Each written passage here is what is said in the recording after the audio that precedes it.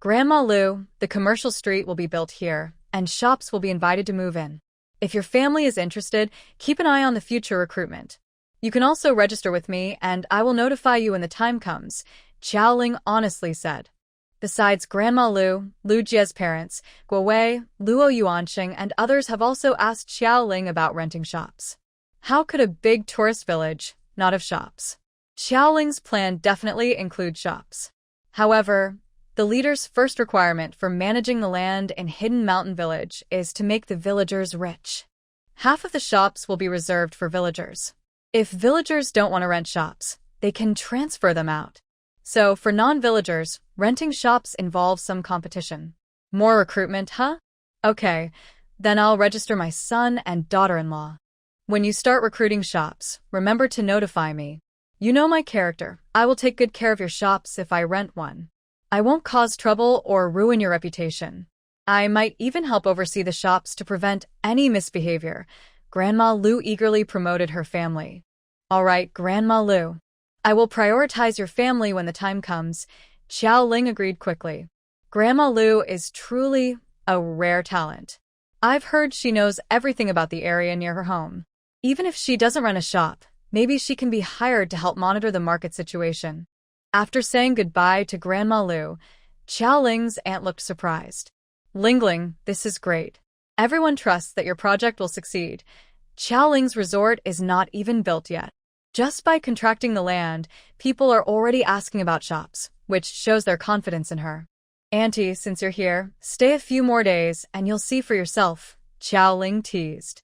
Many things can only be truly understood through personal experience. Seeing is believing, hearing is doubting. Still keeping secrets? Fine, I'll retire and go home. Since brother Wendy isn't giving me a grandson to play with, I might as well come to you, Aunt Xiaoling cheerfully said. Mom, you said you want a grandson to play with. With your attitude, do I dare to have one? Cousin Xiaoling has been observing the situation carefully. Hearing his mother extend the argument to him, he helplessly responded. What kind of words are those? To have a grandson just to play with? Are grandchildren meant for playing? Even though he knew his mother was joking, Wendy didn't want to bother with her. He studied medicine, which naturally made him graduate later than others. How long has he been working now? And his mother is already urging him for grandchildren. Xiaoling ignored the teasing between mother and son, showing them the grandeur of the Medicine King Palace before taking them back to her place. Brother Wendy, how about it? Isn't this place pretty good? Xiaoling asked him with a meaningful look. Yes, it's nice. Is the Medicine King Palace really effective? Wendy was curious. When did his cousin become so capable? You'll find out if it works. I plan to build a large resort combining healthcare and tourism. Cousin, are you interested in helping me? Xiaoling revealed her plan. Although her cousin isn't very talkative, he's the top person in their family. Whether in manners or professional skills, he's excellent. No complaints there. Xiaoling has a big project on her hands and honestly, she's feeling quite overwhelmed. Finding professional help isn't easy either. Her situation is special, so she can't just casually invite top experts. Her cousin Wendy, who studied medicine, is trustworthy in character and ability. Since he's family, she can entrust him with the healthcare part. Help you, Wendy pondered. After thinking for a while, he said, give me 2 days to consider. Wendy has always been physically weak. While he could handle the hardships of medical school, the internship and the year of work in the hospital were tough for him. Recently, he's been thinking about changing jobs. Aunt Xiaoling didn't care about her son and niece's matters. After a quick tour around Xiaoling, she left to find her sister-in-law and Xiao Yu in the village. Zhou Yu, this useless child, was bullied so badly that he didn't even complain, nor did he blame the old master for not favoring him since childhood. Lingling, tell me, did you get lung cancer when second aunt asked about it earlier? With no one else around, Wendy finally voiced his long-held suspicion. Earlier, when second uncle and second aunt were so anxious and couldn't speak clearly about lung cancer, he guessed that either Zhou Ling or Zhou Lei might have the disease. Coincidentally, he was busy with work at the time and planned to ask about it in a few days. But then second uncle called to say it was a misdiagnosis related to a neighbor's case, so he didn't need to worry. Although Wendy was suspicious, it was clear that his second uncle didn't want him to know the truth. If Zhou Ling or Zhou Lei really had the illness, his second uncle wouldn't be so calm. So, he wisely didn't ask further. But now, after walking around Hidden Mountain Village, Wendy had new thoughts. He heard that there were leukemia patients here who were recovering, waiting for bone marrow transplants. The boy he saw earlier in the Taoist temple, reading a book, was the one who had been cured of leukemia. Although the boy looked weak and not as healthy as other children, it was obvious he had once been close to death. To Wendy, this was incredible. Only a real doctor would understand that many illnesses are beyond the reach of medicine, especially serious diseases, where survival often depends on luck or fate. The leukemia boy, who was near death but now had his condition under control and even received a matching bone marrow, was not just lucky. So, he tentatively asked Zhou Ling if she had gotten lung cancer. Yes, it was me. Zhou Ling didn't hide it. Since she wanted Wendy to help, she showed her sincerity. Wendy believed he would soon discover something unusual about Hidden Mountain Village. Instead of hiding things, it was better to be honest and show her sincerity. Then, how is your health now? Wendy was curious. Zhou Ling's current condition didn't look like she had cancer. All right, so, are you interested in helping me here? Zhou Ling invited again. Really? What medicine did you take? How did you get better? Did you have surgery? Chemotherapy? Wendy asked anxiously. No surgery, no chemotherapy. I just got better here. Zhou Ling replied patiently. Here? Is it really that amazing? Wendy muttered to himself. No wonder the incense at the Medicine King Hall was so strong earlier. He had thought people there were ignorant, but it turns out he was the one who couldn't see the truth. Yes, it's really that amazing. Cousin Wendy, are you interested in coming now? Being here will also help improve your health. You can do whatever you want. Xiao Ling invited again. Give me 2 days. After 2 days, I will give you an answer. Wendy wasn't in a hurry to decide. Although he really wanted to agree right now, he decided to wait and think carefully before acting. The alarm clock rang. Wendy opened his eyes, feeling a bit confused, then quickly got up to wash. After getting out of bed, he noticed something was wrong and realized he didn't have to go to work today. He was staying at his second uncle's old house. He had planned to lie back down for a little more sleep, but after thinking about what Xiaoling had said yesterday, he lost interest in sleeping. He got up, washed, and went outside. It was 7 in the morning, and the sky was still a little dim. Usually, mornings in the countryside are peaceful. But in Inshan village, it was different. There were people jogging early, vendors selling breakfast, and it was lively. Wendy walked to the breakfast stall and looked at the food. There were soy milk and fried dough sticks, buns and steamed bread, rice noodle rolls and stir-fried rice noodles, and also egg porridge. Lots of choices. Boss, I'll have a set of egg sausage, Wendy said to the old man and woman selling rice noodle rolls. Okay, in 2 minutes. You look unfamiliar. Have you never been here before? The rice noodle roll vendors were Lu Jie's parents. Lu's dad made the food, and Lu's mom handled the condiments and took the money. They worked together very smoothly. Boss, you look unfamiliar too. Wendy had often accompanied his mother back to Inshan village. He didn't know every villager, but he was familiar with most faces.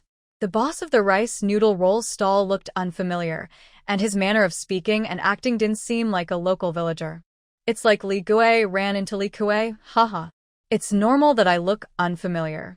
I just arrived in Inshan village 2 months ago and just started selling rice noodle rolls, Lu's dad said cheerfully.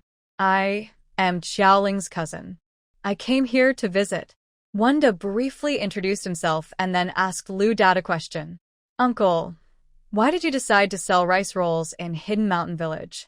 After all, this is a small village, and there aren't many people buying breakfast. Lu dad smiled casually. Although there aren't many people, it's not too few. If there were more, I might not be able to handle it. Anyway, I have free time, so I might as well find something to do. Here, your egg rice roll. Take it. Lu mom handed Wanda the prepared egg rice roll and pointed to the small table nearby. Eat while it's hot. Sit here and enjoy. Wanda stopped worrying about the previous topic and sat down at the table with the rice roll. He poured the condiments into the rice roll box, mixed it well, took a bite to taste, and nodded. The flavor was better than what he was used to at his workplace. It was worth the 8 yuan price. Hurry up and eat. If you don't, the uncle next door will finish his and want yours. Next to him, an older woman and man with their young grandson were also eating rice rolls. The woman pointed at Wenda to scare the child. Wenda looked up and recognized her. She was the woman resting on the grass at the temple yesterday, later asking if Xiaoling's shop was available for rent. She was called Aunt Lu from West City. No, I won't give the uncle mine. The child was indeed tricked. He kept scooping rice rolls into his mouth with chopsticks. Good, good. As long as you eat well, Grandma won't give the uncle yours. Aunt Lu was very pleased with Wenda, seeing her grandson obediently eating, and then she resumed her usual work. Young man, are you Qiao boss's cousin? Are you here to play? Or do you have other plans? Gwenda nodded. Yes, I am Xiaoling's cousin. I came to see the village. It has changed a lot in the past few months. Aunt Lu nodded in agreement. That's right. The first time I came to Hidden Mountain Village was to buy peach blossom cakes. Back then, it was just an ordinary village, nothing special, just poor. Now look, there are breakfast vendors early in the morning. Wenda asked what was on his mind. Aunt Lu, why are you willing to come here? You can burn incense and pray anywhere. Why come to this small, unknown mountain village? Aunt Lu shot him a sidelong glance. Young man, you're not honest. Since you're Qiao boss's cousin, how could you not know why we come here? Fortunately, Aunt Lu did not disappoint Wendy. She looked at him with deep meaning and said, Everyone knows how magical Hidden Mountain Village is. You are the grandson of Elder Qiao. Did he leave you anything? Or did he give everything to Xiaoling? Wendy looked confused. He wondered what his grandfather had to do with this. Seeing Wendy's blank expression, Aunt Lu quickly lost interest in talking. She had hoped to learn some secret news from Wendy, but it seemed he was not very useful. After her grandson finished breakfast, she said, Xin, are you done eating? Once you're finished, let's go to the temple with Grandma. Xin was a bit reluctant. Grandma, I want to play basketball. I don't want to burn incense anymore. Aunt Lu comforted her grandson. You can play basketball, but you're so small. You can't even reach the basket, and you'll be tired after jumping a few times. We need to take good care of our health first. How long do we have to wait? We've come here many times. Aunt Lu was very patient. Almost there. You see, a few months ago, you often had nightmares at night. You would get tired after walking a few steps, and the neighbor's little boy teased you for being weak. But look at you now. You haven't had nightmares lately, and running isn't as hard as before, right? Xin thought about the nightmares he used to have. He was a little scared and tugged at Grandma's sleeve. He hesitated between having nightmares and going out to play, then finally said, Then I'll come here with Grandpa and Grandma on weekends to burn incense. I can't play, but it feels good to be inside. That's right, good boy. No rules. We'll wait until we're healthy enough to play. When that time comes, that little boy won't be your match. Wendy watched the grandfather and grandson walking ahead thoughtfully. He followed slowly behind them toward the temple. Wendy naturally had enough tickets to enter the temple. After taking some incense from the vending machine, he followed the crowd inside. Once again stepping onto the temple grounds, without Xiaoling nearby, Wendy experienced something new. He thought that most visitors to this temple would be elderly, but he was wrong. There were quite a few young people too. They gathered in groups, taking photos and checking in. After enough sightseeing, they sincerely worshipped the god of wealth and the medicine king. After burning the incense, they didn't leave. Instead, they took out their mats and small stools and sat around. Some closed their eyes to rest, some played on their phones, and others read books or newspapers. Although there was some noise, everyone tried not to disturb others. Wendy found a small gap in the corner of the Medicine King Hall, where most people gathered, and sat down to observe the crowd. As a doctor, Wendy has seen many patients. He roughly looked at the people inside the Medicine King Hall and noticed that at least half of them looked unwell. This makes sense since Xiaoling's Taoist temple is new and hasn't been widely promoted. Most visitors heard about it from friends, family, or fellow patients. If they weren't sick, No one would travel over mountains and water to visit this small temple in Yin Mountain Village. After observing for a while, Wendy didn't leave to find Xiaoling. Instead, he sent messages to his mother and Xiaoling, then continued watching the visitors and thinking about their reasons and needs. Village Chief, I'm sorry to trouble you again, said Wendy's cousin, who needed 2 days to consider. Xiaoling confidently told him to observe on his own. They had leased such a large piece of land, and Xiaoling was busy from morning after breakfast, going to the village committee to see the village chief. There's no need to be so polite. I hope I can still do some good work with my old bones, the village chief replied. There were many things to do in the village, but now the village chief was giving young people a chance. Most tasks were handled by Lu Jie, so the village chief wasn't very busy. Uncle He, here's the situation. I contacted a construction team to dig holes and level the mountain land, to organize the leased land.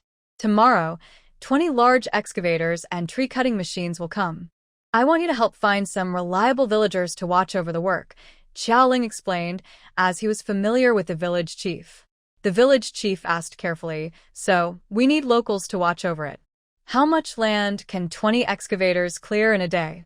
What about the trees they cut down? Have you arranged buyers? Xiaoling replied, the contract says they can clear 500 acres in a day, and it will take 10 days to finish. As for the trees, Teacher Gua helped me find buyers.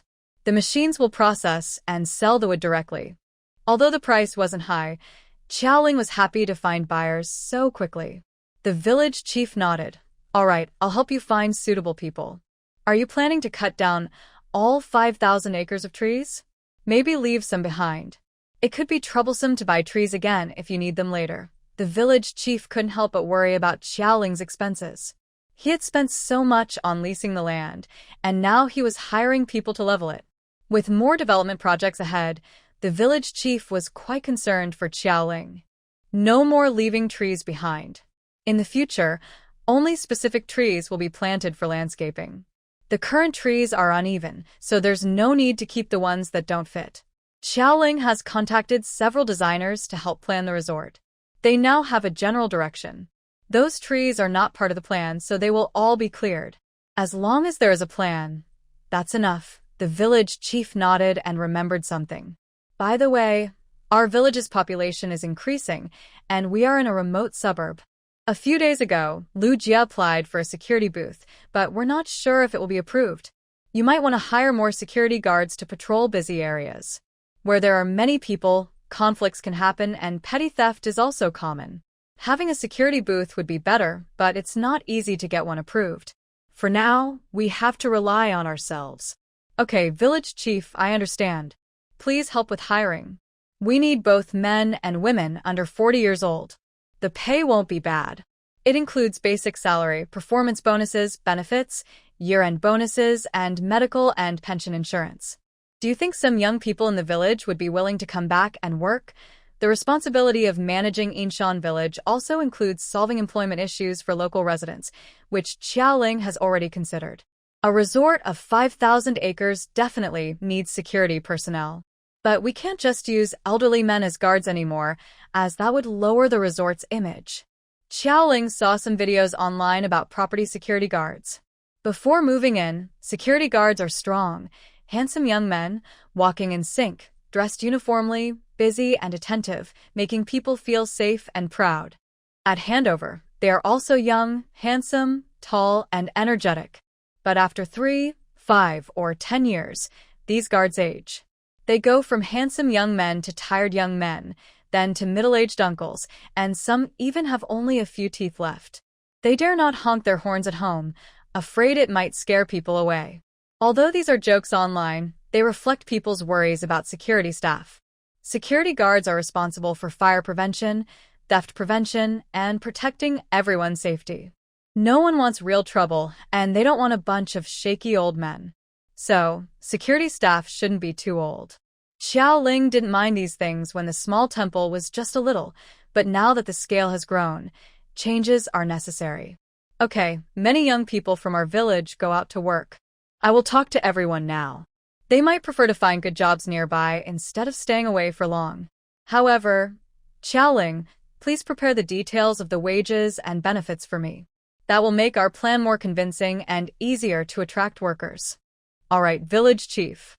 I will give you the details tomorrow, including the pay for those helping with the construction work.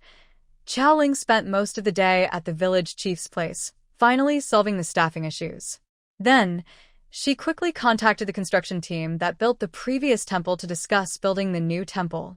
The quality of the last temple was good, and Xiaoling was happy with its design and appearance. The details were well done, so she didn't look for another team. She just contacted the same builders again. Although the new temple will be 20 times larger, Xiaoling doesn't plan to build many big halls. It's better to have a small number of valuable things than many large ones. Right now, besides the Medicine King Hall, the other halls have some visitors, but honestly, they are not as popular as the Medicine King Hall. Xiaoling plans to build only the Medicine King Hall. Since people think it's too small now, she will make a huge Medicine King Hall that can hold over 10,000 people for worship. Outside the hall, she will build a large square with sculptures of the Medicine King for offerings. The remaining space will have pavilions, basic functional rooms, green areas, and resting spots. It's important to make visitors feel comfortable and enjoy their visit. The Medicine King Hall and the square can hold tens of thousands of people, plus the rest areas. This size is enough, so Xiaoling doesn't worry about space. She's tired of all the trouble. She originally thought a 10-acre temple would be enough, but in just 2 months after opening, the visitors increased so much that she had to limit the number of visitors to keep things running smoothly. Otherwise, the temple would be overcrowded and unsafe. Besides building the temple, there are also roads and parking lots to consider. Xiaoling decided to give these tasks to the same construction team. They have a designer, so she just needs to tell the designer her needs. The designer will create plans, and she can choose from them. It's all new to her, so she has to be careful. Once she gains more experience and has enough workers, she won't be so exhausted. After a busy day outside, Xiaoling returned to her home, tired. She saw Wenda's familiar figure at the door and smiled slightly. She had said she would think about it for a couple of days, but on the first night, he was already here. Men's words are often just lies. The two of them walked into the living room one after the other. Xiaoling wasn't in a hurry to ask Wenda anything. Instead, she calmly poured herself a glass of honey water. The sweet taste of honey filled her mouth instantly, and all her fatigue seemed to melt away. "Pour me a glass too." Wenda couldn't sit still, and said, Okay. Who are you? "You're my dear Wenda. Even if I don't have you, I still have you." Xiaoling joked, but she was quick to pour him a glass of honey water. This honey. Wenda took a sip and immediately sensed something was off. The taste didn't matter much, but the feeling of drinking the honey water made his stomach warm and comfortable, spreading throughout his body. Is this kind of thing common? Or can such high-quality products be produced continuously? Even though Wenda had already felt that this place was different today, he was still very surprised. Is he in the wrong place? Actually, this is a world of cultivation. His grandfather's cousin's daughter has already begun practicing. I have a lot of honey like this here. Not just honey, but also vegetables, fruits, flowers, and trees of such quality. As long as I want, I can produce them continuously, Xiaoling honestly replied. Continuously? So confident. Wenda raised an eyebrow. It seems Ling Ling has many secrets. Even if the back mountain is a paradise, its output is limited. If Ling Ling uses continuous to describe it, then maybe he can understand why Ling Ling knows why the hidden mountain village is different from other places. Xiaoling didn't hide from Wenda's cousin's gaze. She had already shown her sincerity, and now it depended on whether Wenda was willing to get involved. After a long while, Wenda was the first to give in, lost in thought for a moment. Ling Ling, I won't ask much. Just answer me. Will producing plants of such quality affect your health? It won't. It has no effect on me at all. My previous ailments have all been cured, Xiaoling honestly replied, not knowing what Wenda was thinking. Can the land I've contracted be turned into a place like the back mountain? Can we expand even further? Wendy continued to ask. Yes, but it might take a long time, and I can't decide for sure, replied Xiaoling. Most of what Xiao Ling could reveal had already been said, only pinpointing the small gourd remained. All right, then I'll handle it, Wendy finally decided after hearing Xiao Ling's confident tone. However, he still reminded her, whether you have special abilities or rely on other things, Lingling, you must protect yourself. Be very careful in everything you do. Xiao Ling nodded quickly, like a chick pecking at rice. Yes, I understand. Brother Wendy, all these strange things are because of Grandpa's blessing and have nothing to do with me. Remember what you're saying now. Be very careful not to reveal anything. The situation with Xiao Ling was very unusual, so much so that even if she did nothing, others would still link the strange events to her. The difference in Hidden Mountain Village started after Xiao Ling returned. Even his grandfather, who had been seeking immortality and the way, didn't cause any trouble back then. People might think of Xiao Ling, but there was no solid proof that he was controlling everything, so there was still room for doubt. You can't stay so low-key anymore. You need to build your own influence, Wendy thought for a long time before giving advice. Build influence? Isn't that what I'm doing now? Steadily growing. Xiao Ling didn't understand what Wendy meant. I mean developing your connections and reputation. You should be glad no one has targeted you yet. Otherwise, with your current situation, you wouldn't be able to protect yourself. You and the people around you could be in danger, Wendy pointed out the risks. Is it that serious? Even if the root of all these strange things isn't related to me, Xiao Ling knew that over time, more and more people would notice the oddities in Hidden Mountain Village, and trouble would come. But he didn't expect it to affect those around him. It's that serious, Wendy said firmly. Never underestimate people's greed. Xiao Ling had earned a little money now, but compared to capital, it was nothing. As long as there was some profit, he would do anything. And this wasn't just a small profit. This was enough to help cancer patients improve their health. Those capitalists don't give up easily, like aggressive dogs that won't let go once they bite. But from what Xiao Ling just said, Wen couldn't help but feel curious. Is the root cause not related to you? It's really not me. Xiao Ling firmly denies it. She isn't lying. The root cause isn't on her, but rather in the small gourd she carries. Not on you. Wen thought for a moment. If it's not on you, then we can work on that. First, we need to ensure your safety. Wen didn't want to dig too deep before. He used to think that the strange events were caused by Xiao Ling, so he didn't ask further. But now he knows the root cause is something else, so he has to ask a few questions. Many people outside probably think the same as him, that the root cause is with Xiao Ling. If someone has bad intentions, her safety becomes a big concern. Since the root cause isn't with Xiao Ling, maybe there's a way to fix things. It might not solve everything immediately, but at least it won't make her a target. Do you have a way to clear your connection to the strange events? You've already leased 5,000 acres of land, and you won't expand it soon. Is there a way to contain the strange events within this land? The root cause isn't with Xiao Ling, but she clearly knows what it is. Clear my name? How do I do that? Let me think. Hearing Wen's words, Xiao Ling realized how serious the situation was. She understood her cousin's idea. If she can shift the root cause, she will face less danger. 5,000 acres will take some time to develop. Xiao Ling plans to finish within 5 years. Whether she expands further after that is a matter for 5 years later. This way, she can buy some time. Although there will be curious and suspicious people during these 5 years, as long as higher authorities aren't interested, she still has room to respond. I saw a small creek on the leased land before.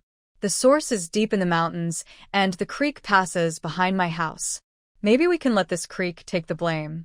Before leasing the land, Xiao Ling used a drone to survey it. She saw that a small creek runs through the middle of her new land. The source of the creek is unknown, ending at the boundary of her backyard, where there's a small lake. Since the cause of all these strange events is the gourd water, perhaps this creek can bear the blame. Small creek to take responsibility? Fine, as long as I can distance myself from you. Of course, it would be even better if you weren't in the village at that time. Wendy didn't care what method Xiao Ling used. As long as he could keep her away, even for a year or two, he believed that with their development, no one would dare to target them easily. Xiao Ling and Wendy discussed late into the night. It was nearly dawn when Wendy finally left Xiaoling's yard. Seeing people still gathered near the wall late at night, Wendy was startled. He had just discussed safety with Xiaoling and thought the back mountain was surrounded by armed guards. Then he realized these were people who were unwell and resting nearby. Counting roughly, there were quite a few, about 20 or 30. Seeing such a group at night, anyone would be scared. But regardless, Wendy and Xiaoling had already agreed that Xiaoling would continue managing the peach orchard and the temple construction, while Wendy would focus on health recovery. With Xiaoling's support, Wendy was confident about the future of the health retreat. They planned to develop 1,000 acres of land specifically for this purpose. The holiday health retreat was not a hospital, so it couldn't follow hospital rules. But since it involved health recovery, it couldn't be as simple as a resort either. The main audience would be elderly people, patients, and those with sub-health conditions, so necessary medical equipment was essential. Professional care staff were also in high demand. The rooms and basic facilities would differ from those of a regular resort. Fortunately, Wendy was trained in medicine and was quite capable, so handling these matters was easy for him. He took out paper and pen, sketched out ideas, and stayed up all night organizing his thoughts. By dawn, Wendy sent a message to his mother, who was resting at his aunt's house. He packed his bag and drove to D-City. Since he planned to develop the hidden mountain village, Wendy naturally resigned from his previous job. D-City, like C-City, was a third-tier city. Wendy worked at the First People's Hospital, a top hospital there.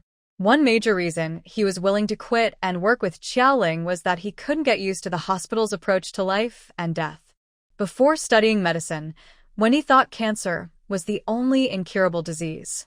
But after studying medicine, he realized few illnesses could be completely cured. Unable to see patients suffer but feeling powerless, Wendy had already considered quitting his job before. However, changing jobs is not so simple. So Wendy had not yet made a firm decision. When Xiaoling invited him, it was exactly what he wanted. He didn't need to worry about salary or benefits, because Xiaoling was generous. Before the resort started making a profit, he had a basic job, and after it became profitable, he would get a commission. If Wendy did well, Xiaoling might even give him shares in the resort. So, Wendy never worried about pay. The most important thing was the resort's purpose. It was a place where impossible things could become possible. When facing patients' pain and despair, he wouldn't be helpless anymore. At the resort, even cancer patients could be cared for and improved, which made Wendy feel proud. Although he contributed very little, helping patients get better made him happy to do such small things. Of course, the resort was not finished yet. All this was just Wendy's hopeful dream. But with Xiaoling and the example of a young leukemia patient, Wendy was willing to work toward this goal. "Are you really quitting? Haven't you thought about it again?" Supervisor Lai asked Wendy. "Yes, Director. I've made up my mind. I'm quittin'. Sorry for disappointing your guidance and support." Wendy's supervisor had always valued him highly, seeing him as a key talent. Now, Wendy felt a bit guilty. Don't say sorry. "I know you're unhappy working here. You have your own choice. I hope you find a suitable job." Director Lai sighed. Although he valued Wendy, everyone has their own path. He couldn't force him to stay. Recently, Director Lai had noticed Wendy's distraction. Now that Wendy decided to leave, he was mentally prepared. "When you leave, what about Xiao Jing? Have you talked to her?" Another reason Director Lai valued Wendy was because his daughter, Lai Jing, was dating him. "I told Xiao Jing before I came back. She supports my decision," Wendy said, feeling a bit embarrassed but still quietly adding, "Xiao Jing decided to leave with me. We will resign together." "What? Leave together? That's ridiculous. No, Xiao Jing's job is hard to get, and she can't just leave like that." Director Lai suddenly gave up. Wendy is just his daughter's boyfriend, and he can't persuade him to stay. Wendy is smart and capable, so he can find a job anywhere. Wendy's family is also well off, so he has the means to resign. But what about his daughter? She is not very bright, her intelligence is not used well, and she barely got into university. She was transferred to a nursing program because her scores were too low. After some struggles, she finished her studies and took 2 years to pass the exam for a stable position. Now she wants to quit, but it seems her head is full of love. At this moment, Director Lai is glaring at Wenda, annoyed and displeased. He sees Wenda as a troublemaker, a con artist trying to his daughter, full of bad intentions. Dad, I want to resign. I don't want to work here anymore. They all say I only got in because of connections. I hear it every day, and it's so annoying. Lai Jing, who had been eavesdropping outside, saw her father yelling at Wenda. She pushed open the office door angrily and said, "Just listen to what they say." "You can't speak properly," Director Lai scolded, disappointed. Wenda quickly held back Lai's father and daughter. "Uncle, it's my fault. Please don't be mad at Xiao Jing. Get away, you human trafficker. Stay out of our family matters. Xiao Jing might not even marry you.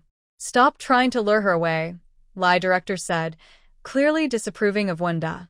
Lai Director only cares about his precious daughter, Lai Jing. Even if he often complains about Wenda, he doesn't want his daughter to leave his protection and go out on her own. "Dad, if you keep this up, I won't talk to you anymore," Lai Jing said, unhappy with her father's attitude. Usually, her parents call Wenda a trafficker at home, but she couldn't believe he would say that to his face. Director Lai straightened his neck, looking up at a 45-degree angle.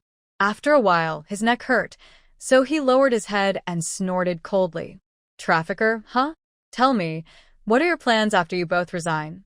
Wenda disliked being called a trafficker, but he endured it for Xiao Jing. Which son-in-law isn't challenged by his father-in-law? Trafficker is what he is, after all, involved in human trafficking. "Uncle, I already found a new job. It's with Xiao Jing too. We'll stay together at my grandfather's hometown.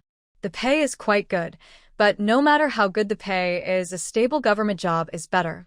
This father-in-law is unreasonable." Wendy sighs, enduring humiliation quietly.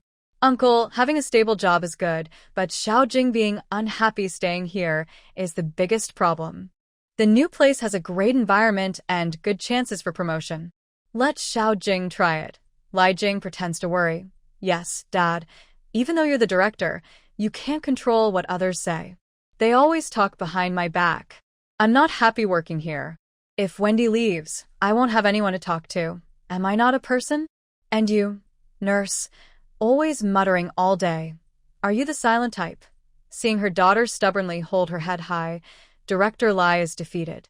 Fine, you can quit. But don't cry if you regret it later." Lai Jing immediately brightens up and happily pulls on Director Lai's sleeve. "I knew you're the best, Dad. Wait and see.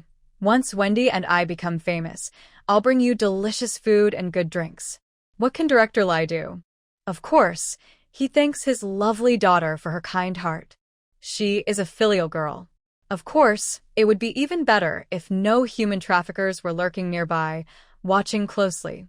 In the corridor of D-City's First People's Hospital, my dad's colleagues, Sister Xiong and Sister Wu, are really nice. Why not try to recruit them? Lai Jing, a sneaky little girl with a selfish heart, suggests to Wendy. Before making a decision, Wendy discussed with his girlfriend Lai Jing. Now they have already submitted their resignations. Lai Jing thinks Wendy needs to recruit experienced staff to help run the nursing home, as he plans to become the director. The 2 nurses Lai Jing mentioned are quite capable in her father's department. "You be careful, or Uncle will hear about it. Then I'll be the one in trouble," Wendy jokes about himself. Wendy has already arranged for recruiting. The 2 nurses she suggested are good, but they have families in D-City, so it's unlikely they'll be recruited easily. "Alright, it looks like you have a plan." "I won't interfere," Lai Jing says, then curiously asks Wendy, "Are you really going to be the director of the nursing home? Will you have full responsibility? Don't let others deceive you with empty promises, or work LY to have others take the credit. Relax, little bossy girl. In a few days, we'll go together. Once you're there, you'll see. You'll definitely like it." Wendy stops Lai Jing's worries. "Then I will wait and see if it is really as magical as they say." Lai Jing learned a lot about the place she was about to visit while discussing with Wendy online. The information online was very mixed, but everyone was amazed by the wonder of Hidden Mountain Village. Usually, Lai Jing wouldn't believe what netizens said. After all, The internet is like a mirage or a reflection in water, elusive and not to be taken seriously, just a way to pass the time. But the person who suggested going to Hidden Mountain Village was her boyfriend, whom Li Jing had worked very hard to win over. She had to think carefully. Wendy was very clever and tricky. When she first chased him, she had to run and crawl to catch up. Only after they got together did she realize how many illusions she had about him. He wasn't some distant, perfect figure. After they started dating, Li Jing found some candid photos of herself on Wendy's phone. They had taken those pictures before they were a couple. At that time, Li Jing realized Wendy had liked her long before. She punched him a few times, angry that he wanted to feel what it was like to be chased. Wendy said he wanted to experience the joy of being pursued. Li Jing felt sick thinking about it. She wondered, "You, Wendy, want to feel what it's like to be chased? Don't I deserve that too? Forget that." If he just wanted to enjoy being chased, that was enough. She had chased him for so long, thinking she might never win her crush. Although Li Jing often complained about Wendy, she also knew he was not a reckless person. His suggestion to develop in Hidden Mountain Village was probably well thought out. Maybe the netizen stories were true this time. So, she was also looking forward to going to Hidden Mountain Village. Yes, if it's really as magical as they say, it's completely different from a hospital, Wendy said while watching the busy patients, family members, and doctors in the hospital. In a hospital, aside from the joy of new life, everything else is pain. There are more prayers in hospital corners than in temples or shrines. Wendy hated feeling powerless and disliked the various choices in the hospital. Deciding whether to pursue palliative care or surgery, whether to continue treatment or give up, each decision made his heart feel tangled. If these struggles could lead to good results, it would be fine. But often, they ended with nothing gained. No money, no hope. So, Wendy left the hospital, hoping things would be different in Hidden Mountain Village. She entrusted Wendy with the management of the health resort, which made Xiao Ling stand straighter and feel less pressure. However, Wendy's words also woke Xiao Ling up. So, the next day, after Wendy left, Xiao Ling immediately arranged to shift the blame. The crowd at the Taoist temple was as busy as usual, but after being open for a long time, everyone had gotten used to it. Besides occasionally replenishing sold-out incense, there was no need for Xiao Ling to watch over it constantly. After walking around the temple in the morning, Xiao Ling rode her mountain bike to explore the newly leased land. The 5,000 acres of land were naturally not flat. There were small hills like mounds, winding streams, and flat areas. Planning it all would have been enough to kill her brain cells. Fortunately, her financial power could solve almost all problems. Xiao Ling used a drone to take aerial photos of all the land and sent them to a professional designer to help plan based on her needs. The designer's plan pleased Xiao Ling, who was the main client. On the same day she received the design, she sent it to the construction team she had contacted, instructing them to build according to the plan. The construction team was busy working, and Xiao Ling watched the progress from afar, nodding in satisfaction. They say technology changes life. The excavators and chainsaws cut down trees quickly, stacking them neatly, much better than brother head shaving. Xiao Ling estimated that in less than 2 days, the 800 acres of peach orchard and 200 acres of temple land could be cleared. She didn't interfere much with the construction team's work and continued driving around. But she didn't forget her purpose for today's trip. She had already found the scapegoat, but how to make the creek water take the blame required careful planning. Her car was almost out of her leased area, but she still hadn't found the source of the creek. However, Xiao Ling wasn't planning to find the creek's source. At the end of the leased land, there was a cliff with a waterfall. Below the waterfall was a large, bottomless pond that shimmered with a cold, faint glow. Xiao Ling stared fixedly at the water surface, a flash of inspiration crossing her mind. Maybe she could make a move here. Taking advantage of the no-one-around situation, Xiao Ling pretended to reach her hand into the pond, but secretly, she slipped her small gourd into the water to test it, trying to scoop some water into the gourd. Xiao Ling had always poured water from a small gourd, but this was the first time she was filling water into it. Since the small gourd can produce gourd water endlessly, it can also be filled with water without limit. This was the plan Xiao Ling thought of all night, to make the creek take the blame. If the small gourd can hold unlimited water, then she could fill it completely, and at the right moment, make it pour all the water inside out suddenly. This would create a strong water flow that would rush out along the creek. Isn't that a strange sight? Xiao Ling had already collected a lot of gourd water, mixed with some magical effects. Once she threw the gourd, the plan would succeed. Of course, how many people she could fool depended on their understanding, but at least she had made it look like she was throwing the blame away. After testing the gourd water's properties, Xiao Ling didn't put much water into the small gourd. She preferred to fill it outside because the small pond didn't have enough water to cause a big impact. If she wanted to fill it, she would do it in a big river. The sooner she shifted the blame, the sooner she could relax. Xiao Ling didn't waste time. She quickly found a big river, went to a remote corner, and placed the small gourd in the water to fill it. The small gourd has a simple awareness and is linked to Xiao Ling.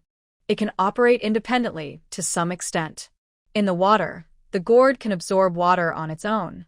While on the roadside, Xiao Ling was also thinking about the details of shifting the blame. When the gourd was pouring out water heavily, Xiao Ling needed an alibi. It was late September, just 2 days before the National Day holiday. Many people get married during the holiday, and Xiao Ling received several invitations. Some were from classmates, some from relatives, and some from business partners. Teacher Guowei was getting married on October 1st at a hotel in town. It wasn't far, but not nearby either. If something unexpected happened, Xiao Ling could quickly return. So, she decided to shift the blame on that day. Congratulations to Teacher Gua and Teacher Chen. Xiao Ling and Deng Bin's family of 3 went to the hotel in the morning to celebrate the wedding. Good morning, Boss Xiao. Sister Ren and Brother Deng, you're back? Come and have some wedding candy. Let's go inside and sit. Guowei warmly greeted everyone. Just happened to come back with some matters to discuss with Boss Xiao. Since it's your happy day, I must come to share the joy with a toast, Renmin happily said, then added. Teacher Gua, Teacher Chen, I wish you a long and happy marriage, and may you have a child soon. You don't need to invite us. With so many guests, we'll find our own seats. There are many things to consider when a couple gets married. Even though Renmin experienced this 20 years ago, she still felt nervous. She understood and let the newlyweds go back. Xiao Ling and the Deng family sat together. Boss Xiao, when can I come to pick up this month's weight loss pills? With no one else at the table, Renmin asked about the new batch of pills. Renjia, today is the first day of the new month. They're not ready yet.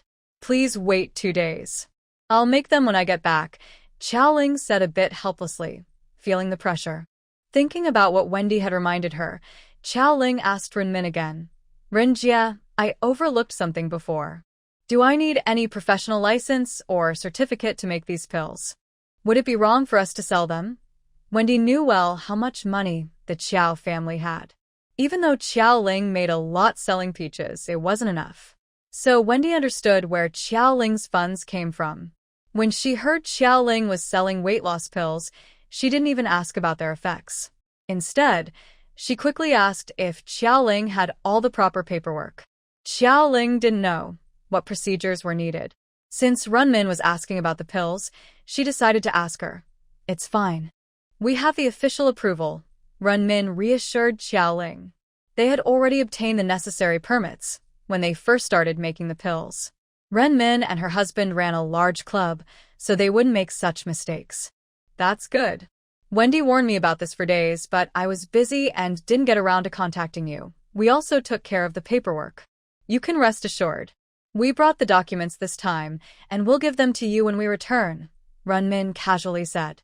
Really? That's great. Thank you, Sister Ren. Renmin spoke calmly, but Xiao Ling wouldn't take it lightly. Even valid paperwork couldn't be completed in just a few days. When Renmin was handling the paperwork, she didn't ask Xiao Ling for anything, which shows her and her husband's capability. Why thank me, Boss Xiao? We've known each other for a long time. Bingbing's health has greatly improved thanks to you. Now that we're working together again, there's no need to be formal. After saying that, Renmin casually asked, Boss Chow, in business, you're investing a lot in developing Yingshan village. The funds must be substantial. Do you think you could sell us more weight loss pills? The first batch of weight loss pills has already shown some initial results. In less than a month, Gao Minmin has successfully lost over 100 gene, about 50 kilograms. Gao Minmin still looks a bit chubby, but compared to before, she's much better. The weight loss is very noticeable. Many people at the club are worried that such a big change might harm her health. But after 2 weeks, Gao Minmin hasn't shown any negative side effects. In fact, compared to traditional weight loss methods, she lost so much weight quickly without the usual problems like stretch marks or loose skin. Surprisingly, she didn't develop stretch marks or sagging skin. This amazed everyone watching. Could it really be a miracle cure? The weight loss pills that Renmin and her husband brought back last time were also bought and used by many. The results were very clear. Gao Minmin's weight loss was so significant that, even after losing over 100 gene, she still looked healthy and strong. Others were different. Many women, after giving birth, gained weight in their hips and thighs. They came to the club to reshape their bodies, and several bought the pills. The effects were quick. In less than a week, their bellies shrank, sagging flesh disappeared, and their faces became more pointed and youthful. Plus, the pills also had great beauty benefits. Their dull, yellowish skin turned bright and smooth.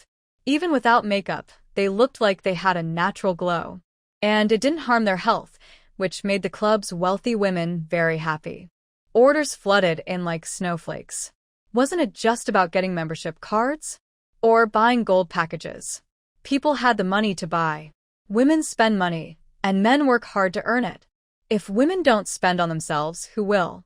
Letting their beauty fade and letting others take their place? Women should treat themselves well and spend money to fight aging.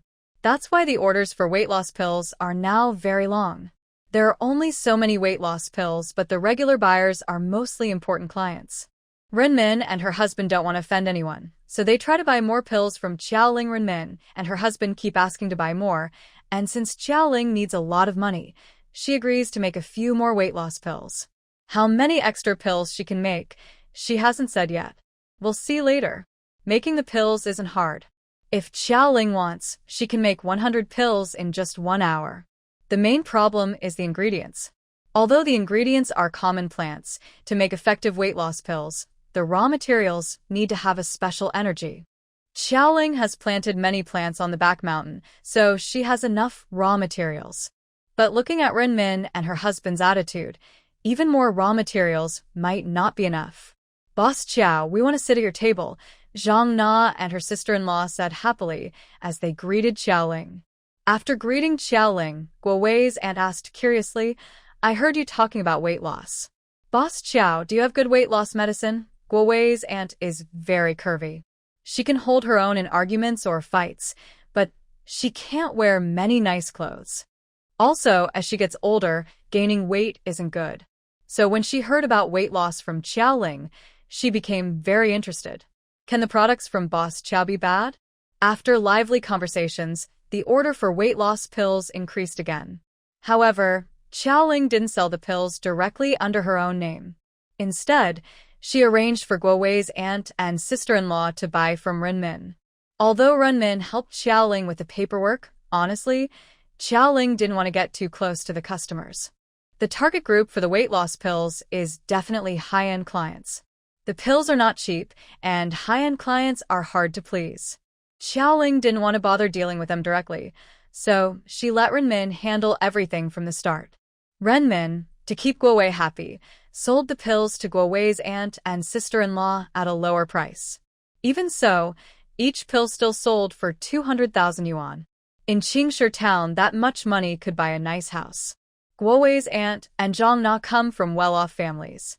Although most of her family work in official institutions, their ancestors left a strong legacy. They own a shop and a storefront in City C, and their family wealth is quite substantial. Otherwise, they wouldn't buy expensive fruits from Xiaoling every day or burn incense at temples in their free time. An ordinary family couldn't afford such things. Many people came to the wedding, and the scene was very lively. Xiaoling was busy preparing delicious food and didn't notice her phone ringing at first. It was only when Aunt Guowei loudly reminded her that Xiaoling saw her aunt calling. "Hello, Lingling. Are you done eating? If not, you should come back to the village and take a look," her aunt's slightly urgent voice said. "I'm almost finished, Auntie. Is there something wrong?" Xiaoling thought her aunt was calling about something else, but from her tone, it seemed like there was some trouble at the little gourd place. "Yes, you should come back. Suddenly, a lot of water has come out of the mountains. Finish up quickly and come back," her aunt asked her to return. "Okay, Auntie. Don't worry, I'll come back right away," Xiaoling said, ending the call and apologizing to the people at her table. "Sorry, something happened at home. I need to go now." After saying that, she stood up, tidied her clothes, grabbed her bag, and left. "We've finished eating too.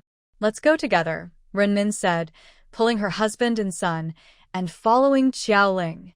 Although the hall was noisy, her aunt's voice was very loud. Renmin faintly heard something about a sudden flood in the mountains, so she naturally wanted to go back and see what was happening. "Everyone's finished. Let's go see what's going on." Guowei's aunt quickly put down her chopsticks, grabbed the people around her, and left. Everyone knew that Yinshan village was different from other places, but no one could explain why. Some said Xiaoling inherited her grandfather's powers and used fairy magic to make Yinshan village special. Others believed the village was protected by spirits, and some said it was a place of good feng shui. People had different opinions, and discussions were ongoing. Now, they might have a chance to see the true reason behind Yinshan village's magic, revealing its real face. Naturally, everyone wanted to go and see. Xiaoling didn't care if others followed her. She drove straight back to the village. From her aunt's tone, she sounded quite anxious, which puzzled Xiaoling. It was just an increase in stream water, after all. Was it really necessary to be so worried? When Xiaoling was planning this scheme herself, she was a bit worried that the noise might be too quiet and fail to shift blame. She was thinking about other ways to handle it later. Her aunt's tone sounded like something really serious had happened. In less than half an hour, Xiaoling returned to the village, where the entrance was crowded with people. "Lingling is back. Look at the land you planted," her aunt called out loudly when she saw Xiaoling. Xiaoling quickly moved forward, faintly hearing the crowd talking. "So many fish. Where did they come from?" "Where else?" "From the waterfall pond at the back of our village. I also heard that when the underground river was suddenly opened, colorful lights appeared. Could this be a sign of a spirit showing itself?" I heard a loud bang, and the water dragon flew up into the sky. Xiaoling's face twitched. Why were they talking about spirits and mythical creatures? But when she pushed through the crowd and saw the normally dry creek at the village entrance now rushing with water, with silver-white fish jumping inside, her face froze. How could the water flow be so strong? Although the small gourd had stored a lot of water, the waterfall was far from the village entrance. Seeing such a large, fast-moving flow, even a powerful small gourd couldn't have created a river like this. This rushing water definitely wasn't caused by her small gourd. Thinking of this, Xiaoling became anxious. Something must have gone wrong along the way. Was her small gourd okay? After a quick explanation to her aunt, Xiaoling drove her car upstream along the water flow. When she reached the pond, many people had already gathered around.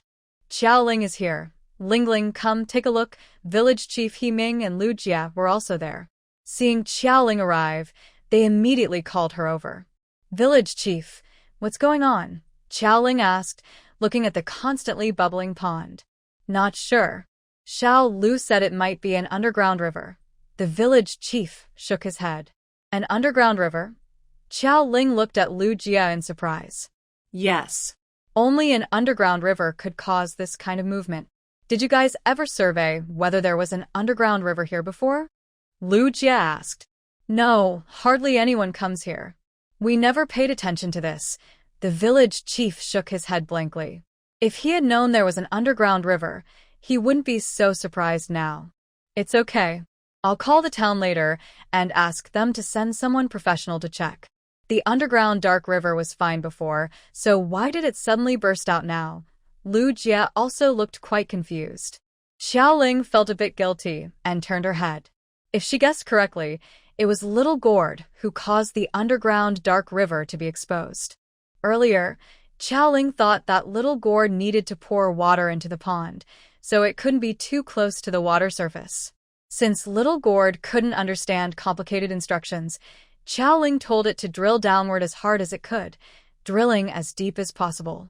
When it couldn't drill anymore, it would pour water. Now it had drilled out the underground dark river. I told you this hidden mountain village has an immortal fate. Last time, you all laughed at me. Look, see what's happening today. Do I really have no idea what I'm talking about? Xiaoling didn't stay long at the pond. When no one was paying attention, she quietly picked up and hid little Gourd in a corner. Then she walked back with everyone. From far away, she could hear Aunt Lu loudly and proudly talking. Auntie? What's going on? Tell me. Many people in the crowd hadn't heard about the immortal fate of Hidden Mountain Village before, so they asked curiously, what's going on? If I tell you, it's not something I can explain in a few words. Aunt Lu looked proud. Last time, people weren't interested in listening to her. Now, everyone was eager to hear her talk. Please, Andy, keep it short, someone suggested. All right, I'll keep it brief. It all started with old Immortal Qiao. Maybe you don't know, but I'll tell you. Old Immortal Qiao got his chance decades ago and started seeking immortality and the way. The peach orchard behind Qiao's house was made by old Immortal Qiao. The peaches there are like immortal peaches. That was a gift from old Immortal Qiao to his favorite granddaughter. Qiao's family made their fortune from that orchard, and now they're planning to build a resort. Aunt Lu spoke seriously. Auntie, keep it short. Why are you talking about decades ago? Why not start from Pengu opening the heavens? Someone muttered, feeling it was too long. If you like to listen, listen. If not, forget it. You all begged me to tell you earlier. Now you're complaining. If you don't want to hear, just go, Aunt Lu said with a frown, acting like a typical Western city aunt who is easy to boss around. Ma'am, don't worry about those people. Take your time speaking, we're listening. Yes, ma'am, we enjoy hearing you talk. Aunt Lu looked at everyone's eager faces and felt pleased.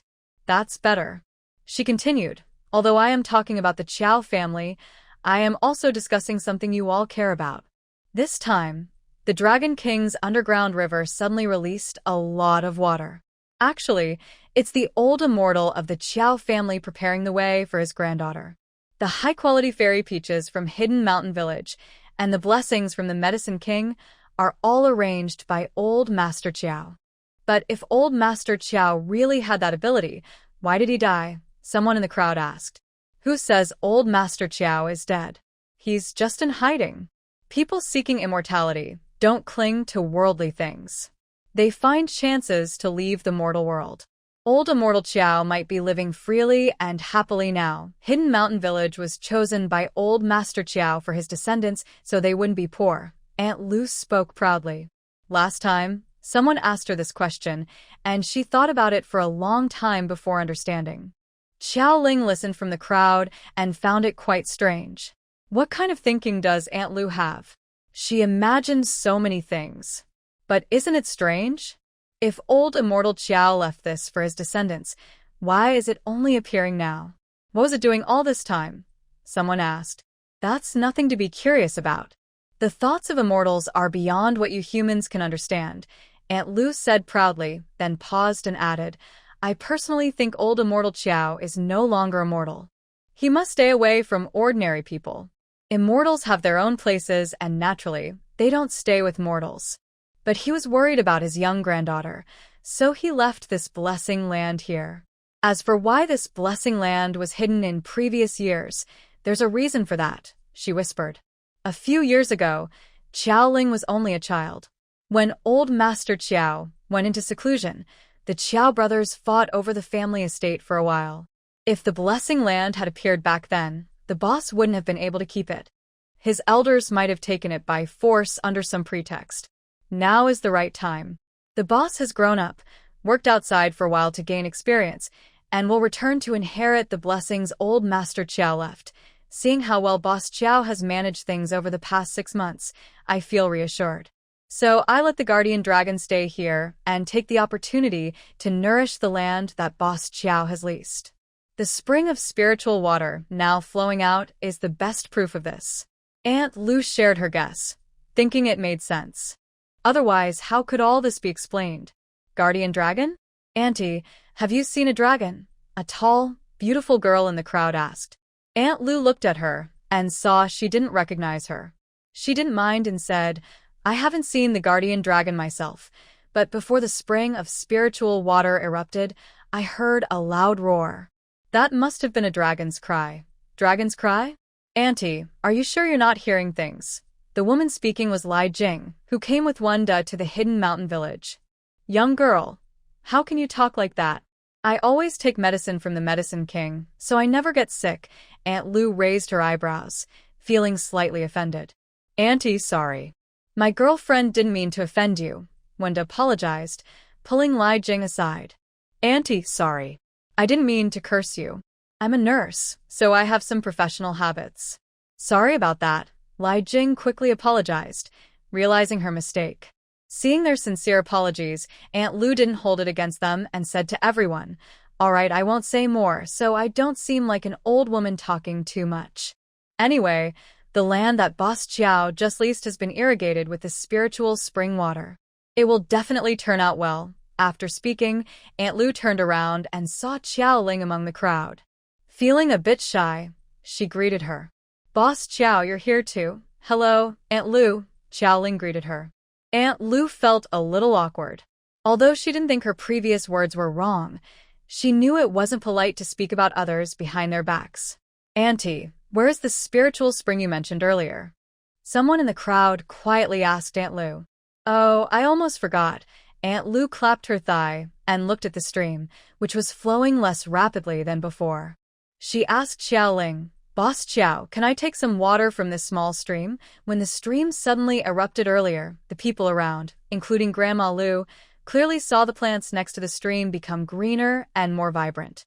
Even a few wildflowers nearby seemed to bloom instantly. Although only the first wave of the stream showed the scene, many people saw it and believed that the water rushing out now is a spiritual spring. Old Lady Lu wouldn't miss such a good thing. She just wanted to take some of the spiritual spring home. I also want to take some. People who had been with Old Lady Lu earlier spoke up. Sure, take as much as you want, Xiao Ling nodded. Although the stream is within her contracted area, it still flows outward. If she takes it, she might as well. Could she really empty the underground dark river? The water from the small gourd flows along the dark river, just touching the surrounding plants in front of Aunt Lu. She mistakenly thinks it is a spiritual spring and imagines many things. She blames everything on old Master Qiao, concluding that the spiritual spring irrigated the land leased by Qiao Ling, laying the groundwork for spiritual energy to cover 5,000 acres in the future. What's your luck like? Is it some kind of hero's aura? Wendy wondered. Why don't I have this kind of luck? My luck is pretty good. You can't envy it, Qiao Ling replied. Qiao Ling also found it hard to believe. With her setup, she wasn't any less impressive than those main characters in popular stories.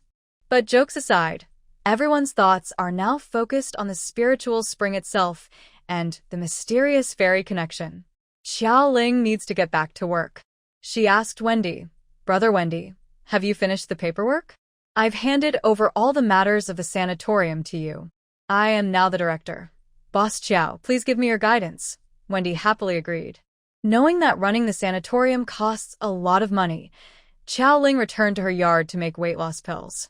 Honey is a main ingredient in these pills. Qiao Ling had kept many bees before. When she had free time, she would go collect honey, especially from the hive in the spiritual garden. The honey there was of such high quality that it seemed like a magical remedy.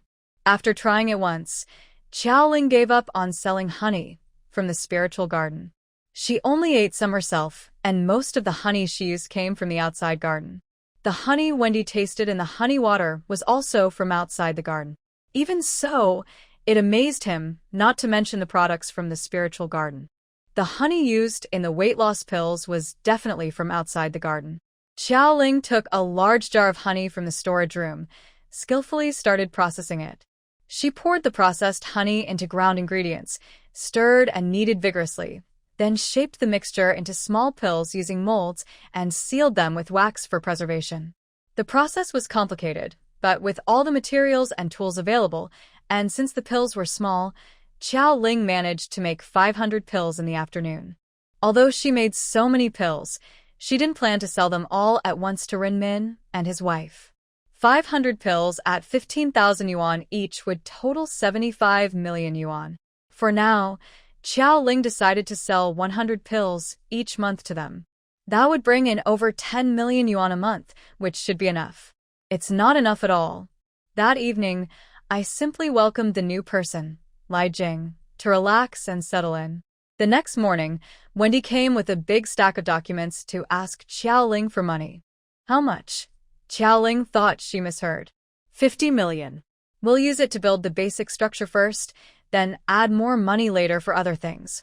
Wendy, looking tired with dark circles under his eyes, explained.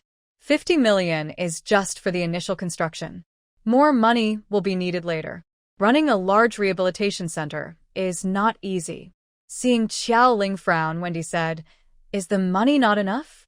50 million is for the early building phase. You can give me 5 million first. I'll contact people and pay a deposit." Xiao Ling breathed a sigh of relief. She could still manage 5 million now. Okay, brother duh, 5 million. I'll have someone transfer it to you soon. It looks like she still has to go back and make the pills, Xiao Ling thought with a bitter smile. She had hoped that 500 pills would last a while, but it seems the task is still heavy. Wendy discussed the plan with Xiao Ling for most of the day. They roughly finalized the plan. Feeling satisfied, he was eager to return to Zhaozhen. Since he would stay for a long time, it was not good to keep living at relatives' house. Plus, he brought his girlfriend, which made it even less appropriate. Wendy rented a room at Zhaozhen. Brother duh, wait a moment. I have some honey here. Go back and brew some to drink. Xiao Ling stopped Wendy from leaving and took out a small jar of honey for him. Okay. Do you have more? Bring a jar for my mom too. Wendy, without hesitation, asked for another jar. Last time, he drank honey water at Xiao Ling's place. It felt very good, and his condition improved afterward. Seeing how Xiao Ling didn't seem to mind, Wendy guessed she had plenty of such good things, so he asked for another jar. I already sent one to my aunt, Xiao Ling said, then looked at Wendy's dark circles and added, forget it. I'll give you one more. She went back inside and took out another jar. Thinking for a moment, Xiao Ling, still a bit curious, asked Wendy, Brother duh, are your dark circles because your girlfriend came yesterday, or are you thinking about the rehabilitation center? Be careful, brother duh. Unable to resist her curiosity, Xiao Ling asked. Wendy was speechless about Xiao Ling. Even if he stayed up late because of his girlfriend, so what? Linglei, a girl, shouldn't ask a man such questions, even if he is her own cousin. It's not appropriate. All right, I'm just curious. I'm curious. Wendy, you've worked hard. The matter is settled. Go home early and get some rest. Xiao Ling knew that asking like this was not proper, but she couldn't help her curiosity. She had been holding it in for a long time. It was her own mouth that opened, so she couldn't blame entirely on herself.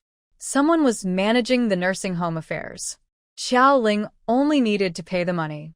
After lunch, she went back to the backyard to roll pills. Wendy said it wouldn't cost much at the beginning, just a deposit. But as the boss, Xiao Ling couldn't wait until she needed money to start raising funds. While Run Min and her husband were busy buying weight loss pills, she also had to go back and roll pills. Besides weight loss pills, Xiao Ling also needed raw materials for making incense. Although most of the work was done by machines, she, as the operator, was also busy. The garden had many different kinds of trees. Now, many branches had been trimmed by the tree pruners and were used by Xiao Ling to make incense. According to the current trend of selling incense, in less than 2 years, all the branches on the back mountain would be trimmed.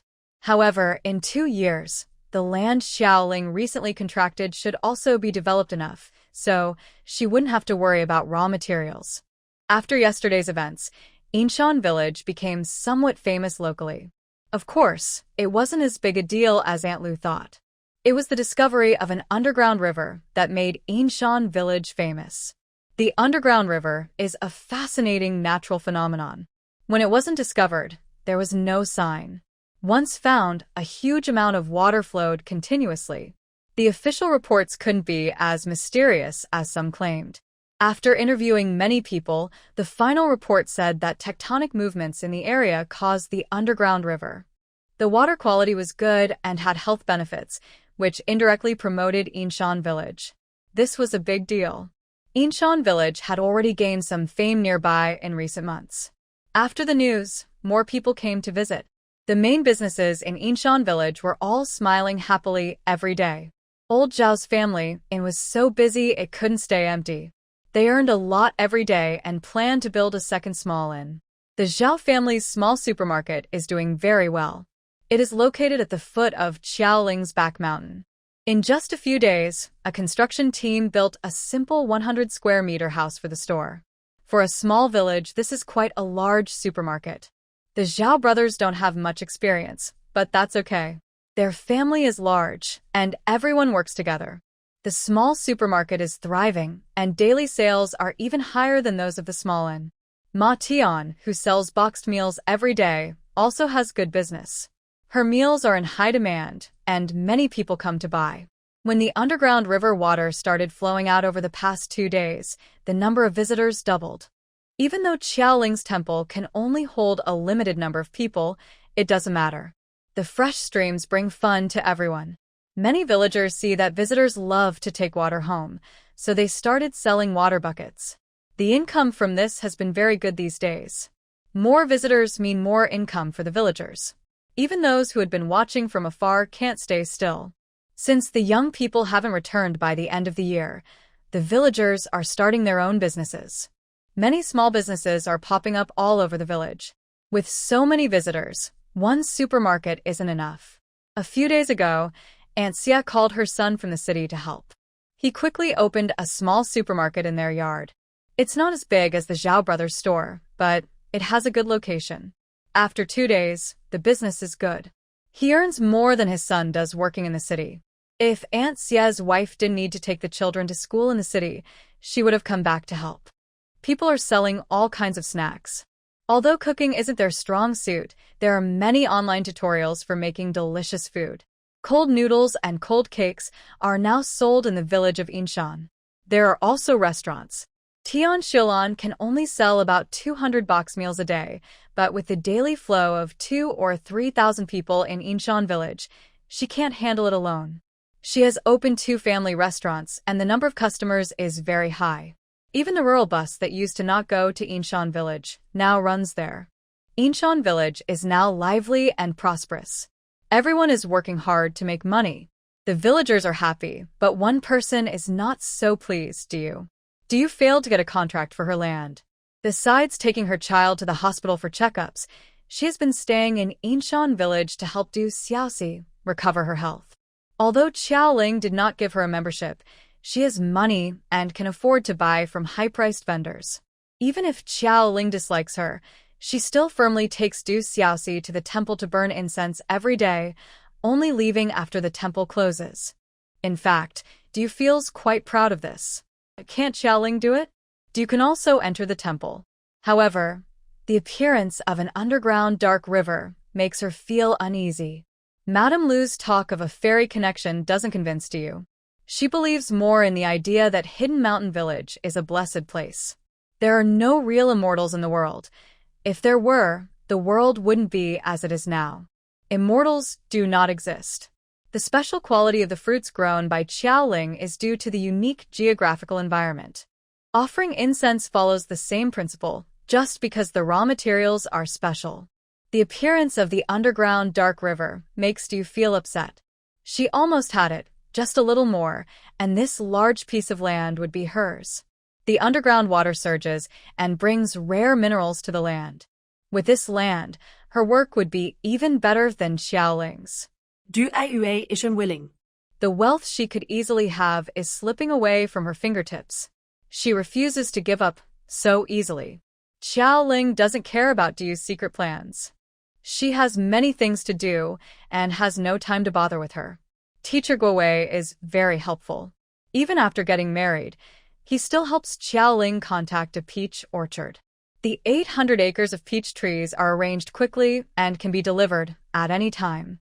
Early in the morning, Xiao Ling drives out to check the fields. The construction team is very efficient. The plan for the 800-acre peach grove is almost complete. She calls Teacher Gua to arrange for the trees to be delivered. Planting 800 acres of peach trees is a big challenge. Xiao Ling is worried about it. There are many villagers who can help, but after planting, she plans to graft the peaches from the orchard. The villagers might not be experienced enough, so skilled workers are needed. In the end, Teacher Gua helps by contacting a planting base to assist with planting and grafting the peach trees. Xiao Ling can't handle such a large area alone. She has started setting up drip irrigation, and future weeding and pruning will likely be mechanized. But still, people are needed for these tasks. Xiao Ling doesn't hire many workers. She asks the village chief to find a few villagers to help care for the new orchard. Many villagers have already signed up with the village chief, who is helping Xiao Ling select the helpers. Uncle He, I'm good at farming. Xiao Ling needs workers. We're not too old. Please consider us husband and wife, said Xiong Jun. He is in his 50s, which is relatively young compared to others. Being in his 50s in the city, he could retire in a few years, but in the countryside, without savings, he has to keep working. The village chief looked at Xiong Jun and his wife and sighed. All right, I trust you too. Work hard. Xiao Ling is a kind person. If you do well, she'll be happy. You two will have a good future. Xiong Jun and his wife had children before, but they lost them in an accident a few years ago. Now, the elderly couple doesn't know what to do. Originally, Xiong Jun's nephew said he would take care of them, but his words sounded nice, yet his actions showed otherwise. After buying a house and coffin, he started to dislike them and ignored them. He didn't say he didn't want to take care of them, but he was afraid of gossip. He kept insulting them, and Xiong Jun's couple couldn't stand it anymore. Feeling hopeless, they moved back to the village. They weren't very clever. Xiong Jun's family was tricked out of all their money by their nephew. Now, with many visitors in Yinshan village, the couple just sells some vegetables to make a living. When they heard Xiao Ling was hiring someone to watch over the peach orchard, they suddenly had a bright idea. The village chief also felt pity. The couple had no children to care for them, and they lost their money. Maybe working for Xiao Ling could be a way out. Then, village chief, what about us? Seeing Xiong Jun and his wife being chosen, others couldn't sit still and started asking. Take your time, no rush, He Ming comforted them. But how can we not be worried? Since Xiong Jun and his wife took 2 spots, what about the rest of us? Someone in the crowd said. Xiao Ling's business was growing bigger. Working for her might be better than working elsewhere for young people. Plus, it's close to home, doing familiar farm work. Such a job is hard to find, even with a lantern. That's why everyone valued this opportunity. They weren't the smartest people in the village. Those who run inns or restaurants do just that. Easily renting out a couple of rooms wouldn't be a problem. The village arranged everything, and they had nothing to do. Having a steady income would be the best. This time, there aren't many people needed, but you shouldn't worry. With so many things happening in Xiaoling's project, there will be plenty of opportunities to use workers in the future. The village chief didn't make empty promises. Although only a few people are being hired in Taolin now, Xiaoling plans to build a health resort, and there are many other projects coming up. There will be no shortage of jobs. As long as people are willing to work and not lazy, there will be plenty of positions available. Everyone remembered Xiaoling's big plans and nodded with confidence. Even for cleaning the area, there will be many jobs, so they still have many chances. After a long time, the village chief finally selected the workers, including Xiong Jun and his wife, 5 people in total. They are honest and quick workers, perfect for helping Xiao Ling manage the peach orchard. The next day, Teacher Guowei arrived with his lively team. Teacher Gua, thank you so much for your help, Xiao Ling said gratefully. Why thank me? This is my own business. Coming here is like a honeymoon, Guowei said cheerfully. During the Golden Week holiday, Where else could we go? It's better to stay in Inshan village for a visit. Now he has a family to take care of, so he needs to work hard to manage his own business well. All right, you all go ahead. I'll go and handle some things here, said Xiaoling. After separating from Guowei and Shenjia, Xiaoling immediately went to the new peach orchard to see everyone planting peach trees. The peach trees Xiaoling bought are already grown. If cared for properly, they will bloom and bear fruit next year. Normally, newly transplanted peach trees wouldn't produce many fruits the first year, and the taste might not be very good. But with Xiaoling's approach, this isn't a problem. The land Xiaoling is using has been officially certified. The soil is good and rich in trace elements, so the peaches next year should be of high quality, which is normal. Watching the skilled workers graft the trees, Xiaoling nodded in satisfaction. Guowei may not be good at teaching classes, but he's very capable in other areas. Driving around the orchard, Xiaoling then went to check the location for the planned Taoist temple. There are already many workers building there. It's October according to the solar calendar and September in the lunar calendar. There are about 3 months left before the temple can open. It will be ready to use after the new year. Next year will definitely be a busy year. Whether Inshan Village Resort can succeed depends on what happens next year. Right now, in the upper management, only Xiaoling and Window are in charge, so it's necessary to hire more management staff. Departments such as human resources, finance, operations, administration, services, production, engineering, and security need to be set up as soon as possible. Of course, the human resources department should be established first. Every time new staff are needed, Xiaoling has to ask the village chief for help. Xiaoling doesn't feel embarrassed about asking the village chief. After all, they've known each other for a long time. However, as her business grows, Xiaoling needs more professional talent.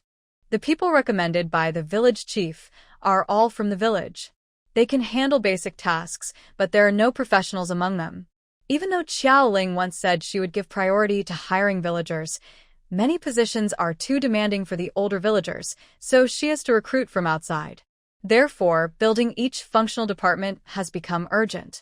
Once the framework is in place, it will be much easier to fill in the positions. When every department performs its own duties, Xiaoling's workload will become much lighter. At the moment, the peach trees are being planted in an orderly way. The construction of the temple is also progressing steadily. Wenda's rehabilitation center is making good progress too. Finally, Xiaoling has time to start recruiting. The temple is expected to open in 3 months. With an area of 200 acres, it will need a lot of staff. Even if recruitment starts right away, time is still tight. Xiaoling isn't very familiar with the hiring process, but that's fine. Once the HR director is in place, things will be easier. However, she hasn't even found a candidate for that position yet. With no other choice, Boss Xiao turns to her social media circle, hoping someone might recommend or apply for the job.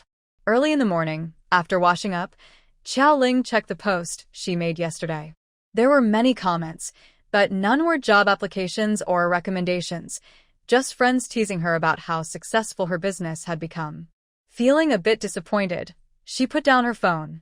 Over the past few months, thanks to selling peach blossoms and peaches, Xiaoling had gained over 1,000 friends online. Yet, after a whole night, there was still no useful response. It seemed that social media wasn't as powerful as she thought. Holding her phone, Xiaoling went to the village for breakfast. Uncle Lu's rice rolls were very popular, and several people were already eating at his stall. After thanking Aunt Lu, Xiaoling took her rice rolls, sat at a small table nearby, and began to eat. My desk mate is also a long-time acquaintance of Xiaoling. A few days ago, Xiaoling secretly made a heart gesture towards Aunt Lu. Boss Xiao, I heard you're hiring a HR director? Aunt Lu finished eating, but didn't rush to leave. She let her husband take their grandson to the side, waiting until Xiaoling finished eating before asking. Yes, Auntie. With such a big company, we need quite a few people. Shouldn't we find a professional to handle it? Do you have someone in mind? Thinking of Aunt Lu's kind nature, Xiaoling responded with interest. My son, Lu Hongda. You've met him before. He's in HR. Aunt Lu recommended her son, then glanced at her husband with a bit of disdain. My son, although sometimes he's a bit careless like my husband, he's good at other things. He studied hard and graduated from a top university. He's been working in HR for 10 years and has lots of experience. Whatever kind of talent you need, he can find it. As long as you work hard, there's no corner he can't dig up. Aunt Lu looked proud at the end. Luckily, most of her son followed her, or else her clueless husband would be begging for scraps. Lu Hongda. Xiao Ling recalled their few past encounters and had little impression. She then said to Aunt Lu, "Auntie, why don't you have your son send me his resume or come for an interview?" "Sure, wait a moment. It's a holiday today, so I'll have him come this afternoon." Aunt Lu was quite happy and wasn't worried about her son getting the job. Before leaving, she asked Xiao Ling, "Boss Xiao, do you have employee housing or other benefits for staff?" "Employee benefits? Of course we do. We're still planning them. If you have good suggestions, you can share. We'll ask employees for their opinions later." Xiao Ling didn't know much about that yet. She was waiting for her future HR manager to handle it. But looking at Aunt Lu, Xiao Ling extended an invitation. "Auntie, would you be interested in working here?" Although Aunt Lu was older, Xiao Ling thought she had a lot of talent. "Me? I need to take care of my grandson, and I have other things to do. I don't have time to work." Aunt Lu was surprised by the invitation. She felt pleased but also a bit regretful. She thought, "I'm just unlucky, madam. Don't rush to refuse. It's just a part-time job, and you don't need to work regular hours. When you come to visit my resort, just play the role of a local lady from Xiqing.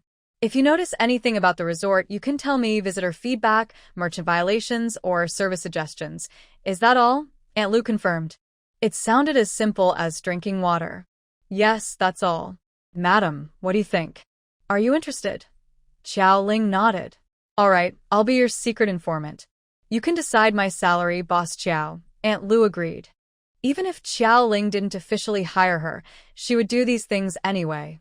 After discussing briefly with Aunt Lu, Xiao Ling wandered around the village. Besides planting peach trees in her own orchard, other well-off families in the village also planted peach trees in front of and behind their houses. The villagers thought simply, even if their peaches and flowers weren't as good as Xiao Ling's, they could still grow them for their own use. Plus, when the peach blossoms bloom, it's the busiest time for Xiao Ling's new and old orchards. Having blossoms at their own door also helps attract visitors. So now the village also plants peaches. Of course, deep down, villagers hope their peaches will be as good as Xiao Ling's. After all, they live in the same village. They still have hopes. What if they come true? Planting a few peach trees doesn't take up much space. Even if their peaches aren't as good as Xiao Ling's, they can still eat them or sell them cheaply. Many villagers share this idea, especially those whose businesses are doing well. They followed Xiao Ling closely. They know Xiao Ling bought her peach trees from teacher Guowei and also ordered from him. They coordinated with technicians to graft branches, using branches from Xiao Ling's orchard, which she provided voluntarily. Growing peaches on a larger scale benefits everyone, and Xiao Ling is happy to see this. Halfway through the road, they saw Guowei and Chen Jia. Xiao Ling greeted them. "Good morning, Teacher Gua and Teacher Chen." "Good morning, Boss Xiao. Are you starting to hire now?" After greeting, they all headed toward Xiao Ling's back mountain. Guowei asked, Yes. "How come? Do you and Teacher Chen have recommendations?" Xiao Ling was puzzled. She thought offline conversations were rare now. She had thought social media was enough. "Boss Xiao, what do you think of us, a married couple?" Teacher Guowei offered himself. "You? Human resources?" Xiao Ling frowned. The scope seems too broad. Although they are friends, HR is not something just anyone can do. The operation is large and they need fewer, but experienced professionals. Teacher Guowei and Teacher Chenjia, even if their classes are fully booked, probably haven't easily obtained relevant professional certificates. Plus, they lack experience in HR work, so they are not suitable for the position of HR director. No, not HR management. I don't know if Boss Qiao's publicity department needs people. Chen Jia, and I want to resign and start making short videos. Guowei quickly suggested the job they were interested in. Neither he nor Chen Jia studied HR management, so they wouldn't embarrass themselves. As for making short videos, they had thought about it for a long time. First, Guowei and Chenjia are both deputy teachers, and their classes are often fully booked. With free time, they thought about what they could do, just watch short videos. Before getting married, they made many short videos and even bought courses to learn. They originally planned to work on their own after marriage, but they hadn't decided on a theme. Now, short videos often have themes and characters. They hadn't found a good angle yet. Yesterday, they came to Xiaoling and saw that every household in the village was planting peach trees. They also thought about Xiaoling's 800-acre peach orchard, the large Taoist temple, and the upcoming land development. Plus, the legendary stories about the fairy connection. Chenjia suddenly had an idea. Why not start from Hidden Mountain Village? With magical legends, beautiful scenery, and a famous Taoist temple, making such videos could definitely become popular. Are you thinking of short videos for promotion and live streaming? Xiao Ling frowned. She remembered that Brother De had mentioned this to her before. Now, short videos and live streams have huge traffic, and she considered developing in this direction. She had thought about this before. When Yang Xinran introduced Wu Nan to her, Xiaoling thought that if the government supported them, the director of the Cultural and Tourism Bureau in City C could also apply to participate. But Wu Nan refused, citing her small scale. Xiaoling was busy with land contracts and development, so she didn't think much about it. Now, Guowei and Chenjia brought it up, and Xiaoling became interested. She signaled them to walk and talk. Are you doing this part-time or full-time? Xiaoling asked about this issue. It's important to ask beforehand. Like Aunt Lu, who can do part-time work, Xiaoling still wants to find a full-time person to handle short video promotion. Xiaoling now has a lot of things to do, and she needs someone who can work full-time and handle the responsibilities. Full-time after this semester, we will resign. Guowei replied that their current jobs are okay for retirement, but Guowei has higher goals. The teacher's job doesn't suit him well. Final exams are coming soon. Our schedule will only get busier. If Boss Qiao needs someone now, Chenjia, and I won't delay things. Guowei added that they had thought about starting their own business, but considering the magic of Hidden Mountain Village, it's better to work with Boss Qiao. It's not that urgent.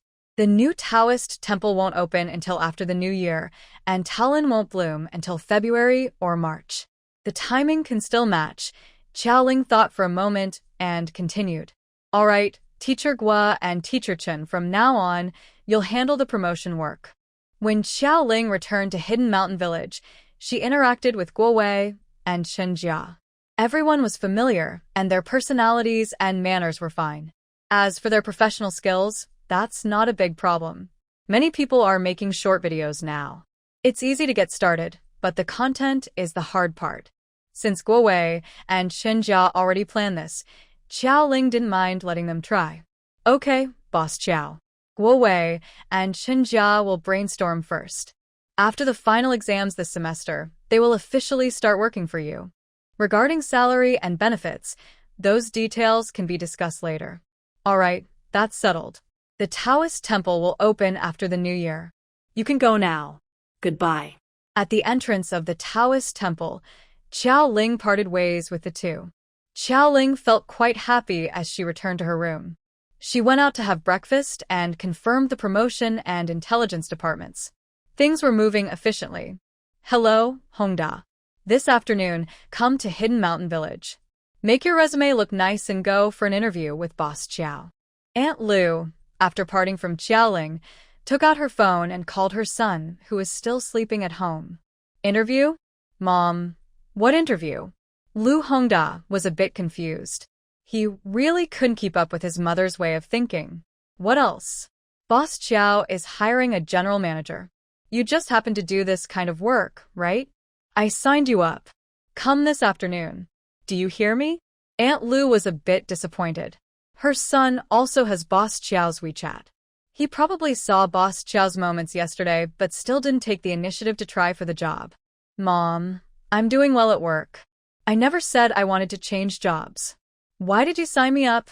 Lahonda rubs his forehead. Why is the old lady like this? Doing well? I don't even bother to say that about you. your hair on your head is like a machine gun, bald patches everywhere. Why haven't you changed jobs? And recently, your wife said you failed to become the HR director candidate and are now being suppressed. If you don't leave now, when will you? Grandma Lu raises her eyebrows. She thinks her son is just wasting time worrying. Even though he's not nearby, she still knows a lot about his situation. Her son has a lot of work pressure. After failing to become the HR director last time, the new director wouldn't easily accept him. Of course, they would suppress him. Now, Boss Chiao needs people. His skills and experience fit well. Why not give it a try? Lahongda smiles bitterly. He thought his parents didn't know about his work struggles. Turns out, they care quietly. He wants to give up on his job because it's tough. But how can he? He has elderly parents to support and a family to take care of. He can't just do whatever he wants. He saw Boss Chiao's social circle. Honestly, at first glance, he was tempted to try. But he still feels a bit reluctant. He has worked at his current company for 10 years. He watched it grow little by little. Now it's big.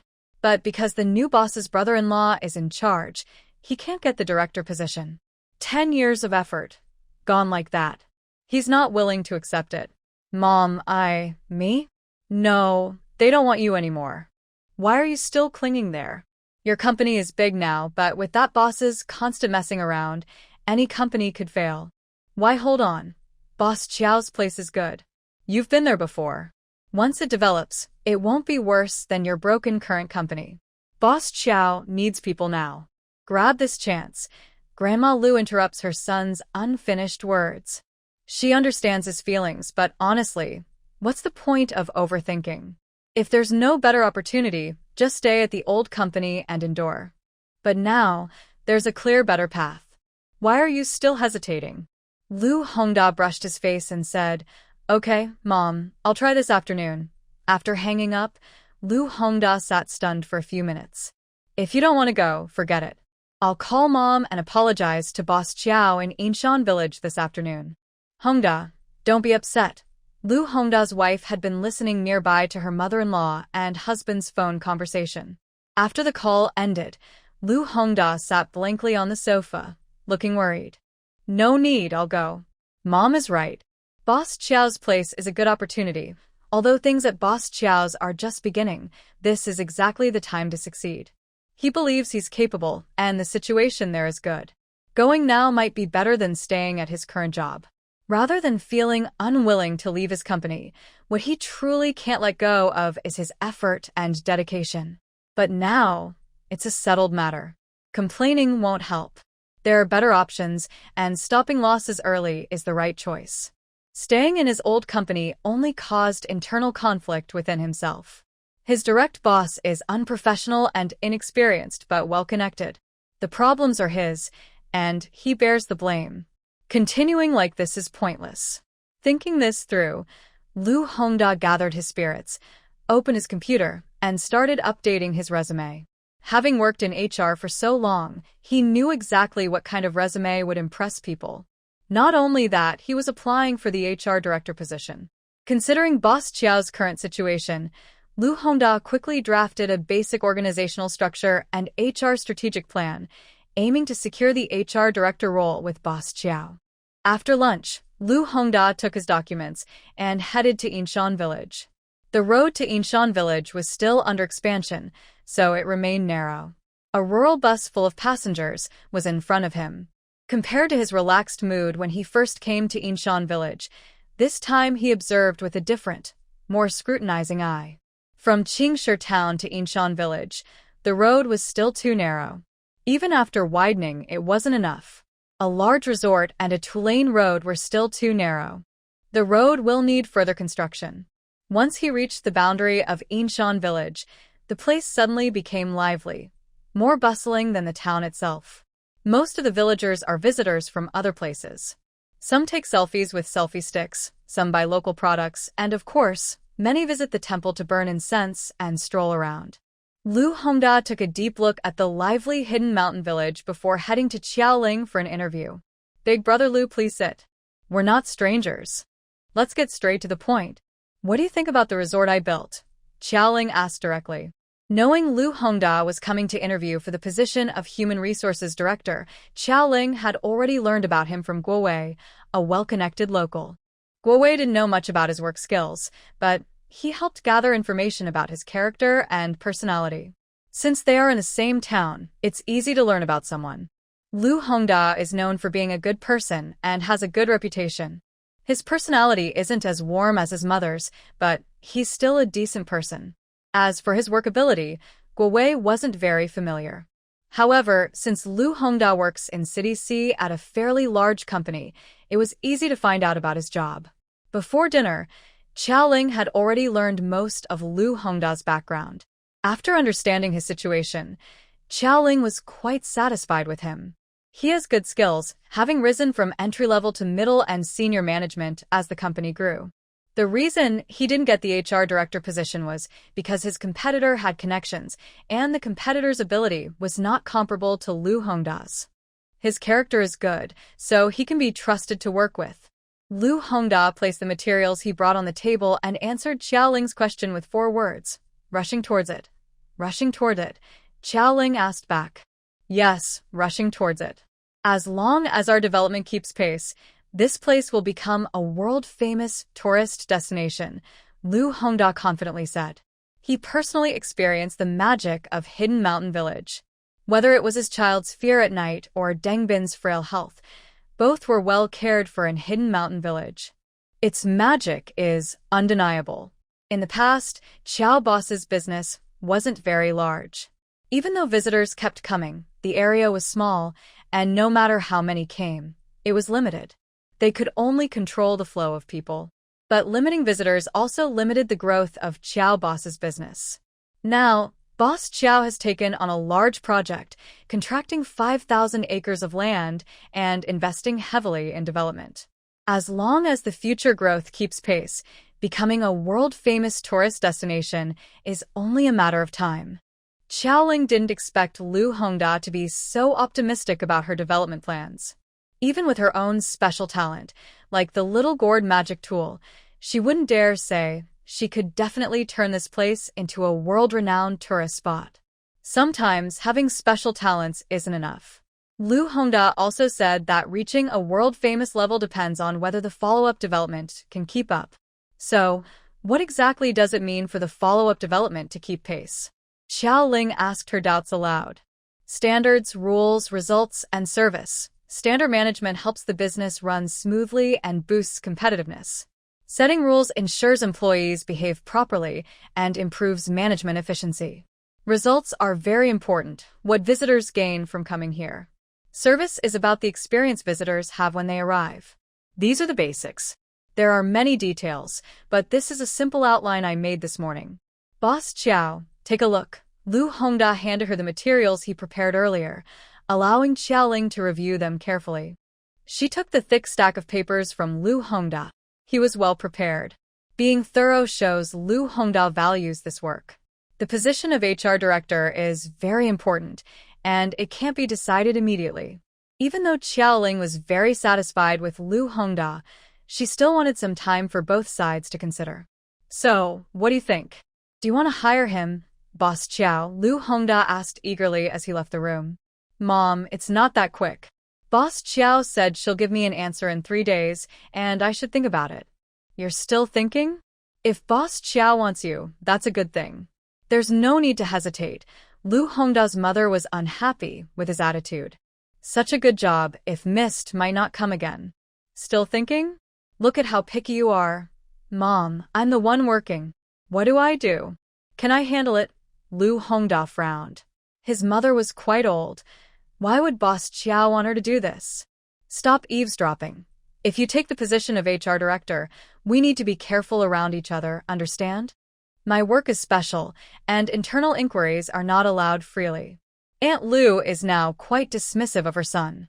If Boss Xiao doesn't want you, then you definitely can't ask about it. It's a matter of business secrets, understand? Such a lack of awareness is understandable for Boss Xiao to have concerns. Lu Hongda was annoyed by the old lady, but he's her son. What else can he do besides endure it? Aunt Lu was asking her son about the interview situation. After Lu Hongda left, Qiao Ling asked Wenda, who had come specifically, to look at the materials Lu Hongda left. Duh. What do you think after looking at it? Wenda put down a stack of documents. Being able to prepare so many materials quickly is good. Combining your situation to build a framework is impressive. Wenda gave a simple comment. Recently, he studied many successful tourist spots information. Although he's not a professional, it's clear that Lu Hongda did a good job. That's good. If nothing unexpected happens, he will be my HR director. After he starts, other departments will also begin recruiting gradually. Qiao Ling nodded. Combining the information from Guo Wei and Wenda's opinion, she decided to have someone check Lu Hongda's background. If nothing problematic is found, Lu Hongda can start working and begin recruiting. Her new temple will open in 3 months, so there's not much time to delay. Before your staff arrive, I think you should build the office building and staff dormitories, Wenda reminded Qiao Ling. Every time he discussed matters with her, it was in the living room, which was somewhat inconvenient. Not to mention, once more staff arrive, meetings can't all be held in the living room, right? Where will the staff work? Inshan village is remote, and they need to bring in outside talent. They must provide a place for them to live. Currently, housing in the village is tight, and the new employees need accommodation. Yes, this needs to be done quickly, Wenda reminded her, and Qiao Ling suddenly realized she had overlooked this matter. Indeed, building the office and staff dormitories is an urgent issue. Currently, Wenda and his girlfriend are renting a small inn owned by the Zhao family. Although she covers the costs, it's not sustainable to keep it like this.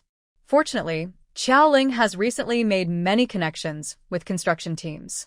She is busy contacting familiar contractors to plan and design the office building and staff dormitories. The office building, dormitories, and functional buildings mostly look similar, with not many special features. The main point is how large Qiao Ling wants to build. Although money is tight everywhere now, Qiao Ling was generous when building the office and dormitories, investing heavily. Just as Lu Hongda believes in Qiao Ling's business, Qiao Ling also has high hopes for her own career. With her special abilities, she is confident she can expand and strengthen her resort. So, Qiao Ling made a big decision and directly built a 6-story office building, with each floor covering 500 square meters. At first, such a large office might be more than needed, but as the resort develops, all 6 floors will be filled. She also plans to build staff housing, including 4-person rooms, double rooms, and single rooms. There will also be separate welfare housing for Wendy and the leaders of various departments. Since the countryside is large, Qiao Ling generously built one. Functional buildings like a cafeteria and activity room are also included. Of course, this also caused her expenses to increase. Building infrastructure at Ji's place costs money too. Qiao Ling looked at her savings, feeling heartbroken. Originally, she planned to sell 100 weight loss pills to Renmin and his wife. Now it seems she has made 500 pills, and even selling all of them might not be enough. Feeling distressed, Qiao Ling finished her work and went back to her room. She took out the weight loss pills she had made in the past 2 days, 500 pills. She wondered if Mr. and Mrs. Ren could finish them all at once. 500 pills? Boss Qiao, are you joking? Renmin asked in disbelief. They thought they might get 100 pills as a surprise, but 500? That's like overloading them. No joke. Brother Deng's sister Ren, can you handle this many? Qiao Ling asked worriedly. Although Renmin and his wife had previously expressed interest in buying more pills, suddenly increasing the amount to 500 made Qiao Ling worried they could handle it. After all, this is a business worth millions. We can handle it. Boss Qiao, whatever you have, we want as many as possible, Renmin replied confidently. They joked that with such effective weight loss pills, they wouldn't mind having more is better. Recently, only the couple knew how much money they had earned. Their fitness club in Beijing became very popular. The club's visitors were as many as those at Qiao Ling's current temple. Every day, many wealthy women asked about weight loss pills. Renmin felt both pain and happiness. They sold many memberships, and even some VIP clients from their rivals were lured away. But there are only so many weight loss pills. They couldn't afford to offend anyone, especially since they had an agreement with Boss Chiao, which prevented them from buying more pills. So, they could only comfort the many wealthy women. Everyone was told not to worry. The pills would be available eventually. But how could they not worry? Seeing others around them losing weight, the wealthy women couldn't stay calm. Some secretly took the pills, betraying their friends. What could these women do? They could only cling tightly to Renmin and her husband, begging them to sell more pills. Xiaoling sold 500 pills to Renmin and her husband, earning several million yuan, which eased her worries. Every day now, she woke up thinking about money. The pressure was still heavy, but with this income, she could finally relax a little. Adding the daily income from the temple and the monthly sales of the pills, she thought it might be enough for future expenses. Maybe, perhaps, probably enough. Xiao Ling wasn't entirely sure. She carefully stored the new batch of pills. Then Runmin mentioned something else. Boss Chiao, some of our clients are interested in visiting your place. Do you think that's possible? Most of Renmin's clients had used the pills and experienced their effects firsthand. They were curious about the maker of the pills, especially since they heard the creator also ran a very effective temple. Naturally, they wanted to see it. Miss Ren, my temple is open to the public. Even you can come in. As long as they buy a ticket, they can visit anytime. Xiao Ling didn't refuse. Renmin's clients were high-quality customers. Later, when her resort opened, she wanted to attract more such clients. Otherwise, with all the money she invested, she wouldn't know when she would break even. All right, we'll prepare and come back in a few days, Renmin nodded. She had already told Xiaoling in advance to build a good relationship. Although Xiaoling's temple was very popular now, it was mostly limited to nearby cities. Tourists from farther away were few. However, building the resort relying only on nearby tourists won't work. It is necessary to attract more high-end, quality clients. The wealthy women at the club are potential customers that Renmin brought to Xiaoling. These wealthy women are willing to spend a lot on weight loss pills, so they have plenty of money. Their social circle is also made up of either wealthy or influential people. If Boss Chiao can win over this group, the resort's development will be just around the corner. Once the funds are in place and people are arriving, Xiaoling finally feels a bit more relaxed. After receiving a message from Teacher Guowei, the peach trees have been planted and grafted successfully over the past 2 days. Xiaoling drives around to check, and everything looks good. The peach trees are all planted. When she checked with the gardener, he was still worried. Boss Chiao, even though the trees are planted and grafted, they still need careful care. Usually, peach trees are best grafted in spring. Now it's late autumn, almost winter, so the survival rate might not be very high. The gardener is a technician from Guowei's farm, and knowing that Guowei and Xiaoling are familiar, he was honest. Xiaoling thanked him and looked at the new peach trees. Although they are 2 years old, they are still small and quite bare. If they weren't planted in the ground but just laid on the ground, most people would think they are firewood. But the gardener's worries don't apply here. With the gourd water she has, no peach tree will fail. Drip irrigation has also been installed, ready to be used with gourd water at any time. Xiaoling drives to the waterfall pond. The geological survey team has already left. Only warning signs remain to alert passers-by that the pond leads to an underground river and no one should go into the water. She initially wanted to pour gourd water into the pond to irrigate the peach trees with the stream. But since a few people still come to see the waterfall now and then, she decided not to pour water into the pond and instead leaves the mountain trail. There is also a sizable pond at the front of the waterfall. This pond is much larger, several times bigger than the pond below the waterfall. The survey team had also studied this area before. The pond connects to the underground river, and water keeps flowing out. The water from the pond flows downstream, toward the waterfall pond, and onto the land Xiaoling owns. This pond is not within the boundaries of Hidden Mountain Village, and is not part of Xiaoling's contracted land. However, the water will eventually flow into the contracted area of Xiaoling, so she took the opportunity to pour gourd water into this large pond when no one was around. Since the underground dark river water burst out last time, Xiaoling hadn't poured water from the small gourd into it. Now, the small gourd holds a lot of gourd water, which, mixed with the pond water and the underground dark river water, is perfect for watering the peach trees. After pouring the gourd water, Xiao Ling wandered nearby for a while before returning to the village. What Xiao Ling didn't know was that less than an hour after she left, someone arrived at the pond again. Manager Tong, the idea of a fairy connection is just nonsense.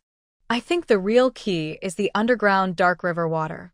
The survey team has confirmed that this pond is fed by underground dark river water. We should take some water back for testing. It might be better than the water from Hidden Mountain Village. The speaker was Diu. She was eating from a bowl, then put it down and cursed. Diu had just left Xiao Ling's Taoist temple with her child when she looked for someone to cooperate with her and challenged Xiao Ling. Tongwei is the general manager of Yale Mineral Water Company's Sea City branch. Recently, his staff told him that Hidden Mountain Village had discovered an underground dark river with surprisingly good water quality. He had seen the water quality report brought by his team, which showed the mineral content was richer than most bottled waters on the market, containing many beneficial trace elements for health. Calling it the King of Waters might be a bit much, but it was far better than any bottled water on the market. Such water would be perfect for starting a water plant, but the land in Hidden Mountain Village had already been contracted out. Tongwei tried to contact Xiaoling for negotiations but received no response. After the failed attempt to contract the land last time, Du had been paying close attention to the development of Hidden Mountain Village. Losing such a good opportunity to make money, Du looked at Xiao Ling with a sharp gaze. Unwilling to give up, after several failed attempts to negotiate with Yale Mineral Water Company, she decided to approach Tong Wei. Du didn't believe that Xiao Ling was truly blessed by heaven. She thought her success was just due to good luck and favorable land. The appearance of the underground dark river strengthened Du's belief that the high quality of the peaches grown by Xiaoling was because the dark river water was rich in beneficial minerals and trace elements. She didn't believe that the water from the underground river only contained rich minerals in Hidden Mountain Village. The nearby areas must have the same. So today, she specifically invited Tong Wei to test the pond right next to the border of Hidden Mountain Village. The water in this pond also flows from the underground river, so it should be good. Go and take some water for testing, Tong Wei instructed his team. Before coming, Du and Tong Wei had discussed the situation, so Tong Wei brought the testing equipment and staff, ready to test on the spot. The online rumors are exaggerated, and Tong Wei even dismisses them. In their line of work, they've seen all kinds of tricks. These are just gimmicks. He has also tasted the fruits from Xiao Ling's orchard. The quality is good, but that's because they are rich in minerals. They often look for water sources outside, and many places with abundant minerals produce good water. As for the belief that the Taoist temple's water is blessed because of spiritual connections, that's just nonsense. Good water quality might have some effect, but mostly it's psychological. Business owners often exaggerate to attract more tourists. Tong Wei once thought about working with Xiao Ling. She runs her resort, and he runs his water plant. They could cooperate, using this hype to develop together. But unexpectedly, Xiao Ling directly refused him and ignored him. Tong Wei manages a mineral water branch in City C. Of course, he has a temper. Without Zhang Tufu, does that mean he can't handle pig meat? The underground river isn't only within Hidden Mountain Village. Once his team finishes surveying, he can find a suitable water source. Before his team even finished exploring, someone approached him for cooperation. Not working with Xiao Ling was her loss. Mr. Du, how do you want to cooperate? With his own people and equipment, the test results came out quickly.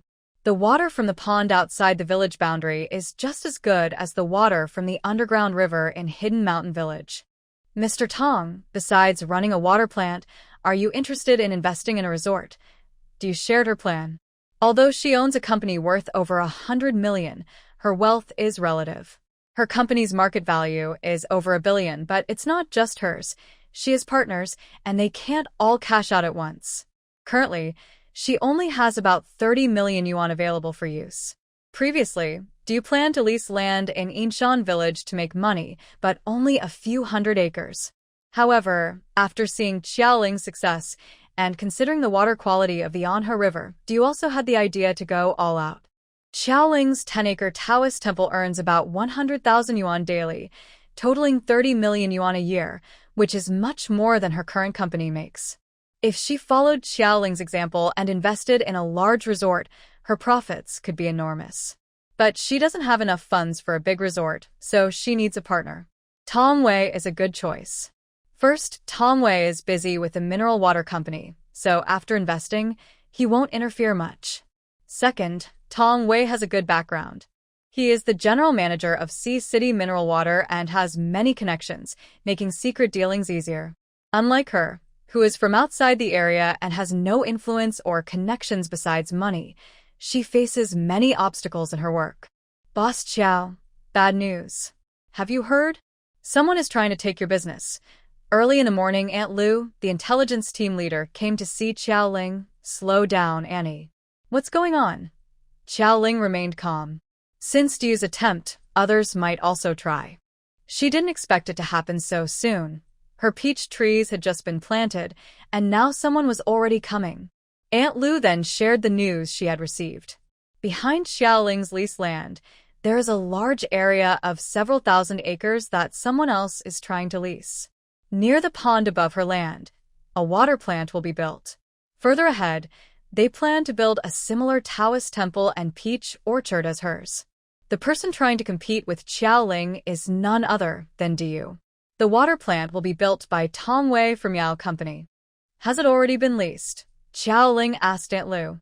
She had just visited the pond in front of the waterfall yesterday, and today she heard that someone was trying to lease the pond. Things are happening very quickly. Not yet. I heard from my neighbor's sister-in-law's cousin's wife that they are already talking with the village chief behind Yinshan village. If everything goes smoothly, they should reach an agreement soon, Aunt Lu replied. Behind the hidden mountain village is a village called Huanshan village. Like the previous village, it is very poor. If someone wants to lease land there, they probably won't be able to, and they might be very happy about it. The village chief of Huanshan village is indeed very happy. Originally, everyone was from poor mountain villages. Now, with Hidden Mountain Village about to escape poverty and become better off, the surrounding villagers are very jealous. But they can only watch and feel helpless. Unexpectedly, now someone wants to lease land in Huanshan village, build a resort, and even set up a water plant. This makes the village chief of Huanshan village very happy. Boss Tong, Boss Du, you want the land next to Hidden Mountain Village, right? Is 1,000 acres too small? Boss Qiao from Hidden Mountain Village has leased all the land in his area.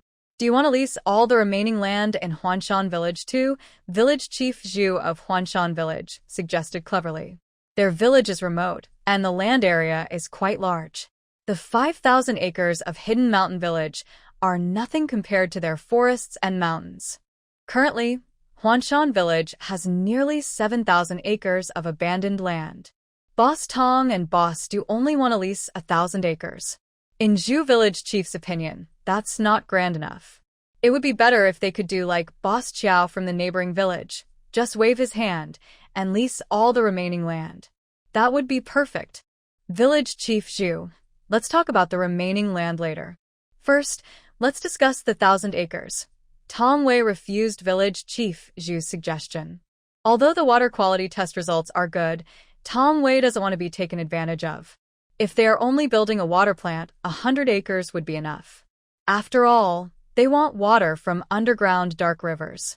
Why lease such a large area outside? Is it because they have too much money to spend? The reason they want to jointly lease 1,000 acres with Du is that Tong Wei is working with Du in his personal capacity. Tong Wei is just the general manager of Yale Mineral Water Company in City C. His title sounds good, but he's just working for someone else. After hearing Du talk about the income from a small peach orchard and a small Taoist temple in Hidden Mountain Village, Tong Wei became interested. Boss Qiao of Hidden Mountain Village is just a young girl just starting out. She returned to the village 6 months ago and has already developed her business so much. If Tong Wei were to do it, wouldn't he earn even more? Tong Wei believed that with his more than 20 years of business experience, his development would be much better than that little girl next door. So, when Du discussed cooperation with him, he thought carefully and agreed. Originally, both Diyu and Tong Wei wanted to earn quick money on their own, but after thinking it over, they realized it wasn't suitable. Diyu was wealthy, but her contacts and connections were not in City C. To open a company on the contracted land, many obstacles would be hard to overcome, so she needed a partner with good relationships and connections. Tong Wei, although the general manager of Yao Company in City C and well-known, was just a senior employee and didn't have as much money as Diyu.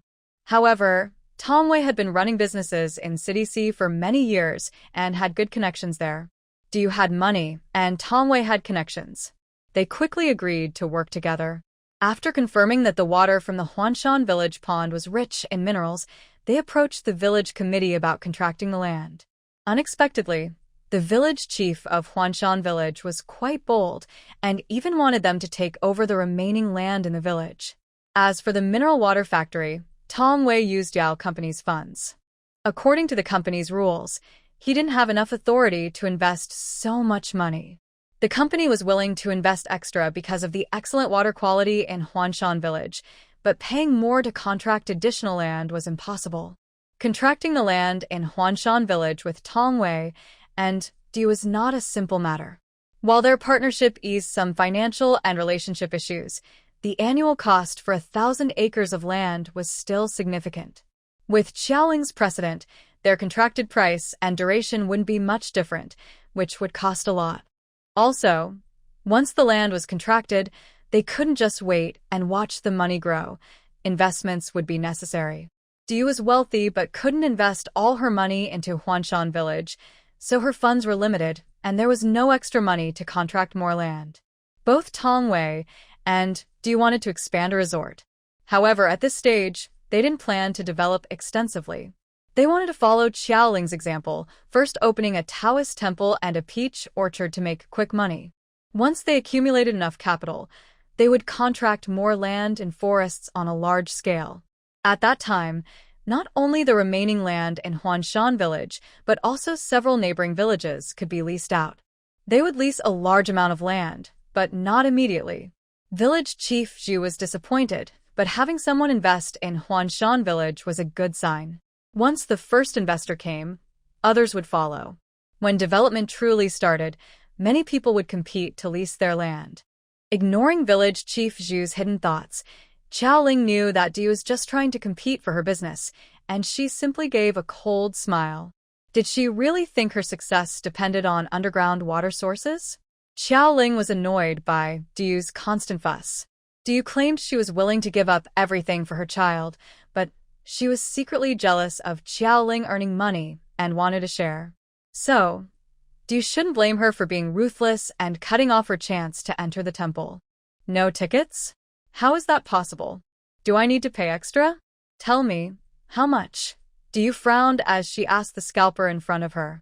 Boss Du, we really have no tickets left.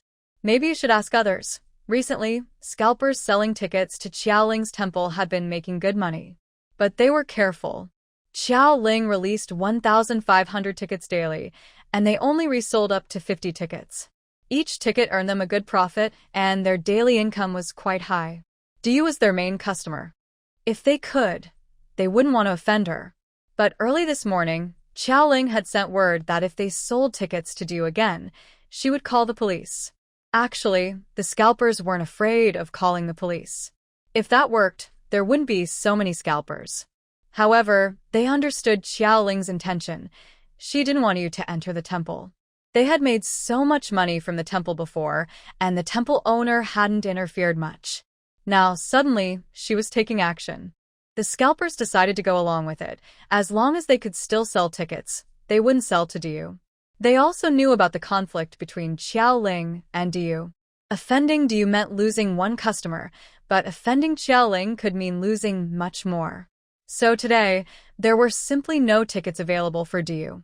Is it because Xiaoling won't let you sell tickets to me? Diyu angrily questioned the yellow cattle trader. Boss Du, we only make a little money. Please don't make things difficult for us. The cattle trader neither confirmed nor denied, just explaining how hard it was for him. Diyu looked at the trader's submissive attitude and sneered. Are you afraid of offending Xiaoling and not me? I've bought tickets from you many times, and the records are still on my phone. You won't sell me tickets? Don't even think about it. Do you threatened? Boss do. That's not fair. Business is about mutual agreement. I haven't heard of forcing sales. I don't have any tickets, the trader replied, dropping his smile and firmly refusing. In the ticket business, there's always a backup plan.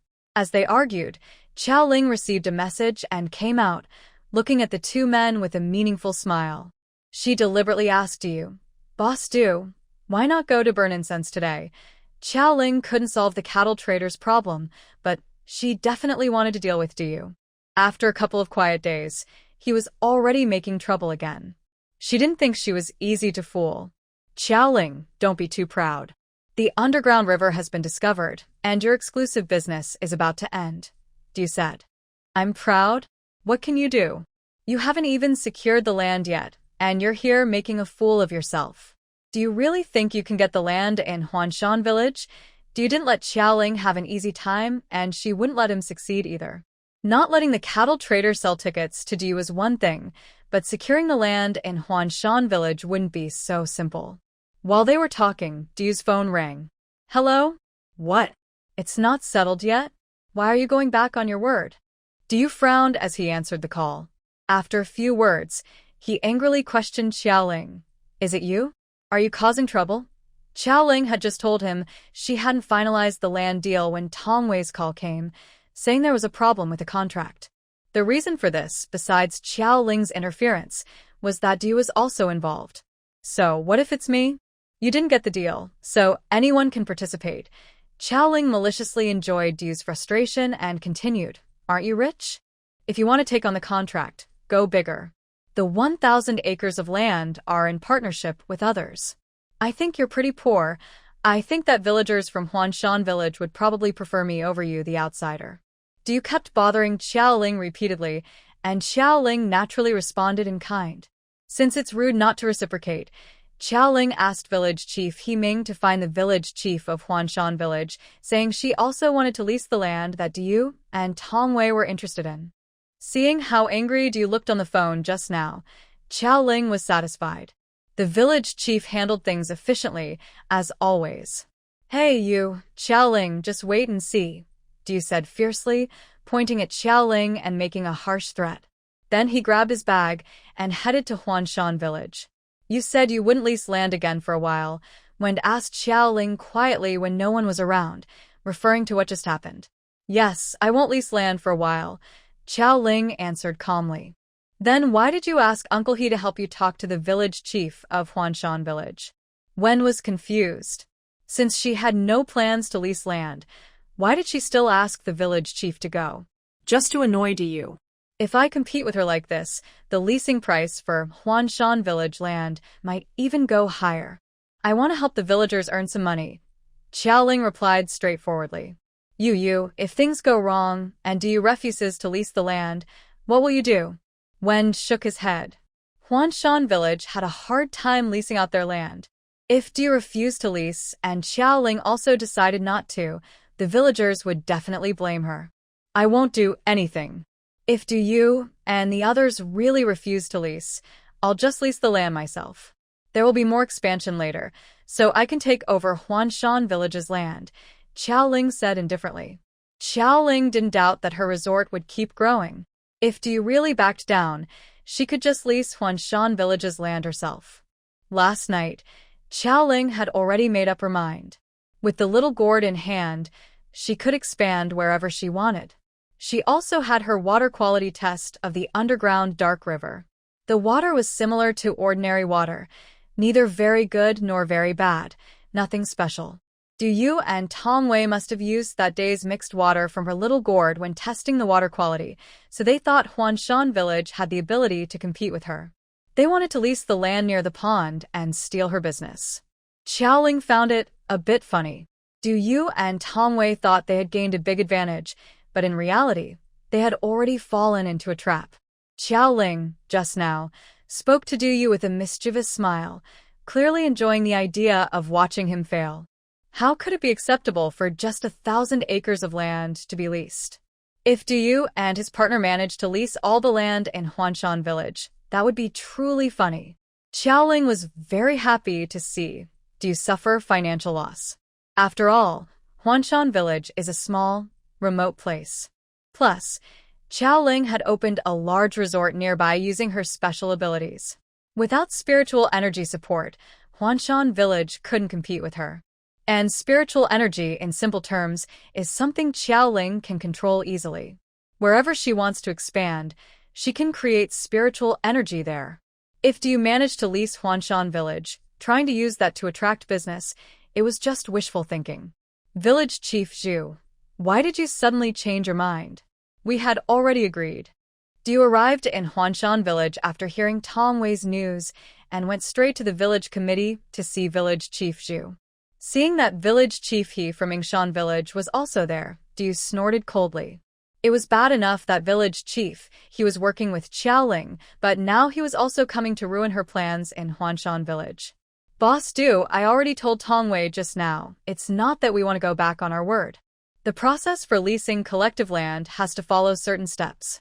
Now, the neighboring village's boss Qiao wants to lease our land, but according to the rules, the villagers must vote on it. Village Chief Zhu explained, not because he wanted to favor Xiaoling. He had heard about Du bribing the local officials before, so even if he wasn't well informed, he wouldn't make such a mistake again. The normal procedure was like that, and he didn't mean to make things difficult for Du and Tong Wei. Of course, in his heart, he naturally preferred Xiaoling to lease their Huanshan village land. Although Xiaoling wasn't from their village, she was from the neighboring village, and they knew her well. They also understood her background. Since they had already leased land to others, and the neighboring Yingshan village was doing very well, he trusted Xiaoling more. But just now, he also told him that Xiaoling had expanded her operations significantly. If she leased land, she would only take the parts that Du and Tong Wei were interested in. She wasn't planning to lease other parts of Huanshan Village. He also suggested that since the land in Huanshan Village was large, but not generating income, it might be better to lease the whole thing as a package. If Du and Tong Wei want to take on the land, they should contract all 7,000 acres of Huanshan Village's land. Otherwise, the villagers might as well vote on it. When it comes to voting, everyone will likely prefer to give the land to Xiaoling. Du and Tong Wei really want to contract the land in Huanshan Village. They plan to take all the abandoned land there. Village Chief Zhu also thinks so. Xiaoling has already contracted 5,000 acres in Yingshan Village, which will take years to develop. He believes she probably doesn't want Du and him to compete for the business in Huanshan Village. Allowing Xiaoling to contract all 7,000 acres might not be possible. However, Du and Tong Wei are different. Tong Wei wants to build a water plant in Huanshan Village, and Du wants to compete with Xiaoling for business. They definitely want to contract the land, but they can't just take 1,000 acres like before. If they want the land, they should take all 7,000 acres at once. Otherwise, the land might as well be given to Xiaoling from the neighboring village. At least, they have some connection with the neighboring village. If Xiaoling's business grows big and she needs workers, she might think of hiring from their area. Although, if possible, Village Chief Zhu also hopes Du and Tong Wei will contract the land in Huanshan Village to boost the local economy. But everyone should know their limits. Village Chief Zhu doesn't have the confidence that he can compete with Xiaoling for the business. After all, Zhu Village Chief is a big fan of Xiaoling. Older people believe strongly in Aunt Lu's story about her divine luck. So he tentatively said, Boss Du, Boss Tong, I want to be honest with you.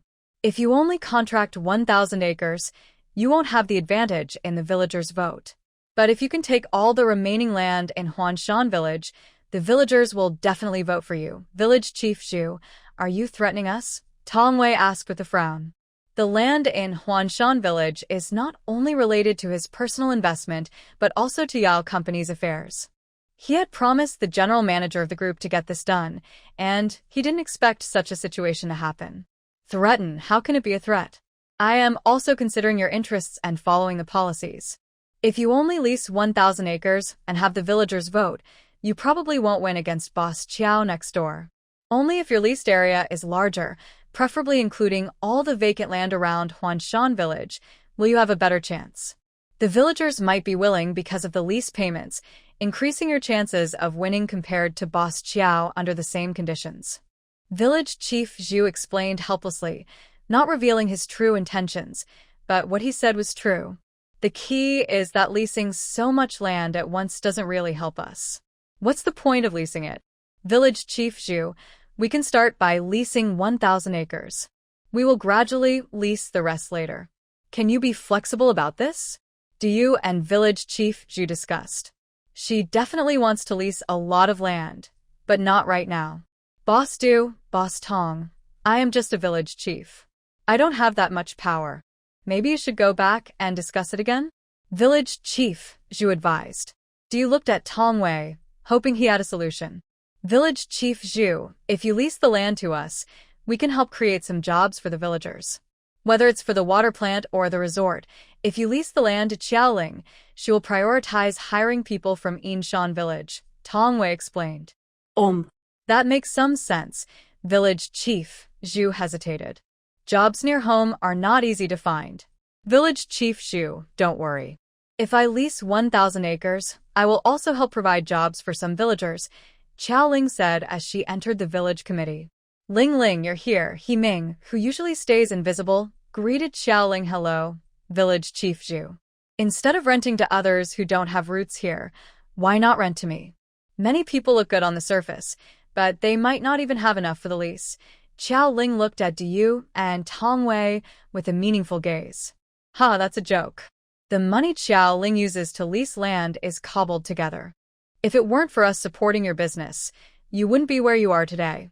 Now you're mocking us? Either of me or Boss Tong is stronger than you. Stop embarrassing yourself here. Do you mock Xiaoling? You think you're so strong? Having strong strength means taking on even a small piece of land. You look down on me, but I have taken on more land than you because of your underestimation. You talk big, but act small-minded. If you have the ability, you should take everything on your own. Xiaoling du YQ. How much land I take on doesn't concern you. Why do you care? Du said angrily. It's not my business. If you only want to take part of the land, don't blame me for competing with you, Xiaoling said with ill intentions. Xiaoling felt confident, as if she was sitting comfortably, waiting to see Du fail. Du didn't rent, so she reluctantly took a piece of land. If Du wanted to rent, she would need to take all 7,000 acres of Huanshan village's land. Even then, she wouldn't make money. Xiaoling really wanted to see Du lose everything. It won't go as you wish. Mayor Zhu, I will take all the land in Huanshan village. Du was in a bad mood early in the morning. She couldn't enter the temple. Her plans for renting were going badly, and Xiaoling kept provoking her. She couldn't win the argument, so she made a rash decision out of frustration. If Boss Du doesn't take all the land in Huanshan village, do you really still want to take some land? After leaving Huanshan village and walking along a country road, Village Chief He Ming asked Xiaoling out of curiosity. The large Yinshan village still needs several years of planning to develop fully. Why is Xiaoling interested in Huanshan village's land? Is she trying to annoy Du, or does she have other plans? Uncle He, now that Du plans to take all the land in Huanshan village, there's no point in talking about it anymore. Xiaoling didn't want the village chief to know her true intentions. But since she returned to the village chief had helped her a lot. She decided to satisfy his curiosity. Village chief, let's not talk about whether Du's resort will succeed. Do you think it's fair that she only takes 1,000 acres of land to compete with me? No matter what, it should be a fair fight. She only invests 1,000 acres to compete with me, trying to gain more with less. Isn't that embarrassing? She should invest more of her resources so that when she loses everything, she will feel the pain and won't dare to target me easily. Are you worried they might really succeed? Xiaoling smiled confidently. Uncle He, Qingshi town used to be just an ordinary small village. Building a resort isn't easy. I don't believe my resort will fail. Since there are 2 resorts close together, one will eventually be eliminated. I don't think I will be the one to be eliminated. The water quality test of the underground river showed good water, but it was probably because Xiaoling poured water from a gourd into it. It had no real advantage. Do you really thought she could compete with her for business? Trying to take a shortcut and losing more, Qiao Ling wanted you to invest more in Huanshan village, so she would suffer a complete loss. After saying goodbye to the village chief, Qiao Ling returned to the village and was greeted by her HR director, Lu Hongda. Brother Lu, I look forward to working with you. Qiao Ling had already learned about Lu Hongda's background. He was a top professional in the industry, both in character and ability. Hiring him was a good decision. Boss Qiao, I look forward to working with you. They exchanged pleasantries and then got straight to the point. Boss, shouldn't our resort have a catchy name? Like Taoyuan or Daoguan? Lu Hongda suggested. When he was a tourist before, he had secretly complained a few times. Names like Taoyuan and Daoguan weren't distinctive enough, making promotion difficult. Her mother once kindly suggested that Boss Qiao give the Daoguan and Taoyuan nice names. But when she heard that Qiao Ling's 2 acres of garden was called Ling Garden, she immediately gave up on the idea. If Boss Qiao stubbornly named it something like the King of Palace, would she even go into that Daoguan? Such a name would be embarrassing. This time, after receiving Qiao Ling's invitation to take the position, her mother had told her son to help Boss Qiao, or at least let her have the naming rights. They wanted to give the resort and Daoguan nice names first. Naming, Qiao Ling hesitated. Good names are hard to come by. While thinking, she looked at Lu Hongda's hesitant and worried expression and suddenly didn't want to bother with it. Director Lu, just give me a few names to choose from. The name Ling Garden was just a coincidence.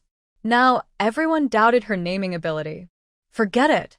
She really couldn't think of a good name. Let Lu Hongda handle this.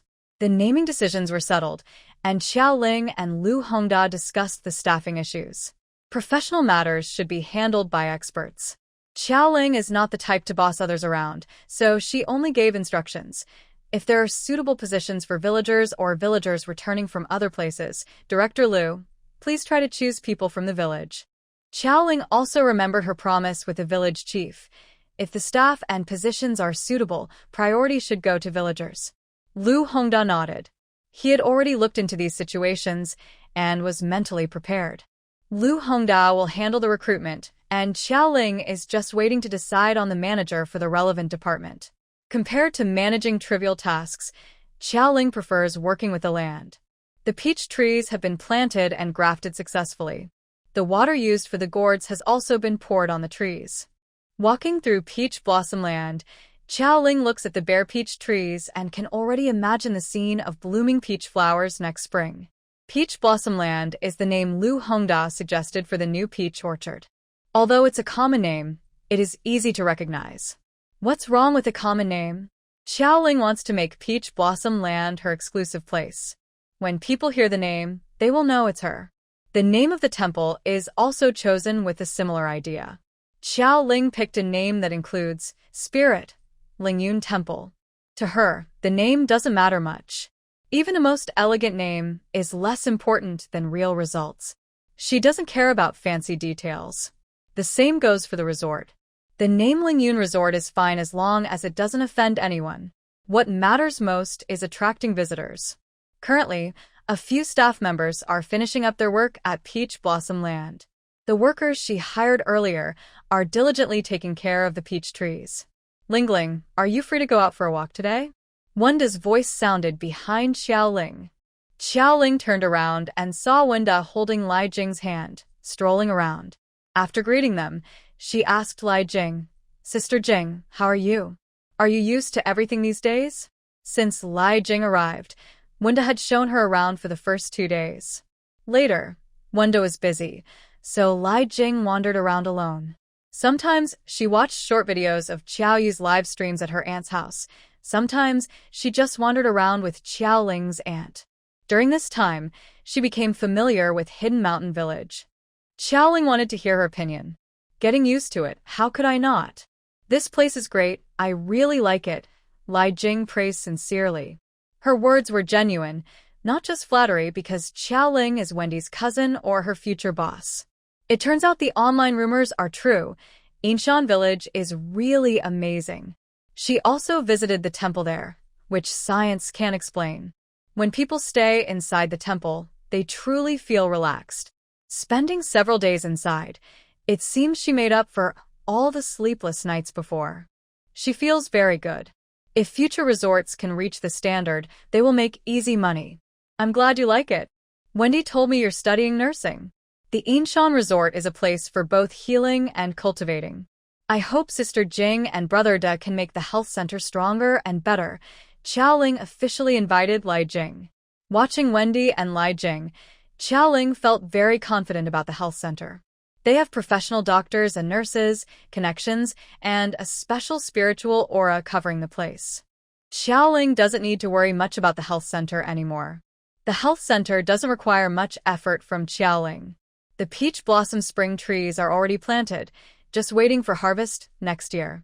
The construction of Inshan Temple is in full swing and will open early next year. To keep on schedule, Xiaoling has to spend money to speed things up, making sure it's finished by the start of the year. The road expansion in Inshan Village might be helped by Zhang Na, so progress is faster. It should be done before the new year. The resort also needs hotels and shops. Xiao Ling reluctantly spent some money to hire a construction team, and they are working now. With so many expenses, Xiao Ling's funds are running low. But the last sale of weight loss pills to Rin Min and her husband was only half a month ago, and the next deal is in 2 weeks.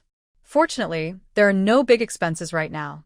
The temple's daily income of over 100,000 yuan is barely enough for Xiao Ling to use. Regarding Diyu, Xiaoling also received news that Diyu and Tong Wei still jointly lease the land in Huanshan Village. 100 acres are used for Yao Company's water plant, and the remaining land is leased by Diyu and Tong Wei. According to my idea, there's no need to lease all the land at the start. After leaving Huanshan Village's village committee, Tong Wei was in a bad mood. Previously, when he and Diyu conspired, they only planned for a budget of 1,000 acres. Now, suddenly, it has increased to 7,000 acres, and Tong Wei is having a hard time keeping up. Both in terms of money and energy, he is feeling overwhelmed. He still has matters to handle at Yao Company, and there is hardly any time left. President Tong, you saw the village chief of Huanshan Village's attitude. If we don't take all the land, we won't be able to compete with Xiaoling. With this increased budget, Diyu is also in a bad mood. She is unhappy that Tong Wei is still talking about these things in front of her. Her cooperation with Tong Wei was meant to leverage his connections in City C, to make it easier to handle relationships and procedures. She never expected that Tong Wei would be so useless, unable to manage even a small village chief. Diyu is silently criticizing Tong Wei, not knowing that he is also criticizing her inwardly. Because of a few arguments, he impulsively decided to take over the land in Huanshan Village. If Tong Wei hadn't truly believed in the village's potential, he would have ignored Diyu long ago. After all, she's a strong woman who even started her own company, probably to impress some wild man. Tong Wei guessed correctly. He had indeed guessed right. Diyu appears strong on the outside but is actually fragile inside. She looks like a smart, capable woman, but it's all fake. Her company wasn't built by her own ability. It was started with help from Du Xiaoxi's father. Du Xiaoxi's father divorced Diyu and moved abroad, leaving the child and the company to her. That's why Diyu can pretend to be a strong woman. If she really had to do things herself, her recent actions show she's not suited for big tasks. Now that things have reached this point, despite some setbacks, Tong Wei still calms himself and discusses with Diyu. Should we build a water plant at the pond? Are we planting peach trees there? And where should we build the temple? Diyu and Tong Wei never considered other business models. They simply copied Xiaoling's approach, trying to replicate her management style. This is unhealthy competition, using the same business model, the same tactics. Even their resort names are very similar. Xiaoling named hers Lingyun Resort, and they called theirs Lingyun Resort too, deliberately misleading customers. Tong Wei is a seasoned businessman. He doesn't care about these petty tricks. If it's profitable, he's willing to do anything. Diyu didn't care about the negative effects of fierce competition. As long as she could make money, she didn't care about morality. Let's plant peach trees. Xiaoling's area is famous for peach blossoms and peach trees. If we plant other types, the results might not be as good. The temple is right next to the peach forest, so we'll follow Xiaoling's layout for now. We won't change anything else. Maybe next year, when the temple opens and the peach trees start making money, we can develop our own projects. They didn't study the resort business much, but it didn't matter. With Xiaoling leading, they would follow her plan. Using the same business model and the same underground water source for irrigation, even if they couldn't surpass Xiaoling's resort, they could at least share some of the profits. If Du and Tongwei operated honestly and followed Xiaoling's successful model, they might have a chance. But if they tried to copy her exactly, they would likely lose everything. Xiaoling listened to Aunt Lu and the village chief talk about how Du and Tongwei were copying her model. She just smiled coldly. If they want to go down the wrong path, she would watch and see what happens. Lu Hongda is very capable. In less than 10 days, many managers for different departments had been chosen for Xiaoling to review. They were hiring leaders for service, engineering, publicity, security, purchasing, and sales. Xiaoling needed to approve each one, which took up a lot of her time. This time couldn't be wasted, as it was important for future operations. Xiaoling had to pay close attention. For the finance department, Xiaoling didn't choose someone new. She asked her old friend Wang Jie, who had been helping her with bookkeeping and taxes. Wang Jie was her high school classmate. Wang Jie now works in City C. Over the past 6 months, she had been handling Xiaoling's financial matters part-time. Xiaoling was very satisfied with her skills and background. Wang Jie was planning to return to her hometown to develop her career, so Xiaoling invited her to be her finance director. Finance work needs someone trustworthy. Xiaoling trusted Wang Jie because they were old friends. Her parents worked in government, and she graduated from a top university with a finance degree. She had been working at an accounting firm for the past 2 years, and her reputation was good. Xiaoling didn't want to find someone new. Wang Jie was still finishing her handover and would start her new job next month. Other department members, like Xiaoling, were quickly chosen. The department leaders selected their team members, and Xiaoling didn't interfere much. Although priority was given to villagers, she wouldn't allow department heads to make exceptions if villagers weren't suitable. After all, she herself used to dislike relationships-based connections at work, so it wouldn't be fair if she now ran a company and only hired people based on relationships. Fortunately, the people working at the resort she opened wouldn't be few, especially security, sanitation, and service staff. Villagers might not be leaders, but they could easily be trusted workers or assistants. Many of the village women, about a quarter, were chosen for the cleaning team, and the security team also included villagers.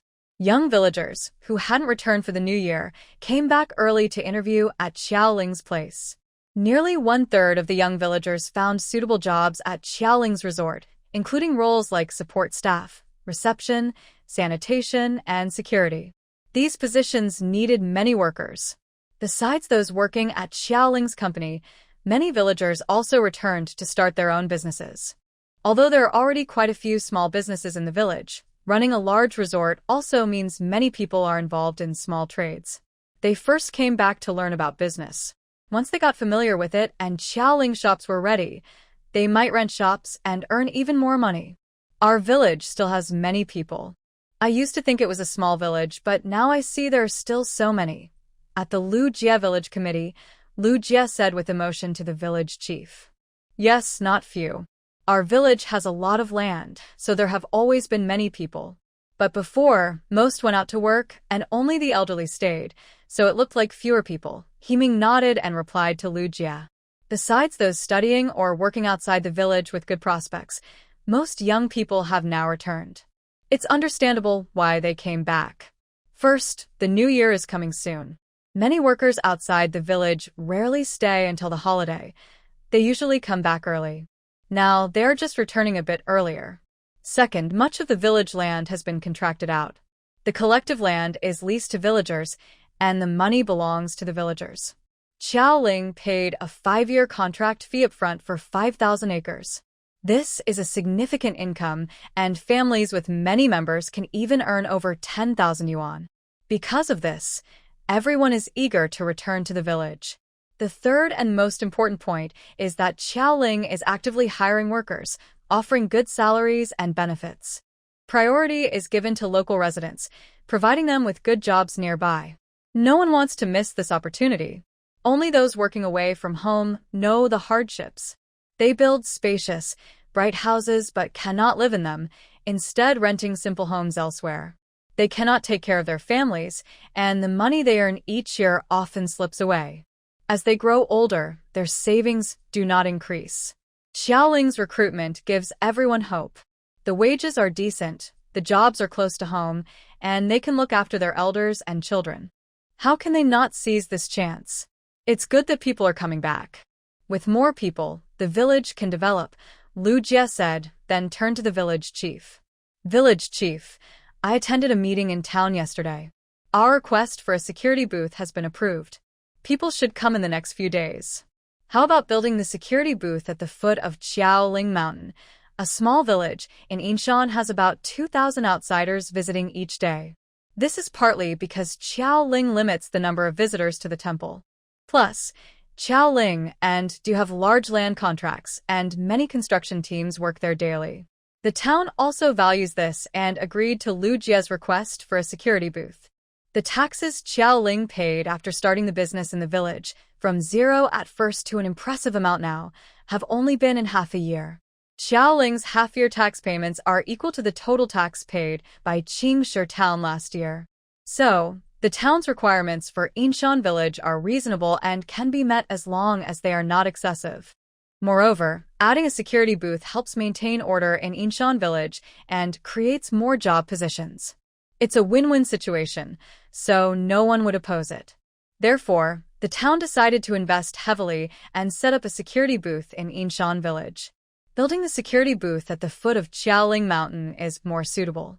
That's where the crowd is, and Zhao's supermarket is also there. More people shopping means more conflicts, so it's better to build it there, said the village chief, then asked Lu Jie. Have you finished the booklet you mentioned? Our village is doing very well now, and everyone is busy. I worry that some people might get carried away after making a little money and ruin the hard-earned opportunities. The plan is almost finished. I have prepared a guide for 30 major tourist spots, similar to our situation. I will make copies tomorrow, so every villager can have one. Village chief, please help spread the word so everyone can see it. Lu Jie put a lot of effort into this guide. She researched many sources online, and the content is very relevant and suitable for the villagers of Yinshan village. All right, I will start promoting it when I get back. You young people are quick-witted. Check if there's anything else that needs adding, village chief. He nodded and asked Lu Jie. Village chief, there's one more thing I need you to promote more. Gambling. Many young people have returned to the village recently. We can't let them gamble recklessly, like during the new year. A little gambling can be fun, but too much is harmful. Just because this year looks good doesn't mean they should gather to play mahjong all the time. You must make sure the mahjong hall is well managed. Right now, we're in the village can't make money. Working hard and earning more is better than gambling. Of course, if they really want to play mahjong, it's okay, but they must not overdo it. Most conflicts start at the mahjong table. It's best if they don't play, but this traditional game is hard to completely stop. For many, even the walk to the mahjong hall feels sweet. Lu Jie knows it's impossible to fully prevent this activity. She just hopes everyone can find a balance and not get too addicted. You're right. We need to talk to them carefully about this. In previous years, everyone only returned for the new year. Now they're coming back a month or two early. Shouldn't we be worried about them playing big mahjong games? The village has leased out a lot of land. This year, everyone is a bit more comfortable financially. We can't let 2 rounds of mahjong ruin that. But the village doesn't have many other leisure activities. Besides playing mahjong, there seems to be no other fun way to spend free time. The village chief shared his worries with Lu Jie, hoping she could think of a solution. Lu Jie frowned and thought for a moment, then said, let the village committee fund the building of a community activity room. They can play chess, basketball, or do square dancing to stay active. The village committee now has enough money. Building a community room is not a problem. All right. And what about other village matters? While the village chief and Lu Jie discussed village affairs, Qiaoling was also involved. If all her staff members show up, there won't be fewer people than the villagers. Right now, they're still finishing the office building and staff dormitories, so they can't move in just yet. Many employees did not come to Inshan village. Lu Hongda rented a place outside to train the staff, and once the office building and dormitories for Qiaoling are finished, they will bring the employees back. With so many staff members, managing them is not easy. When the company first opened, many rules, performance rewards, and benefit plans needed Qiaoling, the boss, to approve. Boss Ren, is your child really recovering well here? Are the weight loss pills also made here? Among the 20 women on the Wealthy Women's Tour, a slightly plump woman in her 30s asked Renmin, "Thank you, Sister Xia. Xiaobin's health improved after coming here, and the weight loss pills are also made here." Renmin didn't want to say too much. This Sister Xia is younger than her, but she calls her sister, not just because she is her customer. Sister Xia has a strong family background, with many elders in high positions. She can't afford to offend her easily. Xia Monli didn't ask further. Whether it's good or not, she was already here, so experiencing it firsthand is the best way to know. Xia Monli didn't speak again. The other wealthy women in the luxury bus started talking. "Boss Ren, this place is pretty remote. You didn't bring us deep into the mountains, did you?" Renmin forced a smile. "Senior Gao, the place is a bit remote, but it's a good place." Gao Minmin tugged at her mother's sleeve. "Mom, stop. If this place can produce such amazing weight loss effects, it can't be bad." After 2 months, Gao Minmin successfully lost nearly 200 pounds, going from over 300 pounds to about 100. She had been recovering during this time. She had never felt this happy before. Gao Minmin had taken a break from school and wasn't going back until next year's new semester. Now she had free time to wander around. She heard people were curious about who made the weight loss pills, so she signed up to see who the person was. When she saw Qiaoling for the first time, Gao Minmin couldn't believe it. "Senior Gao, is this really the boss Qiao who made the weight loss pills?" VIP customers received special treatment. Renmin's family could buy 6 tickets, and she borrowed tickets from Teacher Gua and Aunt Luda from others. Renmin easily took 20 people into the temple. They did not go to burn incense immediately, but instead met the temple owner, Qiaoling, in the office. Qiaoling did not explain much about Renmin bringing customers. Whether they believed it or not, she kept the money she earned without losing a cent. Renmin had to worry about it, since those were her people. If things went wrong, both sides would be upset. "Miss Gao, don't think that Boss Qiao is young. The weight loss pills are made from her family's secret recipe. The formula is good, and the ingredients are high quality, which is why they work so well." Gao Minmin stopped worrying and smiled shyly as she stepped back into the crowd. Isn't it true that money from wealthy people is hard to earn? One rich lady leaves, and many others step up. "Boss Qiao, do you have other beauty pills? Ones that make you look like you've just had a beauty treatment?" "Yes. Are there pills that make a person look younger? Are there fertility pills?" There were all kinds of questions. It seemed like Qiaoling could produce any kind of pill. Is that so? "Ladies, I think there's some misunderstanding. Those pills are legendary. I definitely don't have such things here." Qiaoling found their questions more and more unbelievable. They thought she had fairy-like pills for beauty, fertility, and even reversing aging. Although she was secretly practicing cultivation, she didn't have such abilities. But that weight loss pill sounds like a legendary pill too. "I've never seen such effective weight loss pills, and are they safe?" Xiamonli said. Other wealthy women chimed in. "Yes, such weight loss pills exist." "Boss Qiao, do you have other good things?" "Yes, Boss Qiao, don't leave us out. We'll buy whatever you have. Boss Qiao, if you have good stuff, don't forget us." Qiaoling smiled bitterly, unsure what Sister Ren had told these women. She looked at Renmin for help. "Ladies, if Boss Qiao really had those things, she would sell them to you. Please don't make things difficult for her." Although those items didn't exist, there were still good things here. "Do you see the incense in my hand? Looking good is important, but having a healthy body is even more important. Come on, I'll take you to the Medicine King Hall to burn incense." Renmin worked hard to calm the wealthy women and led them to the Medicine King Hall to burn incense. Shamanli followed the crowd and Renmin to burn incense. On the way, she asked Renmin, Boss Ren, is the effect of the Medicine King Temple really that amazing? Have other serious patients seen their health improve? Shamanli had asked about the effectiveness of the Medicine King Temple more than once, as well as about patient feedback. It seemed her family or friends might have someone who is ill. Ren Min remembered this and replied, Boss Chiao's temple is visited by many people with health problems. I don't know the details of each patient's condition. Sister Xia, why don't you go burn incense first? Later, I'll ask Boss Chiao for you. Shamanli didn't get the answer she wanted, but she wasn't upset. She followed everyone to the Medicine King Temple to burn incense. The temple, about 10 acres, was neither big nor small. Shamanli had visited many famous temples before. Honestly, compared to those, this temple in Yinshan village didn't have as good facilities. There were no monks inside the temple, and the people inside were many. Some even sat in corners playing games or cards on cushions.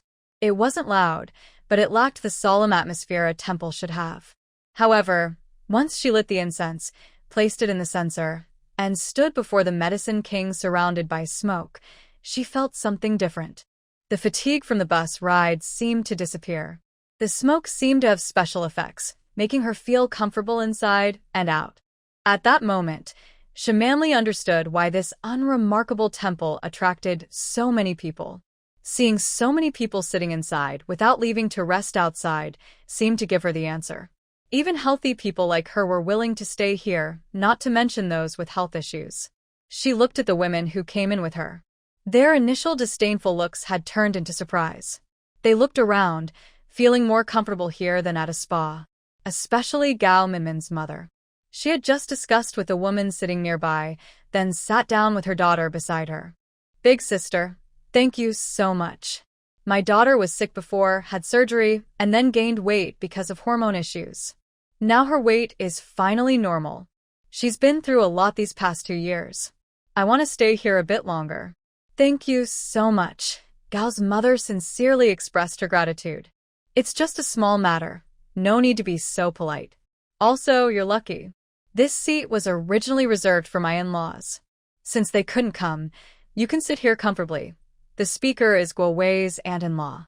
She usually visits the hidden mountain village once a week to burn incense, either with Guo Wei's aunt or with Guo Wei's grandparents.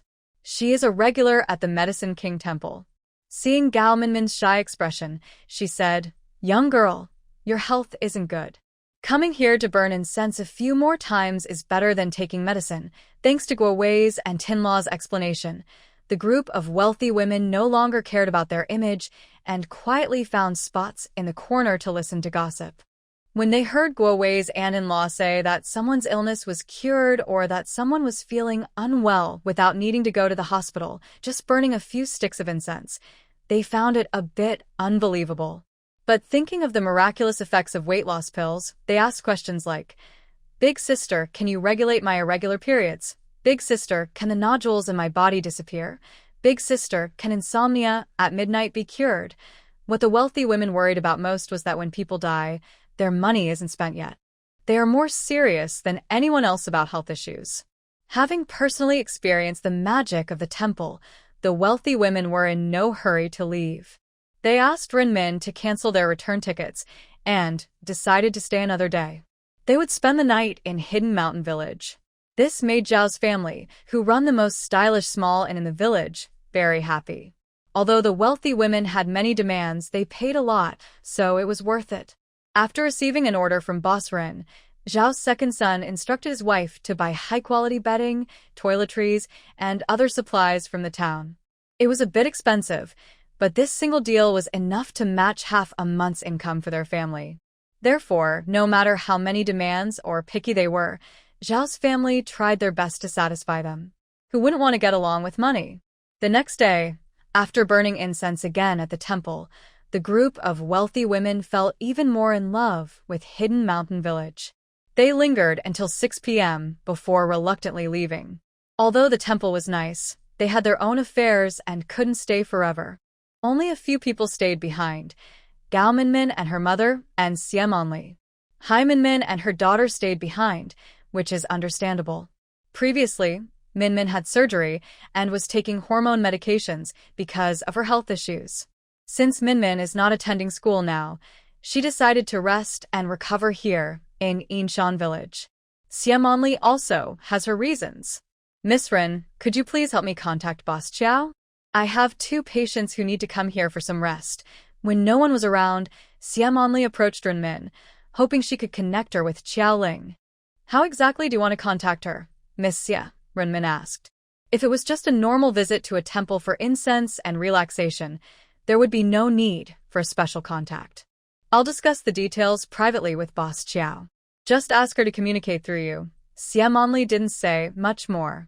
She could contact Qiao Ling directly, but since she was asking for help, she felt it was better not to go alone. So she turned to Renmin as an intermediary. Xie didn't explain further, and Renmin didn't ask. She took her to find Qiao Ling. After introductions, Renmin left, waiting for Xie and Qiao Ling to talk. Miss Qiao, I wonder if your treatments are effective for pregnant women who need to recover? Is there any way to help those with weakened immune systems? With no one else around, Xie asked straightforwardly. Miss Xie, I am not a hospital. You're welcome to come here, but I can't guarantee everything will go as you hope, Qiao Ling answered politely. Although she was introduced by Renmin, she knew from her message that she should consider carefully. The Xie family is a powerful and influential family. Building a good relationship with them could prevent many troubles. However, for big families like the Xies, forming alliances isn't easy. If not handled carefully, it could cause problems. Qiao Ling didn't know much about the Xie family, so she couldn't make a quick decision. Her reply to Xie was formal. Boss Qiao, I previously took your weight loss pills, and I spent a whole day at the temple yesterday. You don't need to be modest. I know you have many concerns. But please rest assured. You can check around. The Xie family in Beijing is reputable. If you can help the 2 people I brought here recover, and you run your business honestly without doing anything illegal, the Xie family will ensure your safety. Xie words were not empty. She didn't have the ability herself, but it was her uncle who said this. Her little uncle's work is secretive, and Xie only knows the general idea. She isn't clear on the details, but her little uncle said he could make sure that Qiao Ling has no worries and naturally has the ability to stop those with ill intentions. Whether Qiao Boss's position is due to special circumstances or other opportunities, the Xie family does not look to seize others' chances by force. Her Xie family has no intention of fighting for what isn't theirs, but she can't guarantee that powerful people won't come looking for trouble later. She asked Qiao Ling if she could help recover the health of the pregnant woman and those whose immune systems were damaged. She mainly wanted to get clear results from Qiao Ling. Her little uncle and aunt can't be bothered with too much trouble. If Qiao Ling can't help, she wouldn't let her uncle and aunt delay their treatment. Qiao Ling hesitated. She didn't know much about the Xie family, but her sister Ren had warned her that they are powerful and influential. So, when Xie said she could rest assured, it wasn't just words. Honestly, her previous excuses about shifting blame or talking about fate didn't fool many people. Now, she feels like a child causing trouble with a handful of gold, innocent but accused of guilt. If there really were powerful forces willing to help her fend off those with bad intentions, she wouldn't mind cooperating. But it depends on how they cooperate. What does the Xie family want from her? Miss Xie, could you give me a copy of the patient's information? And if I need the Xie family's protection, what else should I do? Qiao Ling also needs to understand the Xie family first. If their actions are inappropriate, she might not want their protection. Better not to invite trouble. Xie also knew that Qiao Ling wouldn't make a quick decision. She briefly explained her uncle and aunt's situation, giving Qiao Ling time to consider. As for what the Xie family wants her to do, honestly, what don't they have? They have power and wealth. Even if Qiao Ling is earning a lot daily, the Xie family wouldn't look at her. All the Xie family cares about is the health and safety of their family members. For Qiao Ling, this is a simple matter. The temple is open for people to come in, so it's unreasonable that others can enter, but her Xie family members cannot. After sending off Xie, Qiao Ling returned to her room and opened her computer to search for information about the Xie family. Her grandfather is very famous on Baidu. Other members of the Xie family are involved in various fields. Even her least successful sister, Xie Monli, runs a sizable company. The power of the Xie family is enough to protect Xiao Ling. Xiao Ling looked at the impressive achievements and life story of elder Xiao Baidu. She was deeply moved. He was a person who dedicated his life to the country. The other members of the Xie family also had good reputations and diligently did their jobs. If such a family only wanted to take care of their own members' health without other demands, they could be a good partner. However, she wasn't sure if the information she received was true. To truly understand the Xie family's background, she would need close contact. Right now, the Xie family had no unreasonable requests. They just wanted to better care for the pregnant woman. Xiao Ling saw this as a chance to learn more about the Xie family. If it didn't work out, she could find a way to withdraw. So, early the next morning, Xiao Ling sent a message to Xie Monli, asking them to bring the patient. Xie Monli's little aunt was in the middle of pregnancy. Due to her age, the fetus was unstable. Additionally, Xie Monli's little uncle had been exposed to radiation at work, which affected his health. If her aunt's baby couldn't be saved, her uncle would never have children again. Because of this, the whole family paid close attention to the pregnant woman. Xie Monli's little uncle's health was also very serious. All usual treatments had been tried, and now they could only come to Xiao Ling for help. In the morning, Xiao Ling just messaged Xie Monli, and by the afternoon, she had brought the patient. Since the pregnant woman isn't feeling well, I arranged a restroom behind the temple gate for you. It's small, so if you're not comfortable, you can rent a house in the village. Xiao Ling led them to the restroom behind the temple and explained. No need, this place is fine.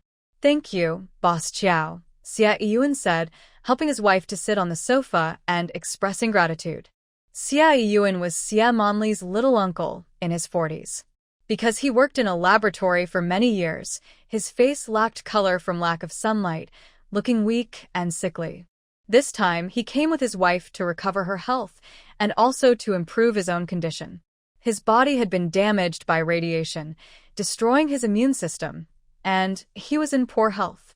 Otherwise, there was no need for such a complicated arrangement with Xiao Ling just to care for the pregnant woman. The Xie family was not idle. They wanted to have a strong backing. Seeing Xie Yun's weak body, Xiao Ling seemed to understand the real reason why the Xie family wanted to cooperate with her. Knowing Xie Yun's purpose, Xiao Ling heaved a sigh of relief. It seems the Xie family truly cares about health and well-being. That's best. She wishes health and safety for the Xie family. The Xie family provides her protection, each benefiting in their own way. Yun, does this place really help your health? After the others left, Yun's wife, Gu Herong, asked worriedly. Monli checked. The situation here is indeed unusual. My illness can't be treated elsewhere, so I plan to stay here for a while. Severe nuclear radiation has no cure. Instead of waiting to die in a hospital, it's better to try at Yinshan village. Yun carefully examined the information his niece Monli found. The body of the leukemia-stricken boy, Ding Bin, can be improved here at Xiao Ling's place. His body, affected by radiation, is somewhat similar to the boy's, both having immune systems damaged.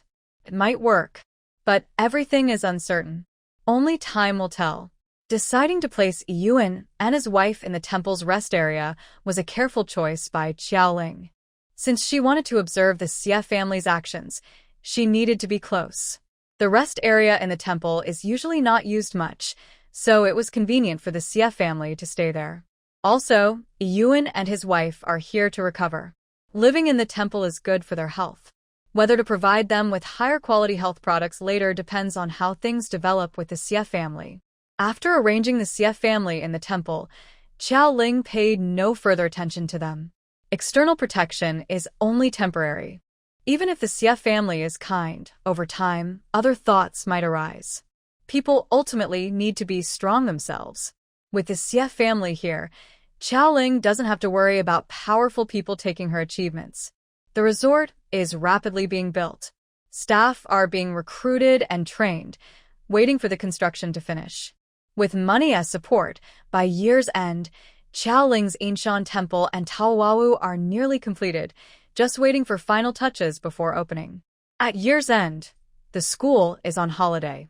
Workers who kept working until the end of the year have returned, and the Chiao family finally has a chance to gather together. Second brother, second sister-in-law, any news about Xiao Lei and his wife? Xiao Ling's third aunt casually asked her parents, pretending not to care.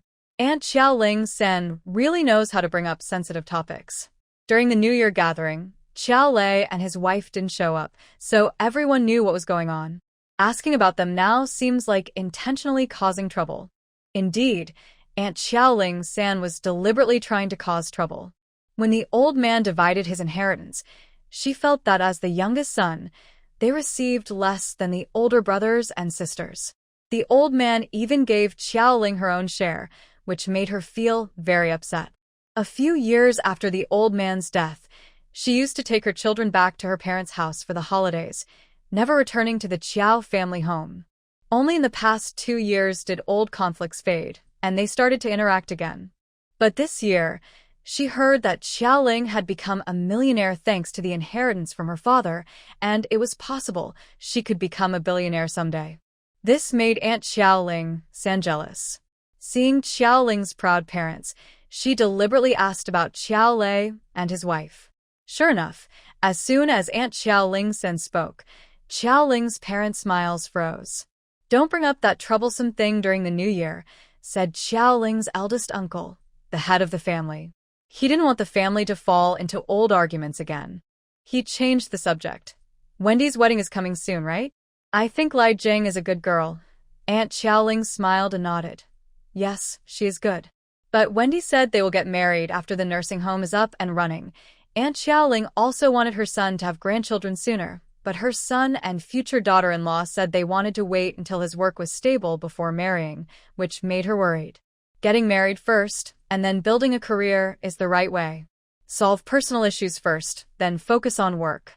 Wendy's mother also joined the conversation, somewhat disagreeing with the idea of delaying marriage. "Uncle, Aunt Xiaojing, and I work together. If we marry and have children first, she won't have enough energy. Let's wait a year." In a year, the nursing home should be properly established. Wendy was under a lot of pressure but insisted on sticking to his decision. At the end of the year, he couldn't escape the pressure to get married.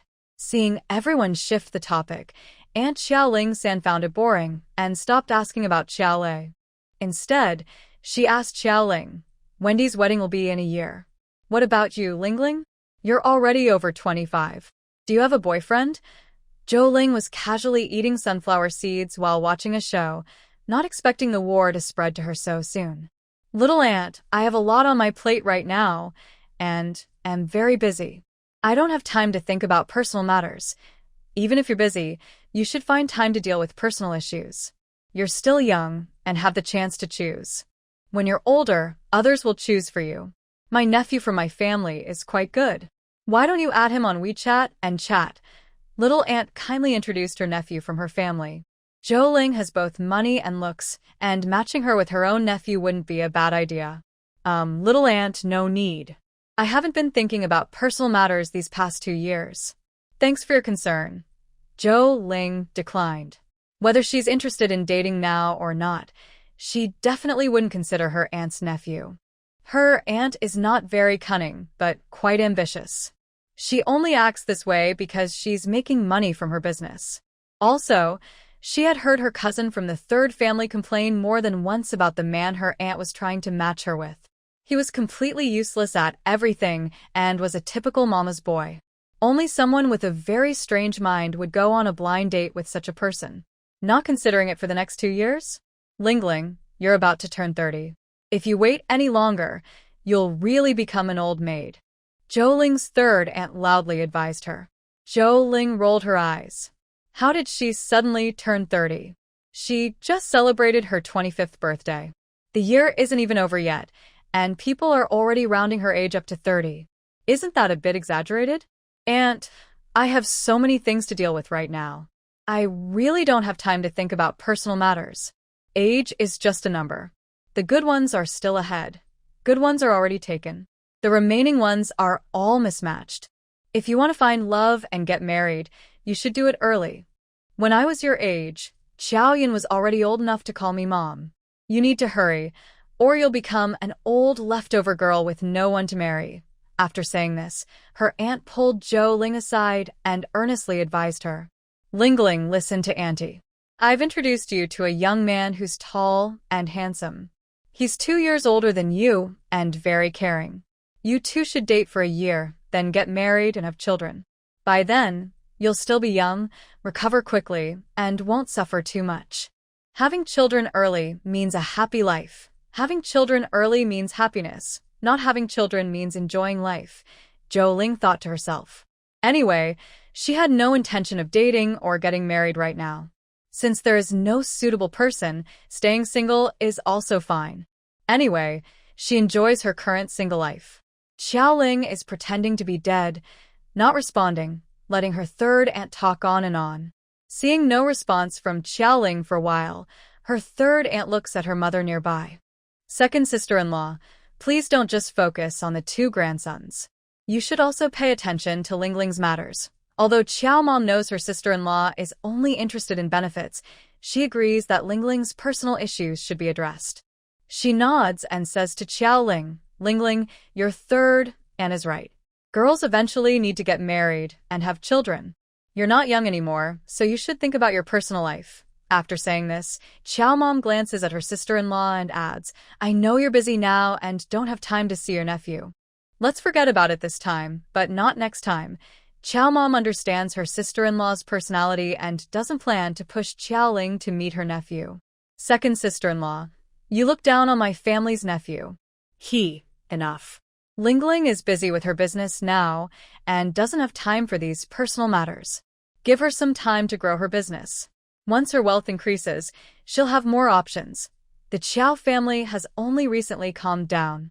Xiaoling's eldest uncle doesn't want the family to argue, so he interrupts the 2 sisters-in-law before things get worse. Yes.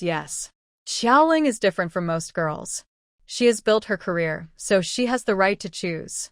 It can wait a bit longer. Her eldest aunt-in-law supports this, knowing that her 2 sisters-in-law are not very clear-headed. The second sister-in-law is easily influenced, unable to make decisions, and has caused trouble with her son Xiaolei. It's better not to mention it. The third sister-in-law is shallow-minded and only cares about her family. She doesn't think carefully. How could Xiaoling, who is busy with her big business, have time to meet her unsuccessful nephew? Xiaoling's third aunt-in-law wants to say more, but her third uncle pulls her back to stop her. Although she's upset that Xiaoling doesn't like her nephew, she is better off than Qinwei. She suppresses her dissatisfaction and doesn't continue her previous comments. Xiao Feng's wife had been holding the child silently earlier. When her parents-in-law wanted to change the subject, she also spoke about other things. Third aunt, Lingling won't be much longer, so you don't need to worry. As for the house back home, since you're not planning to live there anymore, you might as well use this visit to find someone to repair it. With so many people passing through the village now, once it's fixed, you can rent it out to earn some living expenses for Chao Yun during college. Xiao Feng's wife's words were heard by third aunt Lingling, who nodded repeatedly. Yes, I almost forgot. This time, we should fix up the house properly. I didn't expect this small mountain village to have so many visitors. Look at Zhao's 2 small inns. They're always full. Old Zhao is always happy, and he won't have to worry about money for his grandson's wedding. It's not just about money for the grandson's wedding. Over the past few months, Zhao's family has earned quite a lot. They have the inns and a small supermarket. They've saved enough for their great-grandson's wedding. Aunt Xiao Ling's older sister-in-law added from the side. She had also been helping Xiao Yu take care of the children in Hidden Mountain Village these months. She said Zhao's family had been the ones to prosper the most. A couple of months ago, she had wanted Xiao Feng and his wife to come back and open a small supermarket, but they didn't want to return to the countryside. At that time, she thought Xiao Feng and his wife had decent jobs, so she didn't insist. Who would have thought that in just a few months, Zhao's family would seize the opportunity and rise so quickly? Such good earnings? It seems our house can't be delayed either. Sister-in-law, do you want to repair your house? It's not hard to find someone. We can tear down the old house and rebuild it. With more people, we can rent it out to earn some living expenses for the children. Third Aunt Lingling was tempted, but they wouldn't stay long back home. After the new year, they had to return to work, so she could only trouble her sister-in-law's family. Why not repair it? Earning hundreds or even thousands a day is better than a salary. If your parents don't have time, I can take leave and come back to oversee it. Before Qiao Feng's wife could speak, she hurriedly replied, "That's great. Young people have more energy. Since we're so close, you can also help me watch over it." Third Aunt Lingling happily said to Qiao Feng's wife. Qiao's aunt looked hesitant as she watched Qiao Yu and Qiao Feng's wife. Usually, she wouldn't interfere when her sister-in-law discussed matters. As a woman, she was her husband's sister-in-law and also her sister-in-law in her husband's family. A girl who married out is like water spilled. When she returns home, she keeps quiet. She understands how she feels and doesn't want her younger sister-in-law, who is about to marry, to interfere in family matters. So, when she returns to her parents' house, she eats and drinks normally and doesn't get involved in things she shouldn't. However, just now, Qiao Feng's wife casually said she wanted to rent out the older brother's house, without considering that Qiao Yu and her mother still live in her parent house. If the old house is rented out, where will Qiao Yu and her mother live? Before Aunt Xiao Ling could finish worrying, her eldest aunt spoke up. "I'm in the village. I don't need you to watch over things there. Just focus on your work and your children. My husband and I have already made plans for the old house. Aunt Xiao Ling isn't as gentle as her mother. She speaks straightforwardly. They plan to repair the old house and rent it out, but the income belongs to them. My household registration is still in the village. I've already applied for a homestead from the village chief, and we'll start building a new house at the beginning of the year." As the atmosphere grew tense, Qiao Yu spoke up. She had experienced a failed marriage before and, after returning to the village with her child, learned about the ups and downs of life. She's grown a bit. Knowing her mother and sister-in-law's sharp words earlier, she didn't want her family to feel uncomfortable because of her, so she quickly shared her plans. Her parents' house isn't hers, and she can build her own house without interfering in her family's affairs. Building your own house is a good idea, so everyone doesn't have to live together. I heard your short videos are doing pretty well, Xiao Yu. Aunt Xiao Ling shifted her attention to Qiao Yu. What good? Just enough to keep us from starving. Sometimes there's a little, sometimes none. No fixed income. Qiao Yu knew very well her aunt's true nature and wouldn't reveal her actual earnings. Not enough to starve, huh? Do you think I'm stupid? You internet celebrities make a month's income in a day or a year. I'm not asking to borrow money from you, so why act so poor? Aunt Xiao Ling pursed her lips and continued. Since you're making money now, you should earn more. A divorced woman with a child isn't as easy to find a partner. But I have someone in mind who's also divorced and has a kid. His family is pretty well off. I have his photo on my phone. Do you want to see? Qiao Ling listened nearby, speechless. Was her aunt secretly acting as a matchmaker? Why couldn't she avoid this topic? Mom, it's the new year. Please don't say these things, okay? Zhou Yin whispered to his mother. Really? Can't you see everyone's faces in the living room? You, child, it's rare for us to gather during the new year. Why talk about these things? I'm just concerned about our family, Aunt Zhou Ling-san said indifferently. But seeing her husband and son's unhappy faces, she didn't say anything more to avoid ruining the mood. Some relatives are just called relatives in name only. They dislike you, laugh at you, think you're poor, fear you're rich. These relatives are the most boring. Zhou Ling didn't want to stay at her uncle's house listening to family gossip. The main reason was that conflicts could flare up at any moment. Her high school class monitor called and said they were having a gathering that evening. Zhou Ling preferred to go to the reunion rather than listen to her third aunt push her to find a partner again. But when she arrived at the gathering, looking at the people in the private room, Zhou Ling wished she could go back and endure her third aunt's nagging instead. Hey, our class beauty is here. In the private room, a woman with heavy makeup saw Zhou Ling. Sorry, everyone, I'm late. Zhou Ling looked at the people already seated and apologized. It's okay. We agreed to meet at 8 o'clock. It's not late yet, class monitor Jiang Chung said cheerfully. Zhou Ling, it's been so many years, but you haven't changed much. You're still so beautiful. Jiang Cheng helped Zhou pull out an empty chair and complimented her.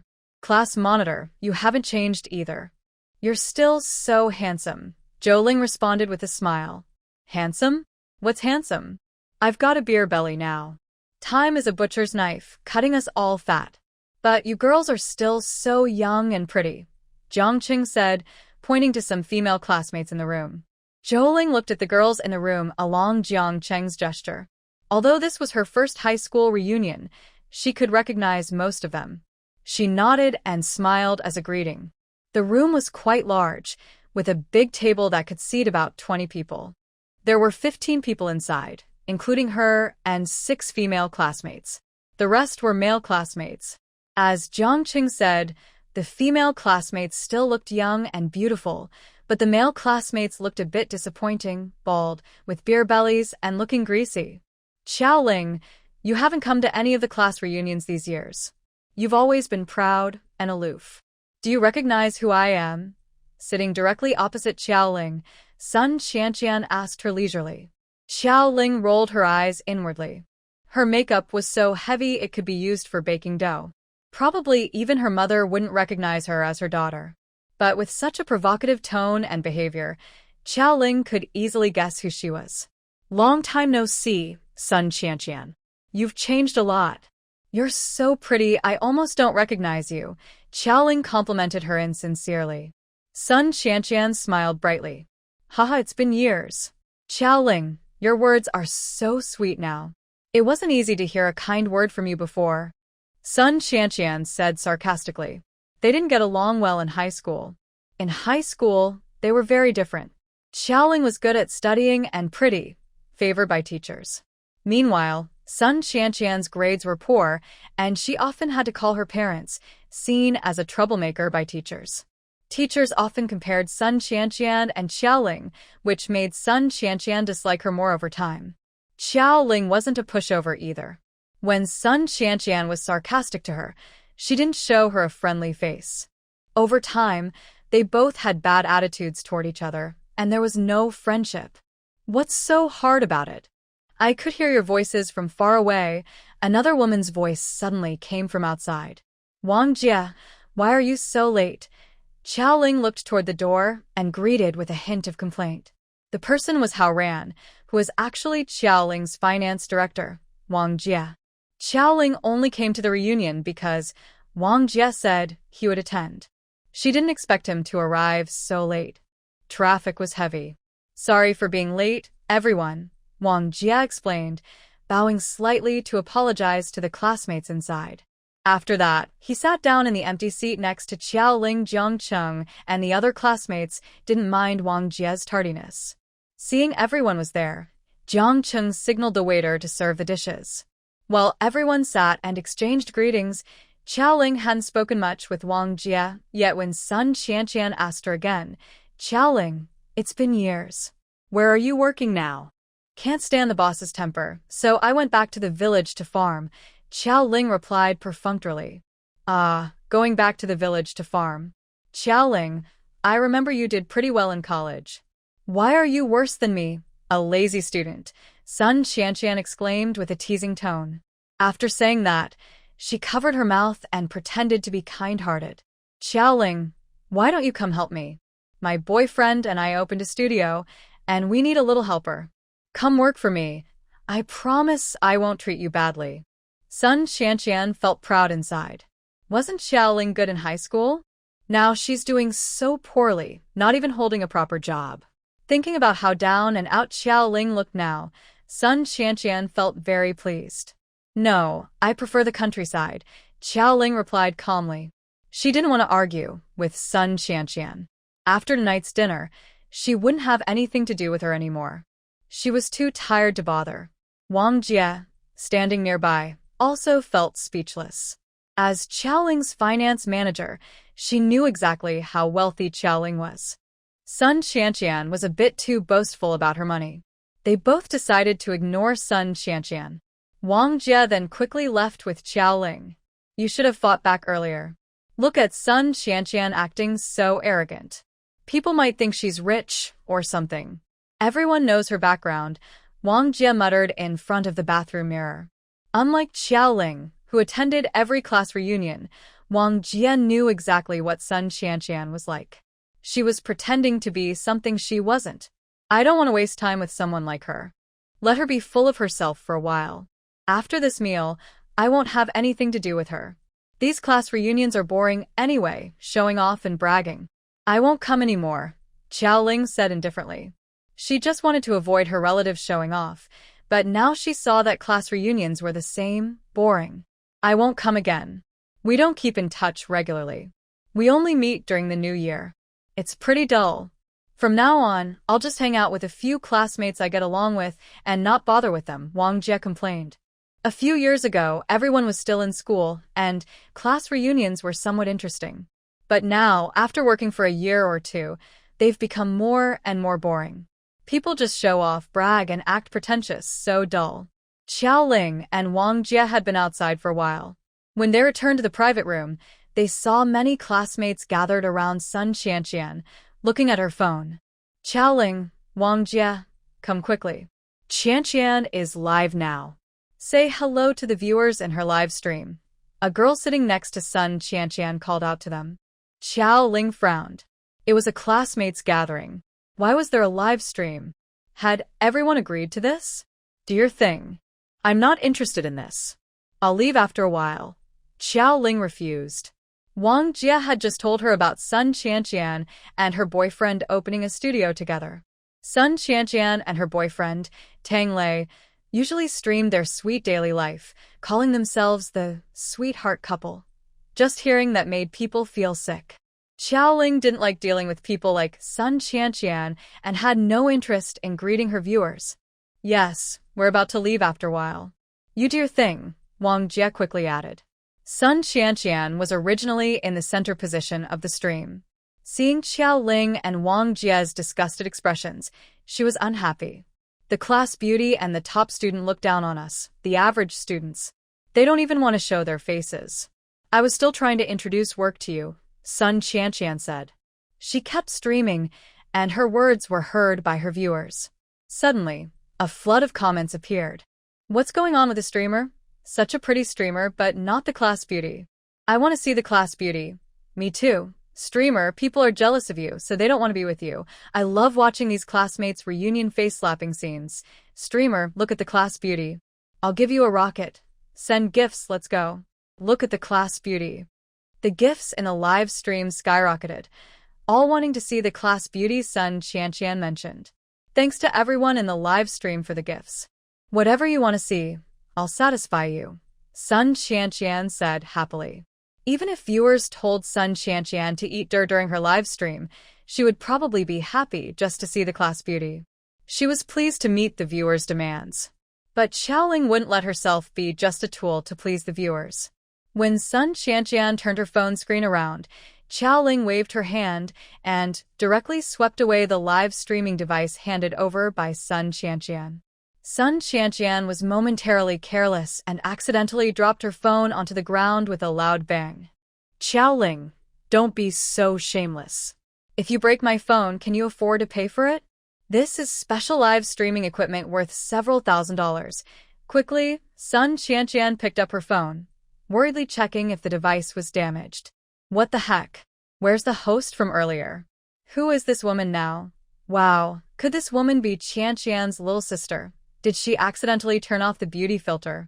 Oh my roommate has been dead for 10 days, and this host still looks better. 1 second she has an angelic face, the next she looks like a pig. Wow, is this host wearing plastic surgery? Why does she look like a snake spirit? The host's chin is so big, it could be used for farming. Initially, Sun Qianqian was worriedly inspecting her phone, but then she glanced at the live chat comments. When she looked back at herself on the video, she wondered when she had turned off the beauty filter. She screamed, quickly flipping her phone over. Although she thought she looked good, viewers preferred her with the beauty filter. If they saw her real face, how could she continue to run her channel? Xiaoling, bad things always happen when I meet you. If I lose followers, I won't let you go. Sun Qianqian was furious and directed her anger at Xiaoling. You won't let me go? I still want to see how you do that. Did you ask for my permission before pointing the camera at me? You're invading my privacy, do you know that? Xiaoling was also furious. She had previously ignored Sun Qianqian's harsh words, but now she was fed up with her acting so entitled. She grabbed her streaming equipment and asked her to get in front of the camera without asking, which made her very angry. Privacy? I let you in because I respect you. You went to a good university and I tried to help you find a job. I was just trying to be kind. Now you better think about the damages and be prepared to pay. Sun Qianqian was also getting angry and almost exploded with rage. Enough. Sun Qianqian and Xiaoling, take a step back. We're classmates, and it's rare for us to meet. Let's not fight like this. Class monitor Jiang Qing stepped in to mediate. Be friendly and respectful. We're all classmates. Let's each take a step back. Forget it. Others also tried to calm the situation. Forget it? How can I forget? Do you know how much money I will lose? Building a good account is not easy, do you know that? Xiaoling, why are you so mean? You just can't see me succeed. Are you deliberately causing trouble? Sun Qianqian was unwilling to give up easily. Thinking about the comments from netizens just now, she didn't dare to look at how many fans were left. The thought of losing fans made her heart bleed. She had worked hard to grow her account, occasionally got some ads, and now everything was ruined. How could she make money now? Thinking of this, netizens' comments made Sun Qianqian's chin look more and more harsh. She pointed at Xiaoling and shouted angrily, Xiaoling, you troublemaker, you. Hey, let go. You're hurting my stuff, hey. Let go. Xiaoling didn't give her a chance to keep scolding. She grabbed Sun Qianqian's hand, pointing at her, and with a few months of breathing exercises, she applied a little force. Sun Qianqian felt pain and couldn't speak. Keep your mouth clean. What are you pointing at? You don't want to settle this? Do you think I want to just let it go? Wait for my lawyer's letter. After saying that, Xiaoling disdainfully shook off Sun Qianqian's hand, ignored everyone's expressions, and turned around coldly to leave the room. Lawyer's letter? You really think you can scare me? Want to run? Not that easy. Come back here. Seeing Xiaoling leave the room, Sun Qianqian hurriedly chased after her. Xiaoling was gone. Who would compensate for her loss? Sun Qianqian clicked her high heels and took big steps to catch up with Xiaoling. There was no one else in the corridor. Sun Qianqian quickened her pace and tried to grab Xiaoling. Xiaoling dodged quickly, avoiding Sun Qianqian's rush. It was not good. There was nothing blocking in front, and wearing high heels made it hard to stop. Sun Qianqian fell to the ground in misfortune. Xiaoling didn't bother to look back. She kept walking, but she heard Sun Qianqian's loud screams behind her. She paused and looked back. My face. Others who followed quickly came to help Sun Qianqian. Qianqian, what's wrong with your face? Why is your face crooked? Did your nose get flattened too? The two people in front hadn't helped Sun Qianqian up yet, but they saw her face and exclaimed in surprise. During the meal earlier, they had noticed that Sun Qianqian had plastic surgery, but they didn't expect her to be so fragile. She fell to the ground and ended up like this. Hearing their words, Sun Qianqian ignored the pain on her face and quickly took out a mirror from her bag. Oh no! How could this happen? Sun Qianqian screamed in disbelief. The person in the mirror with a flat nose and slanted chin. How could that be her? Where is her high nose bridge? Where is her chin implant? What should we do? Qianqian, what should we do? Where did you get your face done? Should we let them see it again? Everyone looked at Sun Qianqian's appearance and was shocked. They were all confused, unsure whether to take her to a regular hospital or the clinic where she had her surgery. I'll contact them myself. Don't look anymore. Sun Qianqian hurriedly put on a mask, trembling as she took out her phone to call her boyfriend. Tang Lei, the implant on my face is crooked. You need to contact them. Wang Jia ignored Sun Qianqian and left the hotel to find Xiaoling, telling her about what happened after Sun Qianqian fell. Come on, I'll see you off. I didn't even touch her after she left the door. She brought this on herself. She deserves it. Xiaoling, knowing about Sun Qianqian's situation, just gave a cold smile and didn't pay much attention. She was fed up. She only came to this boring class reunion today. If she ever attends again, she won't be called Xiao anymore. Today was truly disgusting. Xiao Ling ignored Sun Qianqian, but that didn't mean Sun Qianqian would let her go. In a private ward at the Sea City Plastic Surgery Hospital, Sun Qianqian's unwilling voice sounded. Tang Lei, what should I do? The doctor said my face might not return to how it was before. Tang Lei looked at Sun Qianqian's current terrible appearance with frustration, blaming her. What should we do? I want to know too. I told you to be careful after the surgery. How are we supposed to do our live broadcasts? How will we insert ads? The contract is signed, and if we don't advertise on time, how can we compensate the clients? Tang Lei was more anxious than Sun Qianqian. They finally got a chance to do ads, and now this happened. How will they make money in the future? I didn't want this either. Sun Qianqian's voice was tinged with tears. If she had known her face would turn out like this, she wouldn't have chased after that mean girl Xiaoling. Yes, it's all Xiaoling's fault. If it weren't for her, she wouldn't be like this. Find Xiaoling. It's all her fault. Make her responsible. Xiaoling? Who is Xiaoling? What does she have to do with this? Didn't your classmate say you fell earlier? Tang Lei was confused, and he also remembered something about a person named Xiaoling. Sun Qianqian didn't want Tang Lei to keep blaming her, so she quickly told him about the class reunion today. At the end, she also criticized Xiaoling, saying, Xiaoling is just jealous of me and deliberately trying to ruin me. Tang Lei didn't expect there were so many things involved. He remembered the live broadcast accident Sun Qianqian mentioned earlier. He quickly opened his phone to check the backstage messages of the live stream, then watched the replay of Sun Qianqian's broadcast. His face grew darker as he watched. He clenched his fists. If Sun Qianqian's face hadn't already looked distorted, he would have wanted to hit her. What are you showing off for? Do you see the messages from your fans? Do you see the messages from the advertisers? Most fans have already left, and the advertisers have canceled their cooperation with us. Influencers rely on fans to sell products. Now, most of their followers have left the account. The remaining fans are just causing trouble in the background, demanding the snake spirit to come out.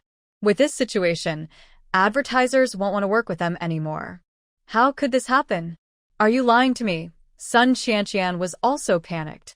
She quickly grabbed Tang Lei's phone to check the messages. Monster, monster, go away.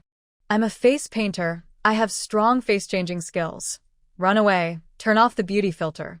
I don't look as good as next door Tsuehua. Sun Qianqian couldn't accept this result. She screamed in anger. Enough. What are you screaming about in the middle of the night? Are you trying to make things more embarrassing? Tang Lei scolded softly. There's no point regretting now. If he had been a little more careful earlier, things might not have turned out like this. The key is to find a way to fix the situation. Tang Lei took his phone again and carefully watched the previous video of Sun Qianqian's mishap. He also asked about the conflict between Sun Qianqian and Xiaoling. Suddenly, he spoke. How are your classmates? Will they stand up for you? Or are they supporting Xiaoling? Sun Qianqian was confused but nodded. I get along well with them. I attend the class reunion every year. Xiaoling hasn't been to the reunion for years, so how can she compare to me? Tang Lei continued to ask, does that girl Xiaoling come from a wealthy family?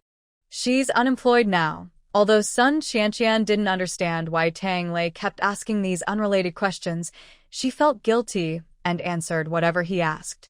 There's no special background. If there was, I wouldn't be farming in the countryside. Tang Lei nodded, thinking the same. If she had real ability or skills, she wouldn't be stuck in the countryside. After understanding the situation, Tang Lei had some ideas. Qianqian, you heard what the doctor said. Your face probably won't return to how it was before. It might be hard to do live streams like before in the future. Tang Lei pretended to be troubled as he spoke to Sun Qianqian. Tang Lei, what do you mean? Sun Qianqian looked at Tang Lei in disbelief, thinking he might leave her alone to handle things by herself. Qianqian, don't worry. We've come this far together. Don't leave me now. The doctor only said it's difficult, not impossible. If this hospital doesn't work, we can try another. If domestic options don't work, we can go abroad. Foreign countries have advanced plastic surgery. There's still hope. Give me some time, and I believe you can recover. Sun Qianqian panicked. She and Tang Lei had only recently started gaining popularity with their live videos. Although they made some money, Tang Lei bought a car, she had plastic surgery, and they bought equipment. The money was almost gone. They also had a sponsored live stream coming up, but now that plan was ruined. If Tang Lei left her alone again, how could she afford to get plastic surgery again? Qianqian, don't worry. I won't leave you. I'm just thinking of a way. Right now, she couldn't do live streams like before, but they could try a different way to get viewers and make money. Tang Lei paused, teasing her with a long tone. What is it? Just tell me. Sun Qianqian's heart had already hit rock bottom from what Tang Lei said. Now, hearing that there might still be hope, she eagerly asked. It might be something you can't accept, Tang Lei said hesitantly. What's there to accept? As long as I can make money, I'll do anything. Just tell me, Sun Qianqian said indifferently. Play the victim. Don't treat your face for now. Tomorrow you should do a live stream to expose your classmate. Say she was jealous and intentionally hurt you, causing your face to be deformed. Make her pay for your damages, Tang Lei revealed his plan. Sun Qianqian's face has become this terrible look. She doesn't want to spend more money on plastic surgery. Instead, she plans to find a way to get some compensation and attract attention to make money. Lingling, did you see the news online? Early in the morning, Wang Jie called. What news online? Qiao Ling felt confused. She had just come back yesterday and was scolded again by her parents about important life decisions. She was in a bad mood and played games until dawn. She didn't have time to check the news. She was very tired, and her head felt like it was going to explode. I can't explain it in a few words. Lingling, just open the short video app and search for Sweetheart Couple, then you'll see. Wang Jie sounded anxious. Xiaoling didn't understand and hung up.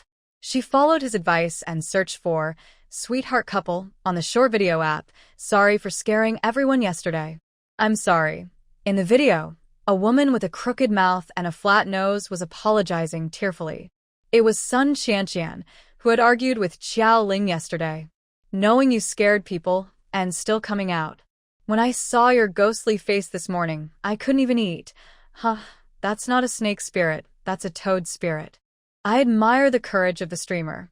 She dares to broadcast like this. Comments flew across the live chat, with tears in Sun Qianqian's eyes. If she had shown this face before the incident, viewers might have felt sorry for her. But after seeing her face yesterday, like a cone and covered in flour, viewers just mocked her for being ugly and making trouble. Yesterday, a high school girl classmate was jealous and deliberately hurt me, causing my face to deform. That's why my chin looks sharp and my face is pale in the video. It was because my face was injured yesterday. Sorry for frightening everyone. I apologize again. Sun Qianqian tearfully apologized to the viewers. Did someone intentionally hurt the streamer? I heard she even helped her classmate find a job, but the classmate didn't appreciate it and deliberately hit her, causing her to get injured. Isn't that a case of intentional harm? Did the streamer report it to the police? I heard that all the collaborations the streamer talked about have fallen through. Does that mean the high school girl classmate has to compensate the streamer? The streamer is too unfortunate. Not only is she in this state, but she also can earn money. Sending gifts to help her rest and recover is a good idea. We're waiting for you to come back. Tang Lei started to stir things up, leading confused netizens to follow along. They sent comforting comments and gifts to support Sun Qianqian's recovery. Since it was a short video, the live broadcast had already ended. Xiao Ling saw the most popular video first. The video title was very eye-catching. Why is the crooked mouth, flat nose internet celebrity like this? And how strong is a woman's jealousy? Clickbait titles attract viewers. Seeing this, Xiao Ling understood everything. That high school girl classmate was definitely her. Lingling, did you see? Sun Qianqian is so disgusting. Yesterday, she clearly fell by herself, and you didn't even touch her. She's twisting the story. During the live accident, she turned off her beauty filter and then blamed you. It's so hateful. Wang Jie's call hadn't been hung up. He guessed Xiaoling had also seen Sun Qianqian's video and spoke angrily. Wang Jie didn't hear Xiaoling speak and continued, Lingling, don't take this to heart. I didn't know anything either. It was the class monitor who messaged me this morning to tell you. Sun Qianqian asked some classmates from yesterday's reunion to make fake evidence, to turn the story around and smear you. Okay, I understand. Thanks for the warning, Wang Jie. After thanking Wang Jie, Xiaoling checked her phone messages. Sure enough, the class monitor had also sent her a message earlier, which she hadn't seen before. Besides the class monitor, 2 other classmates also sent her messages to remind her. After replying to all of them with thanks, Xiaoling continued searching online for videos posted by Sun Qianqian. Apart from the most popular video she just saw, there were many other videos of Sun Qianqian, mostly tearful clips to gain sympathy. Although Sun Qianqian looks very ugly now, the netizens' tastes are so harsh that these videos still get a lot of views, comparable to the days when Sun Qianqian and her boyfriend were lovey-dovey. Xiaoling didn't have Sun Qianqian's contact info and couldn't reach her. But she didn't plan to handle this privately. Lu Hongda had hired a lawyer as a consultant, just in case. Sun Qianqian still wants to seek compensation from her, hoping to gain sympathy and make money. But she shouldn't even think about it. Tang Lei, is this really okay? What if Xiaoling comes after us? After ending the live broadcast, Sun Qianqian asked worriedly. She didn't expect Tang Lei to have her speak like that. If it could make Xiaoling pay compensation and bring in lots of viewers, Sun Qianqian didn't mind showing her true self online. Making money is what matters most. She doesn't care how viewers see her. No matter how harsh the comments, as long as they watch her videos and she gets traffic, she doesn't care about their opinions. In this world, making money is the key. Being popular, even if it's for bad reasons, is still popularity.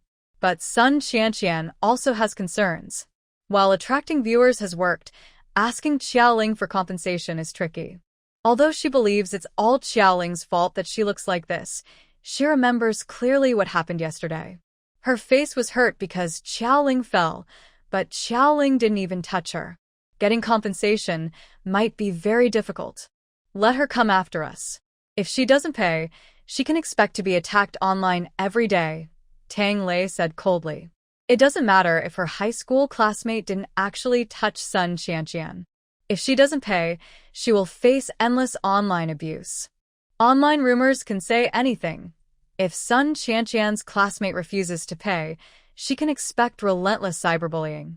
If the internet gets more aggressive, they might even find her home or workplace, making things worse. To avoid being pushed to the brink, she has no choice but to settle and pay. Thinking of this, Tang Lei asked again, does your classmate come from a background? Or have connections? Tang Lei's plan can only work against ordinary people without power or influence. If they face someone with connections or resources, it won't work. Probably not, Sun Qianqian said, uncertain now. After all, she hasn't contacted her classmates for years and hasn't heard anything from them.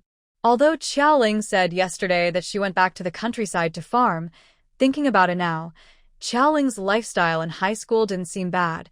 She was well-dressed and well-off, even better than most classmates. Now, hearing Tang Lei ask, she feels unsure again. Probably? Or not? Sun Qianqian, I have already sent the video. You should tell me what to do. You know that if anything goes wrong, it's not just about compensation. More money could be lost. Tang Lei was furious. Last night, when he asked Sun Qianqian, she firmly said that her high school classmate had no background. That's how he came up with this plan. He finally thought of a way to solve the problem, but now she's telling him it's uncertain. Just playing with him? I haven't contacted her in years, so I'm not very sure. But she's back in the countryside without a job, so she probably has no background. Otherwise, why would she return home? Seeing Tang Lei get angry, Sun Qianqian also felt worried. Thinking back to Xiaoling's behavior yesterday, she didn't react even when mocked, so she probably has no backing. Tang Lei saw that Sun Qianqian's silly face looked more determined, and he reluctantly believed her words. However, even if Sun Qianqian's classmate has a background, it doesn't matter much to him. The videos shot this morning were all done by Sun Qianqian alone. He didn't participate. The fake contacts with Sun Qianqian's classmates were also arranged by her alone, not related to him. So, even if Sun Qianqian's classmate really has a background and retaliates, it's not his concern. Sun Qianqian didn't expect that Tang Lei had already thought of a backup plan and was still thinking about Xiaoling. She contacted her classmates who could testify for her, asked them to join the live stream and speak up for her, sent gifts, and built connections to prevent any trouble. In the evening, something unexpected happened. What? Xiaoling opened a resort herself? When she heard this, Sun Qianqian's funny face looked even more ridiculous. She couldn't believe that Xiaoling's business was so big, with investments worth tens of millions or even billions to build a resort. How? You're her classmate, and she didn't tell you she was hiding something? The visitor was Diyu, who had been paying attention to Xiaoling's news. Looking at the awkward-faced host with a crooked nose, Diyu felt a bit disgusted. She wondered if she shouldn't have come to cooperate with them, since she didn't understand the situation. No, she said she was going back to the countryside to farm. I didn't expect her to. Sun Qianqian was worried. With Xiaoling's wealth, if she wanted to deal with her, it wouldn't be so simple.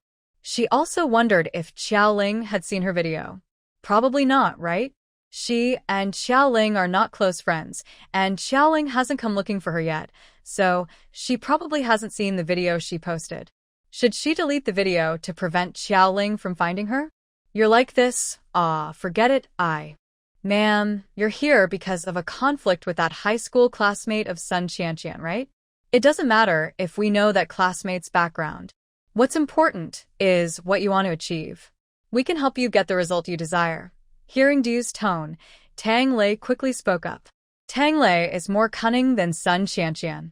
Diyu coming to them definitely isn't because she has a good relationship with that classmate. She might even be an enemy, and seeing the online controversy, she came to work with them. Diyu withdrew her intention to leave, then looked at Tang Lei and also glanced at Sun Qianqian, smiling mysteriously. Oh, what? Do you know what I want? Tang Lei couldn't see the deeper meaning behind Diyu's smile.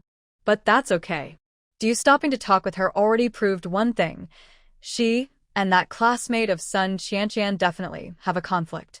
Maybe she can make another profit. So, she asked cautiously, to ruin Xiaoling's reputation? When Diyu arrived, she said that Xiaoling opened a large resort. Tang Lei easily thought of the competition between Diyu and Xiaoling, or maybe a love triangle involving two women fighting over a man. Whether it's business rivalry or romantic enemies, making the other person fall from grace would probably satisfy the woman in front of him. Moreover, Tang Lei had a deeper thought. Sun Qianqian had already offended Xiaoling badly. He was considering backing out, but now with Diyu involved, maybe he could wait a bit longer? If Diyu's resources could withstand Xiaoling's, he and Sun Qianqian might take this chance to attract more attention. Letting go now would be a pity. Plus, if Diyu wants to ruin Xiaoling's reputation, she would need to offer some benefits. After some thought, Tang Lei decided to take a gamble.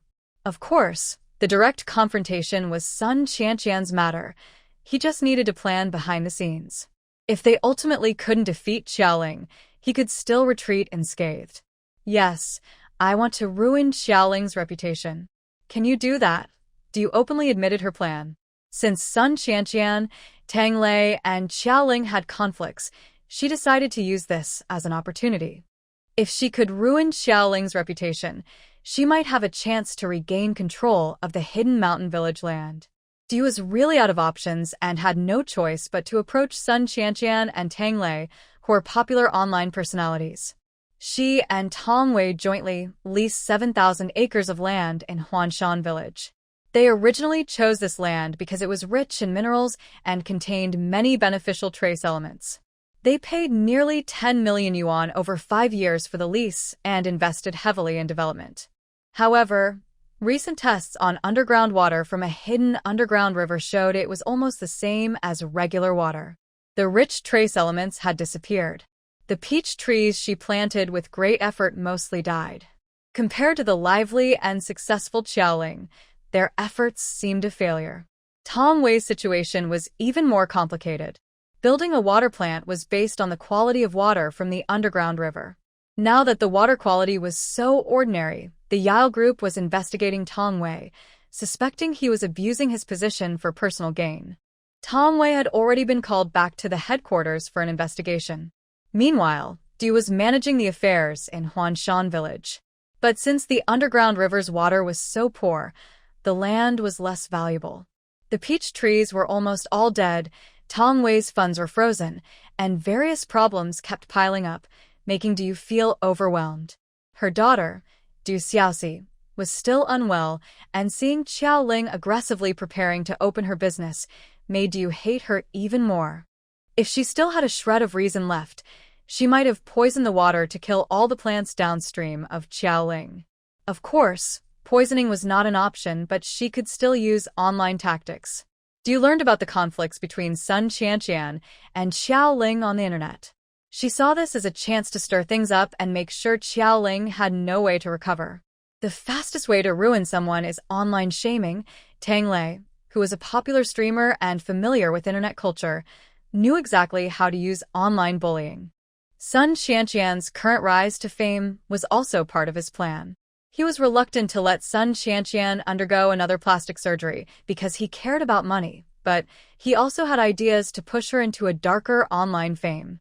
Although she received many insults and controversies, it was undeniable that this kind of attention was much easier to generate than their previous sweet and innocent content. Now, their social media followers had returned to their previous numbers, even surpassing them by a large margin. In just half a day, the number of people following their account has increased more than in the past 6 months. Now, there are also business owners leaving messages in the back end, asking them to promote ads. Although the money isn't much, it's a very good sign. Tang Lei successfully tested his skills on Sun Qianqian and gained confidence in manipulating online opinions and guiding viewers toward violence. Qiao Ling handed Sun Qianqian's case to a lawyer. Because of the new year, she asked the lawyer to handle it after the holiday, so she didn't pay much attention. Not to criticize you, Lingling, but your family's temple on New Year's Day couldn't even burn the first incense. You, boss, still have a lot to learn. On the way to burn incense, Aunt Xiaoling looked ahead at the people and said unhappily, "Auntie, if you want to burn the first incense, you should come earlier. You came late today. Do you think I can just close the door and not let others in?" Xiaoling felt a bit helpless. The new year was becoming less and less fun. Relatives often compete more than they chat, and classmates show off more than they share heartfelt talks. This isn't what New Year's is supposed to be. Even year-end reports aren't this annoying. Qiao Ling was lost in thought, distracted. Hey, who's so mean and jealous? It sounds a bit like they're talking about Lingling. Lingling, look, is this about you? Aunt Qiao Ling shouted loudly and then showed her phone to her older sister-in-law. Sister-in-law, this must be about Qiao Ling, right? We haven't seen her in years, but in the video, that female streamer is talking about Lingling. How did she turn into this? After saying that, she gave Qiao Ling a sidelong glance. A few days ago, she said she was going to a class reunion but ended up fighting. It's surprising that Qiao Ling has the side. That streamer is probably lying. Lingling isn't like that. Qiao Ling's older sister-in-law carefully looked at the video, noticing that the female streamer's face was actually distorted from being hit. Let me see. That's impossible, Qiao's mother said, denying it immediately after watching the video on her sister-in-law's phone. What's going on? Let me see. Qiao Feng's wife, curious, looked at the video on the phone. In the video, the female streamer with a crooked mouth and a flattened nose loudly accused, "I haven't seen Qiao Ling in years. Isn't it just because I got plastic surgery to look better?" She verbally insulted me. When I argued with her, she suddenly hit me, leaving my face badly bruised. Because of Qiao Ling, my face may never look the same again. The advertising deals I was negotiating are now gone, and I've lost many fans. If I had known it would turn out like this, I wouldn't have attended this class reunion, no matter what. Listening to the phone on Aunt San's speaker, it was clear that Qiao Ling was good at turning things around. First, she was jealous of her career success, then jealous of her plastic surgery, and now she's listing all her losses. Does she still want compensation? Lingling, what's going on? Did you go out and hit someone a couple of days ago? Uncle Qiao asked with a frown. He doesn't usually talk much with his niece, so he's worried that there might be a troublemaker in the family.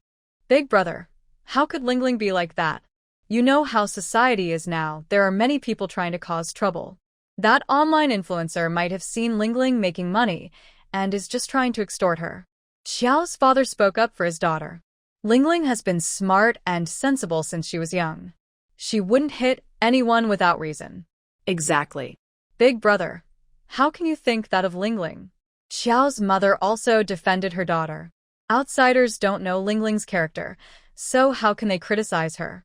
No smoke without fire. If that online influencer dares to say such things, she must have proof. We haven't seen each other in years, and you never really know someone's true nature, said Xiaoling's third aunt coldly.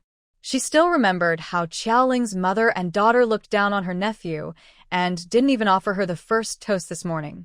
Her words were sharp. Chunmin, what are you talking about? No smoke without fire? There are unpredictable things in the world. It's probably you causing trouble. If you don't like Lingling, at least she's your junior. Do you have the right to speak like that? Xiao's mother retorted. You're nonsense.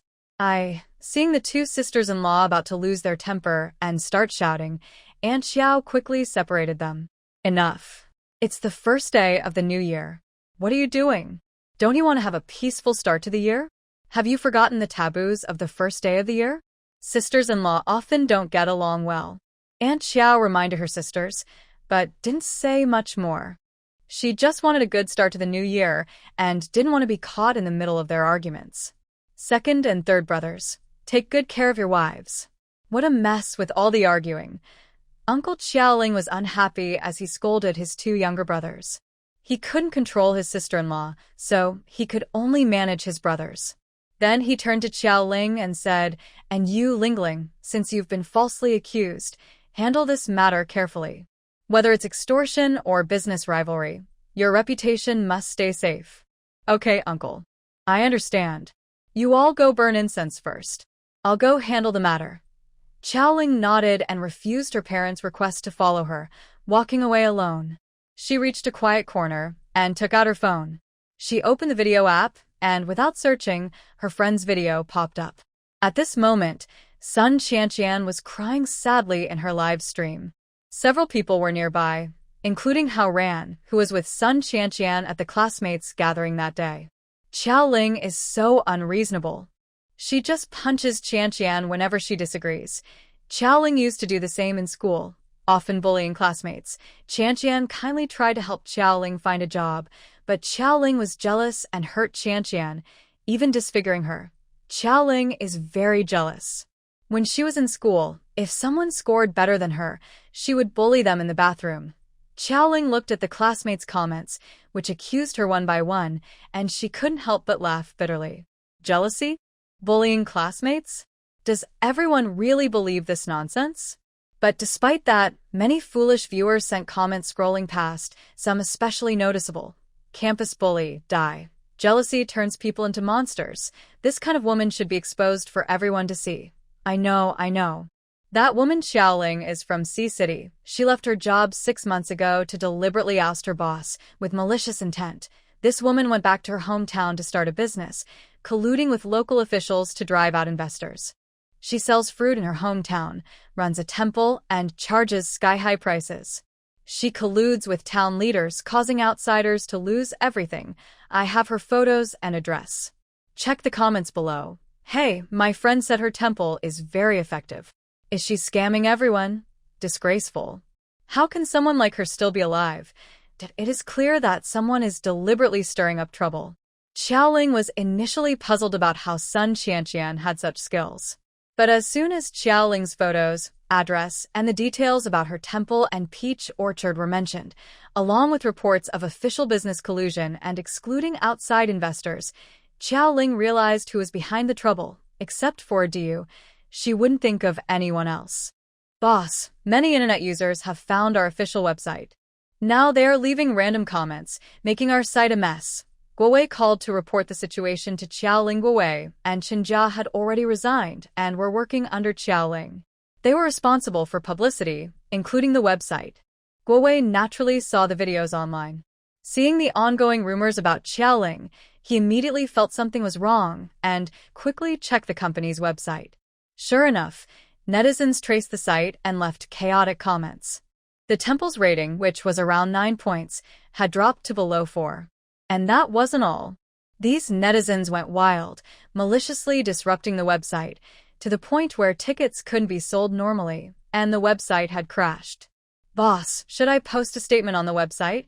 Guowei couldn't think of a better solution at the moment. He recalled how celebrities handled similar situations online and suggested copying their tactics. He didn't believe the story about the female streamer at all. He had been working with the boss for nearly a year and didn't think she was the kind of person the streamer described.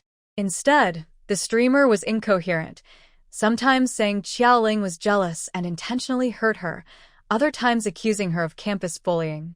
Come on, does Xiaoling, with her current wealth, need to be jealous of a failed plastic surgery internet celebrity? And speaking of campus bullying, with so many people gathered and criticizing the boss, she seemed more like a victim. Wait a bit. I've already contacted a lawyer and explained everything to him. You don't need to get involved for now. Xiaoling didn't let Guowei make a statement. The netizens were like rabid dogs, biting anyone they saw, trying to drag more people down. Guowei thought about their behavior online and couldn't help but feel angry. People are so full of hostility nowadays, always cyberbullying others. Can't they calm down and think carefully? Based on just the host's words, they recklessly spread malicious comments about others. Have they ever thought about the consequences of their actions? Previously, a netizen encouraged a female internet celebrity to drink poison and die. Later, a boy searching for his family was cyberbullied and took his own life. A woman was cyberbullied after giving a 200 yuan tip to a delivery person and then jumped from a building. These people who lost their lives due to online violence are just ordinary individuals like everyone else. Can't those who criticize have a little kindness? There are many harmful tactics like private message bombing, doxing, malicious editing, and spreading rumors. Have those who bully others ever thought about the pressure the victims endure? Maybe only when they receive a lawyer's letter do they realize they have families to support. Cyberbullying is like a flood. Everyone has heard of it, but when it hits, it can make you feel hopeless beyond imagination. Guowei comforted Xiaoling a few words, then hung up and became a keyboard warrior, replying to online attacks one by one. Boss, do you have any witnesses or evidence? The lawyer arrived quickly in the living room and asked Xiaoling while adjusting his glasses. I have witnesses. Several classmates are willing to testify for me. About 10 or 20 classmates, but not everyone was close to Sun Qianqian or involved in her actions. Sun Qianqian had 5 people, some of whom didn't want to get involved to avoid trouble. Besides Wang Jie and the class monitor, 2 other classmates privately contacted Xiaoling and expressed willingness to testify. However, due to harsh online comments against Xiaoling, she didn't want to drag these classmates into trouble unless absolutely necessary. And physical evidence. Xiaoling hesitated. The restaurant they booked for the gathering seemed to have no cameras, but she wasn't entirely sure.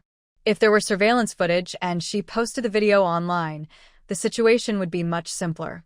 Xiaoling and the lawyer headed to the restaurant where the classmates' gathering was held. The trip from Yinshan village to Sea City took nearly 2 hours. The online story continued to spread. Some people questioned it. Streamer, why do you say your classmates are jealous of your success? But they run such a big resort themselves.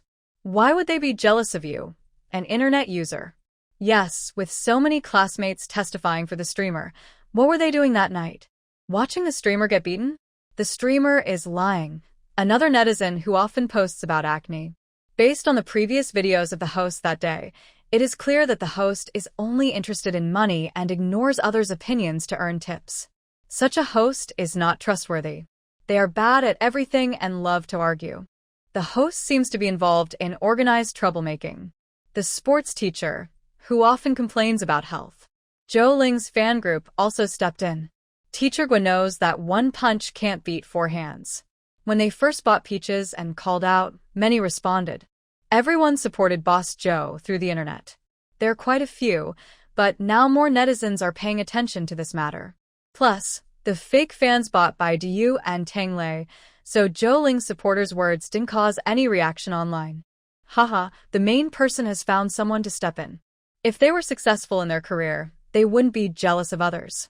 Jealousy can change a person completely, regardless of wealth. Does the host only care about money? The host's injury is real. Disfigurement is as serious to an online celebrity. Don't you understand that? Calling the host a bad money grabber is unfair. The host is already pitiful enough, and now they are being falsely accused. That's just wrong. The instigator hasn't spoken for a long time. Are they feeling guilty and afraid to come out? Thinking that hiding like a turtle will solve everything? Dream on. Is anyone planning to confront them? Yes, I am in City C. I know their address. Her parents live in our neighborhood. I heard she pushed her brother-in-law and sister-in-law out to take over the family property. Yes, they have connections everywhere and are very unscrupulous. They dislike the sister-in-law's family and even sent them to the police. That's nothing. A relative of mine married her cousin. She beat my relative's family so badly they had to go to the hospital. She also hired gang members to seize their house and money. Now my relative's family is just renting a place. The lawyer is driving. Zhou Ling looked at Sun Qianqian's live stream and laughed bitterly. All kinds of strange people appeared. Lawyer Lin, can we do anything to stop these online rumors? When there's a snowstorm, no snowflake is innocent. Zhou Ling knows it's difficult, but she still wants these people to pay for their words and actions. Do they really think the internet is outside the law? Since they can find her through the internet, she can also track them down. These people don't know anything and just spread rumors online. They don't care about the truth. Zhou Ling is not someone who will just stay silent. If others make her life difficult, she won't just watch quietly. The mastermind behind the trouble wants to sue, and no one stirring up chaos should expect to have an easy time. Dear friends, this is a restaurant. We do not accept interviews or live broadcasts. If you want to eat, please come in. For other matters, we are sorry, but we cannot serve you. At the restaurant entrance, the manager was almost hoarse from shouting. Despite receiving messages, online critics kept coming. Business was not improving. Instead, the influx of internet users was seriously disrupting the restaurant's operations. Some customers saw the noisy scene and, fearing trouble, avoided the place. There was hardly any business left. The manager was speechless. He was there when the female streamer got hurt. It was clear she fell by herself, yet she blamed others. That was unreasonable. He wanted to act as a hero and expose the streamer's lies, but seeing the situation worsen, he dared not. He was just an ordinary worker with a family to support. He didn't dare argue with online critics. Watching the crowd of internet users outside, the manager felt a wave of fear. I ask you, why didn't your security stop the fight when Qianqian was attacked? Now she's hurt, and the restaurant should take responsibility. Yes, Qianqian can't continue her live stream now. If you don't compensate her, how will she live in the future? Pay the money, the manager muttered to himself. He cared about the streamer, but why cause trouble here? He was just earning money to support his family. Just because there are no cameras in the private rooms doesn't mean there are none in the hallways. But he could only keep these thoughts to himself. It wasn't something he could decide alone. He had to wait for the boss's attitude. On the roadside, Lawyer Lin took a mask. Boss, put on the mask. I've booked a table. Let's go inside. Qiao Ling silently put on her mask and followed the lawyer into the restaurant. Everyone, make way, make way. We're going in to eat. Lawyer Lin pushed through the crowd with Qiao Ling. What are you eating here? The owner let customers get hurt, and you still dare to come. Go somewhere else.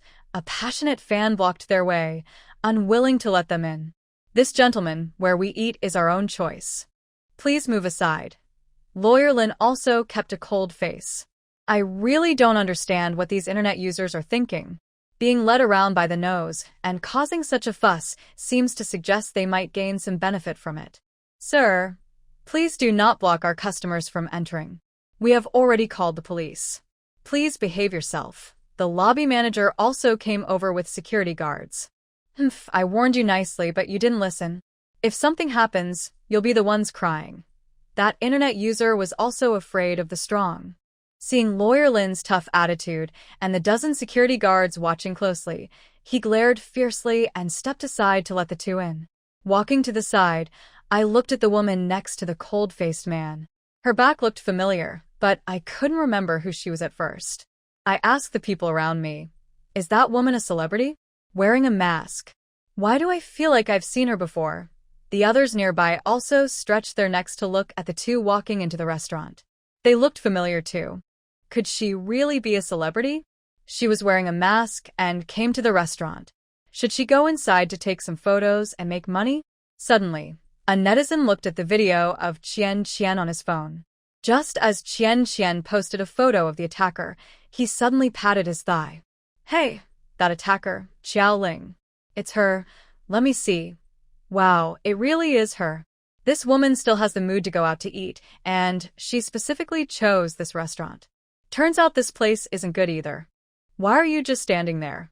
Go in and do something." We finally found the real culprit. Of course, we have to stand up for Qian Qian. Like dogs seeing a bone, after confirming Xiao Ling's identity, a group of brainless people, relying on their numbers and ignoring security guards, rushed into the restaurant.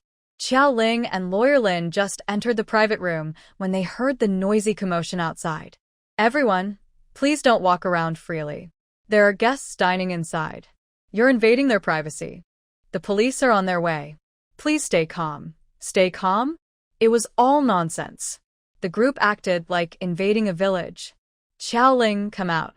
You hit someone and still have the appetite to eat. Why don't you just die? Xiao Ling, you'd better come out and face us. When we find you, you'll see what's coming." Listening to the foul language outside, Lawyer Lin was worried that Xiao Ling might lose her temper. "Boss, there are many people outside. We're at a disadvantage. Once we gather all the evidence, everything will be clear. In this internet age, everything is recorded. If you want to pursue this, no one can escape. Of course, that requires time, energy, and money. It's okay, I can hold on. Lawyer Lin, just report the mastermind. The rest can wait." This was Xiao Ling's first experience with online abuse, and she was naturally upset. But she wouldn't just wait passively to be attacked. She wanted revenge on Sun Qianqian, Du, her classmates who made false evidence, and even those who bullied her online. She wouldn't let any of them go.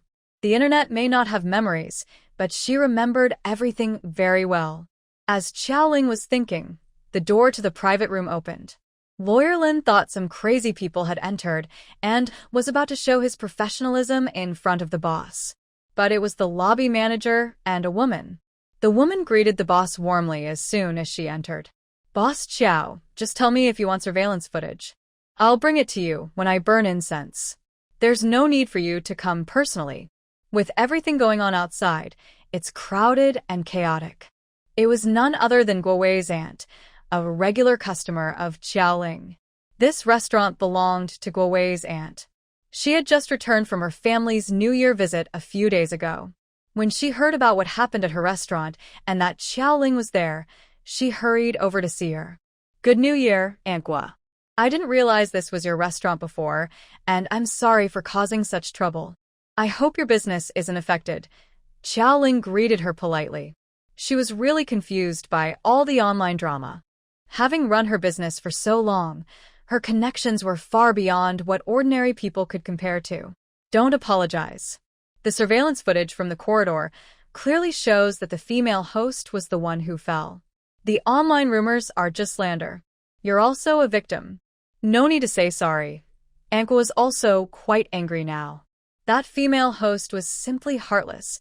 She deliberately smeared dirt on Boss Qiao and even said that Xiao Ling was jealous of her.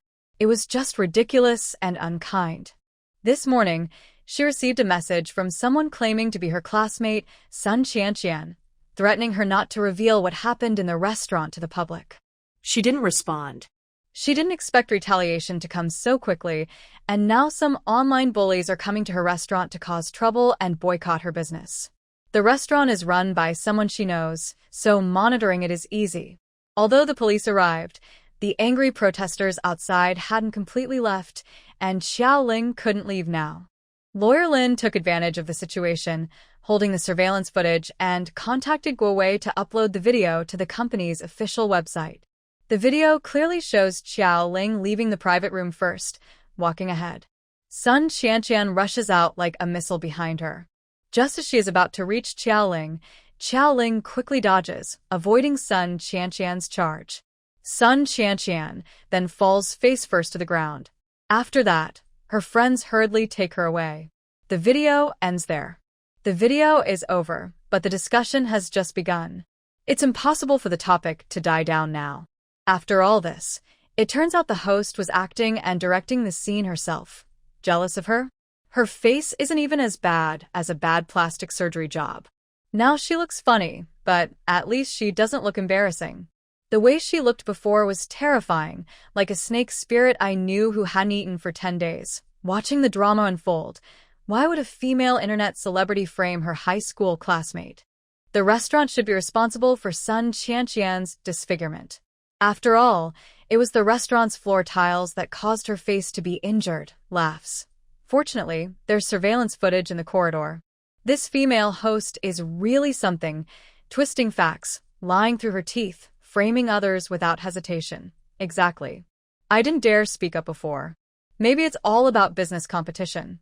That Boss Chiao's talisman is really effective. Seriously, trust me. If I'm lying, I'll eat dirt on live broadcast. Someone upstairs is just trying to scam food and drinks again. Haven't you seen the latest news from the host? The surveillance footage is fake. The attacker and the restaurant owner know each other, and the video is edited. Fake? No way. The video looks pretty normal to me. Professionals have examined it. Can you see through that, you blind fool? Come on, are you the attacker or hired online trolls? Professional here. I confirm the video hasn't been edited. I swear on my last remaining hair. Your last remaining hair? Oh, it seems this video is real. Online, there was a lot of noise. What should have been an easy problem became very complicated when a group of people, whose minds seemed to be affected, caused trouble. They found the evidence and posted the video on the official website. Xiao Ling was in a good mood and had a nice meal at Guojima's restaurant. Surprisingly, the food was quite good. During a previous gathering, she hadn't eaten much because she was busy scheming, wasting such delicious food. Eat more often if you like it. Boss Chiao has many good things. Everyone says my restaurant's food is great, so it must be true. Guojima cheerfully said loudly. After posting the video, the restaurant could return to normal. Thanking Guojima, it was getting late. Xiao Ling asked Lawyer Lin to go home and prepare a legal letter. Then she drove back to the village. As she stepped out of the elevator, Xiao Ling felt something was wrong. Before she could take a few steps, people suddenly appeared from all directions in the parking lot. Xiao Ling, you scoundrel. Go to. Bullying classmates at school. I hate people like you. You like hitting others, huh? I'll make you taste what it's like to be hit. They said these words while throwing disgusting eggs and vegetable leaves at her. There were so many that Xiao Ling couldn't dodge them all. Her face and clothes were covered in eggs and leaves. The eggs broke on her, and the yolk dripped down from her head, making her look very miserable. Xiao Ling could probably tolerate the insults before, but she couldn't accept this behavior. She quickly grabbed a nearby stick and swung it hard at the people coming toward her. These troublemakers, who were like parasites, were knocked down one by one. Killing one less meant fewer pests. Thanks to half a year of careful training and practicing breathing exercises, Xiao Ling was much stronger now. Most people weren't her match. In no time, she knocked down about 10 people around her. Seeing how cleanly she took down the group and how they cried out in pain, everyone was scared. They hesitated and didn't dare to come forward. Come on. You all were so brave just now. Weren't you here to avenge the streamer? Weren't you here to get rid of me? The social? Here's your chance. Come on. Looking at the person who was the loudest earlier, who was now shrinking back in fear, Xiao Ling held a baseball bat and stepped forward like a fierce warrior. Don't come any closer. Hitting people is against the law. Hitting people is illegal and you know that. Weren't you the ones who started this? I was just defending myself. Even if I accidentally broke someone's leg, it was still self-defense. After speaking, Xiao Ling looked coldly at the crowd, focusing on their legs and feet. As long as anyone dared to make a move, she wouldn't hesitate to fight back harder, showing them her strength. Seeing her grip the baseball bat tightly and look ready to fight, the crowd dared not provoke her anymore. They slowly backed away. These people looked so timid, completely different from how they acted online, where they seemed so brave and fierce. Xiao Ling realized that these keyboard warriors were just cowards in real life, useless and looking for a way to vent online. Do they really like Sun Qianqian that much? Probably not. Once the video of the incident went viral, most of their fans had already left. The main reason is that online bullying is too easy to get away with. It's hard to defend yourself, and there are many bullies online, making it very difficult to stand up for yourself. That's why these keyboard warriors are becoming more and more arrogant. Meanwhile, Manhwa and the police arrived at the garage. Boss Qiao, those online commenters are here in the parking lot. Are you okay? Before she finished speaking, Manhwa saw the people lying on the ground, their mouths wide open, and she swallowed her words. Did she ask the wrong person? Actually, she should have asked those online commenters if she had done something wrong by bringing the police. Seeing the chaos and the people lying on the ground, Manhwa was shocked. She didn't expect Boss Qiao, who usually seemed gentle and weak, to secretly be so strong. The police are here. The police are here. I want to report this, one of the commenters shouted, looking relieved. Quick, arrest that woman. She deliberately hurt us and threatened to break our legs. She wanted to kill me. Seeing Xiao Ling's fierce expression, the group stumbled toward the police, trying to get her arrested. Without waiting for the police to speak, Xiao Ling took the initiative. Hello, officers. I want to report a crime. I am Xiao Ling, and I am suffering from online bullying. These people not only insult and slander me online, but also gather in real life to beat me up. After speaking, Xiao Ling looked around the parking lot and pointed at the nearby surveillance cameras, saying to the police, Officers, the cameras have recorded everything. Check the footage to see what really happened. They were the ones who started the fight. I was only defending myself. The officers on duty understood what was going on. Since both sides had filed reports, they needed to take everyone involved back to the station. Officers, I didn't start the fight. I only shouted a few words from behind. You don't need to take me. Yes, officers, it was the people in front who started it. We didn't go forward. I don't want to go to the police station. Don't take me. My daughter needs to become a civil servant. I can't have a criminal record. The parking lot had dozens of people, all now shrinking back in fear. Now you're scared? It's too late. You're not little kids anymore. You should know what to do and what not to do. Whether you fought or not isn't up to you. The cameras will show the truth. No one will be falsely accused, but no one will be missed either, said a police officer with a serious face. Recently, the incident of a female internet celebrity being attacked caused a lot of buzz online. The police had already received Xiao Ling's lawyer's report, including video evidence, witnesses, and other relevant materials. The suspects included not only the female internet celebrity, but also some classmates who helped her make false statements, as well as internet users who insulted and defamed her without reason. The victim had gathered evidence, including harsh comments online, private messages, and cyberbullying reports, and submitted them to the police. The list of involved people was quite long, and resolving this matter would be a huge task. The victim was determined to pursue justice fully. It was difficult to just walk away now. See City Public Security Bureau branch. Quiet, everyone. Be quiet. Only speak when asked. If you have questions, wait until we ask everyone together. Sit properly and wait for the officers to take your statements. The officer in charge of the case loudly organized the scene. The crowd was noisy, louder than a market. Officer, I was just passing by. Let me go back. Yes, I was just out shopping for groceries. I was only here to watch the scene. Officer, please let me go. When they finally arrived at the police station, only then did they feel truly scared. Having a criminal record makes it hard for their children and grandchildren to find partners. It also affects their background checks for government jobs and can lead to gossip when they go out. They can't bear these consequences, so they try every way to escape. But the police at the station wouldn't listen to them. To avoid responsibility, they've seen all kinds of tricks, and this was too childish. Seeing that the police weren't convinced, they looked at Xiaoling, who had been standing quietly with a cold face. At this moment, Xiaoling was wiping dirt off her clothes with a tissue. A middle-aged woman approached her, offering a tissue to help clean her up. Xiaoling stepped back quickly, avoiding the woman's hand. "I don't need your help. Miss, I really didn't know that the online host was just talking nonsense. Please, be kind and let us go. You haven't caused any real damage, so can't you just forget about it?" The middle-aged woman tried to persuade Xiaoling to drop the case, thinking that since the complainant wasn't pressing charges, they could leave peacefully. Not causing real damage? Cyberbullying me, sending private messages to insult me, sharing my pictures and information widely, and blocking me in real life? And you say there's no real damage? Everyone here, I won't let any of you go. Xiaoling was determined not to give up.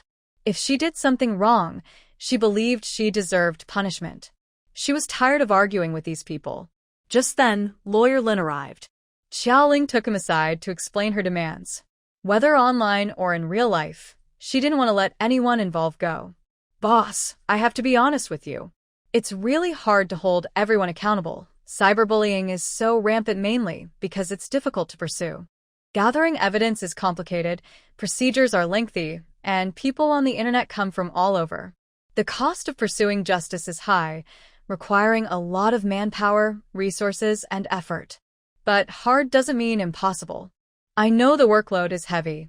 If you need more people or funds, just tell me. Even if I have to take out a loan, I will see this through. Even if it slows down the progress of the resort, Xiaoling is determined to hold those responsible accountable. She has never been insulted like this before in her life. Only those who have truly experienced online abuse know how painful it can be.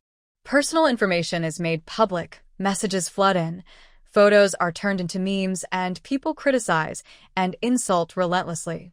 Those who are a bit more sensitive can't handle this kind of torment.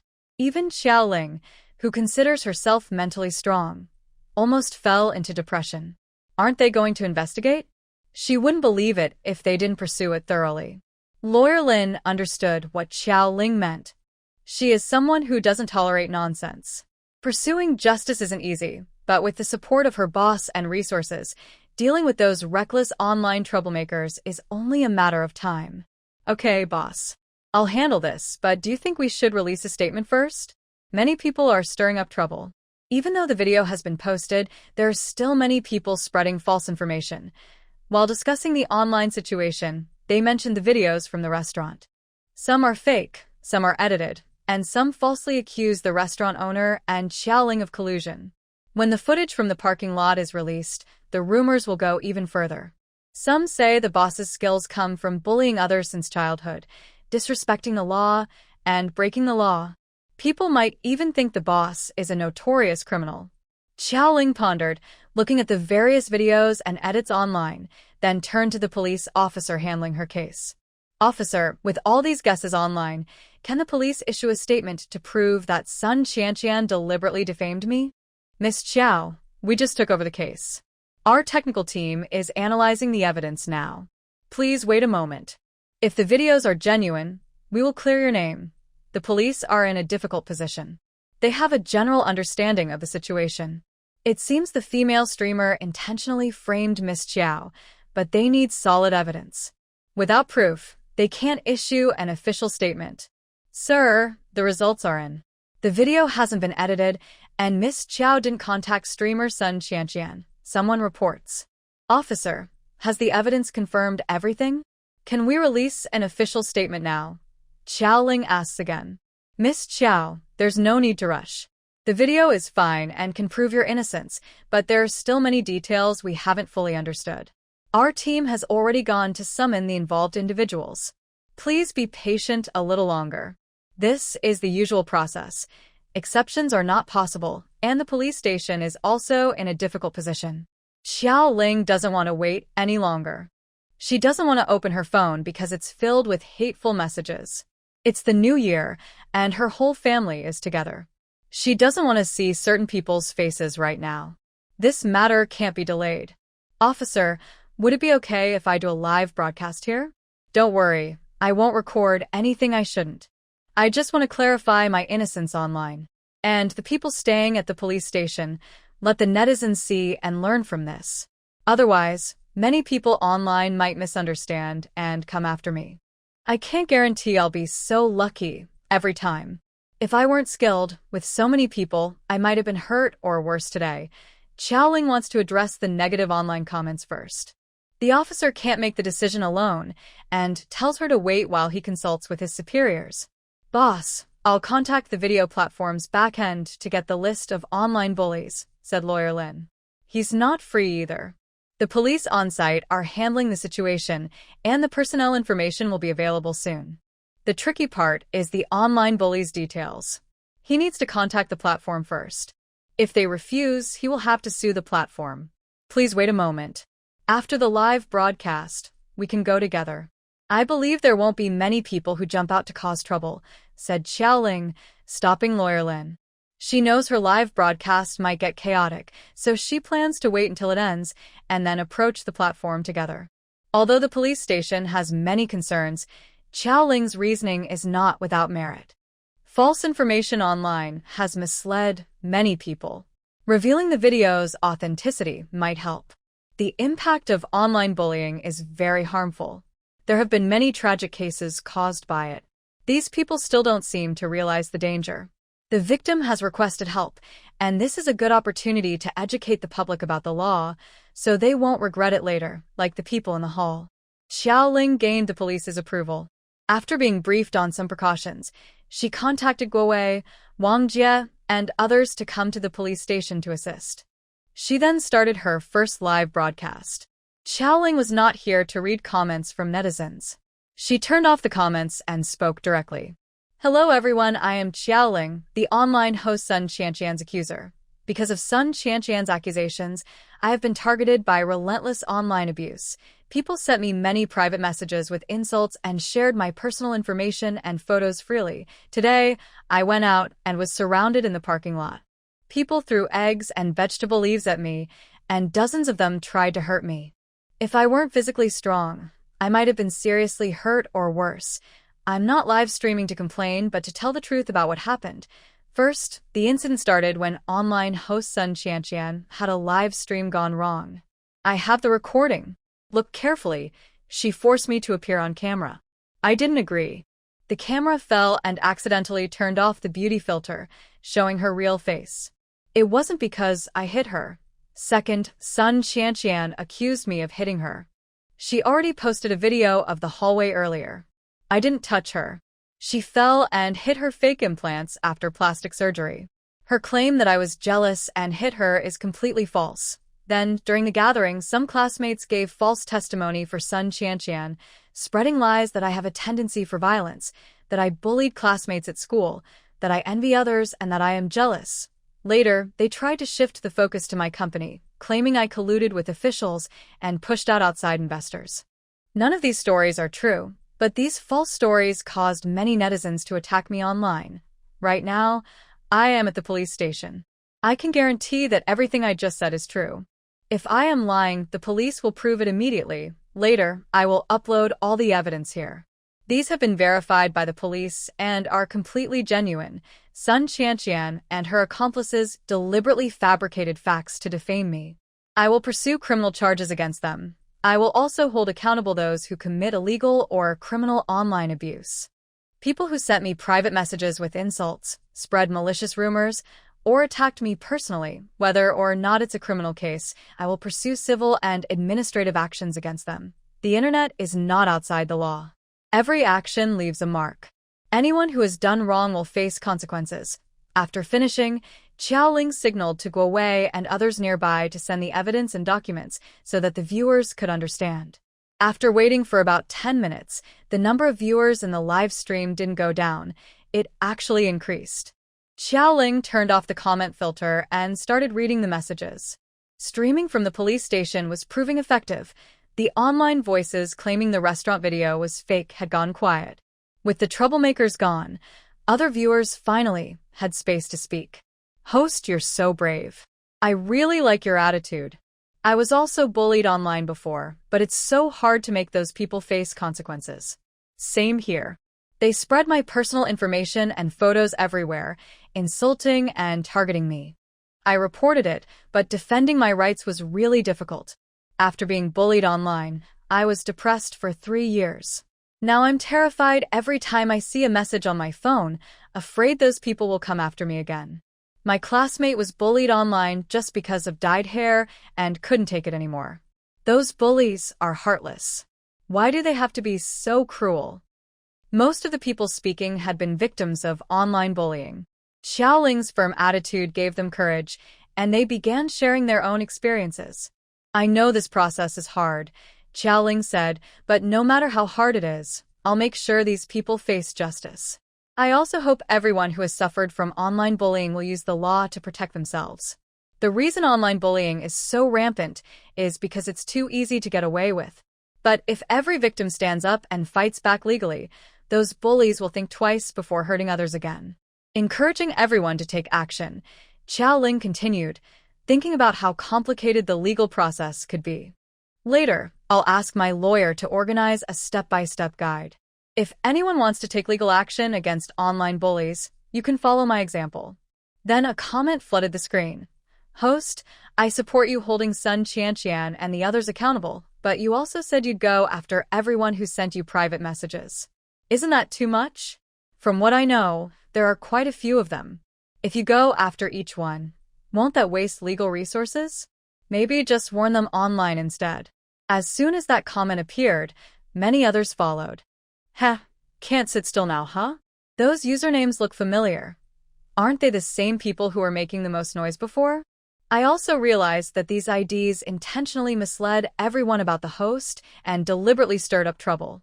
Now that the host wants to hold them accountable, they pop up again. Before Xiaoling could respond, sharp-eyed netizens quickly noticed something. Is it over? I don't think so. On the contrary, I think the punishment is too light, Xiaoling simply replied. But people only said a few words and now there's a risk of jail, a criminal record. That not only affects 3 generations' background checks, lives, and jobs, but is also very serious. This is the 21st century. Can't we have some freedom of speech? A previous netizen retorted. Freedom of speech doesn't mean reckless speech. True freedom of speech is based on understanding the truth, respecting facts, others, and society. It means expressing personal opinions calmly, objectively, and rationally, not insulting, hurting, or slandering others without knowing the full story. You all only think that having a criminal record affects future generations and work, but have you considered that online bullies invade others' privacy and even threaten lives? Only when their own interests are harmed do they start to hold back, Xiaoling answered calmly. She didn't care whether the netizen asking was simply curious or was an online bully. Everyone has to pay for their own ignorance and foolishness. People can't be taught by words alone. Lessons come from experience. Once is enough. Xiaoling had no plans to become a live streamer or make videos. After clarifying her innocence and chatting briefly with the netizens, she ended the live broadcast and asked the police handling the case, "Officer, the online bullying situation is being handled gradually." Has Sun Qianqian been summoned? The officer in charge of Xiaoling's case seemed to understand her personality, impatient and intolerant of nonsense.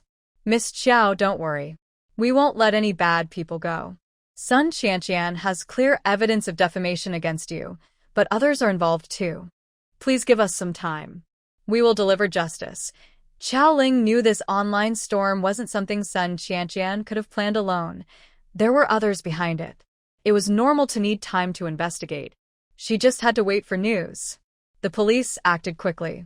On the 5th day of the Lunar New Year, before her uncle's family even left, the case was solved. Mainly orchestrated by Sun Qianqian, with the behind-the-scenes involvement of Diyu and Tang Lei, along with several accomplices, they have all been caught and taken into custody by the police. During the new year, Xiaoling felt as exhausted as if she had been through many years. She thought she could rest at home for a few days, but her third aunt kept bothering her. Lingling, without a man to help, things get complicated. Others might think you're easy to bully. Your cousin from my family is really impatient. If you take him to the class reunion this time, your classmates won't pick on you. Trust me, I won't harm you. Xiaoling isn't very close to her parents either. Now that she has a big business, if her cousin from her mother's side marries her, she wouldn't have to worry about her family. Even though Xiaoling repeatedly refused, her third aunt still enthusiastically recommended her cousin. Auntie, I have a bad temper, I won't bother your cousin anymore. Xiaoling responded with her aunt's words. After the recent online controversy, she no longer wanted to stay silent. If elders don't act like elders, don't blame her for being unreasonable. Xiaoling, why are you so stubborn? You're not young anymore. When will you think about your future? My cousin from my family works in a government department. What's wrong with him? Her third aunt asked angrily. Auntie, I don't care where your cousin works. I already said I'm not thinking about personal matters right now. Please stop introducing your cousin to me. I just want to make money. Xiaoling replied impatiently. It's really frustrating. She has refused so many times, yet they won't give up. Fine, Xiaoling. I won't try to find you a match. But I have something else to ask. Your current business ventures are only possible because Grandpa secretly supports you. Since he's part of the Qiao family, and he left money for us, it's only fair to share some of it. Her third aunt revealed her true intention. If she's not willing to marry her cousin, as a member of the Qiao family, she believes she should share some of the inheritance Grandpa left. Auntie, do Uncle and Xiaoyan know about this? Xiaoling asked expressionlessly. They've argued many times over the inheritance before. Now she's bringing up old issues again? Knowing doesn't matter, not knowing doesn't matter either. We are all the younger generation of the old master. Why should you get all the benefits? These days, while dealing with online harassment, Annie Qiao was also busy. Since there was nothing to do in the village, she wandered around, listening to gossip. Her inquiries revealed more than she expected. She already knew that Xiaoling had opened a temple in the village and was building a resort. But after careful investigation, she learned about Xiaoling's family background. Now, just one day's income from the temple reached 100,000 yuan. The money from selling dried peach blossoms and peaches was also a very large sum that Xiaoling longed for, but couldn't easily get. Moreover, the resort involved expensive contracts and huge development costs, numbers she couldn't even imagine. Even if Xiaoling had earned money in the past 6 months, it wouldn't be enough. So, where did she get all this money? Besides the old master, who else could it be? Just right, now that the whole family is here, let's clear things up. Apart from Annie, the other members of the Qiao family probably had the same thoughts. Xiaoling was tired of guessing their minds, and since the year was almost over and everyone was in the village, she decided to explain everything at once. In the living room of her eldest uncle's house, Xiaoling's big uncle, his family, her parents, her third uncle's family, and her aunt's family of 3 were all present. Lingling, why did you call everyone here? Is there something you want to say? Her big uncle asked first. Yes, Lingling, is there something you want to tell us? Her father asked with curiosity. Lingling, did your third aunt say something wrong again? You know her personality. She's outspoken, but kind-hearted. She meant well when she introduced you to someone. If you're not interested, it's okay. Seeing her third uncle's wife look upset and remembering that she had mentioned wanting to find Xiaoling earlier, he thought they might be arguing over the matchmaking. Third uncle, that's not the issue, Xiaoling denied. She looked around the living room, saw everyone's expressions, and spoke seriously. The reason I called everyone here is because I have something important to say. Earlier, my third aunt told me that I built the resort using the money my grandfather left me. As a member of the Qiao family, she believes she should have a share of the resort. Xiaoling directly told everyone what she had discussed with her third aunt before. Third aunt, that's not right. Grandpa made a will, and there's no reason to divide the inheritance like that, her mother said, defending her daughter.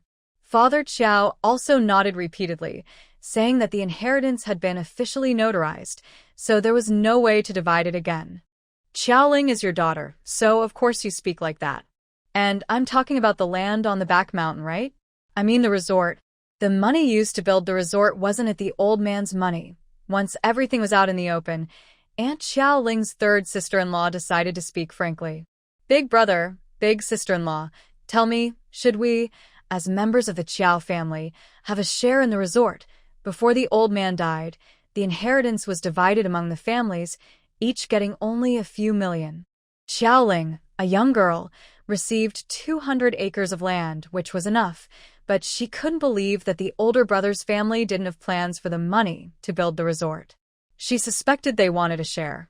Third sister-in-law, why are you arguing with the younger generation? Xiao Ling's eldest uncle first scolded his sister-in-law, then casually asked Xiao Ling, Lingling, you're right, I almost forgot to ask you. How much money did your grandfather leave for you privately? Although he scolded his third sister-in-law, Xiao Ling's eldest uncle didn't deny her words. Money is very tempting.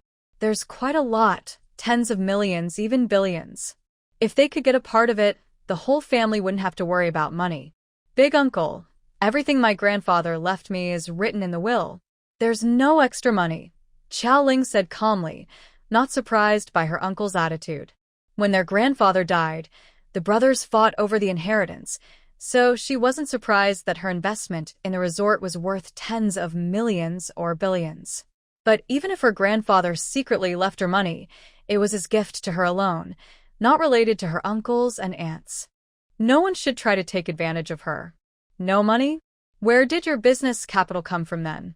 We don't know how much money your parents have. Xiao Lei is almost bankrupt. Do you think he would give you money? Aunt Xiao Ling mocked.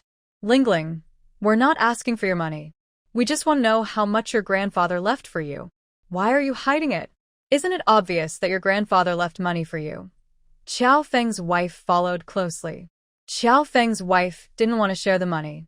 Xiao Ling was making so much money now, and even owning a small part of the resort could bring them a lot of benefits.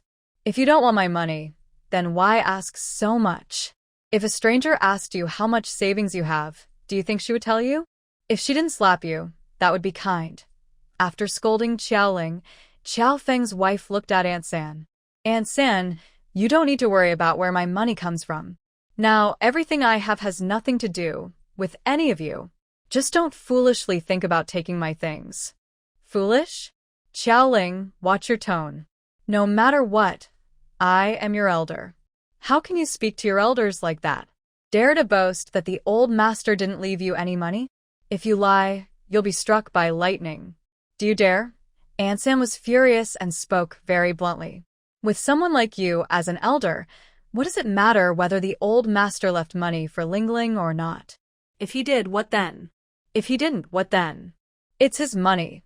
He can give it to whoever he wants. What's the point in all this questioning? Xiao Ling's aunt couldn't stand it anymore. The old man had been gone for so many years. The family had already fought over the inheritance a few years ago. Now this again, so annoying. Annoying? Who would find it annoying? So much money, if they could get their hands on it, it would be a huge problem. Xiao Ling's third aunt sneered. You're just talking without knowing the facts. When the old master died, you shouldn't have taken any inheritance. A married daughter coming back to claim her share? That's laughable. Now Wunda is working for Xiao Ling, so of course you want to support her. Big brother, third brother. Is that what you think? Don't let a group of women cause trouble here. What's your attitude? Do you think Lingling should share her money or give you a share? Xiao Ling's aunt usually didn't get involved in these matters. She was really upset. It's not like she needed money to survive. The inheritance after the old man's death was quite a lot, several million yuan. It wasn't rich, but it was enough for a peaceful and comfortable life. If they had a valid reason, fine. But now it was obvious they were in the wrong. They shamelessly wanted to take money from the younger generation, losing all dignity. What nonsense are you talking about? Xiao Ling's eldest uncle denied it outright. Whether I'm talking nonsense or not, you know it in your hearts. Lingling is a young girl trying to build her life. When she was cyberbullied a few days ago, didn't you see how hard it was? It's been so difficult for her to get to where she is today. If you uncles and aunts don't help, that's fine, but don't cause trouble. Xiao Ling's aunt thought about the recent online controversy. Even though Lingling behaved normally when she returned to the village, she couldn't feel at ease inside. Now, her family was eyeing her money. She felt very sorry for her niece.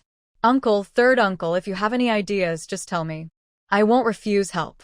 Family should support each other, not blindly give things away. My business is my own effort, and I see no reason to share profits or ownership with others. Zhou Ling doesn't want things to get out of hand. She gathered everyone to clarify the situation once and for all, not to cause arguments among the elders. All right, my family doesn't have any particular plans. If Lingling plans to develop the shops in the future, maybe she can leave one for me to use for business. Zhou Ling's aunt immediately expressed her opinion. Whether the old man secretly left money for Zhou Ling or not, from her perspective, she wouldn't want to share ownership either. Now that Zhou Ling is so firm, arguing further won't help. It might be better to rent out 2 shops to relatives, and given how busy Zhou Ling's business is, running the shops could earn as much as or more than the vague idea of shares.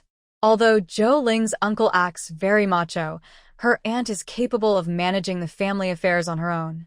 If she has opinions, she keeps them to herself. After speaking, Zhou Ling's aunt looked at her husband and children, not allowing them to interfere. Okay, then leave a shop for my aunt when the time comes. Zhou Ling likes her aunt's straightforward attitude. Buying a shop is just a matter of ownership, not giving it away for free. The villagers have the right to buy the shops first, so there's no reason why the Zhou family shouldn't have that chance. This request isn't unreasonable. Third uncle, what about your family? Do you want to buy a shop? Zhou Ling continued asking her third uncle and his family. With her special advantage, her resort will surely succeed, and buying a shop is a good way to make money. Buying a shop doesn't cost anything. Her third aunt was about to speak again, but her husband interrupted.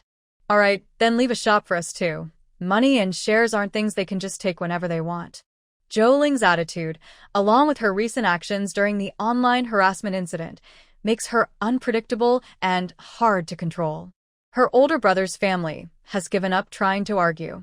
There's no point in causing trouble anymore. It might be better to buy a shop like her older brother's family did. Okay, once the shops are built, I will leave 2 for you. My parents and aunt's family will each get a good shop. If you don't want them, I can rent them out. Zhou Ling made her decision. Both her uncles and third uncle's families will have shops, and her supportive aunt's family will have one too. How could she leave them out? Her parents are the same. They probably will end up taking care of the 2 grandchildren. Their parents had spent all their money on buying a house before, so now they probably don't have much money left. How can they support 2 grandchildren just on their pensions? They have a shop, which could earn a lot of money if rented out later, enough to comfortably raise the 2 grandchildren. All right, that's settled. From now on, no more mentioning the old man's inheritance. Let's put an end to this. Grandpa Qiao also understood. Although he felt sad about not getting any money, there was no point in regretting it now. It's better to stop and keep good family relations. As Xiaoling's business grows stronger, even if she doesn't share money or stocks as a relative, she will naturally have advantages and can benefit. There's no need to risk offending people just because they don't get any benefits. Grandpa Qiao spoke, and Uncle Qiao nodded. Aunt Qiao sided with Qiao Ling. Qiao's parents, of course, supported their daughter, the head of the family. Even Aunt Qiao and Qiao Feng's wife, if they had opinions, had to hold back. With family matters settled, Qiao Ling felt relieved. In any relationship, it's important to keep proper boundaries and respect personal space, whether with parents or relatives. Without family disputes and with a team of lawyers handling online harassment cases, Qiaoling enjoyed her remaining 2 days of the New Year holiday happily. While she was happy, some others felt very uncomfortable. Sun Qianqian and her boyfriend had been at the police station for 2 days. Officer, I really didn't expect things to turn out this serious. We didn't cause any real harm to Qiaoling. Can you be lenient? We'll pay the money. That should be enough. Sun Qianqian's pitiful face finally proved useful. She looked remorseful and apologized to Officer Zhang, who was handling the case. It's not good to deny everything. The police already had solid evidence. Even if she wanted to lie, it wouldn't work. It's better to admit her mistake and hope the officer considers her willingness to confess and not pursue further punishment. Yes, Officer Zhang. We really didn't expect it to become like this. Qianqian told me that Xiao Ling deliberately damaged her live streaming equipment to make her crash, wanting to teach her a lesson. We never thought it was against the law, Tang Lei said with some cunning. Yes, officer. We really didn't mean to commit any crimes. Qianqian told us she wanted to give Xiaoling a lesson and said Xiaoling was jealous of her success. She wanted to expose Xiaoling online and have people criticize her. She deliberately tricked us into making false statements. Other classmates of Qianqian also spoke up. It's all because of Qianqian. She said Xiaoling was poor, had no background, and couldn't do anything to them. That's why we spoke out online. We never expected Xiaoling to be so successful quietly. If we had known earlier, we wouldn't have cooperated with Qianqian or tried to flatter Xiaoling. We wouldn't have spoken out online. All right, you don't need to say more. The police will decide what is right or wrong. We understand what happened. It's not something you can just blame on a few words. Qianqian, as an online influencer, you should be careful with your words. There's no reason to insult or slander others over a small argument. You know how harmful online bullying can be. At first, you just wanted to vent, but as things developed, they got worse. And Tang Lei, you think we can't find out about the 50,000 yuan extra in your bank account? Also, each of you received 10,000 yuan from Qianqian. None of you are innocent. Officer Zhang shook his head and spoke to them. It was obvious they were all taking money to do their part. They really thought we couldn't find out? At first, it was just a personal conflict, but after you got involved, things changed. Qianqian and others will face harsher punishment. Officer, I'm not married yet. If I have a criminal record, I won't be able to find a partner. Please, be kind and let us go. Officer, my child is still young. If I go to jail, my wife will probably remarry with the kids. Officer, I have elderly parents who are 80 years old and young children to take care of. What will happen to them if I go inside? Qianqian's classmates, who took money and lied, were completely panicked. There are many people spreading rumors online. Some received even more money than they did. Many people are fine, so why are they the unlucky ones? They got into trouble. They are so young. If they get a criminal record, how will they find jobs in the future? How will relatives and neighbors see them? Even if they cry and complain about their hardships, the clear evidence leaves no room for argument. The person involved must face legal consequences and wait for the court's judgment. You're the cause of this. If it weren't for you, I wouldn't be in trouble. You're a troublemaker, an ugly freak. Don't you know what you look like? One female classmate, unable to persuade the police, angrily directed her fury at Sun Qianqian. Taking advantage of the police not paying attention, she suddenly grabbed Sun Qianqian's hair and said fiercely, "Ugly people cause trouble. You look like a ghost with makeup thicker than city walls. If it weren't for your beauty, do you think people online would buy your stuff? You're a troublemaker, a harmful person. You ruined me. I was supposed to get married on May Day. What am I supposed to do now?" She punched and kicked Sun Qianqian before being pulled away by the police. The classmate collapsed on the ground, crying uncontrollably. Earlier, her fiancé's family had come to the police station. Although her fiancé didn't say anything, her future father-in-law and mother-in-law's disdainful expressions made her realize they were against her. Her marriage was now impossible. A female police officer helped the woman up and handed her a tissue to wipe her tears. At the police station, they had seen many such cases. People involved in crimes often don't realize the serious consequences until it's too late, and by then, regret is useless. The pain and regret now are meaningless. The harm has already been done. When someone commits a crime, they must face punishment. Officer Zhang sighed and walked into the next room for questioning. Initially, Sun Qianqian and others' actions stemmed from personal grudges, but the subsequent public backlash was driven by money and manipulation. The mastermind behind it is still pretending to be innocent. Officer, I have nothing to say. I will wait for my lawyer. When my lawyer arrives, you can ask him. This is the cruelty of wealthy people. They stubbornly deny everything. Even with solid evidence in the police station, Do refuse to speak during the process and insisted on having a lawyer handle it. Du's actions were not very careful. Tang Lei was quite shrewd. When Du approached them to spread rumors, Tang Lei kept all evidence. He even knew the details of how Du paid for online trolls. When they were caught at the police station, Tang Lei handed over all the evidence showing that Du instructed them to do the work, trying to shift blame. Therefore, even if Du refused to speak and insisted on a lawyer, it wouldn't help much. It would only delay the police procedures. I spent so much money on you not to have you come and apologize. Think of a way yourself. I won't allow me to go to jail. Du ordered the lawyer harshly. But being too harsh won't help. The police station and court aren't run by Du. The lawyer can't do much. The evidence is clear. If there's someone to blame, it should be oneself. Business is like a battlefield. In competition, there are many tricks, but others won't just come and give you evidence. If you want to do something bad, a big boss would take some detours and find a few middlemen, right? Instead of directly approaching Sun Qianqian and others and handling things poorly if you have money, you should have planned a way out early.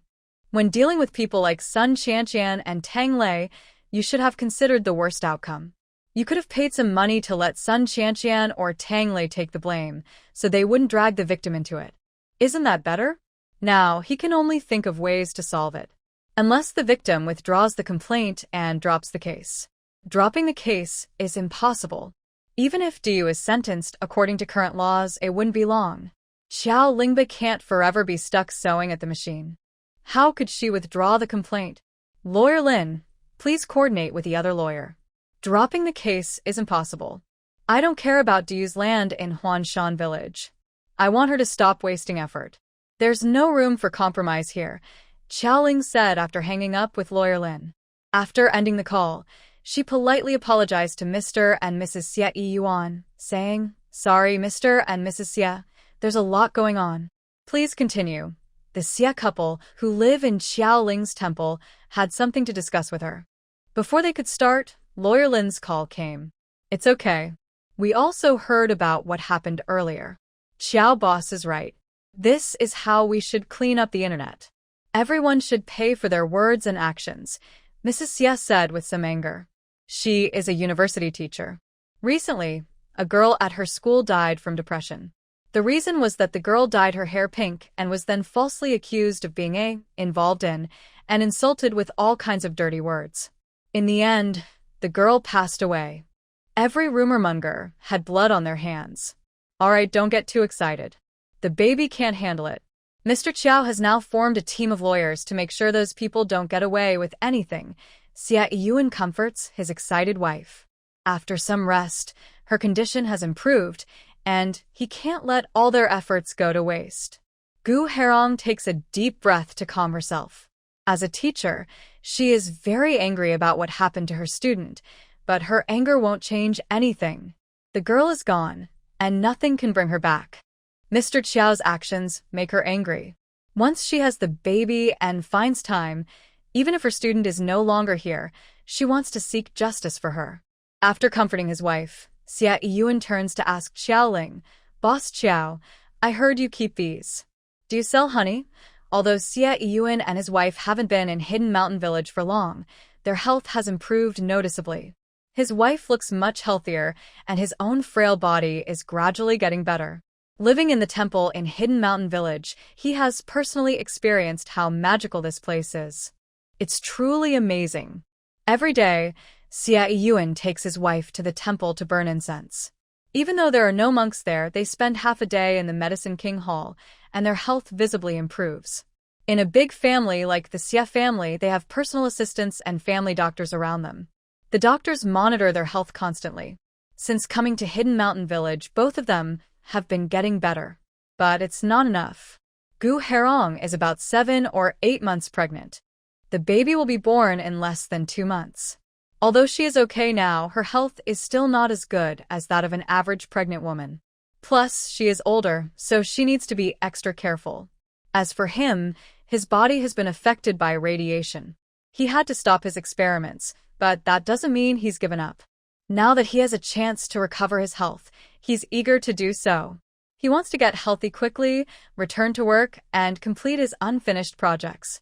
If his experiments succeed, the country's overall strength will improve significantly. So, even though he knows it might not be the right time to ask Mr. Chiao, he still dares to reach out. Yes, I have a little honey left, but not much. If you need some, Mr. Xia, I can send you a bit, Qiao Ling said generously. She has good quality honey, which many people know about, but few have actually used it. Even when she sold some to Rinmin and Diu, it was just her homemade peach blossom wine, and she never sold honey directly. Only her parents and her aunt's family have used it. Most of the honey is actually used by Qiao Ling to make medicinal pills. She has quite a bit of honey stored in her pantry, but she doesn't give it out casually. Thanks to Xia Yiyuan and his wife, Qiao Ling hasn't had much contact with them during this recent online controversy. From the few times they met, she didn't feel anything wrong. They are not arrogant like some powerful people. Instead, they are friendly and approachable. When her reputation was attacked online a few days ago, they encouraged her and asked if she needed help. Although Qiao Ling didn't ask for their assistance, she appreciated their kindness. Just a few days ago, even her good aunt doubted her character. The fact that Xia Yiyuan and his wife offered to help was already better than many others. It's just honey, and when they asked, Qiao Ling generously gave them a little. There's no need to give it for free. I heard Xiao Ren and the others are selling peach blossom wine here. I'll buy honey at the same price they pay for the wine. Boss Qiao, let's buy 2 jin of honey first. The Xia family is quite resourceful. Even if Renmin and others who bought Qiao Ling's peach blossom wine haven't told anyone else, the Xia family managed to find out that Qiao Ling sold special effect products to Renmin. All right, I'll bring you 2 jin when I go back. Mr. Xia, Mrs. Xia, is there anything else? If not, I'll be leaving. Qiao Ling nodded in agreement. She didn't bother with unnecessary formalities. She prefers straightforward money transactions. Because of the online controversy, her legal department has grown much larger than expected. They need to hold many people accountable online, which costs a lot of money. Selling honey doesn't bring in a huge amount, but it's not insignificant. Plus, the daily income from the temple and the monthly sales of weight loss pills from Sister Ren can probably support the opening of Ling Yun Temple. There is nothing else to say. Xia Yuan finished and then remembered the phone call from Boss Qiao's lawyer, so he continued. Boss Qiao, if you have any difficulties, you can come to me or Monli. Whether it's a funding gap or other issues, you can always ask us. Boss Qiao generously gave him good things, and Xia Yuan also showed his sincerity. Currently, the Hidden Mountain Village is expanding strongly, but Boss Qiao lacks resources. He probably doesn't have much money left. When it comes to funding, he doesn't need to act. His niece Monli can handle it. As for other problems, they come from outside sources. Okay, Mr. Xia, thank you. If I can't solve it, I will definitely ask for your help. Qiao Ling nodded in agreement, not rejecting the kindness Xia Yiyuan offered. Back at her small residence, it was still early. Qiao Ling was not idle. The Lingyun Temple was now fully completed, and all basic facilities were in place. The original plan was to open on the 7th day of the Lunar New Year, but during the New Year, Qiao Ling had been busy with online controversies, so the opening of Lingyun Temple was delayed. No matter how long it was delayed, the opening was only a few days away. Qiao Ling didn't promote Lingyun Temple heavily. Even if it could receive 10 or 20 times the usual number of visitors daily, she could handle more people. But there was a problem. Where would she get so much incense to meet the demand? During this busy period with online controversies, the incense used by the temple was still the one she made before the New Year. Now, her stock was running low. The urgent task was to produce more incense. Moreover, with Lingyun Temple opening, the daily need for incense would only increase. She had to find a way to produce more incense. Making incense isn't difficult. It's mostly automated work. Qiao Ling wasn't worried about her skills being copied. The incense she made had special effects, mainly because of the unique materials she used. Not everyone could have plants with spiritual energy or gourd water. Previously, Qiao Ling didn't want others to interfere, mainly because she had too many secrets and didn't want outsiders to enter her private space. But now, things are different. Her resort is still in its early stages, and she has many things to handle. She can't spend too much time on making incense. Before the New Year, Xiao Ling upgraded her incense-making tools, buying larger, more efficient machines. The parts that still needed manual work were not many. Now, she only needs to handle 4 steps. First, gather raw materials from the back mountain. Second, make the fragrant bones, which has been outsourced. Someone will deliver them to the back mountain. Third, pour the automatically ground raw materials into the machine. Fourth, take out the finished incense and set it aside. The process isn't complicated, but it always requires someone to be involved, which is troublesome. Finding someone to replace her is also difficult. After all, the raw materials come from the back mountain, close to her spiritual garden. She can't always watch over it herself, so she can only trust someone reliable. This is an important matter, and she doesn't trust many people. Her parents want to take care of their grandson, so they are not convenient. Her aunt doesn't stay often in the hidden mountain village, so that's not suitable either. As for other members of the Qiao family, she doesn't consider them. Perhaps outsiders wouldn't be trusted either. Since her family is excluded, Xiao Ling considered many candidates, but couldn't find anyone suitable. What can she do until she finds the right person? She can only roll up her sleeves and work harder. Xiao Ling drives around the back mountain, collecting raw materials with machines that gather automatically.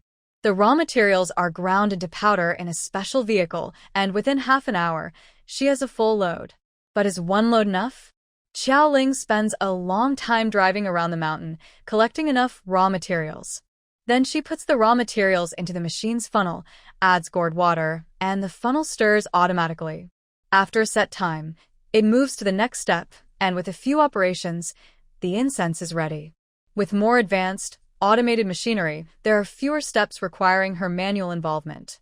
However, collecting raw materials back and forth still takes a lot of time. Suddenly, Xiao Ling has an idea. Why insist on having someone involved?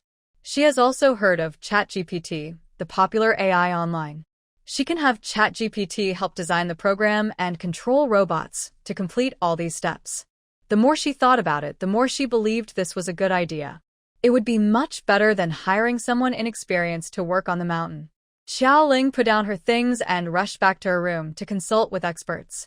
After discussing for most of the night, she was confident that her plan could be fully realized. By setting up a program with specific machinery, a tireless robot can produce enough incense for Xiao Ling to use in half a month in just one day. If the daily amount of incense needed doesn't change much, using artificial intelligence to operate the process can produce a year's supply in less than a month. This saves Xiao Ling from exhausting herself, but it naturally costs money. To achieve the desired results, she needs to buy equipment and modify various devices, which will definitely cost a lot. Xiao Ling sighs. Money. It's needed everywhere. She thought her current savings could last until the opening of Lingyun Temple, but it seems she was wrong. She must find a way to earn more money. However, she is quite satisfied that she can solve the incense supply problem. Technology changes life. Who would have thought that a series of complicated processes could be replaced by robots? Last night, Xiao Ling carefully learned about ChatGPT. Honestly, it's very convenient. But from a social perspective, this will inevitably impact many people, causing a lot of job losses. Even now, many skilled jobs can be done by robots. What will happen to all those people? If Xiao Ling hadn't returned to her hometown to start a business, she might also be affected. With robots replacing human workers, what can ordinary people do? Do they just oil the robots? Workers really have a tough time. Xiao Ling doesn't want to think about such distant issues. Her immediate problem is figuring out how to make money. Unexpectedly, early in the morning, Du's lawyer contacted her again, claiming Du wanted to see her. I don't want to see her. Tell her not to bother anymore.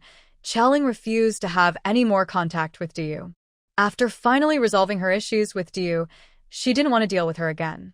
Ms. Xiao Ling, Ms. Du said she can sell the land in Huanshan village to you cheaply as long as you withdraw the lawsuit. She even said she's willing to give you the land, the lawyer relayed. Do I care about her land? Compared to Huanshan village's land, I'd rather see her get the punishment she deserves, Xiao Ling replied again, firmly refusing. There's no way she will withdraw the lawsuit over her conflict with Du. Ms. Du, I've contacted the other involved party multiple times. She's very firm and refuses to withdraw the lawsuit, the lawyer said calmly at the police station. She doesn't agree with you. Can't you find another way? I have so much money to pay you. Duyu's words were interrupted. All right, you're falsely accusing her and giving others a reason to catch her. How kind-hearted she is to want to withdraw the case. Anyway, she won't be sentenced for long. Just focus on your reform. Xiaoxi, we're taking her away, said Du Xiaoxi's grandmother. Since ancient times, mother-in-law and daughter-in-law are natural enemies. Duyu's relationship with her former mother-in-law is naturally not good. Xiaoxi's grandmother came to see if Duyu still had a chance to turn things around. If she faced prison, her granddaughter could only be taken away. Xiaoxi was awarded to me. Why are you taking her away? Duyu was upset. When she divorced, she relied on Du Xiaoxi to get the company's shares. If Xiaoxi was taken away, losing the company was only a matter of time. Why? Don't you see your current situation? The police have issued a statement. The recent online abuse was orchestrated by you, Du Momu. Besides, you're about to undergo reform. Xiaoxi can't stay with you anymore. Duyu's former mother-in-law had learned a lot recently. She wouldn't let her granddaughter stay with Duyu. And look at what Duyu has done. Didn't she go to Yinshan village to recover her health? Now her health isn't good, she spent a lot of money, and she even landed in jail. Such a fool can't take Xiaoxi anymore, or she might influence the child's future. As for her granddaughter's illness, her son in another country had found a matching bone marrow. They were just waiting to take the child for a marrow transplant. Duyu was afraid of losing her actual ownership of the company and refused to let them see the child.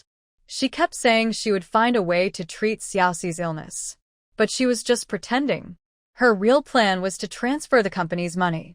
No matter how much Duyu opposed, she no longer controlled the situation. The child's guardianship was gone. Du Xiaoxi's grandmother took her granddaughter abroad.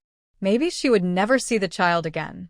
In prison, investments in Huanshan village were lost. Du Xiaoxi changed her guardian, and naturally, Duyu had no part in the company. All her efforts were in vain. The child wasn't cured, money was spent, and she even ended up in jail. It truly proved the saying, if you don't seek trouble, trouble won't find you. Duyu's issues were resolved. Xiao Ling no longer managed the follow-up, leaving Lawyer Lin to continue handling it. The year has passed, and Xiao Ling has started preparing for the opening of Lingyun Temple. On the first day back to work after the new year, Guowei looked at the comments on the official website and asked Xiao Ling, "Boss, recently there have been many visitors leaving messages on our website. They are very curious about you. Are you thinking of doing a live broadcast?" Xiao Ling shook her head. After the online harassment incident, she has developed a fear of internet live streaming and doesn't want to be a host. All right, actually, boss, although there are many critics online, there are also many kind and lovely netizens. Live streaming can really bring us more visitors. Guowei felt a bit disappointed.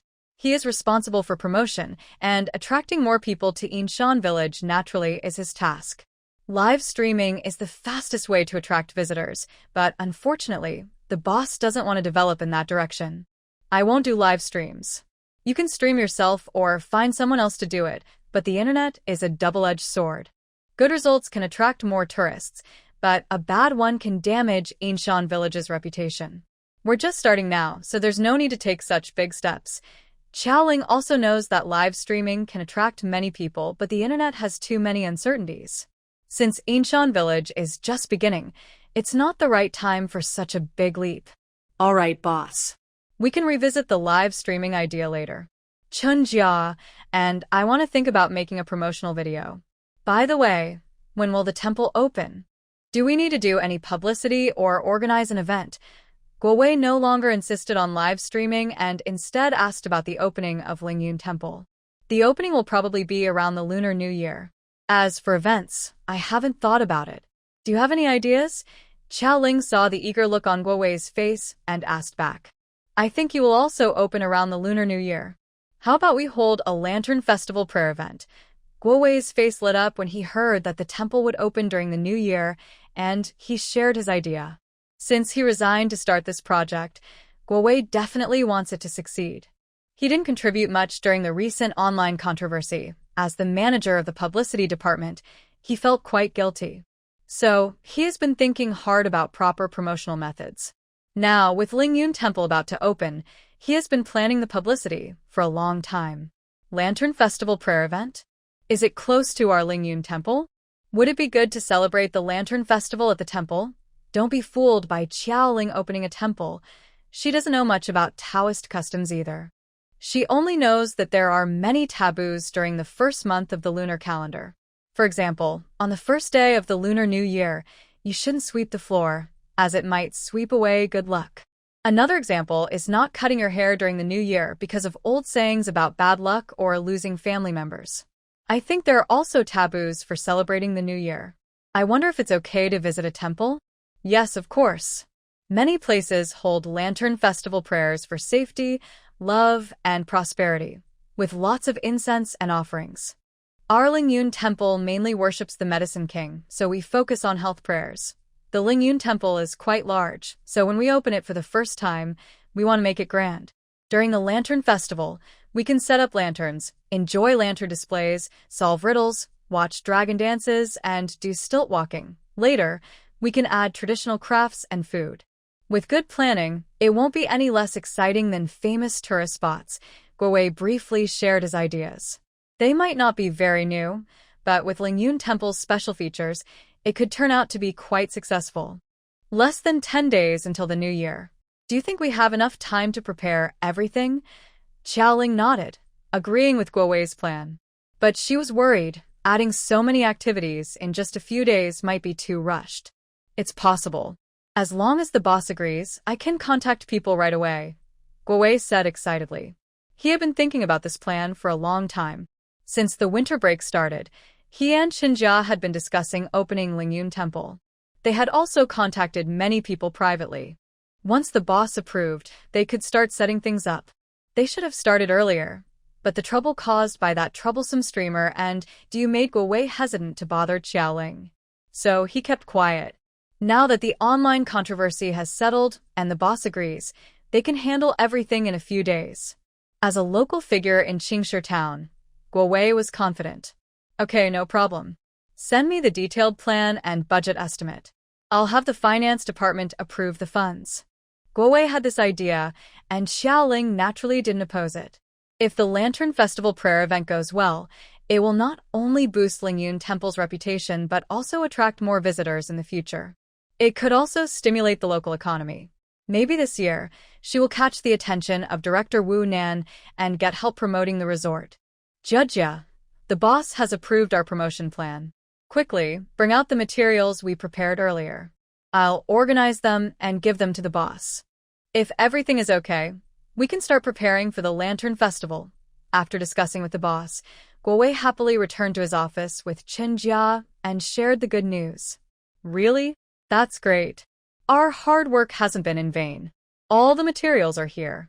Today is the 7th day of the Lunar New Year, and the Lantern Festival is just a few days away. We need to hurry. Xinjia also looked happy, but the time was really tight. Less than a week to prepare so many things is a challenge for them. Yes, they need to act quickly. They had already contacted relevant people before. Since it's still early, all the names are here. First, they will call them to come and prepare. Guowei found the list of contacts he had made earlier and responded to them first. With so much to do, Guowei wasn't handling everything alone.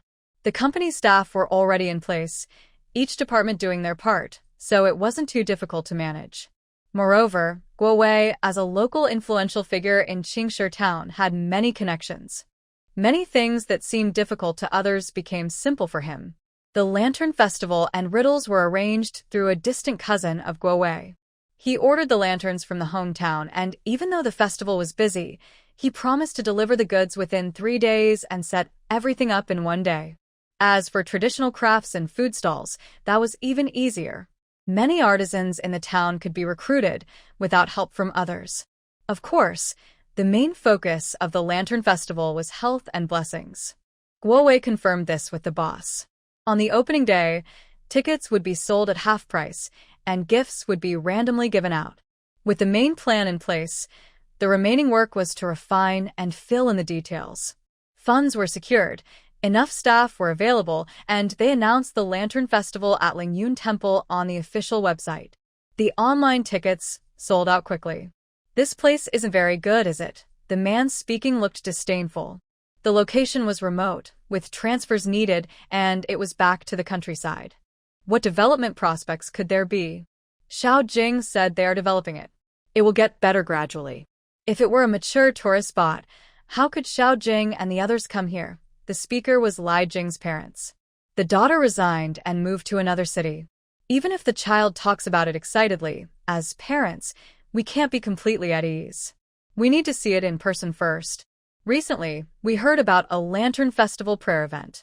My spouse and I bought tickets online, planning to quietly check it out. If it doesn't seem right, we'll definitely advise our child to stay away. After saying this, my mother-in-law took the redemption code she bought online to exchange for incense.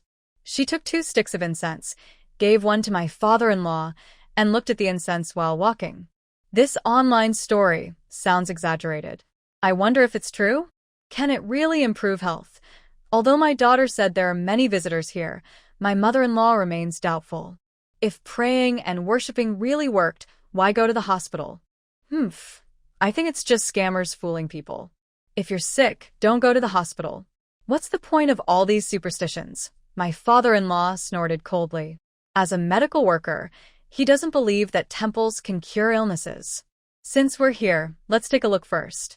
The crowd seems quite large, and there must be a reason for so many people. Don't look so serious. Wenda's parents are here too. Calling people traffickers is not good to hear. My mother-in-law whispered to her husband. Last time, Xiao Jing mentioned the issue of calling traffickers, and now Wenda's parents are here.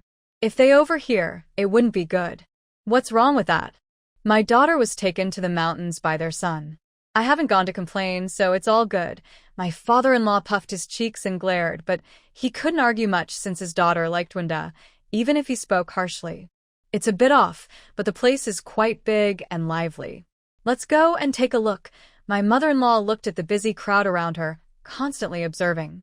From what she saw, aside from being a bit remote, everything else seemed fine. Buying tickets online was easy, and there were many machines to exchange for incense right at the entrance of Lingyun Temple. The process was simple: scan the code, recognize it, and in less than 10 seconds, the incense was ready. After getting the incense, they entered the temple with it. Security guards stood tall on both sides of the gate, patrolling, which made her feel safe.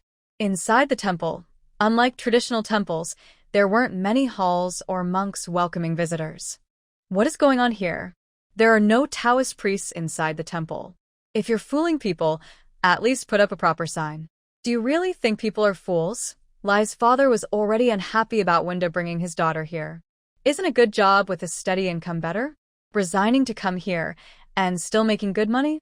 He worried that all his efforts might be wasted, and he couldn't help but criticize the temple's way of running things. There are many Taoist priests in other places. Why don't you go there? A mountain doesn't have to be tall. If there are spirits, it's special. Whether the temple is powerful or not depends on more than just having Taoist priests. If you're not happy to come, no one is forcing you. Only Lingyun Temple just opened, and tickets are in high demand. Before you change your mind, do you still have a chance to speak ill of it? Grandma Lu is passing by with her grandson. Hearing Lai's father's words, she couldn't help but respond. In the past, Grandma Lu used to visit Xiaoling every few days on her own expense. Now, as an outsider, she didn't need to buy tickets. Her son also worked there, so she considered the hidden mountain village her second home. She had missed the recent online controversy and couldn't help Xiao Boss at the time, which made her quite upset. Now, hearing someone criticize Lingyun Temple again, she decided to speak up strongly. Lai's father didn't want his casual remarks to be overheard, so he looked at the speaker and saw it was an elderly woman. He swallowed his words. Lai's mother saw this and didn't want her husband to get into a conflict. She quickly stepped in to mediate. Grandma, sorry, this is our first time here. We don't know much about the place and shouldn't comment without understanding. After apologizing, Lai's mother curiously asked, Grandma, from what you said, do you come here often? Is the Medicine King Hall really that effective? Lai's mother looked at the elderly woman and thought she didn't seem like someone who had waited in line for hours just to buy eggs. Of course it's effective. Just look at my grandson. Half a year ago, he was thin and weak, couldn't sleep well at night. Now he's eating well, his health has improved, and he's grown taller. Grandma Lu pulled her grandson forward and shared her experience. Lai's father looked at the boy Grandma Lu brought over. The more he looked, the more familiar he seemed. After thinking for a while, he finally remembered. Hey, wasn't this child registered at City D's First People's Hospital before? Did he often have panic attacks at midnight? Nothing seemed to help. Dad Lai, being a senior doctor, has seen many patients. He remembers this child mainly because the child's mother brought him to see the doctor several times. Although midnight panic attacks are not a serious illness, they haven't been fully treated. The doctor can only manage the condition for 2 months at a time. He finds this puzzling and has paid close attention to the child. It's been nearly half a year since he last saw the child. City D? Yes, my wife is from City D. She said that a doctor there is quite skilled, and after seeing the child, he could manage for 2 months? After saying this, Aunt Lu looked a bit dismissive. This hospital doesn't seem to know what they're doing. The child's illness keeps coming back and can't be cured. It wasn't until we came to Yingshan village that my grandson's problem was finally solved. It's been over half a year now, and the old issues haven't reappeared. Dad Lai was quite proud at first, thinking that since he could treat the child's illness, even if only for 2 months, he had solved part of the problem. But then the aunt credited the child's improvement to this place, which made him unhappy. Andy, have you ever thought that your grandson's illness might have been cured at the hospital, and it just happened that he came here afterward? Treating an illness takes time. Many patients leave the hospital not fully cured, then use other home remedies. When their condition improves, they think the remedies worked, but actually the hospital treatment was effective. How is that possible? I've been taking care of my grandson for these 6 months. I know his condition very well. It was definitely cured in Yingshan village. Aunt Lu firmly believed her eyes, seeing her grandson get better, and wouldn't be swayed. She and her husband often visit Yingshan village. They are very aware of their health. Although they don't have serious illnesses as older people, they have minor health issues. They can clearly feel their bodies getting better. All right, Auntie. Your grandson was cured here. We need to go burn some incense now, so I won't argue with you anymore, Dad Lai said, tired of debating with the old lady. Seeing her attitude, he knew a few words wouldn't change her mind, so he simply agreed with her. Hey, what's with your tone? I'm being serious. Grandma Lu could tell that the person in front of her was just pretending, but she was about to argue more when her little grandson interrupted her. Grandma, I see little Fatty. I want to play with him. All right, let's go find little Fatty. I asked little Fatty's grandma if she was coming, and she said she was busy. Now she's not here. If she wants to come, she should just come. Why sneak around? Come on, Grandma will take you to find little Fatty. When Grandma Lu saw that the neighbor from next door also arrived, she lost interest in arguing with Dad Lai. She lifted her chin and quickly followed her grandson. This old lady is really stubborn. After Grandma Lu left, Dad Lai wiped an imaginary sweat and said with lingering fear, "Thanks to her neighbor, or else he wouldn't know how to handle it. That old lady talks too much. You're not paying attention when you speak. I told you to watch the situation first," Mom Lai scolded. In this small mountain village, there are many people, so there must be a reason. Who knows, that old lady is a big fan of Lingyun Temple. The kid was definitely healed by me. Dad Lai felt a bit wronged. His contribution was taken by the temple, and he wasn't allowed to say anything. All right, maybe it's not just your credit. Let's go burn some incense first. Mom Lai was also unsure now. Seeing the old lady's confident look, maybe the temple really is effective? But Dad Lai and Mom Lai couldn't be sure. The person who truly benefited was Deng Bin. Recently, his parents have been busy building their business in Beijing, while Deng Bin is taking care of some elderly family members in Yingshan village. The elderly folks are more energetic than ever, arguing and chatting happily. Since it's winter break, Lekong is home, and Dengbin plans to take him for a walk around the temple. Watching the acrobat's chest being smashed by a hammer, Dengbin cheered along with the crowd. Lekong, how do you think these people do it? Is the person lying on the ground okay?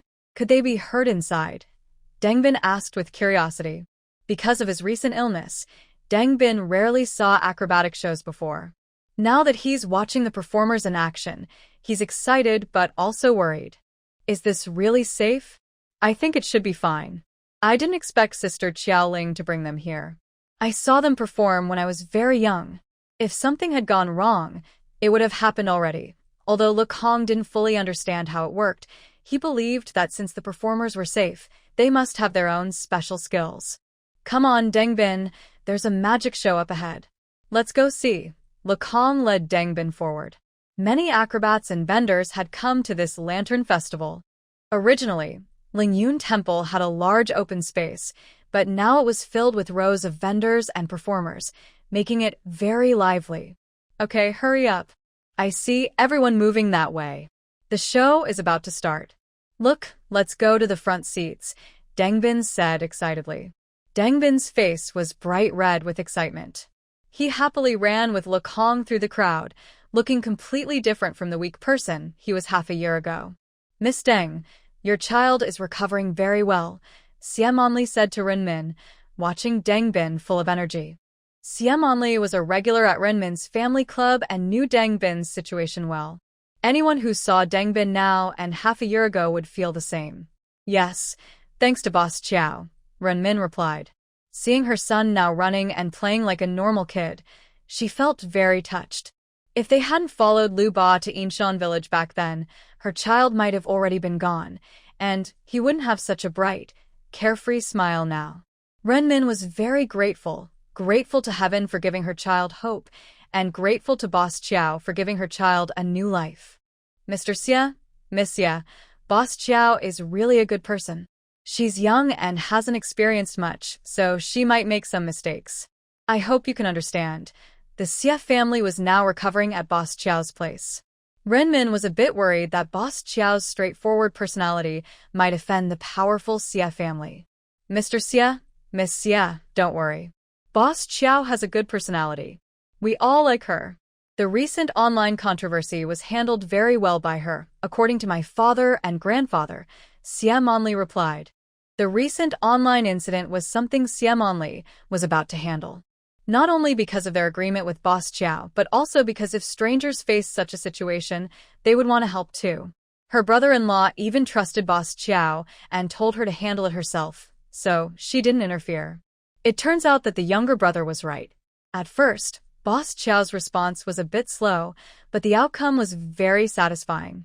Not only did the mastermind receive the punishment they deserved, but it also helped clear the online bullying atmosphere. Although online bullying hasn't been completely eliminated yet, its short-term impact has been reduced. In the future, people will be more careful when speaking online, and with better policies, online bullying will become less frequent. Don't worry, Boss Ren, Miss Chiao is very good, Xia Yuan simply replied. Although Xia Yuan's health isn't fully recovered, after taking the honey provided by Xiaoling, he clearly felt his body healing faster. His damaged body was being repaired, and he naturally wanted to keep his promise to protect Xiaoling. That's good. That's really good. Renmin didn't say much, as long as the Xie family had no objections to Boss Chiao. As for protection, since the Xie family was here, others wouldn't dare to target Boss Chiao casually. They didn't continue the previous topic. Because Gu Herong was pregnant, Renmin didn't take the Xie family members to crowded places to join the fun.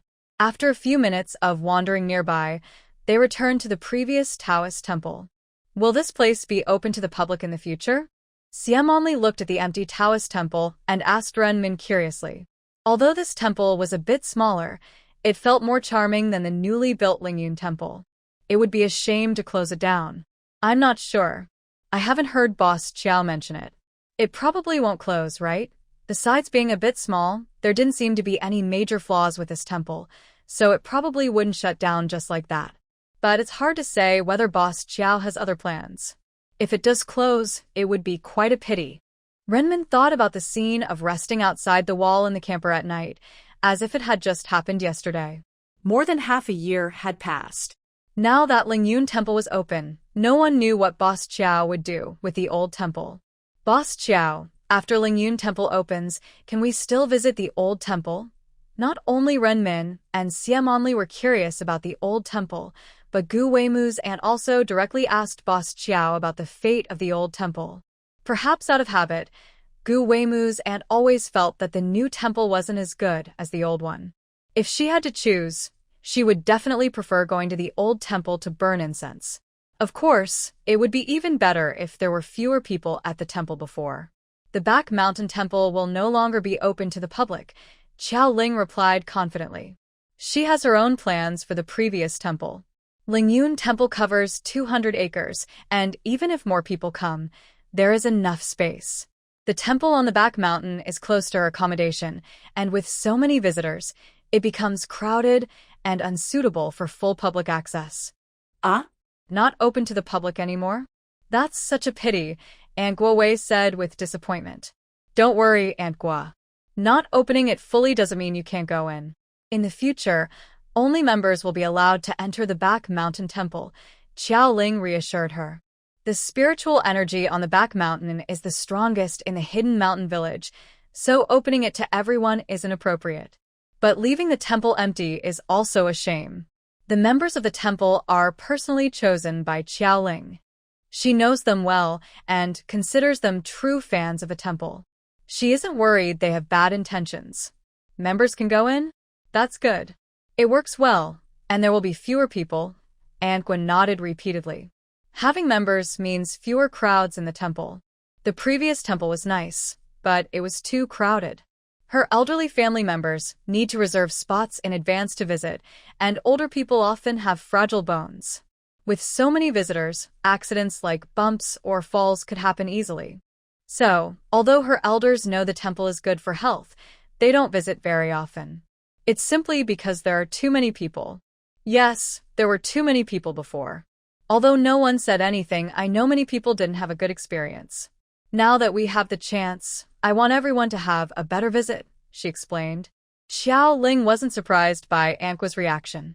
In the past, the temple's space was limited. When there were many visitors, basic facilities were not enough. It was unavoidable. Even though Qiao Ling limited the number of visitors online, many still came. There simply wasn't enough space inside the temple for more infrastructure. Now that she has the resources, Qiao Ling wants to give back to those who support her. After that experience, the planning for Lingyun Temple has become more reasonable.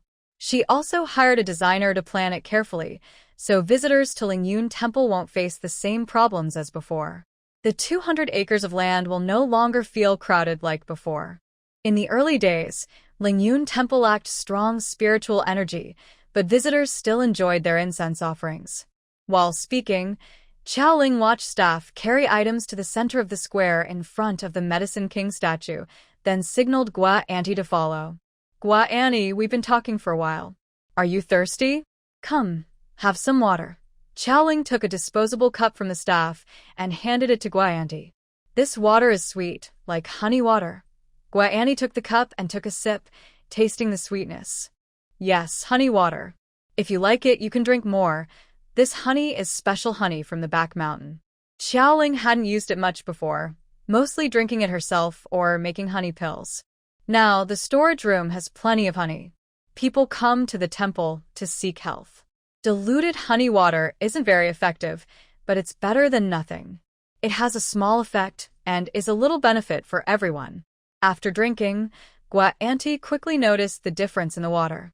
Did you add something else to this water? Although it wasn't obvious, after drinking the water handed by Boss Chiao, Gua Auntie felt her mouth watering and refreshed. Regular honey water usually doesn't have this effect. No, just honey. Maybe the honey is of good quality, so it tastes especially nice. If you like it, drink more, Qiao Ling replied. Since they are providing water for visitors making offerings, they wouldn't add anything strange. Boss Chiao, do you think there are probably over 10,000 people today? Gua Auntie asked as she took another cup of water and stood nearby. Apart from those watching acrobatics and browsing stalls, many people are inside the halls making offerings with incense. Tickets sold online amount to 20,000, so there should be about 20,000 visitors. Xiao Ling nodded. She knew the crowd wouldn't be small, but seeing 200,000 people arrive all at once was a surprise. After all, she hadn't done much promotion early on. Most visitors now are those who had already come before. That's good. Over time, more people will learn about Lingyun Temple, and visitors will increase. Boss Qiao, keep up the good work. Maybe Lingyun Temple will become a famous tourist spot in our city or even our province. Aunt Guowei encouraged him. She has a good eye for potential. Here in Yinshan village, there is room for development. Little Gua, you're underestimating Boss Qiao.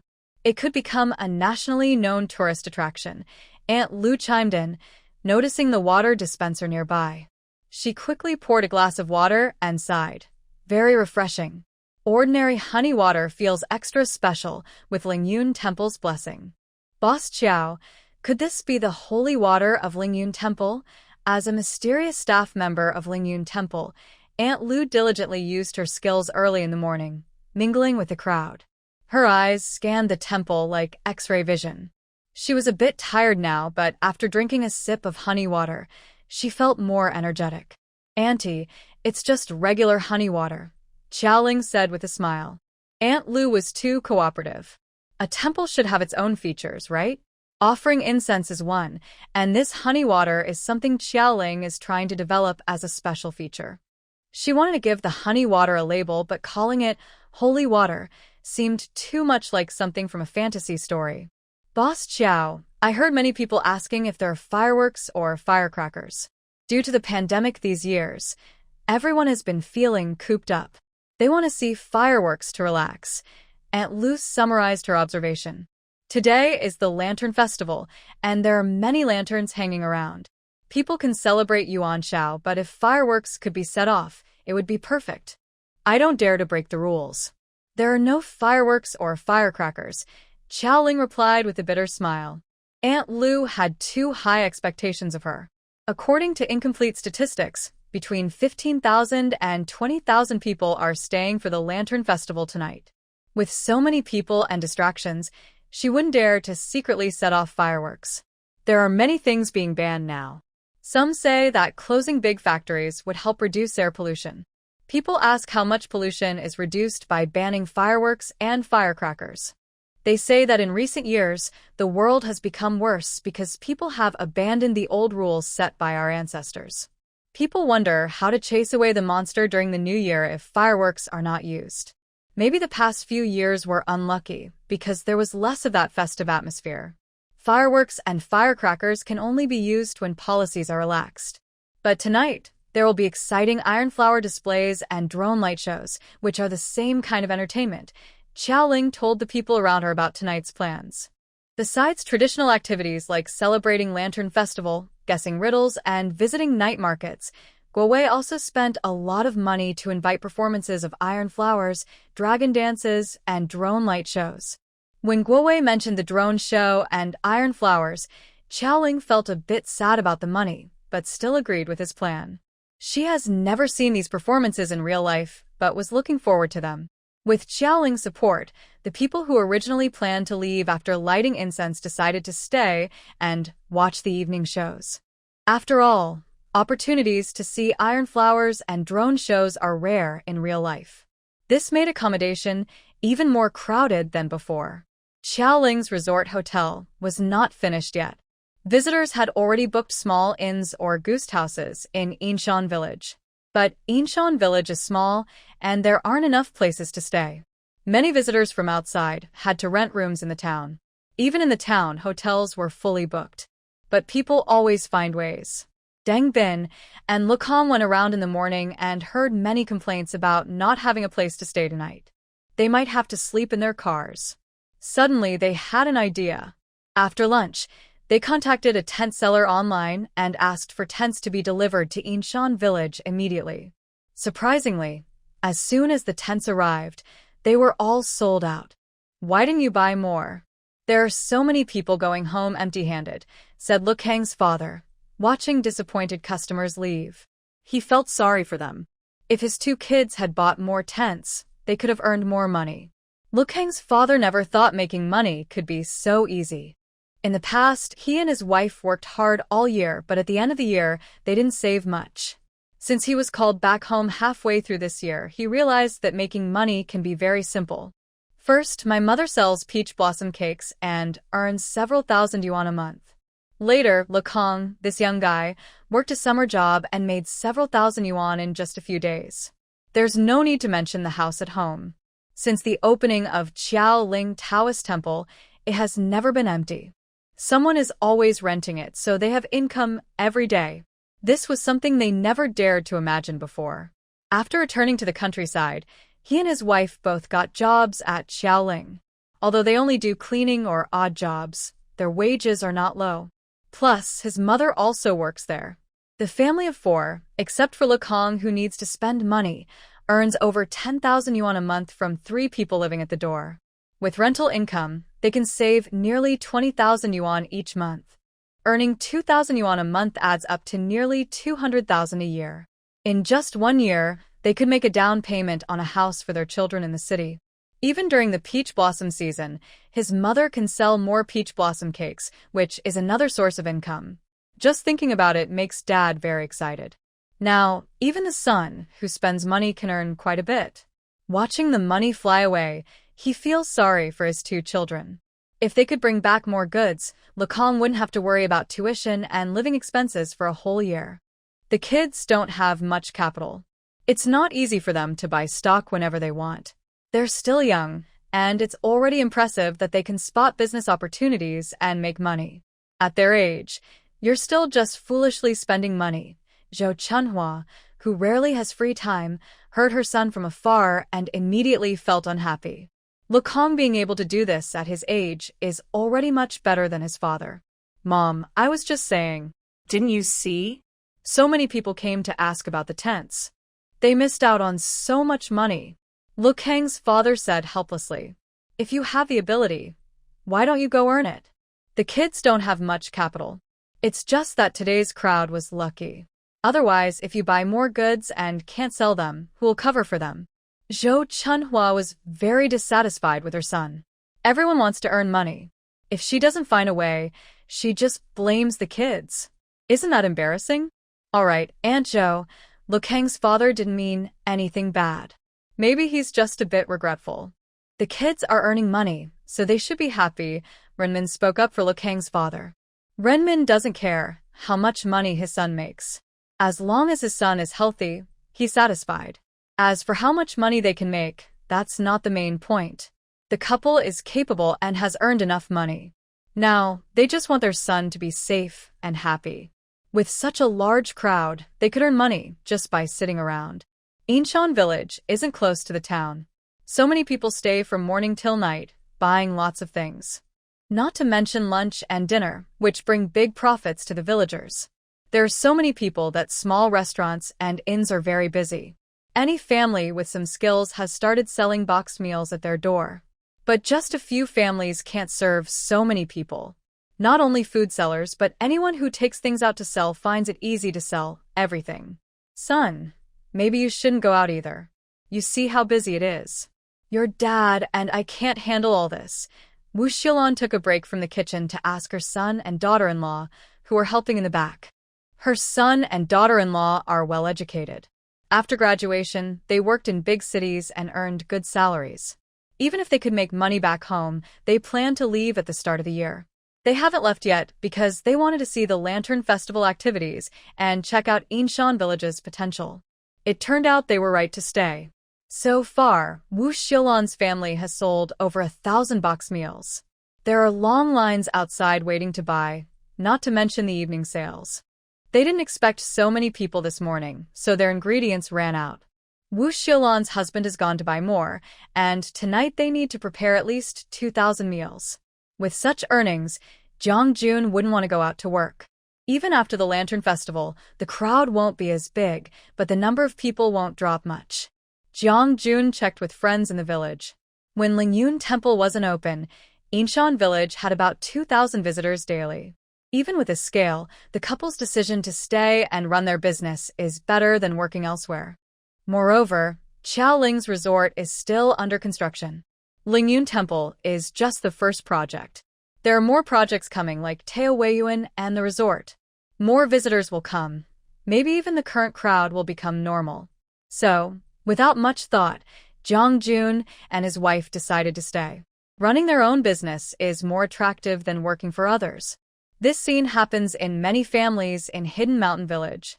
Most villagers have already chosen not to go out and stay behind, but a few, like Jong Jun, who work outside and are doing well, are still uncertain. They worry that the prosperity of Hidden Mountain Village might only be temporary. If they suddenly quit their jobs and return home, their family's income might not keep up. Would they really have to live on just the basic income? But today's busy scene has eased their worries. So many people are here. Whether they run a guest house or sell food, they are making good money.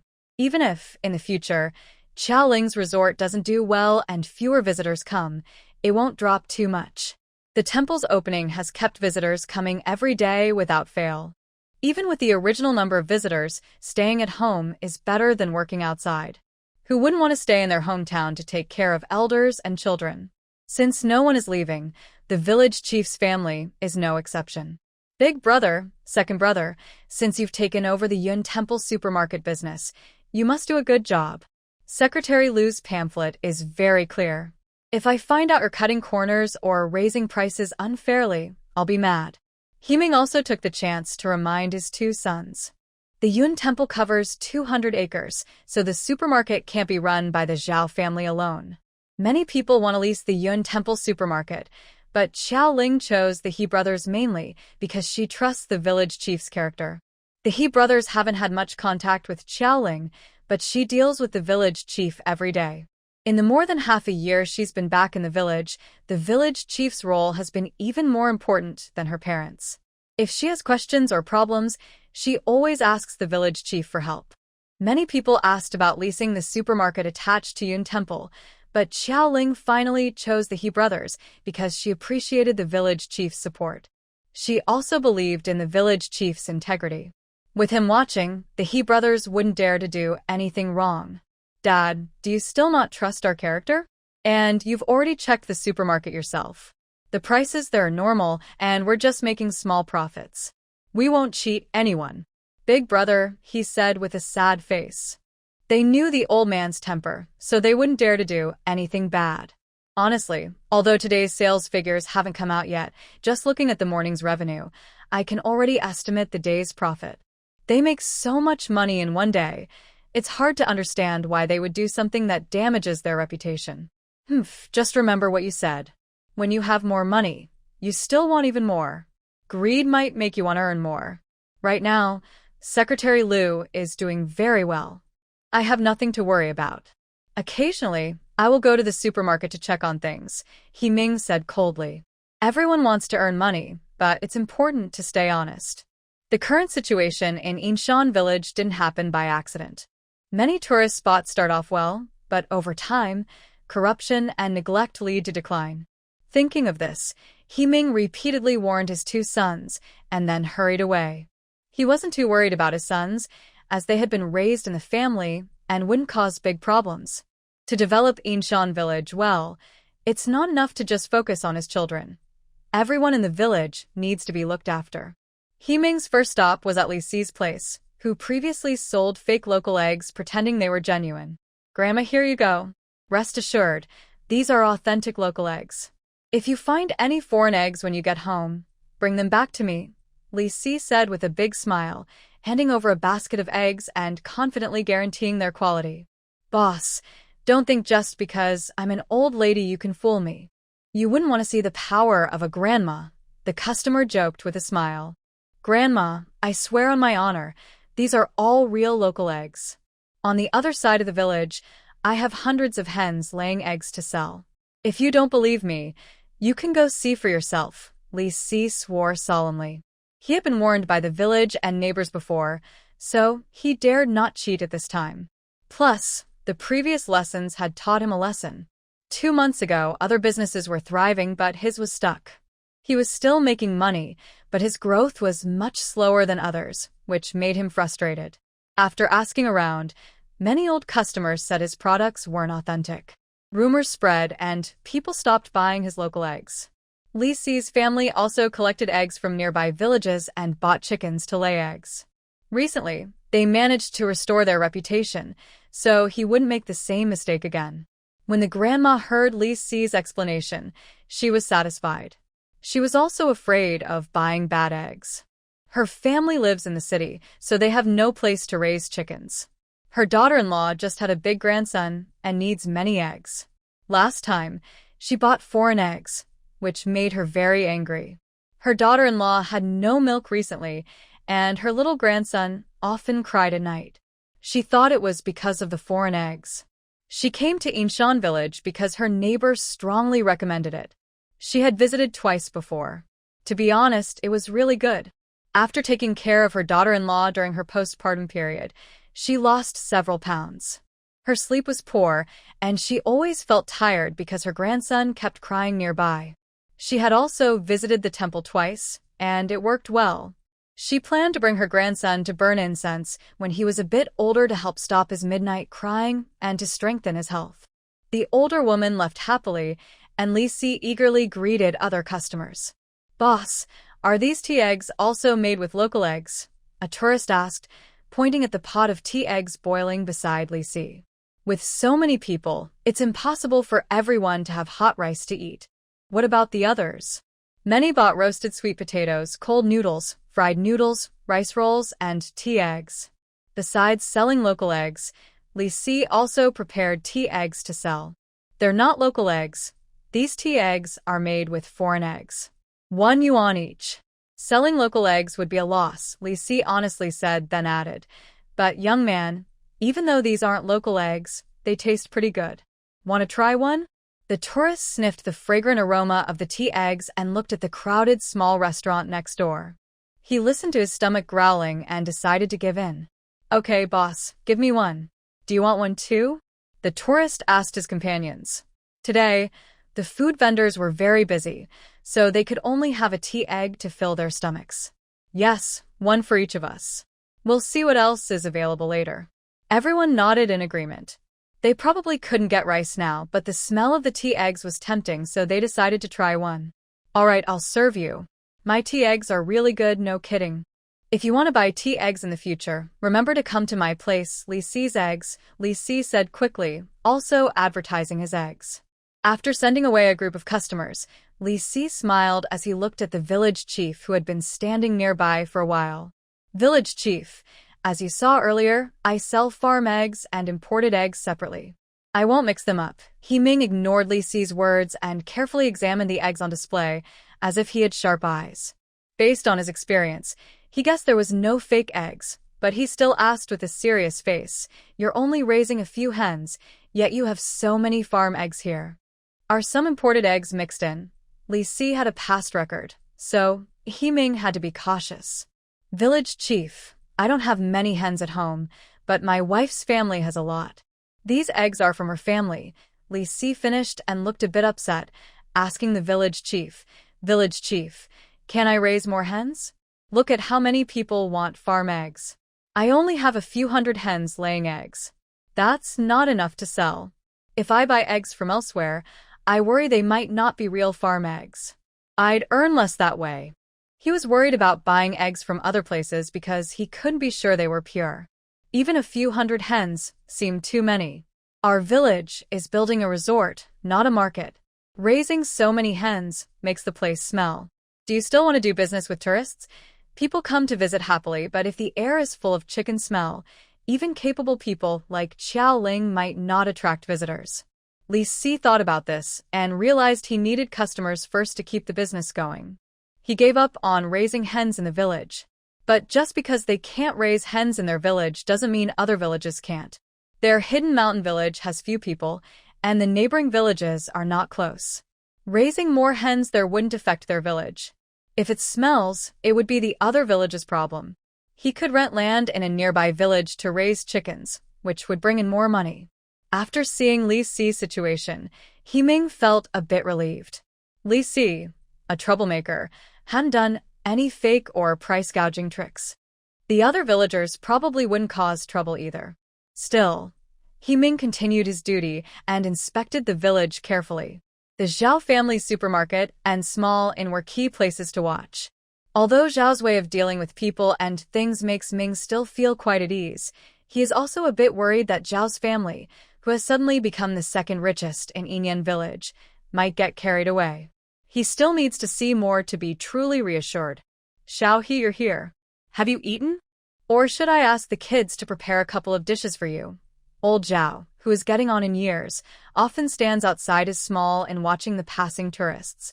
When he sees Ming, he greets him and is about to tell his family to prepare some food. Ming stops old Zhao from leaving. I've already eaten, Uncle Zhao. No need to trouble others.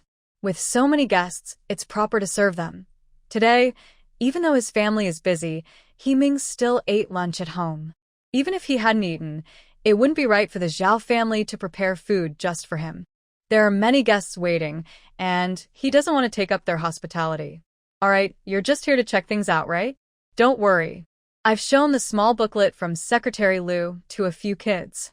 My grandson even made a review system, something like a customer satisfaction survey, to keep guests coming back. We just started making some money, so we won't do anything reckless. Old Zhao, noticing Ming glancing at the inn's dining area now and then, understands his thoughts. Not only Ming, but old Zhao himself, watching the daily income flow in, feels like he's dreaming. He fears that one day, all this might disappear overnight. He treasures these opportunities very much. Whenever he has free time, he wanders around his small inns and the supermarket in front of his house, worried about any sudden problems.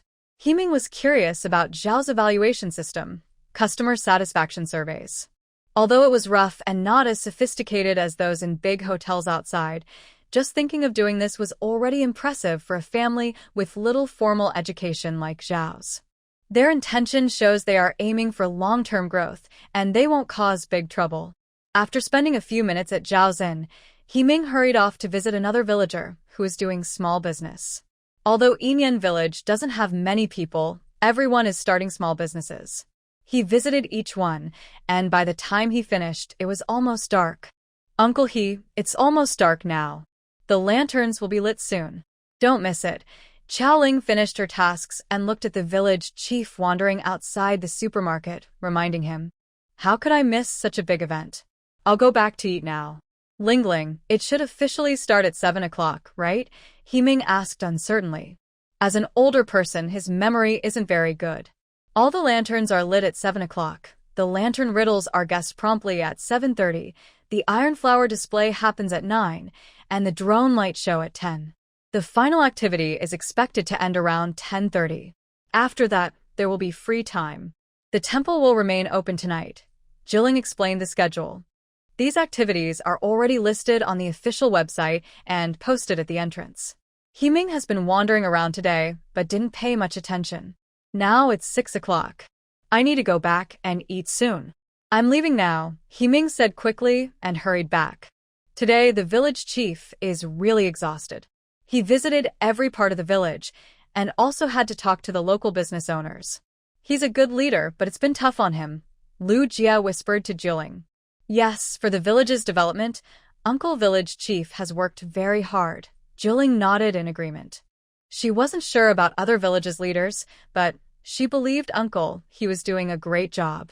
I watched some of the drone footage from today. Overall, it looked good. The villagers are honest in their business, and the vendors and performers behaved properly. Only some people didn't get to eat lunch, but everything else was fine. Lu Jia summarized the day's events for Jilling. Besides hiring people to perform the drone light show, Jilling also bought several drones to monitor Hidden Mountain Village in real time, with dedicated staff watching constantly to prevent emergencies. Jilling nodded. She had also checked the situation behind the scenes, not just Lu Jia. In addition to drones, she installed surveillance cameras in public areas to prevent accidents. The situation looked okay so far, but it was still early. The main events were planned for the evening, and only after tonight's activities would they know if everything went well. They couldn't relax yet. Holding the schedule, Jilling and the department heads confirmed the details again. They hurriedly ate some food to fill their stomachs. At 7 o'clock, the lanterns were suddenly lit all at once. The bright rain of stars and the river of lights connected, competing with the moonlight. As visitors exclaimed in surprise, the first Lantern Festival and blessing ceremony of Hidden Mountain Village officially began. "Dad, how is it?" "Not bad, right?" Jilling asked, pointing at a row of lanterns in the lantern corridor, showing off proudly. "It's okay, but nothing special. These kinds of attractions are common in the country. There are at least 10 or 8 similar ones." "It's not very new," Lao Dad replied stubbornly.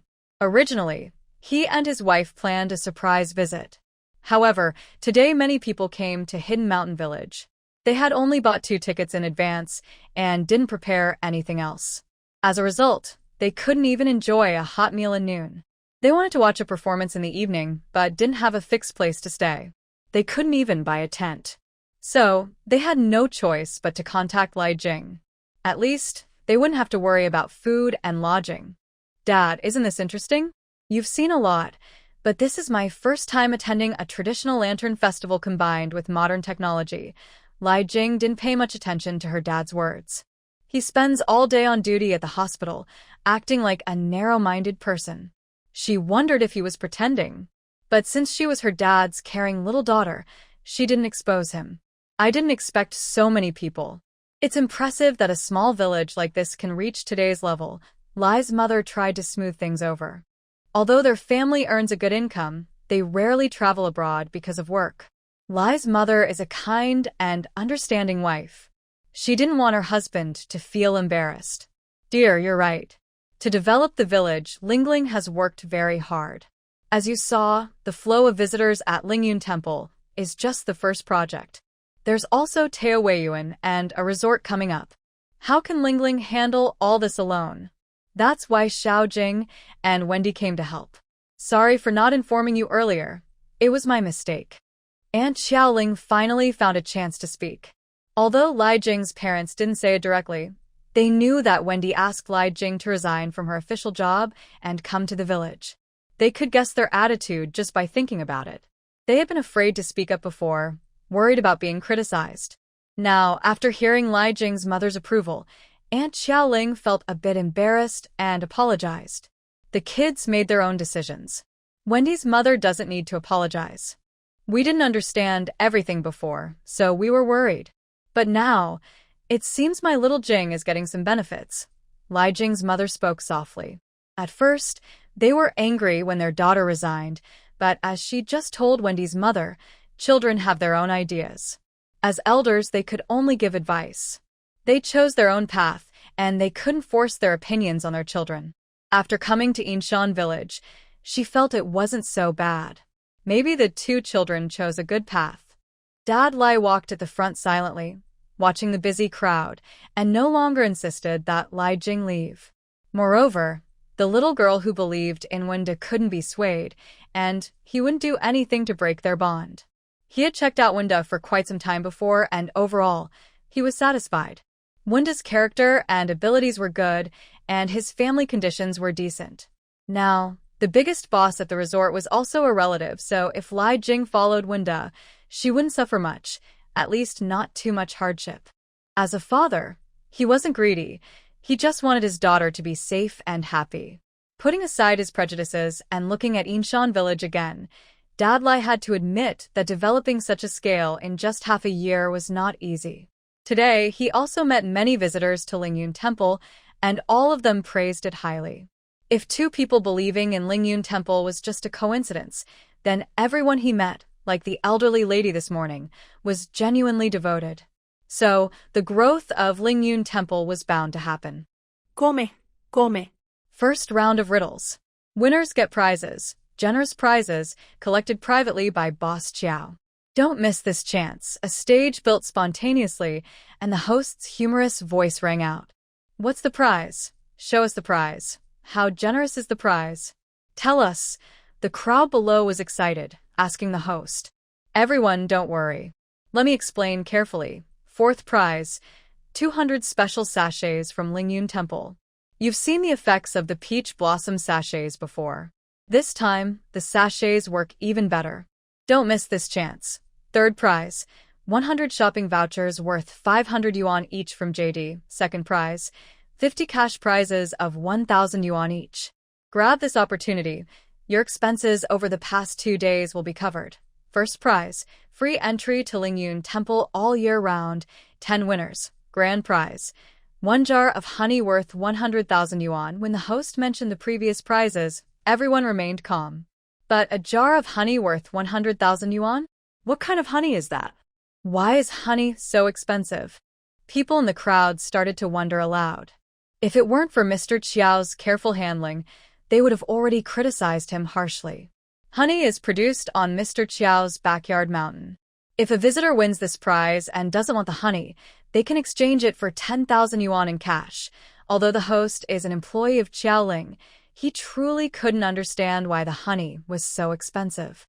But his professional attitude helped him stay calm. With cash as a backup, he wasn't worried. If someone doesn't want the honey, I'll buy it for 11,000 yuan, said Renmin confidently. I'll pay 12,000, added Luo Yuansheng, the owner of the fresh produce store. He hadn't tasted the honey made by Qiaoling himself, but he knew there were many good things in Qiao's garden on the mountain.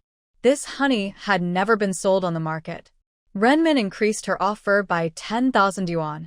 Whether she was promoting Qiao or genuinely believed in the honey's amazing effects, Luo couldn't just watch and do nothing. I'll pay 15,000, said Xiemonli, knowing her younger uncle had recovered quickly after using Qiao's honey. Good things are always in demand. This valuable? What kind of divine honey is this? Someone in the crowd asked. Fourth brother, you're a genius at riddles. If you win the grand prize, you'll be famous, said a student-like person. Genius. We also have a talented girl here. The final winner isn't decided yet, another young woman challenged. Son, now is the time to put what you've learned into practice. Whether we can change a car depends on you, said a proud father patting his young son. Dad, whether I can earn some extra money depends on this, the young man encouraged his father. The grand prize turned the riddle game into the highlight of the event. Even families without money were curious because of Renmin's increasing bids. Everyone wanted to know what was so special about this honey that they all rushed to buy it. Even without aiming for the grand prize, the second, third, and fourth prizes were quite generous, with many items available. The crowd was excited. People loved looking at all kinds of lanterns, but solving riddles was the real fun. Fortunately, the open space at Lingyun Temple was large and well-organized. Thousands of visitors gathered to solve riddles without any accidents happening. Riddle. Surrounded on all sides by mountains. All the mountains are connected.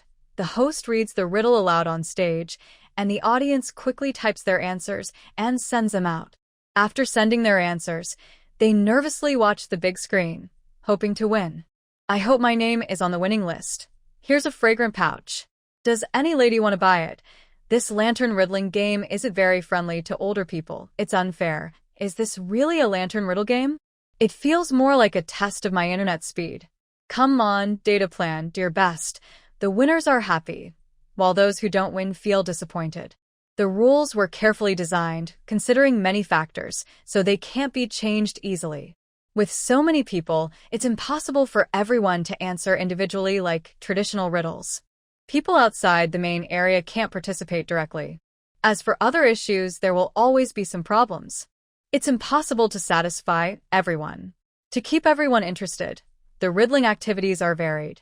Some are read aloud by the host, and others involve guessing lantern riddles attached to lanterns, so everyone can enjoy the fun. Time is limited. The event is busy all night, and the riddling activity ends quickly. Prizes are handed out as fast as possible to the winners. The grand prize goes to a female college student.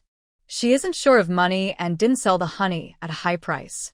She wants to take it home to see what makes this honey so special and why so many people are eager to get it. Dear visitors, the lantern riddling activity isn't over yet. Inside Lingyun Temple, there are still 1,000 lanterns with riddles. If you're interested, you can find them, and by noon tomorrow, bring the lanterns and answer sheets to the staff to claim your prizes. The host's voice echoes through the temple via loudspeaker. Next, we have the much-anticipated Iron Flower and Dragon Dance activities. Visitors interested can watch in front of the main hall. Reminder, the Iron Flower and Dragon Dance start at 9 o'clock. Please line up in an orderly manner and keep a safe distance. Do not climb over the fences to avoid unnecessary injuries. The square is large, and enough space has been reserved in advance, but the crowd is too big. The host keeps reminding everyone. In the cold winter, many people wear down jackets. If iron sparks land on their clothes, it could ruin them. But ruining clothes is the least of worries. Imagine what happened to the noble lady watching the iron flower display. So, the broadcast kept reminding visitors again and again.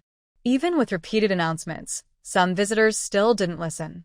They had already pushed to the front, but still wanted to climb over the barrier out of stubbornness. Dear visitor, please watch politely and do not cross the safety line. Now is the time for security to act. Xiaoling had hired many security guards. The guards from Taoyuan and the resort had already been trained and were on duty. For this event, they were sent out first to manage the scene. Standing 175 centimeters tall, strong build, with powerful muscles, Zhao Si, after training, looked sharp and serious as he advised the visitors. When Zhao Si spoke, a few other guards dressed similarly seemed to move closer. I have nearsighted eyes. I can't see clearly from far away. From here, the iron flowers won't splash me, said one visitor awkwardly. Sir, this is the closest safe distance. For your safety, please do not cross this line, Zhao Si said calmly and confidently, following his training. Although security work is service-oriented, security guards protect safety and don't need to be humble. Seeing Zhao Si's serious attitude, his tall and strong appearance, and knowing he had friends nearby, the visitor didn't cause trouble again. He snorted and took out his phone, waiting for the event to start. Zhao Si stopped the visitor's actions and relaxed his tense heart. He had never worked as a security guard before. If he had approached visitors like that, he worried about complaints. Normally, Zhao's family ran a business, so he didn't need to take a job like this. But his family had parents, elders, and brothers. Without him, things wouldn't run smoothly. Xiaoling was recruiting security guards, and Zhao Si fit the requirements. So he decided to become a guard. The job was close to home, and if his family needed help with their business, he could easily assist. His family didn't oppose his decision. In fact, they supported it. Right now, everything in Zhao's family depended on Xiaoling's resort. Not just Zhao's family, everyone in Yinshan village relied on Xiaoling. Zhao Si's family might not be very talented, but they had some clever ideas. Working at Xiaoling's resort, earning a salary wasn't the main point. It was important to stay informed about the resort and Xiaoling's plans. Their future development was closely linked to her actions. So, Zhao Si came to work as a security guard at Xiaoling's resort. Without mentioning the thoughts of the Zhao family, the firework activity quickly began. A large crowd gathered around the square, eagerly waiting for the show to start. At the moment the molten iron rises into the air, it instantly turns into a sky full of stars. This is the most wild folk art tradition passed down over 5,000 years in China, firework blowing. The tradition of firework blowing dates back to the spring and autumn and warring states periods, with Zizhou being famous for it. During the Ming and Qing dynasties, coal mining and iron smelting in Jincheng, ancient Zizhou, flourished. Blacksmiths creatively heated scrap iron to over 1,700 degrees Celsius, creating hot iron water. They used tools to scoop and throw it out, striking it forcefully to produce spectacular splashes of iron sparks, often to celebrate the opening of the blacksmith's workshop or festive holidays. The background music grew louder and more lively. The blacksmiths at the performance site started to work harder, pushing and pulling the bellows, and the furnace fire blazed higher. Soon, the blacksmiths used a long-handled scoop to lift the iron water and threw it forcefully upward, then struck it open. Instantly, 3 or 4 iron sparks burst out together, resembling burning chrysanthemums shining with golden light. At this moment, 5 or 6 more sparks exploded into the air, creating a dazzling sea of flowers before the audience's eyes. Wow! The crowd cheered repeatedly. This is worth it, worth it. These fireworks are more impressive than firecrackers. Will there be another show tomorrow?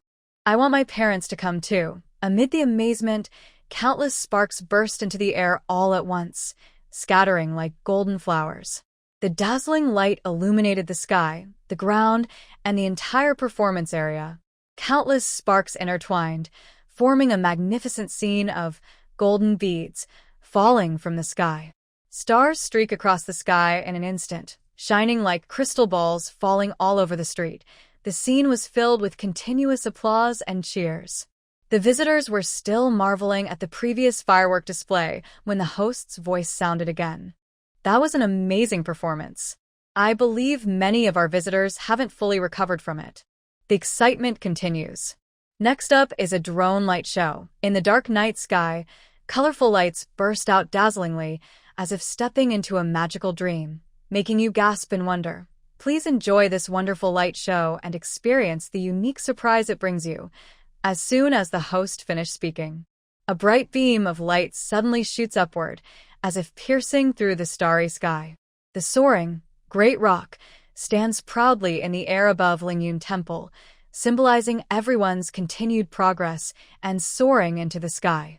Next, colorful drone lights illuminate the night sky over Hidden Mountain Village, adding a high-tech touch to Lingyun Temple, which seems to rise up suddenly. Then words like Lingyun Temple Medicine King promotes health, and with Lingyun, there's health, appear in the sky, gazing warmly at the large light display. Soon, a huge QR code appears in the air, serving as the entrance to the mystery prize draw. Dear visitors, the final mystery grand prize at Lingyun Temple. Scan the QR code in the sky to enter the feedback channel.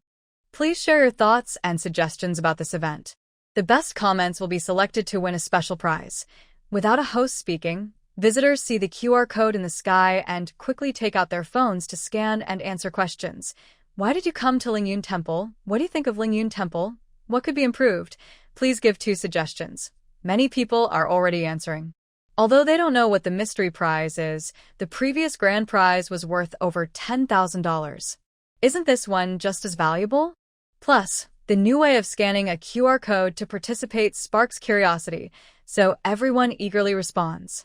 To seek health at Lingyun Temple, it's a magical place. The transportation is inconvenient and accommodations are not easy to find. Suggestions? Improve infrastructure but keep the simple, honest style. Many are answering, and the QR code in the night sky is very eye-catching. Granny Lu feels a bit anxious. Why can't I scan it? Deng Bin, come help me see what's wrong, she asks, seeking help from Deng Bin, who is nearby. Deng Bin finished clicking the submit button, put away his phone, and took the phone from Aunt Lu. There weren't many apps, so he easily found the scanning software. He looked at the top-pinned public account with a slight smile. Undercover professional skills, how to infiltrate the enemy, Grandma Lu's self-cultivation. Even though Deng Bin knew a bit about Aunt Lu's actions, he was still surprised by the names of these public accounts and groups. Aunt Lu was born in the wrong era. If she had lived in a special time, she would have been a great underground worker. Why are you hesitating? Quickly scan for me. Later, you can read out the questions, I'll answer them, and you help me respond. Once done, I'll give you a mysterious prize. Seeing Deng Bin staring blankly at her phone and not moving, Aunt Lu became a little anxious. She had heard that drones cost a lot of money to operate, and the price was calculated by the second. If she was late, it might be over. Grandma, I'm scanning now. Look, it's done. The questionnaire popped up. I'll read the questions, and you tell me why you came to Lingyun Temple. After a few operations, Deng Bin submitted the questionnaire and handed the phone back to Aunt Lu. Grandma, what's your mysterious prize? Deng Bin was curious about what kind of prize Aunt Lu had. 5 years of college entrance exam practice papers, just wait. I'll deliver them to your place tomorrow. Aunt Lu was being playful. She didn't really have a prize. She was just joking to get Deng Bin to help her. She had seen this quiet boy before and thought he wouldn't chase her for a prize. Since he asked, she decided to satisfy his curiosity. Was Deng Bin preparing for this year's college entrance exam? Aunt Lu saw it as her way of helping him. Ah, Grandma, do you have to be like that? Deng Bin said with a laugh. Lekong was nearby, chuckling. Was that a mysterious prize? It looked more like a death trap. Last year, his mother had brought home many practice papers from Sister Xiaoling. He had done so many questions he almost got tired of it. Deng Bin was speechless. If he had known it would turn out like this, he wouldn't have asked about the mysterious prize. He wanted to take the college entrance exam this year and experience university life, but that didn't mean he wanted to do so many questions. 5 years of college entrance exam practice papers. What a nightmare for millions of students across the country. He had just escaped death and didn't want to face it again. The drone light show was the final event. The QR code hovered over Lingyun Temple for 2 full minutes before being taken down, marking the perfect end to the event. Dear visitors, the drone light show has officially ended.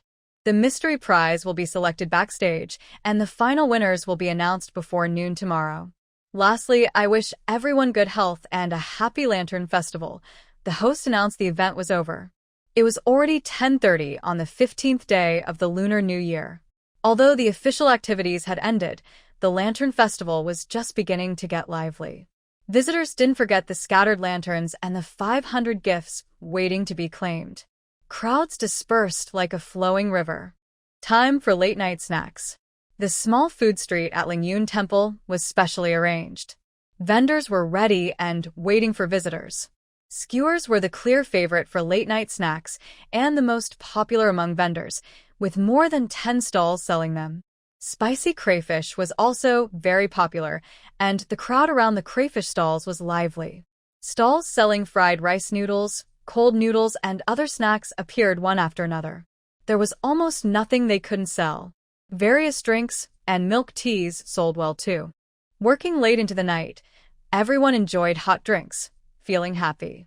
Holding drinks and eating skewers, people happily wandered through Lingyun Temple, searching for riddles.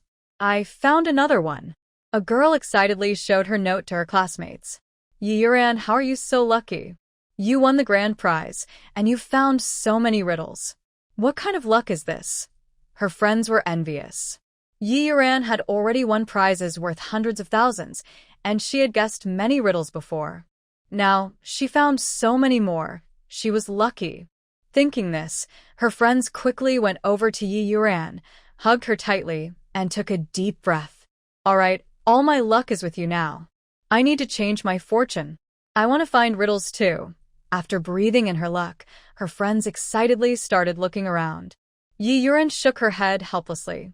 She was able to find so many riddles not because of luck, but because she had a good eye. Suddenly, a surprised voice from a companion rang out. Wow, it really works. I also have one. Really useful.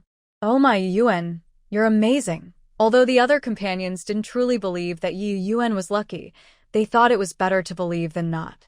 After inhaling the luck, they scattered to look for lantern riddles. Others nearby, who were also searching for lantern riddles, looked at Yuan's friends with envy. If they weren't worried about being seen as perverts or having bad intentions, they would also want to try inhaling the luck. The prize was a special offering incense, a gift from the Lingyun Temple, which they never usually gave out. The next day, Yuan returned home with her prize, full of joy. Since university hadn't started yet, Yuan came back early and didn't go to her dorm. Instead, she went to her sister's house in City C. Sis, why didn't you go out today? Yuan looked at Sinan, who was lazily sitting on the sofa, and asked in surprise. Then she looked around at the scattered clothes, shoes, and takeout, showing some disgust. Sis, you should let your fans see what their little fairy is really like. With your behavior, you're not a little fairy at all. I feel like vomiting. Sinan is a star. Last year, she played the second female lead in a fantasy drama and became popular. She has many fans. Sinan rolled her eyes and continued playing with her phone. My dear sister, why do you act like Yongjia? Always bringing up fans. Can I have some freedom at home? Her company gave her the little fairy persona, but that doesn't mean she is actually one.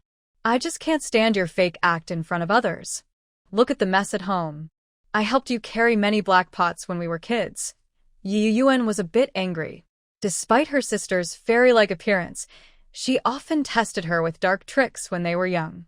The sisters are close in age, and fighting was common. They even fought often. You're still bringing up old stuff. Yes, I tricked you when we were kids, but who made you steal Dad and Mom's attention? If it weren't for you, I wouldn't have to use those little schemes. Their love divided in half, and you just have to accept being blamed a few times. Be content. She continued. Look at those second child videos online. Which second-born gets along well with the older sibling? You're still a kid. When I was young and didn't understand much, I only knew how to make my sister take the blame. I thought about hitting her, but by then she had already learned to fight back. I regret not acting sooner to protect her. After feeling regretful, Yi Shinran watched curiously as Yi Yuran carefully took something out of her bag. What's all this? I haven't even asked you yet. Yesterday, during the new year, you left your dear sister behind. What were you doing? You didn't come back all night. I really wanted to tease my sister, but I could only tease her. I can't stand to see my sister get hurt or face trouble. I told you I was going to Lingyun Temple for the Lantern Festival prayer meeting, right? The temple used to be hard to get tickets for, but now the owner expanded and reopened it. It's very lively. Yi Yuran carefully stored the honey and kindly shared some of the incense she brought back with Yi Shinran. Here, I brought you some incense. Light one in your room when you sleep, and you'll sleep peacefully until morning. Although the sisters often argued, they shared a close bond, like a love-hate relationship. Yi Yuran, are you crazy? Going to a temple to burn incense? You're a college girl with a good education, not a naive child. What good does burning incense do? Yi Shinran frowned and looked at Yi Yuran. She hadn't realized her sister was interested in this before. Big sister, you haven't been there, so you don't know. That temple is really effective. Remember when you asked me how to relieve menstrual pain? Well, I told you my pain was cured after praying at that temple, Yi Yuran explained confidently. The two sisters had similar constitutions, inheriting their mother's tendency for menstrual pain. After giving birth, their mother's pain eased significantly. But it was tough for the sisters. Every month, they had to endure painful periods. Their mother tried many hospitals to find a solution, but nothing worked. She was told it would get better after childbirth. Nonsense. Even after having 2 children, her pain still came back, just less severe. They didn't know when childbirth would actually solve their pain. Having a child now costs a lot of money and energy. It's hard to believe anyone would marry early just to have a baby. She was still a child herself and couldn't have children. Are you crazy? Do you think burning incense can cure menstrual pain? Yi Shinran didn't believe that burning incense could really help. Their family is not poor, and she earns a good amount of money and has many contacts in the entertainment industry. She has tried every possible method, but nothing works to cure her. Unlike Yi Yuran, she often has scenes where she falls into water or gets caught in the rain while filming. The cold makes her worse, and her menstrual pain is very uncomfortable. Sometimes she even thinks about having her removed to avoid the pain. During her period, especially the first 2 days, it feels like a disaster. Sometimes she is in so much pain, she can't leave the house. This delays her filming work, and online critics say she acts like a diva. Honestly, she is just a small, unknown star. She has no right to act like a diva, and her delays are mainly because of her painful periods. Even during the college entrance exams, she took medicine to delay her period, but it still came during the exam. The pain was so bad she couldn't concentrate, and she performed poorly, ending up in a 3rd-tier college. People online said she was just a pretty face and that she only got into college by paying money. That's not true. Her high school grades weren't enough for Tsinghua or Peking University, but she could have easily gotten into a top university like a 985 or 211. It was her painful periods that caused her to miss opportunities. You're the one whose brain is eaten by zombies. I'm telling you, you're a star, but you shouldn't go to such public places. I especially brought you some offering incense. Do you know how much it costs to buy? 1 stick of incense with 3 joss sticks can sell for 500 yuan.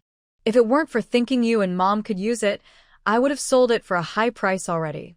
My sister, I guess you're good at riddles, but you've brought out quite a few offering incenses. Yi Yuran happily told Ye Binran. Although she still has menstrual pain, her condition has improved a lot. Burning incense at the temple only costs 100 yuan per stick.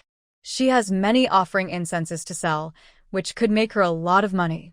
Someone traveling with her sold some of the offering incenses they guessed from riddles, earning enough for a semester's living expenses. Is it that miraculous? Now you're starting to sell incense again? Haven't you learned your lesson from buying vegetables and medicine? Look at the drawer full of medicine. I don't even want to mention it. Yi Shinran still didn't believe her, thinking Yi Yuran was being scammed again. During the pandemic, she was the most active in buying supplies. The drawer is full of medicine for fever, diarrhea, and other ailments like Huixiang Jingqi water, montmorillonite, and oseltamivir. The whole drawer is packed with them. Oh, I can't explain it clearly. Whether you love it or not, I was just worried that if I bought those things and had symptoms, there might be no medicine. Spending money to feel safe, you know? If I really had symptoms, the medicine would be sold out. You can beg and plead all you want, but who will listen to you? Yi Yuran was a bit annoyed. She kindly brought back so many incense offerings, but Yi Shinran, this big fool, didn't appreciate it. If she didn't need it, she would keep it for herself. Let Yi Shinran suffer from menstrual pain. Serves her right. This is just spending money to attract attention. Xiaoling listened to the report from the finance director, Wang Jie, and sighed. Despite the large crowd last night, with ticket sales alone earning 1 million yuan, the expenses were high. The lantern riddles were rushed, so extra money was paid for urgent processing. The iron flower display was also costly. It's a non-material cultural heritage, and Guowei hired a skilled performer, which wasn't cheap. The drone light show cost even more. Last night's performance alone cost several million yuan. With various expenses and some income from stall fees, the overall balance for yesterday was negative by a few million yuan. Yesterday was a special case. Although we lost money, we will recover quickly. Today, over 10,000 tickets have already been sold, along with stall fees and other income. In less than 2 days, we'll turn a profit, Wang Jie continued. Honestly, she didn't expect so many visitors at Lingyun Temple. Yesterday's investment was significant, but it was worth it. Today, ticket prices are back to normal, 100 yuan per incense stick. Even though fewer people are coming, ticket sales haven't decreased. It's only noon now, and online ticket sales are still ongoing. About 1,000 tickets are sold every half hour. By evening, the crowd will probably be similar to yesterday. Moreover, the expenses from yesterday weren't just for one day. The lantern riddles, iron flower display, and drone performances will continue for 5 days, attracting many new visitors. With the current momentum, in 5 days, about 100,000 visitors are expected. Ticket sales alone could bring in over 10 million yuan, not counting stall fees and other income. Most importantly, Lingyun Temple will become more visible to the public. Future hidden income is unpredictable. Xiaoling also mentioned that attracting attention is like a grand show, impressive and effective. Your analysis is quite good. It's great if you can make money. Right now, we really have no funds. If the money doesn't come back soon, the nursing home will have to wait helplessly. There are too many places where money is needed. Xiaoling doesn't want to keep rushing to sell things every time she lacks funds. The resort needs to be managed better. It seems that her expectations are being met. Thinking for a moment, Xiaoling continued. After these few days of activities are over, send me a report on income and expenses. First, work out a reward plan with the HR department. This time, all departments coordinated well. At the end of the month, we'll give everyone a bonus.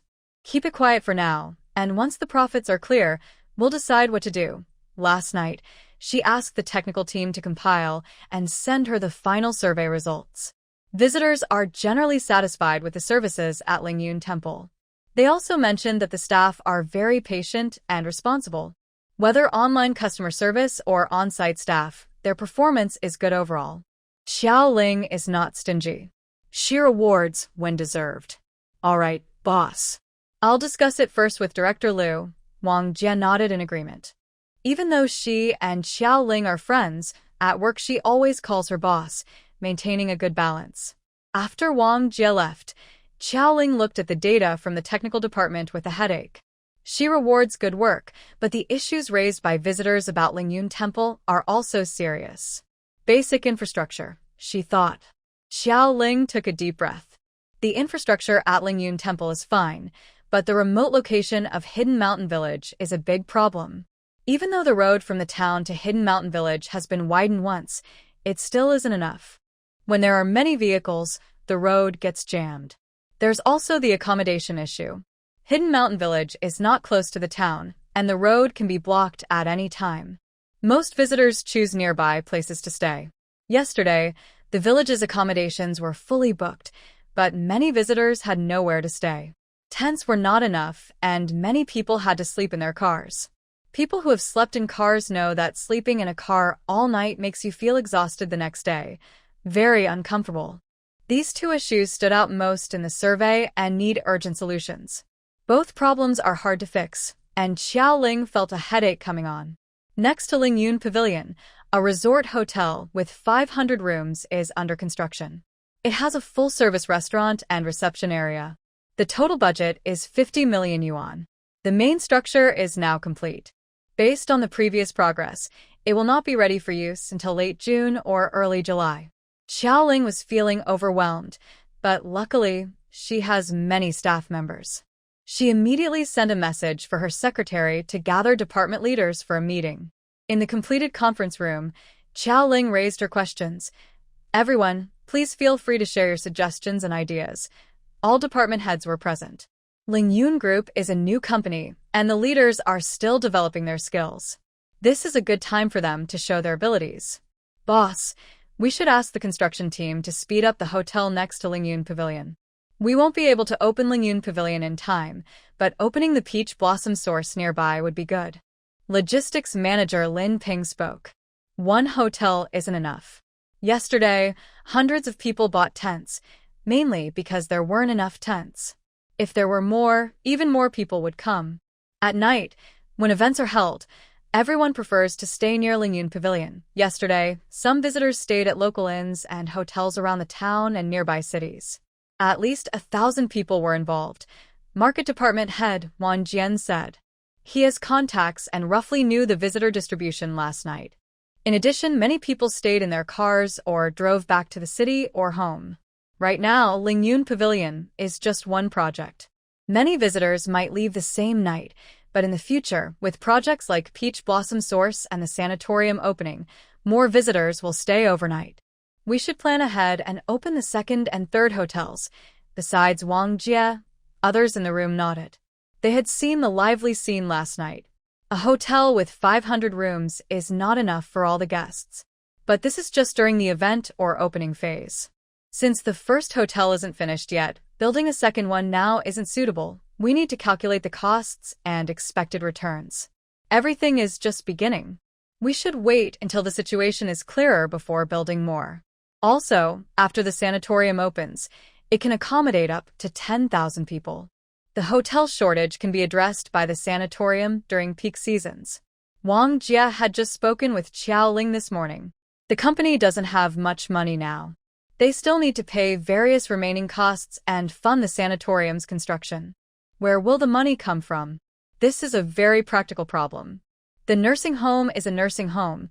It cannot be used as a backup hotel.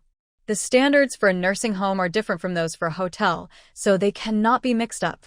Wendy was unhappy. The nursing home is a separate, independent facility, and using it as a backup hotel is not feasible. Regarding transportation, boss, I have an idea. Maybe we can ask the government to fund the construction of a new road. Guo Wei also spoke.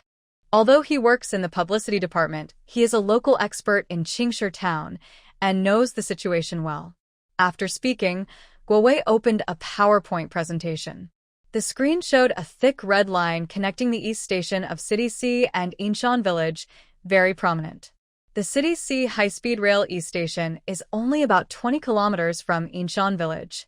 For visitors coming from outside City C, they can take a train to the high-speed station. We can prepare vehicles at the station to pick them up. In half an hour, they can go directly from City C to Yinshan Village. This will reduce the burden on the current roads and also decrease the number of vehicles. Although the underground parking lot here isn't full, it is about 80% occupied. When more people come, it will be full. We must quickly implement measures to reduce self-driving and the number of vehicles coming in. Funding is not a concern for Guo Wei. As for future development, that's impossible to fall behind. With yesterday's successful publicity plan, Guowei has countless more ideas. More visitors will keep coming. Building roads again? The previous road was just widened. How could the authorities agree to build another one? Maybe we'll end up having to pay for it ourselves, or the government might fund it, but we might also need the boss to chip in. The road should definitely be a two-way lane, and 20 kilometers is not a small amount. Wang Jia was about to explode. The accommodation issues cost money, and building roads costs money. Where will she find the funds? As the financial director, why is this so difficult? And there's an even bigger problem. The peach trees in Taoyuan have been successfully transplanted and grafted. Many trees are already sprouting new buds. Flowering in March or April is expected. We need to prepare manpower and resources, Li Hongda, the Human Resources Director, said. Taoyuan covers 800 acres, and combined with Lingyun Temple, it's nearly 1,000 acres. All infrastructure and services need to be upgraded accordingly. The ferry service needs to be increased. Drone operations also need to be expanded. Wang Jia's blood pressure rose. She could only look to Xiaoling for help. An able woman is limited without supplies. Xiaoling could only think of this. All the department heads had good ideas, so she had to agree. Everyone, first prepare your budgets for next month and report to Director Wang. After that, she also said to Guowei, Wang Jia, Wang Jian, and Wenda, in half an hour, come to my office. All right, that's all for today's meeting. Think about it at home. The resort is just starting, and we all need to work together to make it better. Xiaoling announced the meeting was over and went back to her office first. As a leader, she doesn't need to do everything herself, but important decisions must be made carefully. The suggestions from the department heads earlier were very good, especially Guowei's idea about building a new road from City C's East Station to Yinshan Village. Xiaoling liked it a lot. Before, it took her 1 or 2 hours to drive from City C back to Qingshi Town. If they could build a road directly from East Station, it would only take half an hour, saving a lot of time. There was also the issue of the resort hotel. Xiaoling had a feeling that the current hotel being built wouldn't be enough. But building a hotel costs millions or even billions, and she didn't have that kind of money. People said she had started her own business back in her hometown and achieved financial freedom. That was true. She was free because her wealth didn't even stay in her account much. How could she not be free? Half an hour quickly passed. Before she could sort out her thoughts, the 4 people she called had arrived in her office. Sit down. Seat. Director, one might not know me very well, but that's okay. The more you get to know me, the better. I won't mistreat capable people. Xiaoling first greeted Wang Jian. The others were very familiar to her, and one was even a family member. She was worried Wang Jian might feel out of place, so she explained everything to him in advance. Got it, boss. I looked into it before coming. I won't be nervous. Wang Jian was quite capable. Being recruited by Lu Hongda to work for Xiaoling showed he had done his homework. Yinshan Village wasn't very famous, but its future was promising.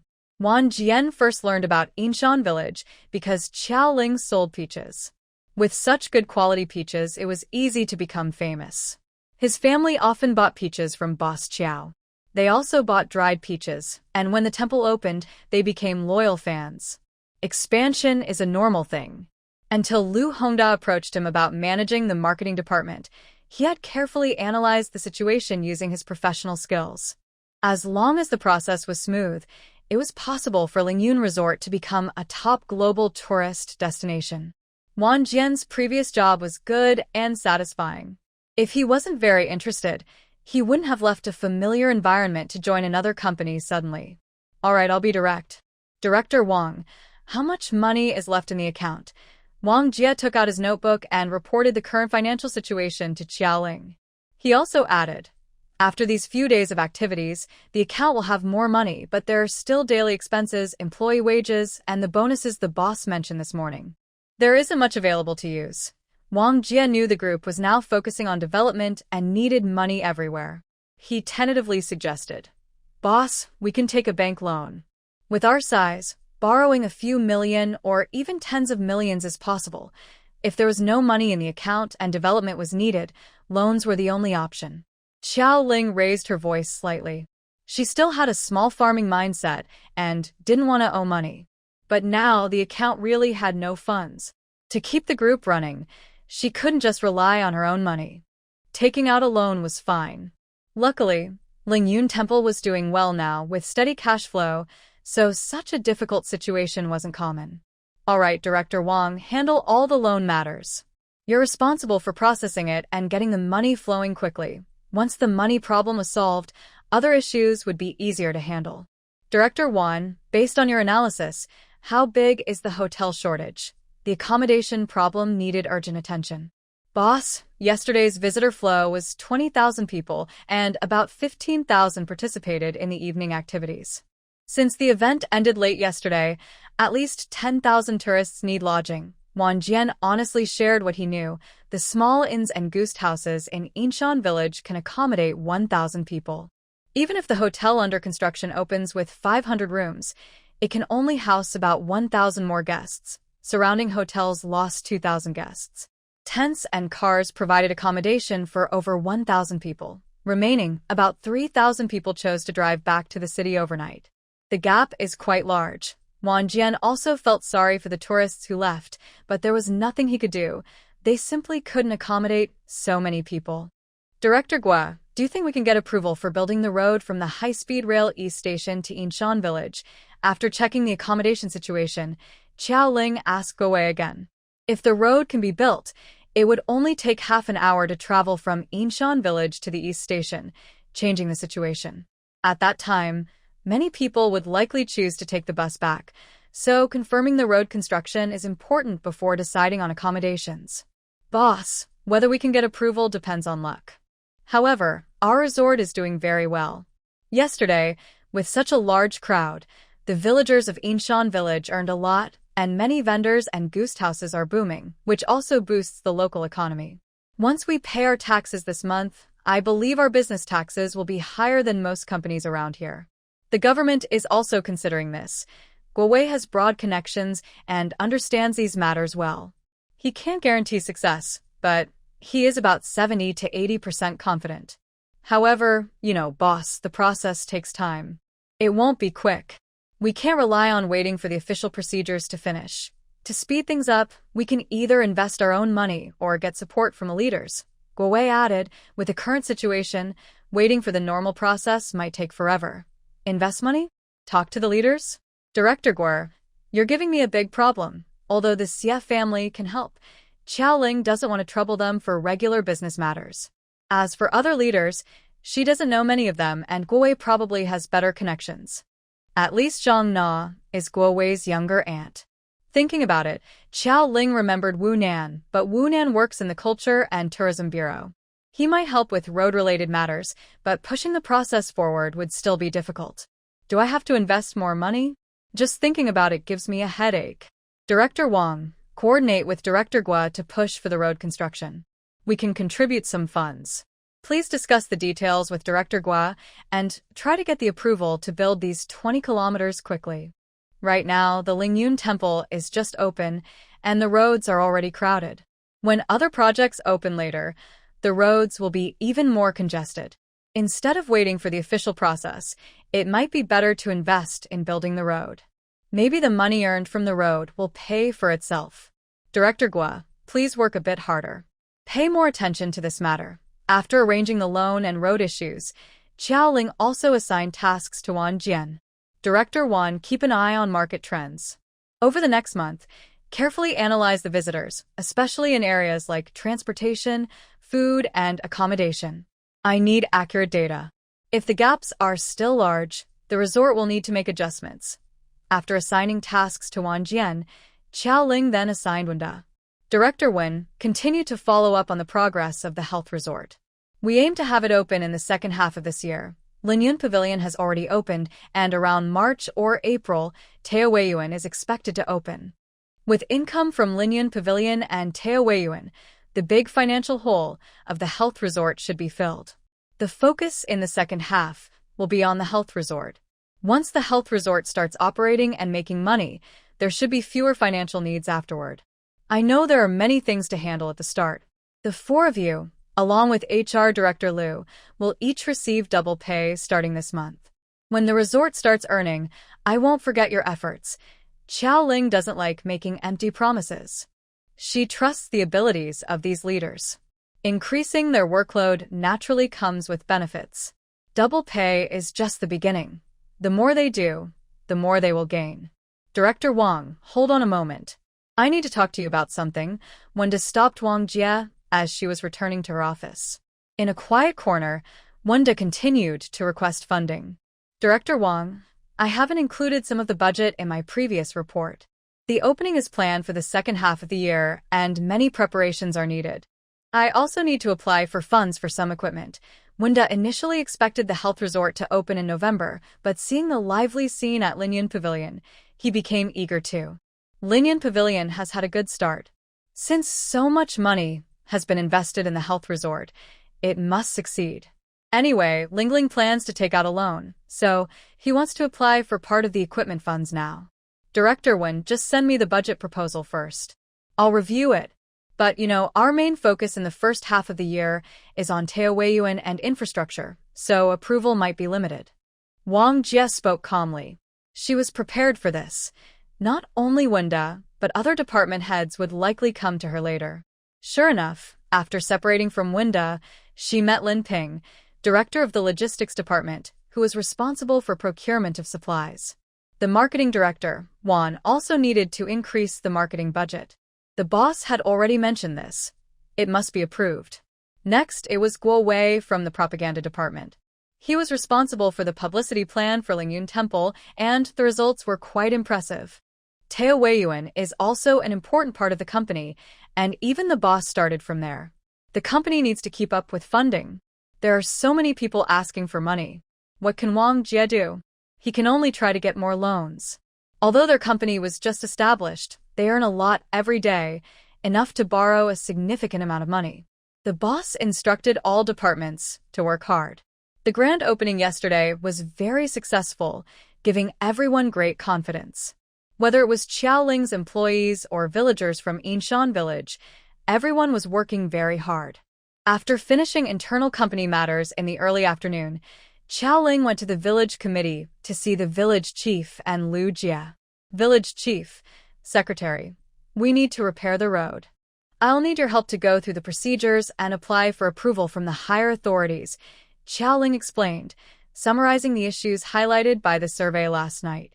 Okay, I'll prepare the materials with Xiao Lu soon. It won't take long, the village chief replied. He knew that transportation was a big problem.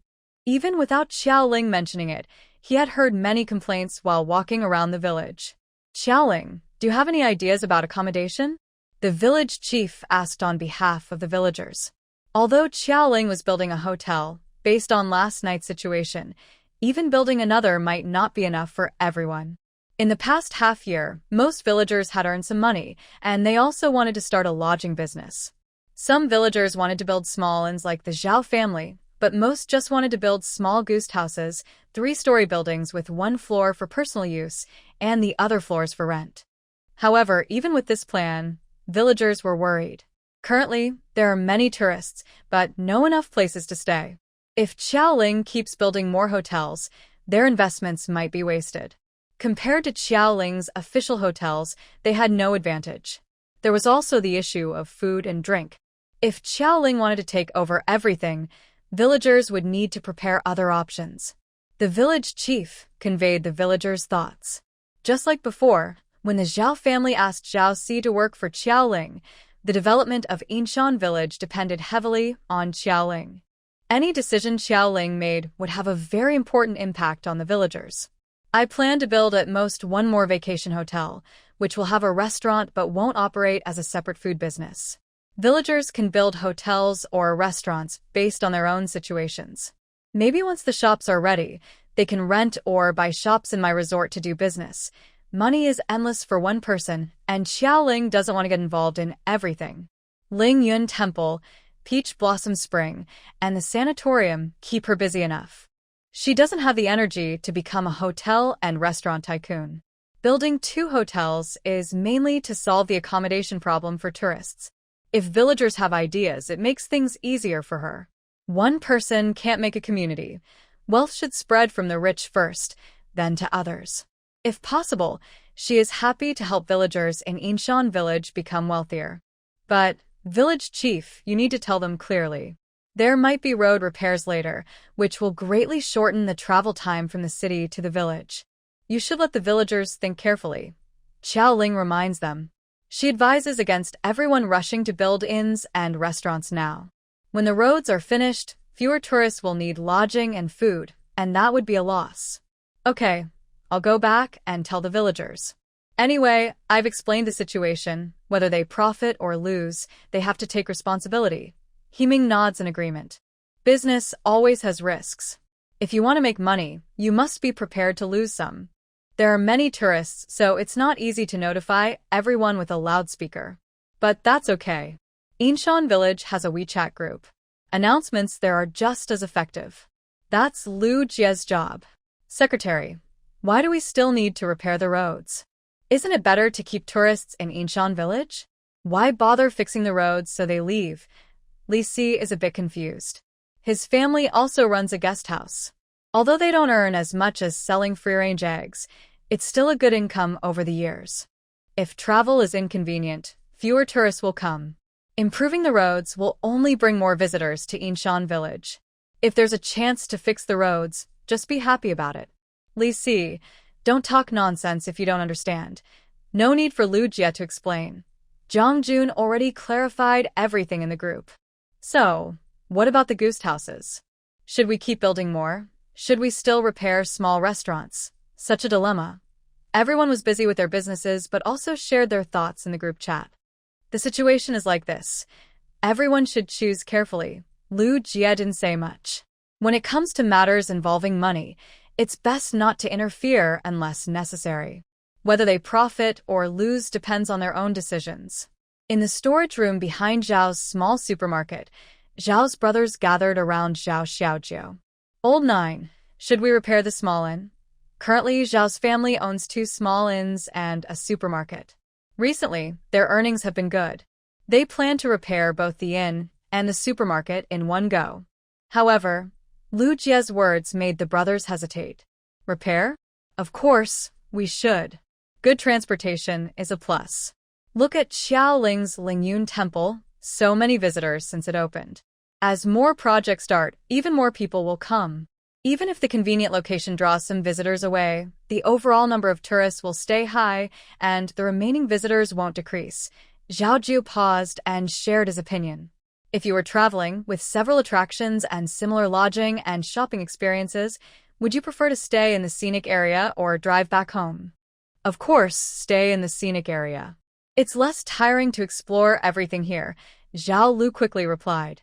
Although he hadn't traveled much himself, he knew everyone would prefer to stay in the scenic area. Exactly. As long as our service quality improves and we don't cheat or overcharge, tourists will be happy to stay at our inns, Zhao Jiu concluded. Alright, then we'll stick to the original plan and build the inns. But we need to pay attention to service quality. I checked the review system Xiao Jiu set up during lunch. Tourists pointed out some issues. We still have a lot to improve.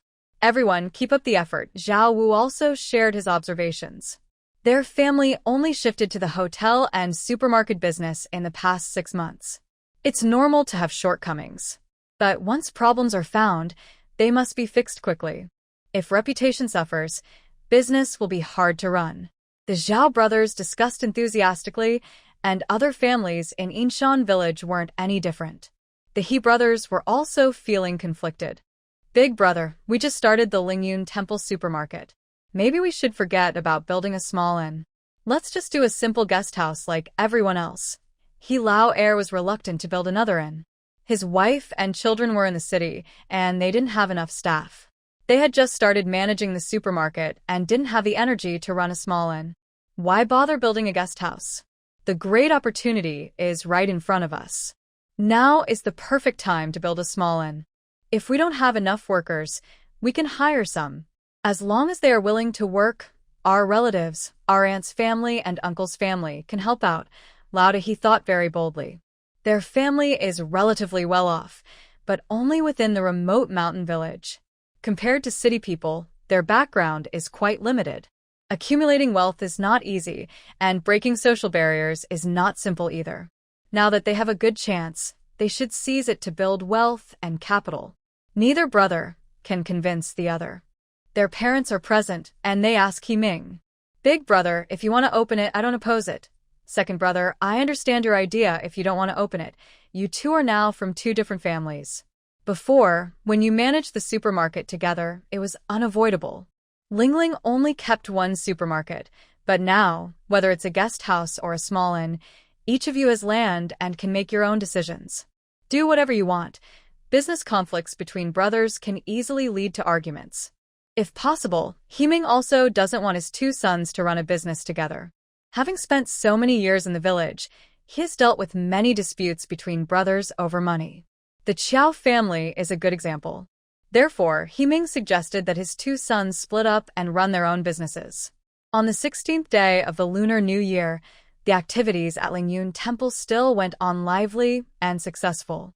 Learning from yesterday's experience, Deng Bin and Lu Kong had already bought tents in advance. This time, they learned to be smarter. Tents are not cheap, and once bought, they are not very useful for long. They decided not to sell tents but to rent them out, which can be reused and also make money. All the vendors and merchants, having learned from yesterday, could handle the situation calmly.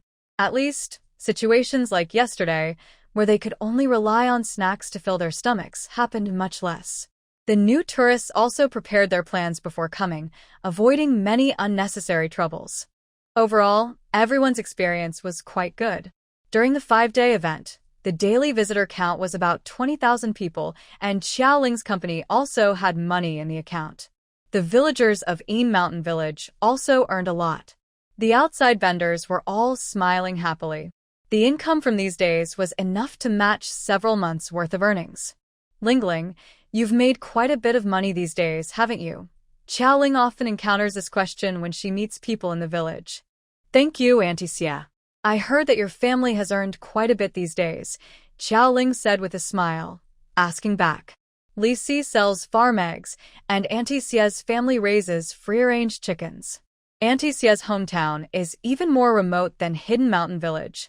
Her family owns a mountain, and a few months ago, when Xiaoling's temple business was booming, she took her idea and paid her family to raise free-range chickens. Now they have earned a lot of money. Hee, everyone is making money, thanks to your clever ideas, Lingling, Auntie Xia said happily. The chickens they raised a few months ago have grown up into authentic mountain chickens, and most of them have been sold recently. Besides expenses for her family, she has earned quite a bit. She plans to use 1/3 of the profit to expand and let her family raise more mountain chickens. Another third will be used to build a guest house. The remaining third will be saved. Even if the investment fails, that 1/3 profit is still enough for her and her husband to retire comfortably. But seeing the visitors coming and going, Auntie Xia smiled widely. The chance of failure seemed very small. Perhaps because everyone has earned quite a lot recently, Xiaoling often meets excited villagers greeting her warmly. Some are shy and just smile at her. Although Xiaoling understands they are showing gratitude, she still feels a bit uncomfortable. After walking around the village for a while, she decided to go back. Lying on a chair, she reviewed the activities from the past few days. Most of the daily income came from ticket sales.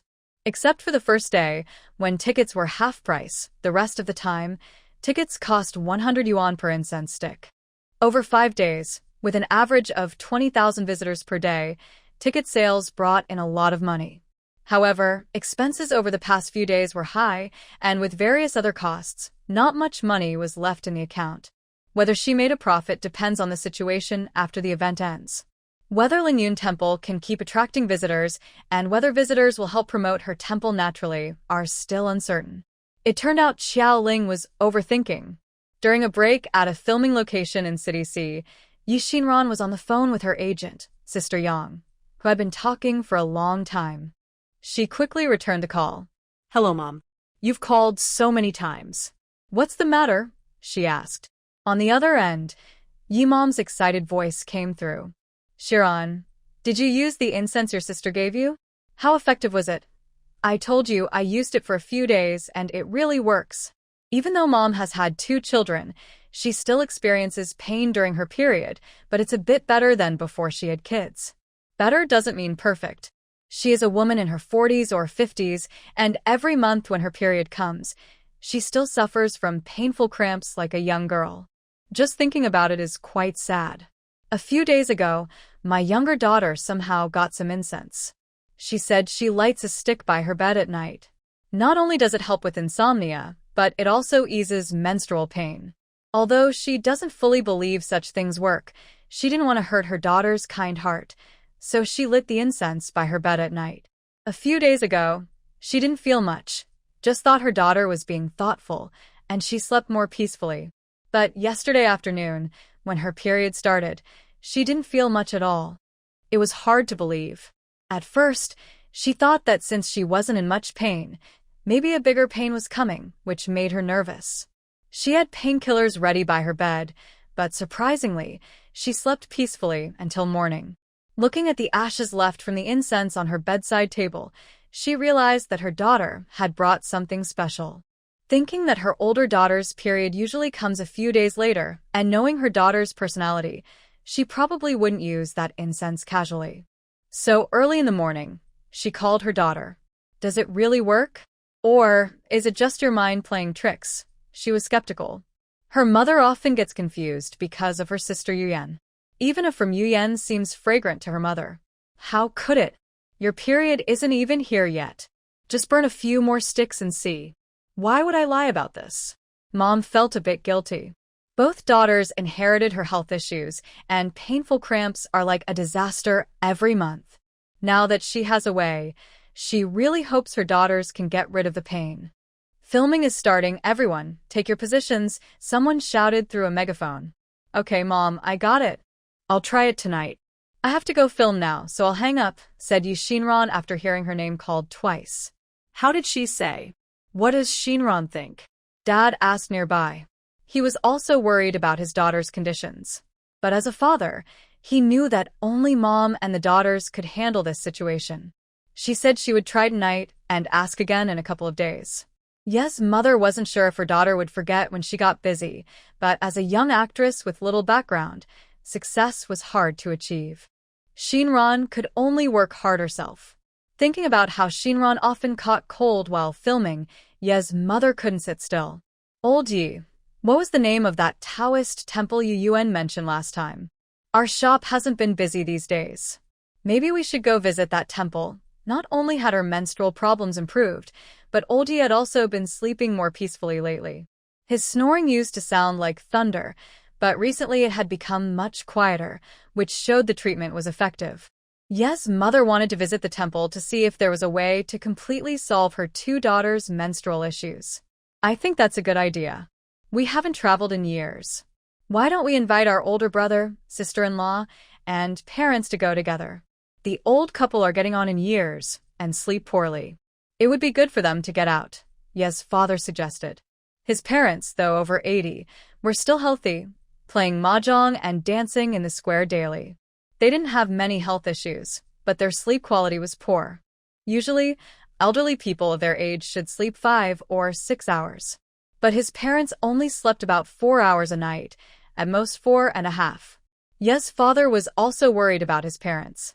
Taking them to the hospital for checkups, the doctor only advised them to rest well and avoid medication that could harm their kidneys.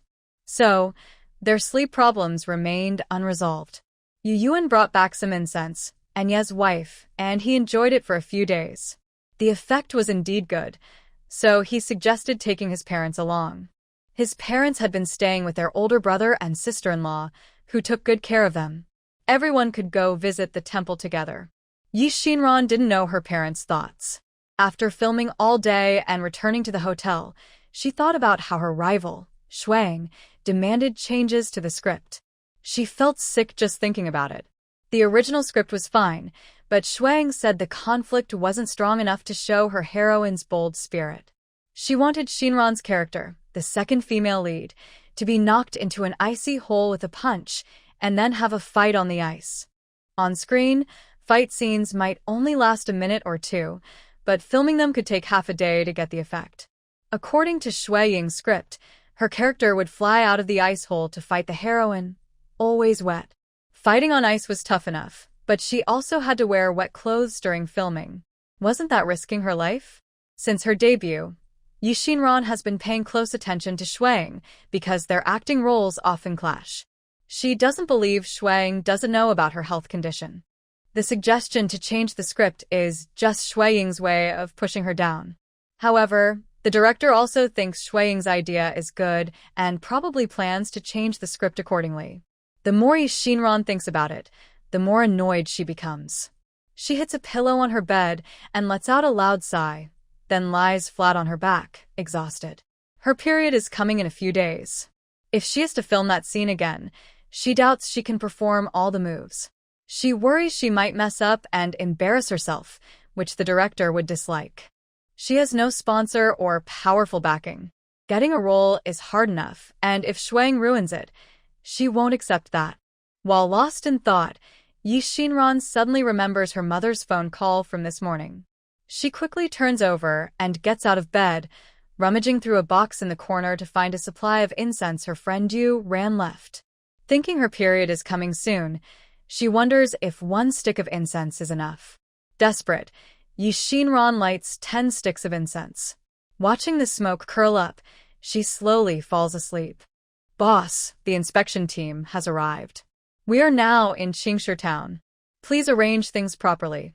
Guo Wei sends a message to Qiao Ling. Okay, I understand. Thank you, Director Guo. Qiao Ling replies simply. Recently, Guo Wei has been busy with road construction. Bringing the inspection team to Yinshan village shows the leaders are paying attention to this project.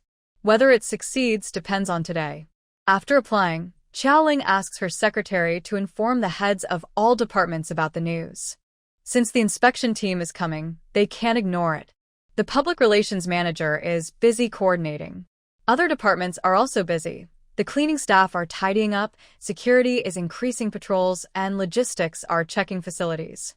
Although Qiao Ling has given instructions for the reception, as the person in charge, she can't relax.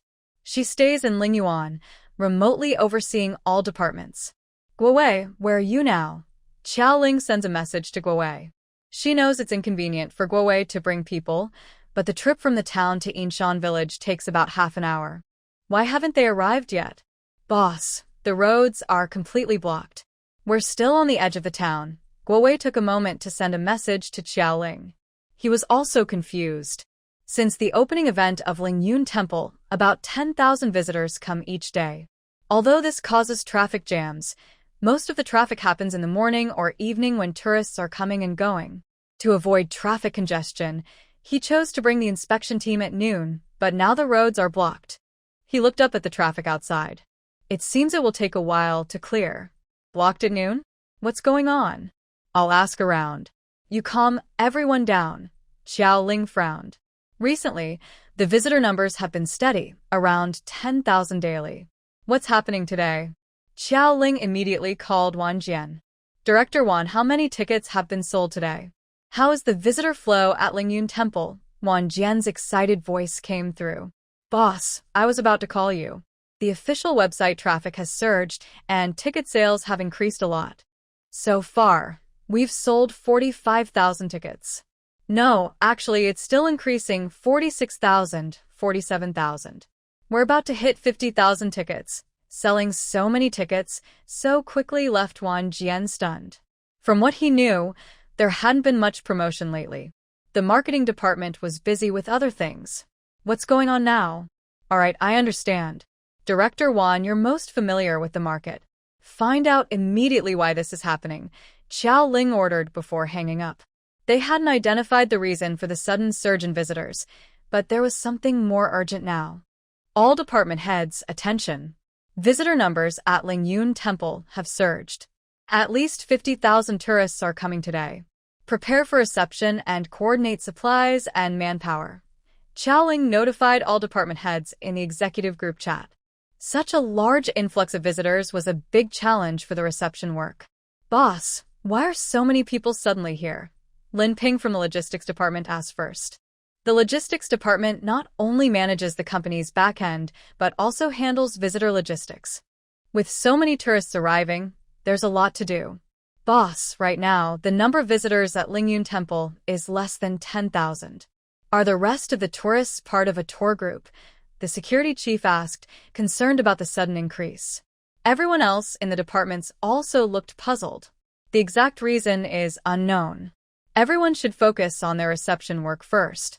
If there are any problems, report them immediately.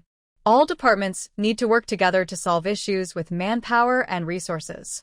Since so many people are coming, preparations are needed for food, drinks, accommodation, and supplies. Xiaoling quickly assigned responsible people in each department and then hurriedly called Lu Jie to inform her of the situation. This situation not only tests the reception capacity of Lingyun Temple, but also challenges the villagers who run small businesses in Yingshan Village. Lu Jie understood the urgency. After hanging up, she instructed the group chat. Villagers and merchants, please note that today, the number of visitors to Lingyun Temple has increased sharply. Be prepared to welcome guests. The total number of visitors today is expected to be around 50,000. Restaurants and snack stalls should prepare as much as possible. Rooms should be cleaned and ready. Those selling local specialties or small toys should also prepare quickly. He Ming, who cares deeply for the villagers, followed up with a message. Reminder.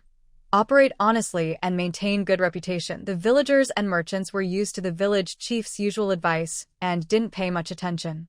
If the village chief ever stopped mentioning these things, it would be strange. Everyone was curious about why so many visitors suddenly arrived. However, since Lingyun Temple itself hadn't yet figured out the situation, Lu Jie only told everyone to prepare quickly.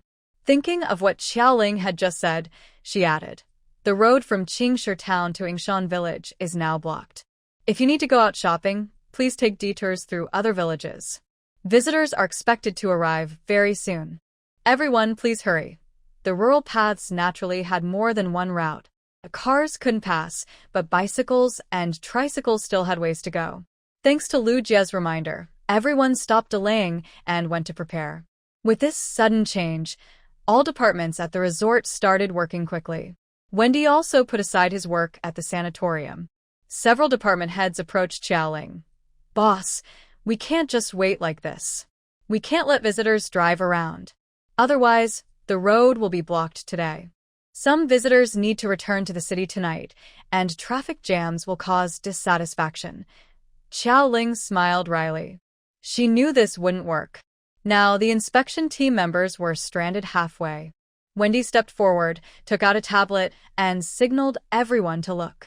I learned from Director Gua that many tourists are stuck in Qingshe town because of traffic jams. If we wait for them to drive here on their own, the roads will stay blocked.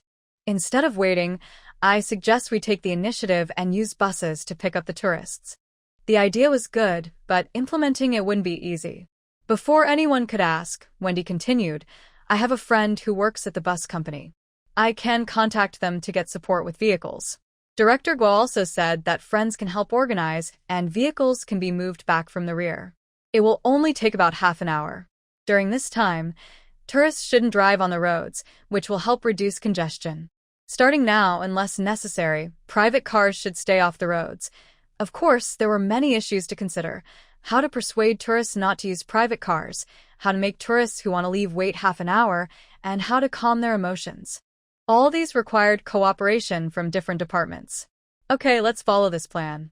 Each department will share the work and report any problems immediately. Director when asked, Wendy and Director Gua, please coordinate with the helpers you bring to persuade tourists to take the buses. Today, any tourists who give up their private cars and switch to our arranged buses will get half-price tickets. When they leave, they can take a special offering incense from Lingyun Temple. Director Wan, is the online ticketing channel definitely closed? Has an announcement been made? Remind tourists who haven't left yet to come in groups and not all at once today. Notify that tourists who buy tickets today and come tomorrow will get a 50% discount. Tourists who buy tickets today and come the day after tomorrow can take a stick of incense for free. From now on, we will control the daily ticket sales, limiting it to 20,000 tickets per day. Xiao Ling arranged everything in order. Lingyun Temple has the capacity to host visitors, but the traffic issues are really hard to manage. At this moment, Xiaoling was eager for higher authorities to approve the road repair project. The current situation was seriously delaying progress. It has been closed and the reasons have been explained online. Although some tourists are unhappy, most are reasonable and haven't insisted on staying. Wang Jian explained the situation. All right, everyone, do your jobs well. Let's win this battle. Make sure the staff work hard but avoid big problems. Today, each person will receive a 500 yuan cash bonus. If you want the mule to run, you must feed it grass. With tens of thousands of visitors arriving, even with discounts, the business will still make good money. Giving staff some extra benefits and proper encouragement is necessary. When staff are motivated, customer satisfaction will be higher. This is a crucial time for Lingyun Temple's rapid growth, and we cannot afford any mistakes. A major response plan has been made. The department heads will continue to refine their parts, and the staff will carry out the plans in an organized way. In Qingstone Town, Guowei's friends quickly arrived with their cars. He also asked for help organizing transportation. With various discounts, they gradually cleared the way from the town. Little Guo, your response was very quick. Director Zhang from the Road Traffic Bureau, although stuck for a while, watched the road clear behind him and praised Guowei. Not at all, not at all. Sorry for the delay, Director Zhang, and everyone. Do you think we should return by car and then take a bus to Yinshan village? After apologizing again, Guowei asked for everyone's opinion. Little Sue, let's go back by car and transfer to the bus. Director Zhang instructed the driver, then turned to Guowei. I remember your previous reports weren't like this. The traffic wasn't so heavy at noon, right? Is there an emergency now? Director Zhang oversees road traffic. When he receives requests to build roads, if there was a sudden situation like this before, such as building a road from the high-speed rail station to a remote village, the request would be rejected. His team would pass it over. But because Lingyun Temple has recently gained fame, he has to think carefully. Although Director Zhang doesn't handle taxes, he has channels to know about Yinshan Village's recent tax income. Over the past few months, the finance department has been very active. Also, when Lingyun Temple opened recently, he didn't attend but heard about its grand opening. For a new business to attract such a large crowd is truly impressive. So, to be cautious, Director Zhang brought a few officials today to inspect the area and see if new roads are needed. The annual funding allocated is limited, so he must be careful. Director Zhang, apart from the busy times during the opening days of Lingyun Temple, there hasn't been such congestion as today. Guowei carefully answered the director's question and added cautiously. Director Zhang, as you saw today, when there are many people, this road will be completely blocked. It really affects the visitor's experience. If we could build another road, it would be different. Once our projects are open, the visitors won't decrease. Currently, traffic is really holding back our development. Although it was a bit unkind, Guowei was quite grateful for the traffic jam. Otherwise, he wouldn't have been able to say many things. This road blockage is quite effective. The leaders even experienced the traffic jam firsthand, so they should consider it. Yes, Director Zhang, Lingyun Temple has recently boosted our town's economy a lot. Recently, the flow of visitors has increased and our town has gained many benefits. The road definitely needs to be repaired. Once fixed, it will attract more people here. Zhang Na also chimed in. She is in charge of tourism, and the tourism in Hidden Mountain Village has been booming lately. Naturally, she also wants the tourism to grow stronger. Without Guowei asking, she was already planning to apply for support policies. For now, she didn't need to get involved in other matters.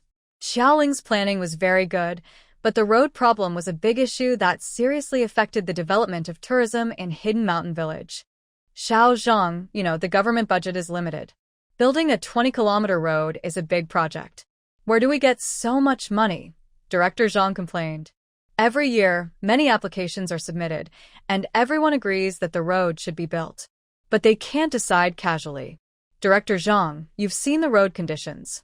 Not fixing it really isn't an option. Now Lingyun Temple is attracting many visitors. Our Qingshi town's economy is finally showing signs of growth. We can't hold it back. When development picks up, the finances will be better. Zhang Na is not someone to be easily fooled. Yes, Building a road requires careful consideration from many angles, but now it's clear that Hidden Mountain Village is about to develop and strong support is necessary. Xiao Zhang, your words are still so sharp. I didn't say we won't build it. Aren't you on your way to inspect the road now? Director Zhang relaxed his tone. He wasn't free to go just for fun. The department had already roughly agreed to build the road from City C's East Station to Hidden Mountain Village, but they needed to see the situation on site before giving the final approval. That's great, Zhang Ju. You haven't been to Hidden Mountain Village before, so you don't know. That place is really nice. Once you go, you'll want to go again, Zhang Na joked with a smile. As a government official, she couldn't openly promote superstitions, so her praise was subtle. I haven't been to Hidden Mountain Village, but I have tasted the peaches there. I heard they've expanded the planting area this year. I hope the quality is as good as last year. Zhang Na stopped talking about road construction, and Zhang Ju was also interested in gossip. Guo Wei didn't interrupt. Since his aunt had already mentioned it, he thought it would be annoying to say more. From his observations during the trip, the road construction issue was probably close to the truth. While no one was paying attention, Guo Wei took out his phone and tagged Wan Jian in the management group. Old Wan, did you find out the reason? What's the situation today? With so many people suddenly showing up, there must be a reason. Yes, I found out. A female celebrity posted a message saying our Taoist temple can cure menstrual pain. Wan Jian shared the information he found. Female celebrity? Guo Wei, did you get a celebrity to promote us? Wendo was curious. Guo Wei usually spent his days handling procedures and road work. When did he invite a celebrity to promote us? He hadn't heard any news. I saw it. It was my little fairy Shinran who posted the message, Lin Ping from the logistics department excitedly said in the group. If I had invited a celebrity, I wouldn't be in this confused state now. Old Wan, don't keep us waiting. Time is limited. Just tell us what you know. Guo Wei was a bit anxious.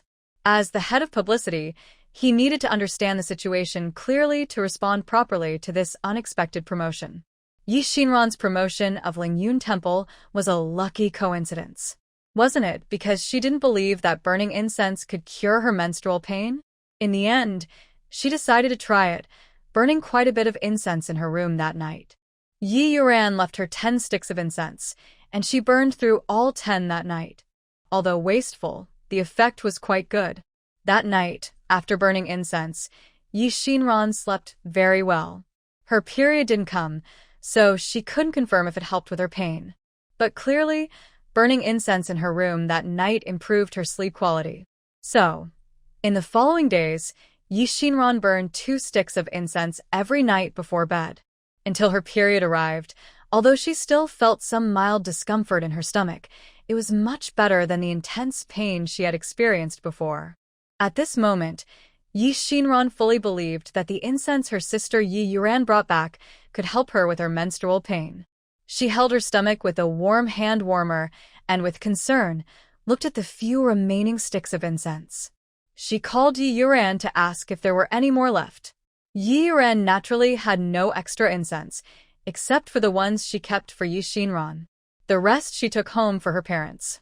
When she learned that her sister had no more incense and that the temple only gave incense as prizes during special events, she realized how precious the incense was. She deeply regretted not knowing how hard it was to get this incense. If she had known, she wouldn't have burned so many sticks that night. Now only a few sticks remained, and she wasn't sure if they would last through the rest of her period. Moreover, her rival Xue Ying probably knew she wasn't feeling well these days. She deliberately had the director shoot a scene with changes in the snow, including a fight scene. Xinran, is this fight scene difficult for you? I know you're not from a professional acting background, so don't push yourself, Xue Ying said with a slight smile, covering her mouth, teasing her. No, it's fine. After all, the opponent is you. It's not too hard. Although I'm not from a professional background, I was selected after many screenings by the main director. Unlike you, who was cast as the lead after being rejected the night before, Yi Xinran sarcastically replied. She suspected that if Xue Ying hadn't gone to sleep with someone that night, she wouldn't have gotten the lead role. She didn't believe Xue Ying could have earned the role purely on her talent. The role she got through that kind of arrangement was not something to be proud of. It's best if there are no problems. The investors spent a lot of money on this film. I hope you won't mess up the shooting. If you delay the schedule because of yourself, I won't wait for you. Just pack up and leave. Shui Ying didn't care about Yi Xinran's sarcasm. In their line of work, only risking everything could lead to success. Look, isn't the lead role becoming hers? As for her constant targeting of Yi Xinran on set, it was clear she didn't want Yi Xinran to steal her spotlight. Their acting styles were similar, their character images were alike, and even the TV dramas they starred in were both double female leads. Although she has the most scenes, Yi Xinran's role as the second female lead is not a traditional villain. Instead, she is quite likable. To prevent Yi Xinran from surpassing her, she has to find ways to push Xinran aside. Okay, everyone get ready. 135 takes. Two women fight in the snow. Action. Shui Ying, who was eager to trouble Yi Xinran, accidentally hit her with a prop during the snow fight scene. She applied too much force and pushed Yi Xinran into the snow. Director Qian, with Shui Ying causing so much trouble. Are you just going to watch? Yi Xinran's manager and Director Qian have worked together many times. They are quite familiar with each other. Now, she couldn't help but complain to Director Qian. Although Yi Xinran has her problems, she is doing pretty well in the busy entertainment industry. She really hopes for Yi Xinran's success, but also knows her old habits. Naturally, she can't stand Shui Ying's antics. What's the rush? This film has two female leads. They have many conflicts early on. If they don't show some sparks, how can I get the performance I want? Director Qian said calmly. This situation is exactly what he wanted. The performances of the two female leads are still a bit immature, but that's okay. He's known for training actors. If they can't perform the way he wants, they can just act naturally and show genuine feelings. In the early scenes, the first and second female leads have many conflicts. They stir up trouble in real life, so bringing that feeling into the scene makes it natural. Stop pushing too hard. Xinran has had old problems since she was young. She can't stand the cold. Her acting skills are good enough. She doesn't need to be pushed so hard to achieve the effect you want. If you want to train her, train Shui Ying instead. Her exaggerated acting style isn't appealing to today's investors. Sister Yang was dissatisfied. If Shui Ying didn't come, Yi Xinran could still fight for the lead role. But now, although the second female role is decent, it can't overshadow the first female lead. If she loses to a more talented actress, it's understandable. But Shui Ying has no acting skills and isn't as likable as Yi Xinran. The role of the first female lead was given to her, which made Sister Yang and Yi Xinran both feel disgusted, like eating a fly. Director Qian frowned as he watched the two actresses. When Shui Ying repeated her old tricks, he spoke up. Shui Ying, what's wrong? Why do you keep messing up your actions? Are your eyes made of copper? Why are you glaring so big? I have said many times that your gaze needs to be on point, and you are holding the legendary first sword, known as the best in the world. Don't just stab wildly. You're acting in a fantasy drama, not a pig slaughtering scene. Director Qian's words finally saved Yi Xinran. The fight scene wasn't finished, so it had to be postponed until the next day. Although Shui Ying was scolded by Director Qian, she felt happy when she thought about Yi Xinran's pale face today. Based on her assistant's estimate of Yi Xinran's condition, she probably wouldn't be able to get out of bed the next day, maybe even needing to go to the hospital. So, even though she was embarrassed in front of everyone and scolded by Director Qian, Shui Ying happily waited for the next day. As long as she could get rid of Yi Xinran, this small setback didn't matter. However, the next day, seeing Yi Xinran calmly arrive on set, her face still not looking good but not as bad as she imagined. No bed rest or hospital visit. Shui Ying was no longer calm. Yi Xinran, why are you still here? Why can't I be here? What? Disappointed that I didn't leave the crew as you wanted? Well, I won't do what you expect. Shui Ying was unhappy, and Yi Xinran was happy. Even her annoying menstrual pain didn't seem so bad, and she confidently responded. All right, we've already delayed the schedule yesterday. Get your spirits up. If this happens again today, don't blame me for being harsh. Scene 135, start. Before their argument could continue, Director Qian made a firm decision. If they didn't focus on filming, they could leave. By mid-morning, they finished the scene with Shuang. Yi Xinran patted her chest in relief, glad she had used the fragrant oil brought by her good sister Yu Ran a few days ago. Otherwise, she wouldn't have been able to film this morning. Thinking about her rival Shui Ying's disappointed expression this morning and how Director Qian had just scolded her badly, Yi Xinran felt very happy. In her good mood, Yi Xinran loved to post online. She went back to her room, took a photo with the fragrant oil, edited it happily, and posted, "Today's happiness comes from this fragrance. Thank you for being with me and helping me escape the pain every month." Because Yi Xinran was too focused on her beauty and self-care, she didn't notice the packaging paper in the corner of the photo with the fragrance. Fans' eyes are amazing. Every fan is like Sherlock Holmes when it comes to their idol.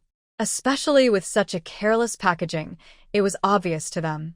Although Yi Xinran is less popular than many other young celebrities, she still has many fans.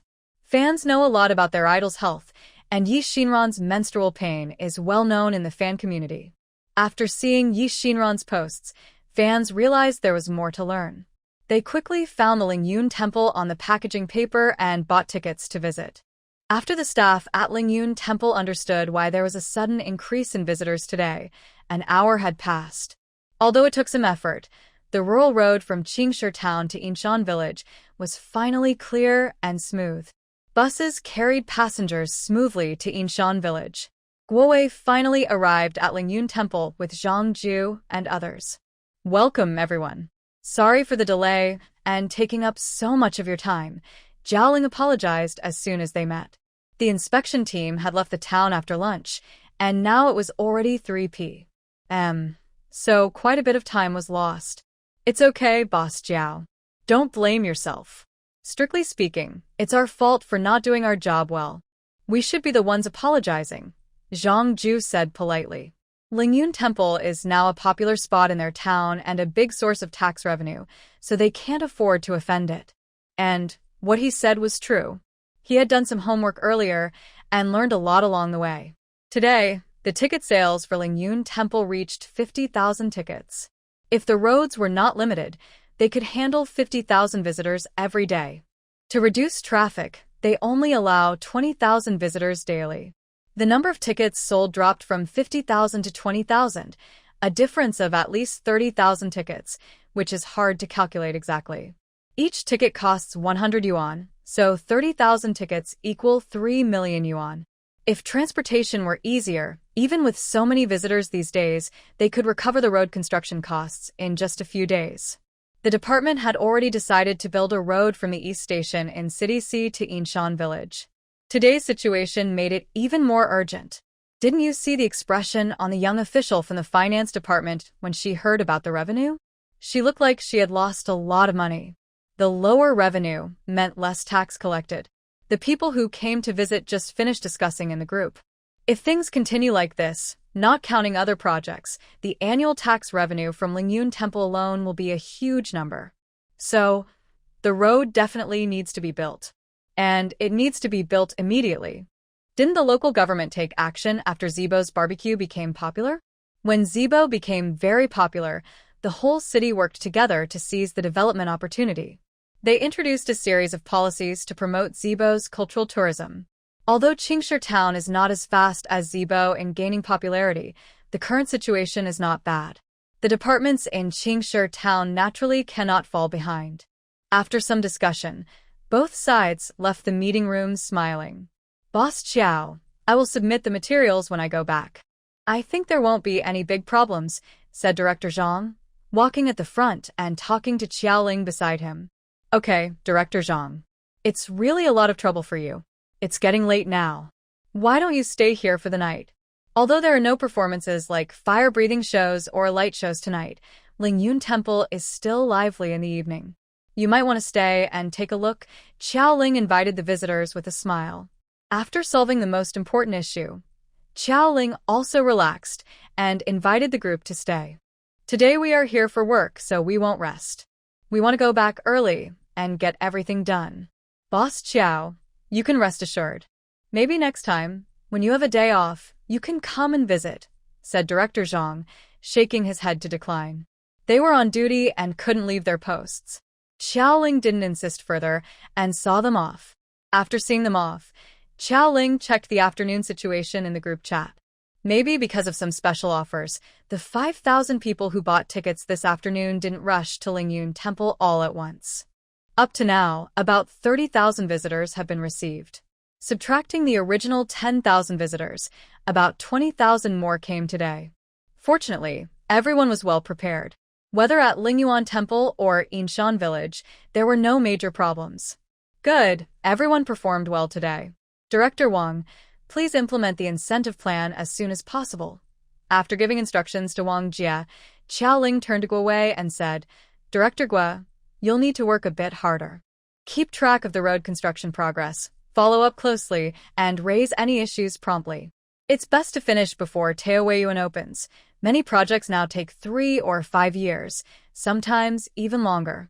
Xiaoling doesn't want the road construction she's worked hard for to become a long-term project. Someone needs to coordinate all the parts, and with the funds in place, it shouldn't take too long. Okay, boss. I'll handle the coordination. It's true. Having people in the right positions makes things easier. Guo Wei's relatives are all government employees, so he knows these processes well. Taoyuan is expected to open in March or April, just a few months away. But Guo Wei doesn't find this difficult. He's even thinking about the promotional plans for the opening. Boss, I've also prepared the promotional plan for Taoyuan. I'll send it to your email later. When you have time, take a look. If it's good, I can start preparing. Xiaoling nodded. Guo Wei is really talented. Besides being bad at taking classes, he's skilled in many areas. All right, Director Guo, I trust you. After praising Guo Wei, Xiaoling outlined the work plan for the next 2 months. Next, I'll talk about the main focus for the coming months. The department heads hired with high salaries are not just here to do nothing. They don't need Xiaoling to tell them everything. During this time, department heads have learned about the company, understood Xiaoling's expectations, and know her bottom line. They can handle various issues calmly. Xiaoling also has a general idea of the department head's abilities. Overall, they are good, and she can delegate some authority to them to coordinate their work. Xiaoling isn't a professional manager by training. She's been thrown into this role suddenly. When there's no one around, she spends a lot of time each day learning about company management. Honestly, she doesn't like dealing with these things. But since everything is just starting, she can't let go completely. She has to observe how her managers handle their tasks. If things don't improve, she might have to hire a professional manager to take over. However, talented professionals are not easy to find. It is better to train the current managers well. Now, it seems that Guo Wei, Wang Jian, Wendy, Wang Jie, and Lu Hongda work well together. After observing for a few more months, if everything goes smoothly, Xiaoling wants these people to take charge of the company's various affairs. She, as the big boss, can then step back and relax. Although she can't let the managers hold all the power now, giving them more authority is still possible. Even Guo Wei, who isn't from a professional background, does his work very well. Xiaoling, being an outsider, doesn't want to interfere blindly. She just needs to set the main direction and delegate most tasks to the 5 managers. After leaving the office and returning to Lingyuan, she takes a deep breath. She feels lighter now that she has let go of the company's trivial matters. Her burden seems to have eased, and she feels more relaxed. Recently, she has been busy with online controversies and the opening of Lingyun Temple, among other things. She hasn't had time for breathing exercises for a long time. Xiaoling really hopes the managers will do better, so she can be free from these small worries. But good ideas often face harsh realities. Sometimes, trouble comes even if you don't seek it. Early in the morning, as usual, Xiaoling picks up her phone to watch videos, but she ends up getting involved in online drama again. Public figures should be careful with their words. Superstitions are not good, actress Shuang posted. Although her words seem random, anyone familiar with Shuang knows she's talking about Yi Xinran. It's easy to guess. Shuang is filming a scene with Yi Xinran, who is rumored to have a bad relationship with her. Looking at Yi Xinran's message from yesterday, there's no doubt about it. Fans often act blindly. When Yi Xinran posts something, her fans go to Lingyun Temple to support her. Now, Shuang is openly criticizing Yi Xinran. Her fans don't fall behind. They attack Yi Xinran to bring her down, even dragging Lingyun Temple into the mess. What kind of trash Taoist temple is this? The entrance fee is 100 yuan. If I go, I'll definitely get scammed. A remote mountain spot with such a high ticket price. Of course, they need to charge more to afford celebrity endorsements. Trash Taoist temple. The owner of this temple must be crazy. They even claim that burning incense can cure menstrual pain. Why not say it can cure cancer too? These fans left harsh comments on Shuiying's Weibo. Some even went to the official website of Lingyun Temple. On the website, they used rude and language. Are you all blind? Haven't you seen the online rumors recently? The people who spat foul words online are now helping their idols sew clothes. Now, this is getting interesting. Do you think you can slander Chairman Xiao and his temple so easily? Chairman Xiao's lawyers are ready to act at any moment. If you don't want to go to jail, kneel and beg for mercy. Maybe they'll forgive you if you're sincere. Every day, Lingyun Temple has a lot of visitors and makes a lot of money. But I heard they still need loans. All that money is probably spent on lawyers. You fans who don't think carefully, get ready to face lawsuits. Fans and visitors who often visit the Lingyun Temple Forum were surprised to see more people provoking Chairman Xiao online again. They left comments to watch the show. Shuiying's fans found it strange. What does sewing clothes have to do with anything? Just based on their comments on the forum? Yes, just based on what they said. Not long after the online bullying incident before the new year, most of Qiao Ling's lawyer team was busy across the country. They knew the procedures well and didn't keep them waiting. The fans who caused the most trouble on the forum had already received legal notices. Big sister, what should I do? I followed your advice and sent some people to trouble Lingyun Temple. I didn't expect the owner to be involved in that online bullying incident during the new year. Now her lawyer is suing me. What should I do? In a hotel on set, a woman anxiously asked Shuang for help. How could you be so careless? You can't handle even small matters. Leave the crew now, and don't let the paparazzi catch you. Shuang frowned and scolded, then took out her phone to search for Lingyun Temple. The more she looked, the darker her mood became. She had heard about the recent online controversy, but since she was busy traveling during the new year, it had nothing to do with her. She didn't have the energy to pay much attention. Later, the online news was blurred to protect privacy, so she was even less aware of the details of the incident. Although celebrities often send legal notices, pursuing matters to the end is very difficult. She knew she couldn't do it herself. She heard that Lingyun Temple makes millions in a day. Even though she was a rising star, she was just starting out and couldn't compare. Thinking about the large team of lawyers, Shuang felt a bit nervous. Little sister, listen to me. You go back first and don't contact me for now, she said. She didn't want to join her seniors in dealing with complicated issues. But, sister, what should I do? If I get into trouble, how will Xingda see me? I only did what you told me, her younger sister said with tears in her voice. Sister, you have so many contacts. Think of a way, she added. Her younger sister, Shuemingyu, was crying as she spoke. She was Shuiying's cousin. Since Shuiying became famous, she had been managing her fan group. Some older cousins found it inconvenient to speak directly, so she helped pass messages.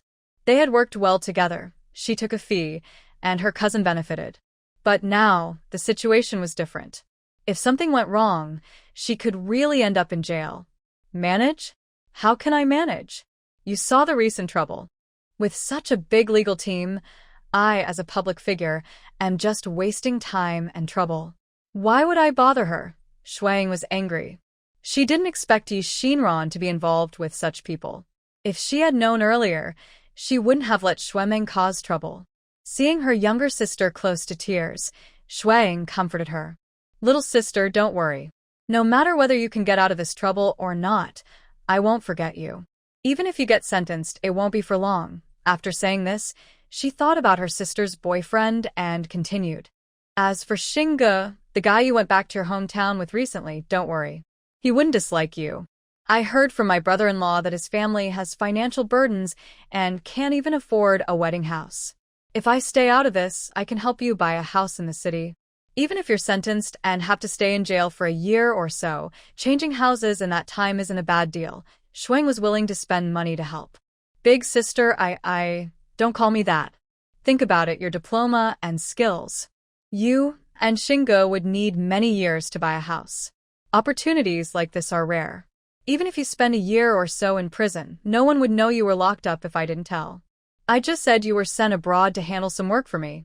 That way, you get the money, keep your reputation, and there's nothing to hesitate about. Shuang interrupted Shuemeng. If it weren't for family, she wouldn't bother to pay extra for a house deposit.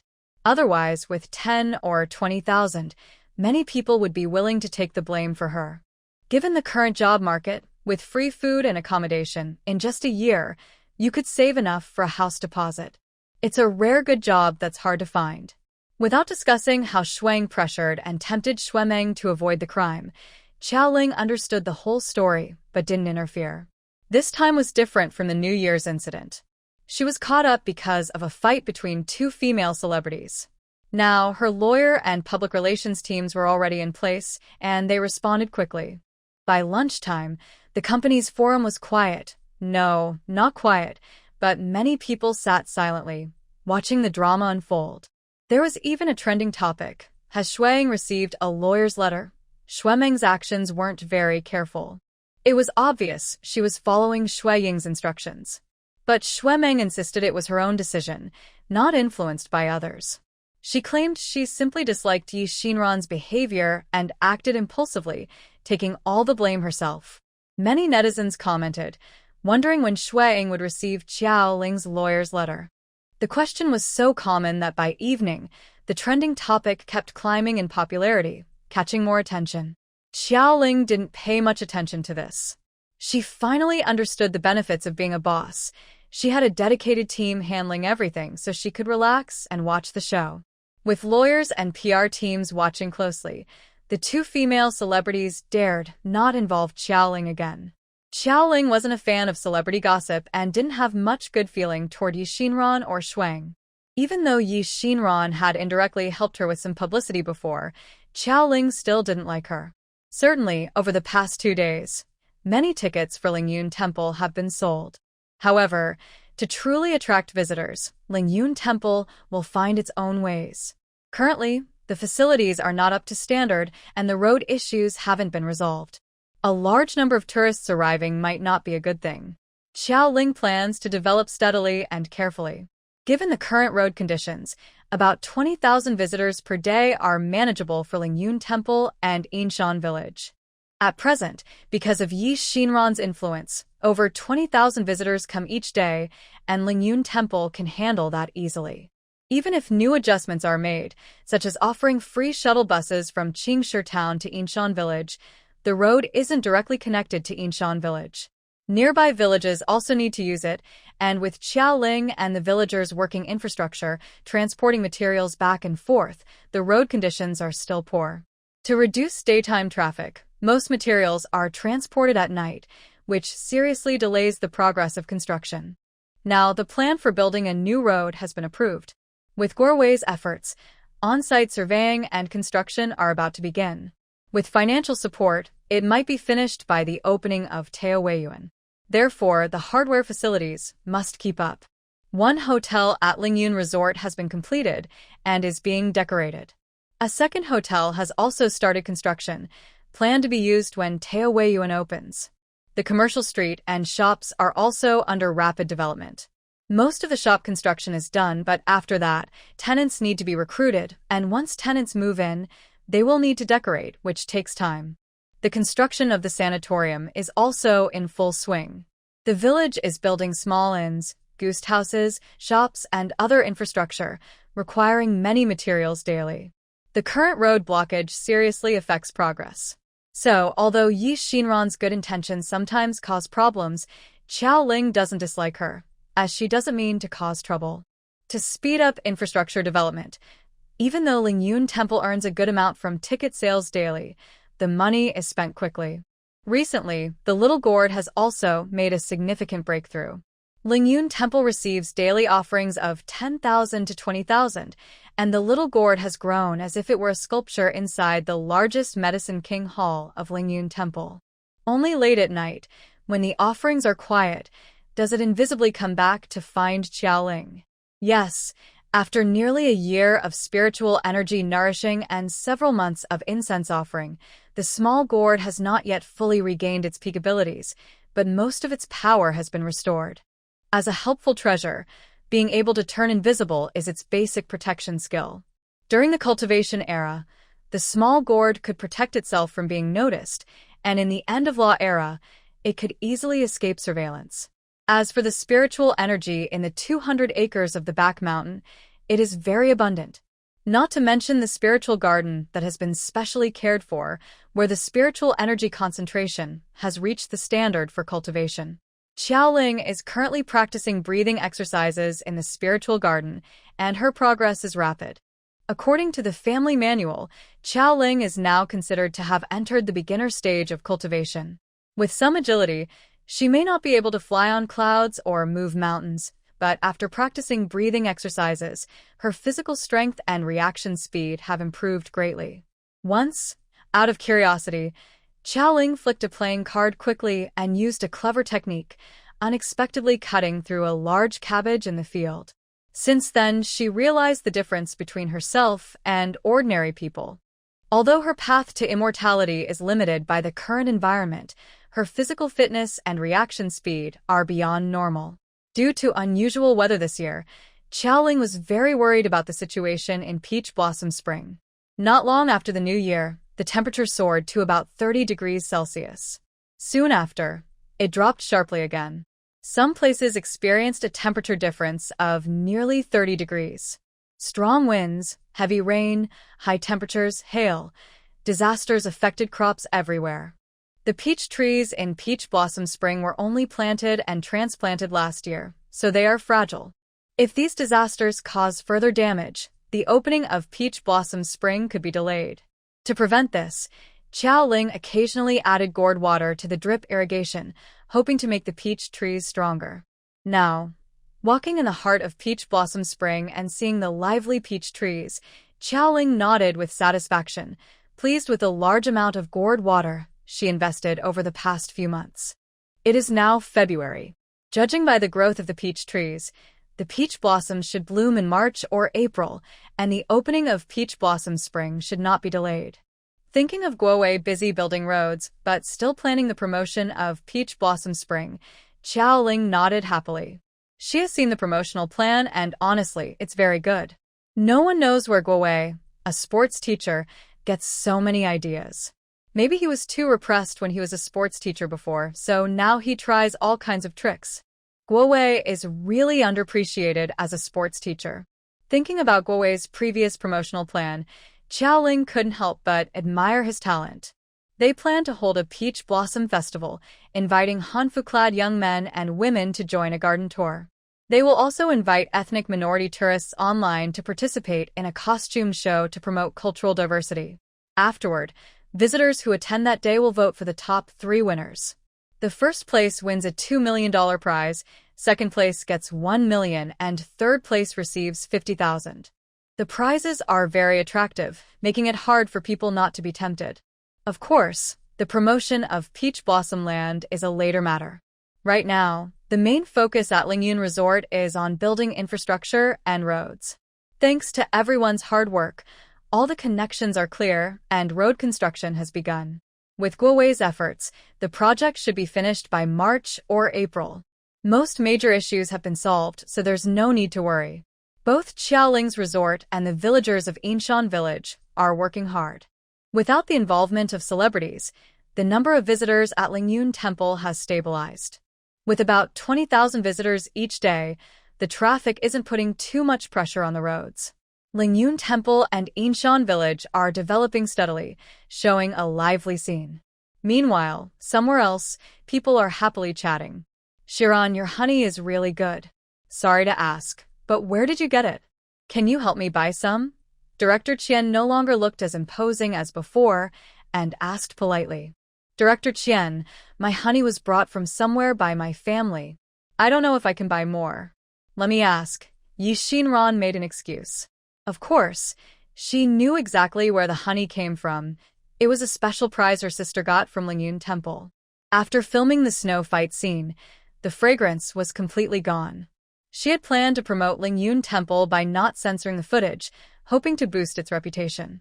But she didn't expect that nasty woman Shuang to interfere and ruin everything.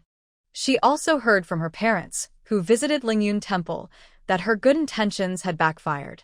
Lingyun Temple is always busy with visitors. Right now, they are building new facilities quickly, and the sudden influx of tourists has caused some trouble. Later, it was seen that Shuang faced some tough problems. The owner of Lingyun Temple was involved in a recent online harassment incident. Xiao's lawyer team has already taken action against many people who bullied her online. Even Shui Ying's cousin, Shui Meng, has been affected. She had already tried to avoid offending such harsh people before, so she doesn't dare to offend them now. Don't you see that Shui Ying is now overwhelmed and confused? She is now a trending topic, often sparking small online debates. Did Shui Ying receive a legal notice today? This joke seems to follow her everywhere. So, even if director Qian acts friendly, she doesn't dare to agree easily. That honey has never been sold on the market, so she doesn't dare to promise anything. She can only ask her parents, who are visiting Lingyun Temple, to help inquire. Okay, I'll ask. Xinran, tell your family not to worry about the price. Such a good product is worth more. Have them negotiate first. Tell me how much they want, and I'll call right away. Although Director Qian was disappointed, he understood the value of that honey. Such a good product isn't easy to find. While the conflict between Shui Ying and Yi Xinran was partly stirred up by him, he later gave Yi Xinran more screen time to make her character more appealing. His goal was to have her help buy the honey, or at least share the purchasing details. Qian's mother is in poor health. She had intestinal surgery a few months ago. The doctor said that at her age, her 5-year survival rate is less than 60%. One day, he accidentally drank a cup of honey water brewed by Yi Xinran and felt it was extraordinary. He shamelessly asked for another cup and felt confident that the honey was very good. Thinking of his mother at home, he didn't care about Yi Xinran's displeased expression and asked for some honey to take home. His mother drank it for 5 days straight, and her condition improved significantly. The minor health issues caused by her surgery seemed to lessen. After compensating Yi Xinran in the story, Qian looked for her again to see if she could help buy more honey. After hearing many promises, Yi Xinran was a bit excited and called Yi Yuran. Hey, Yuran, do you still have that honey? Is the owner of Lingyun Temple easy to talk to?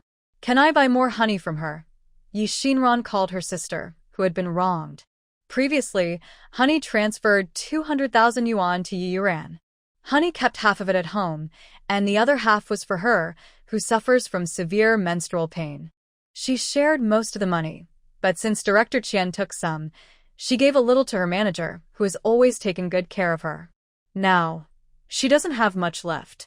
Before, Yi Xinran was worried because she lacked connections and couldn't get the lead role. Now, such an opportunity is in front of her. How could she not be excited? Just now, Director Qian had promised her confidently that if she helped him buy honey, he would give her a leading role. Honey, didn't you say you split with Mom? I don't have much left. I didn't pay attention to whether I could buy it or not. But it seems like the things from Lingyun Temple are not sold casually. I don't know for sure. Anyway, Mom and Dad are still there. Maybe you should ask them.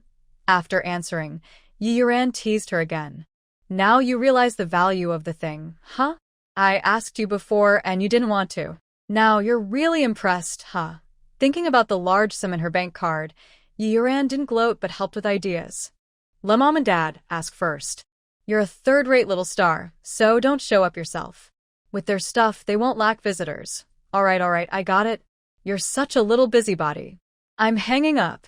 I'll call Mom. Yi Xinran then called her mother. Hello, Mom. Are you guys home? Are you still at Lingyun Temple? Yes, we're planning to rent a few guest houses near the temple with your grandparents. We'll stay a while longer. I heard there's a peach blossom festival in 2 months. It sounds interesting. We're planning to stay until then. As soon as her mother finished speaking, Yi Shinran was curious. Mom, you're staying that long? Isn't the shop at home closed? It's no wonder Yi Shinran was surprised. Although her parents travel every year, usually for no more than 10 days or half a month. This time, they plan to stay for 2 or 3 months. Is Lingyun Temple really that enchanting? The shop is looked after by Xiaozhang. If we earn a little less, so be it. Just focus on taking care of your health. Her mother said, casually. Their family runs a stationery store near the elementary school, with someone helping out. Whether they are there or not doesn't make much difference. But Lingyun Temple is genuinely interesting. Every day they go to burn incense, and her health visibly improves. The most obvious improvement is in her in-laws' health. During the day, I went back to the place where Xiang Hui rents, ate something, and then went for a walk. I went to bed around 10 o'clock and fell asleep quickly. Even if I woke up in the middle of the night, I could fall back asleep fast.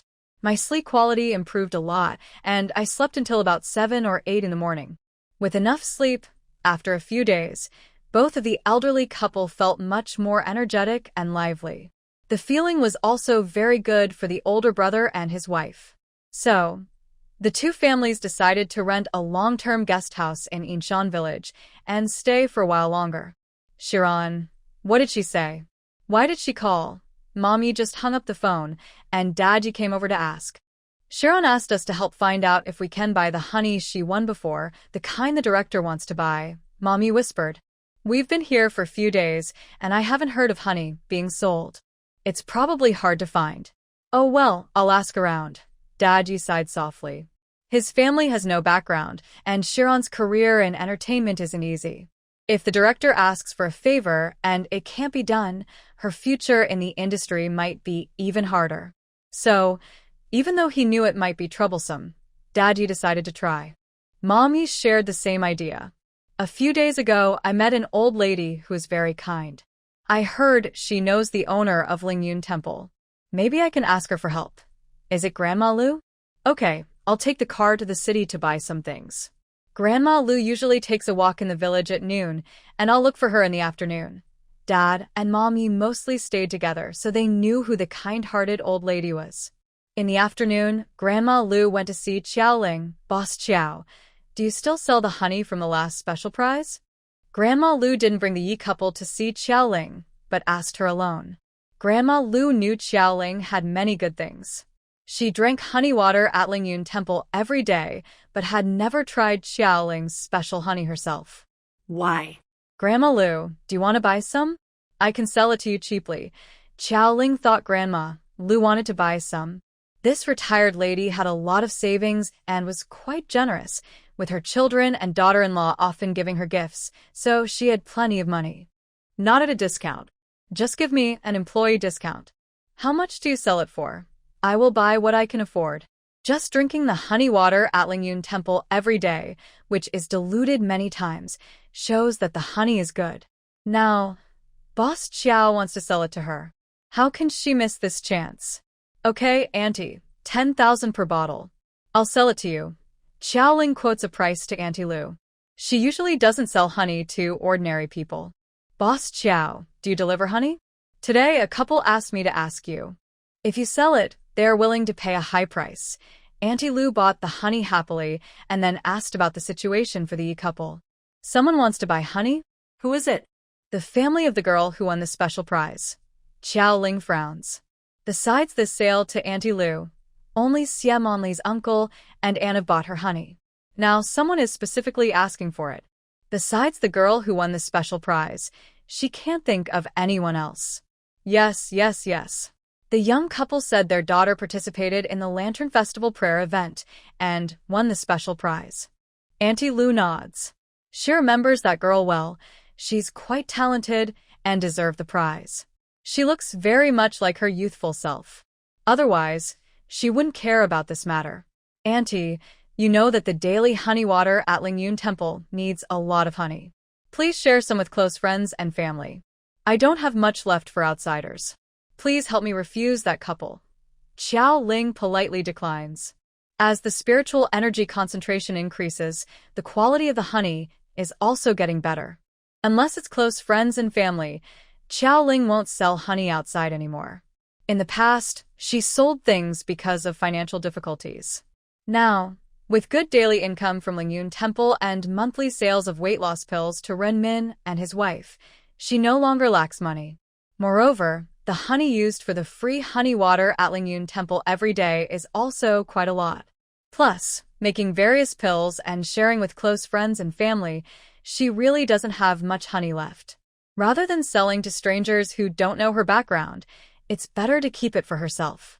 Okay, Boss Qiao, I will refuse them right away. Auntie Lu nods and then asks about the Peach Blossom Festival.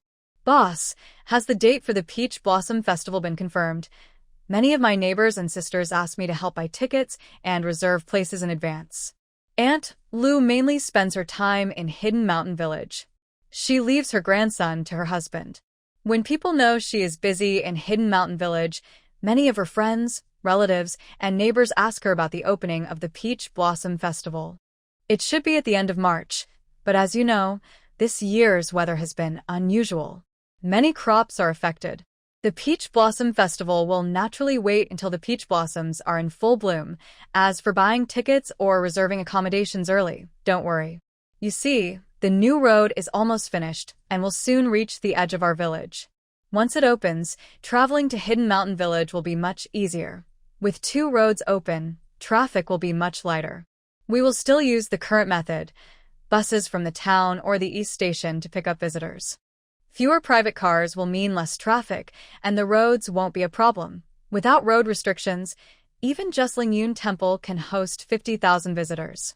Plus, Peach Blossom Paradise is quite large, so more people can come. You won't need to worry about not getting tickets. As for accommodations, it's even simpler. With less traffic, it only takes about half an hour from Hidden Mountain Village to Qingstone Town. Traveling back and forth is very convenient. Qiao Ling patiently explained to Aunt Lu. As long as the roads are fixed, there's no need to worry about lodging. The trip from Hidden Mountain Village to Sea City takes only half an hour. Since the scenic area doesn't have many hotels, visitors can easily take a bus to the city to find a place to stay. Yes, that's true. Even if the new road isn't fully finished, the roads from the town to the village are much better now. Aunt Lu nodded.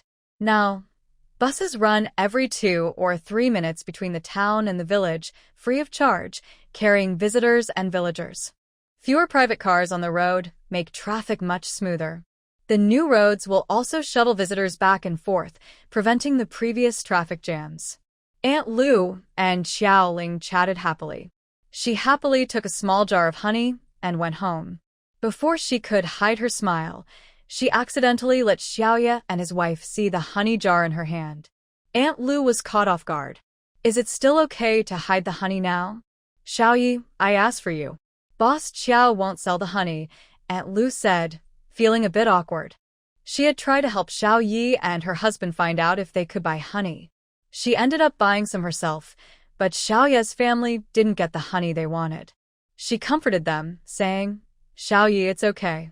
You're renting the guest house from Brother Xie for at least 2 months. Staying here a bit longer will have the same effect. Mother Yi smiled sadly, noticing Aunt Lu tightly holding the honey jar but not speaking. She softly thanked Aunt Lu, saying, Thank you, Aunt Lu. We understand. Aunt Lu felt a bit embarrassed because she liked Xiaoye's kindness, but she didn't want to give up the honey she was holding. Boss Qiao has many good things, but not many are available for sale. If it weren't for her helping him with work, she probably couldn't buy the honey either. Even though Xiao Yi and her husband looked disappointed, Aunt Lu carefully carried the honey jar and left. Husband, why don't we ask Boss Qiao directly? Aunt Lu was able to buy some. If we pay a bit more, we might be able to get some too, suggested Mother Yi after Aunt Lu left. This honey is important for her daughter's acting career and her family's health. She didn't want to give up easily. Okay, we'll try again when there's a chance. But it's uncertain. If it doesn't work, we'll think of other ways, her husband replied. This morning, Father Yi learned a lot about the owner of Lingyun Temple. Since he resigned and returned to the village less than a year ago, the place has grown quite a bit. It wasn't easy to impress him, so he didn't have high hopes. Still, for his family and children, he bravely went to ask to buy. The result was obvious. Disappointed, they returned to the guest house rented from Brother Xie, feeling down. What's wrong? Did something happen? Brother Xie asked with concern when he saw them looking sad. The Yi family had rented her second floor for 2 months, paying the rent in advance. She was worried about them. It's nothing, Sister Xie. We didn't succeed, so we're a little upset. We'll rest for a bit, Mother Yi whispered. I'm glad everything is fine. If you have any worries, try to stay positive. It's good to see your family happy and healthy, with smart children. Don't worry about other things. The Yi family doesn't seem to be short of money. As long as money isn't the problem, everything else should be fine. Ye's father looked at Xie Dazue and suddenly asked, Big Sister Xie, are you familiar with the owner of Lingyin Pavilion? Can you help us buy some things? Since Boss Qiao sold honey to Aunt Lu, it shows he's not someone who refuses to sell outside his usual circle. He probably only sells to people he knows well. Xie Dazue's home is not far from where Boss Qiao lives. They should know each other. Maybe they could try paying her to buy things for them? Familiar? Of course. Did you see the house next door? That's where Qiao Ling's parents live. I've watched Qiao Ling grow up, Xie Dazue said proudly. When she heard about buying things, she wondered if they wanted her to buy for them. What do you want to buy? Peach blossom sachets and peaches? I can't say what will be available this year. I've saved your phone numbers. When the items are for sale, I'll call you, she offered. Last year, little Lekong made a lot of money selling peaches. Aunt Xie has earned quite a bit too, but no one minds having more money. If there's a chance to earn, she won't turn it down. Peach blossom sachets? Peaches? No, we want honey, Ye's mother said, a bit confused. What do these have to do with peach sachets and peaches? Ignoring that, Ye's mother told her what she wanted. Honey?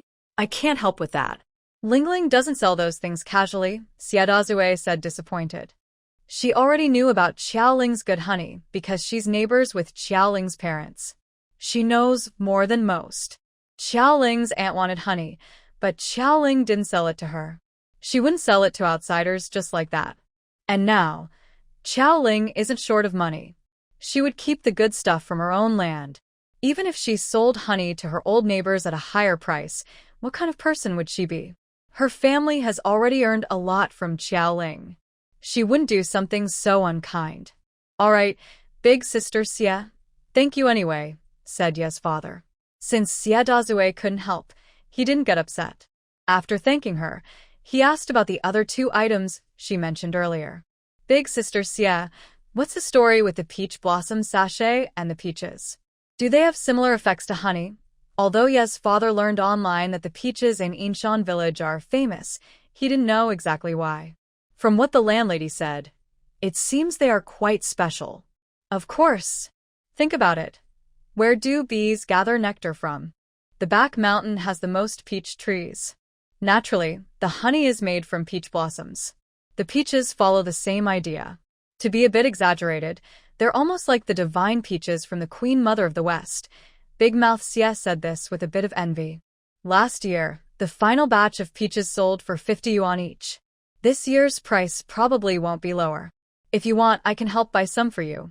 After saying that, she pointed to a tree in the corner with new buds. Look, I also have peach trees at home. If you don't mind, I can sell you some cheaply when they're ready. Big Aunt Xie started promoting her own unripe peaches. Most villagers in Yinshan village plant many peach trees in front and behind their houses. The flowers look beautiful during blooming season, attracting visitors, and later, there are peaches to eat. Of course, they know their peaches and blossoms aren't as good as Qiao Ling's. But eating their own peaches or selling them cheaply is fine. Maybe, with Qiao Ling's help, they can sell at a good price. Wow, such good things. Annie, do you still have peach blossom sachets? Can we see them? Ye's mother was curious. She didn't care much about the peaches now, but she thought the sachets might still be around. She wanted to see them with her own eyes. I do, but they lose their effect after a while. Even if I show you, you probably won't understand. When Qiao Ling asked someone to help make the sachets, a few older women helped, but as Big Mouth Xie said, over time, everything fell apart and there wasn't much to see. Suddenly, Aunt Xie thought of something. Wait a moment. My husband was one of the first to work at Lingling. Lingling gave him a peach blossom pillow. I've kept it sealed, so he wouldn't use it. Wait a moment, I'll go find it. Big Mouth Xie remembered that earlier, Xiao Ling was worried her husband, who worked night shifts, wouldn't sleep well, so she specially gave him a peach blossom sleep pillow. She hadn't been willing to let him use it before. The old man came back from his night shift and slept like a dead pig, so he didn't need a sleep pillow. Following the principle of not wasting, she sealed it with plastic, thinking it might still work. Now, the people in the Yi family are looking for things that are good for health. Isn't this a good item? After searching through boxes, Big Mouth Xie found a peach blossom pillow at the bottom of a box. He took it out and showed it to the Yi couple. This unopened pillow's effect will fade after a short time, so I won't open it. My house is right next to Lingyun Temple, so I probably won't need it soon. If you really want something good for your health, this is a good choice. I won't charge too much. Previously, Old Zhou sold a peach blossom pillow to Boss Ren for 10,000 yuan. If you want it, take it for 10,000. Big Mouth Xie didn't open the peach blossom pillow. There are no more than 5 such pillows in the entire Hidden Mountain Village. Everyone can see the effect of the pillow. When Deng Bin first came to the village, he relied on the pillow to sleep peacefully. Selling it for 10,000 yuan is a fair price, not expensive at all. Now, Xie's son and his family have also returned to the village to develop. They live right next to Lingyun Temple. It's not an exaggeration to say their health is excellent.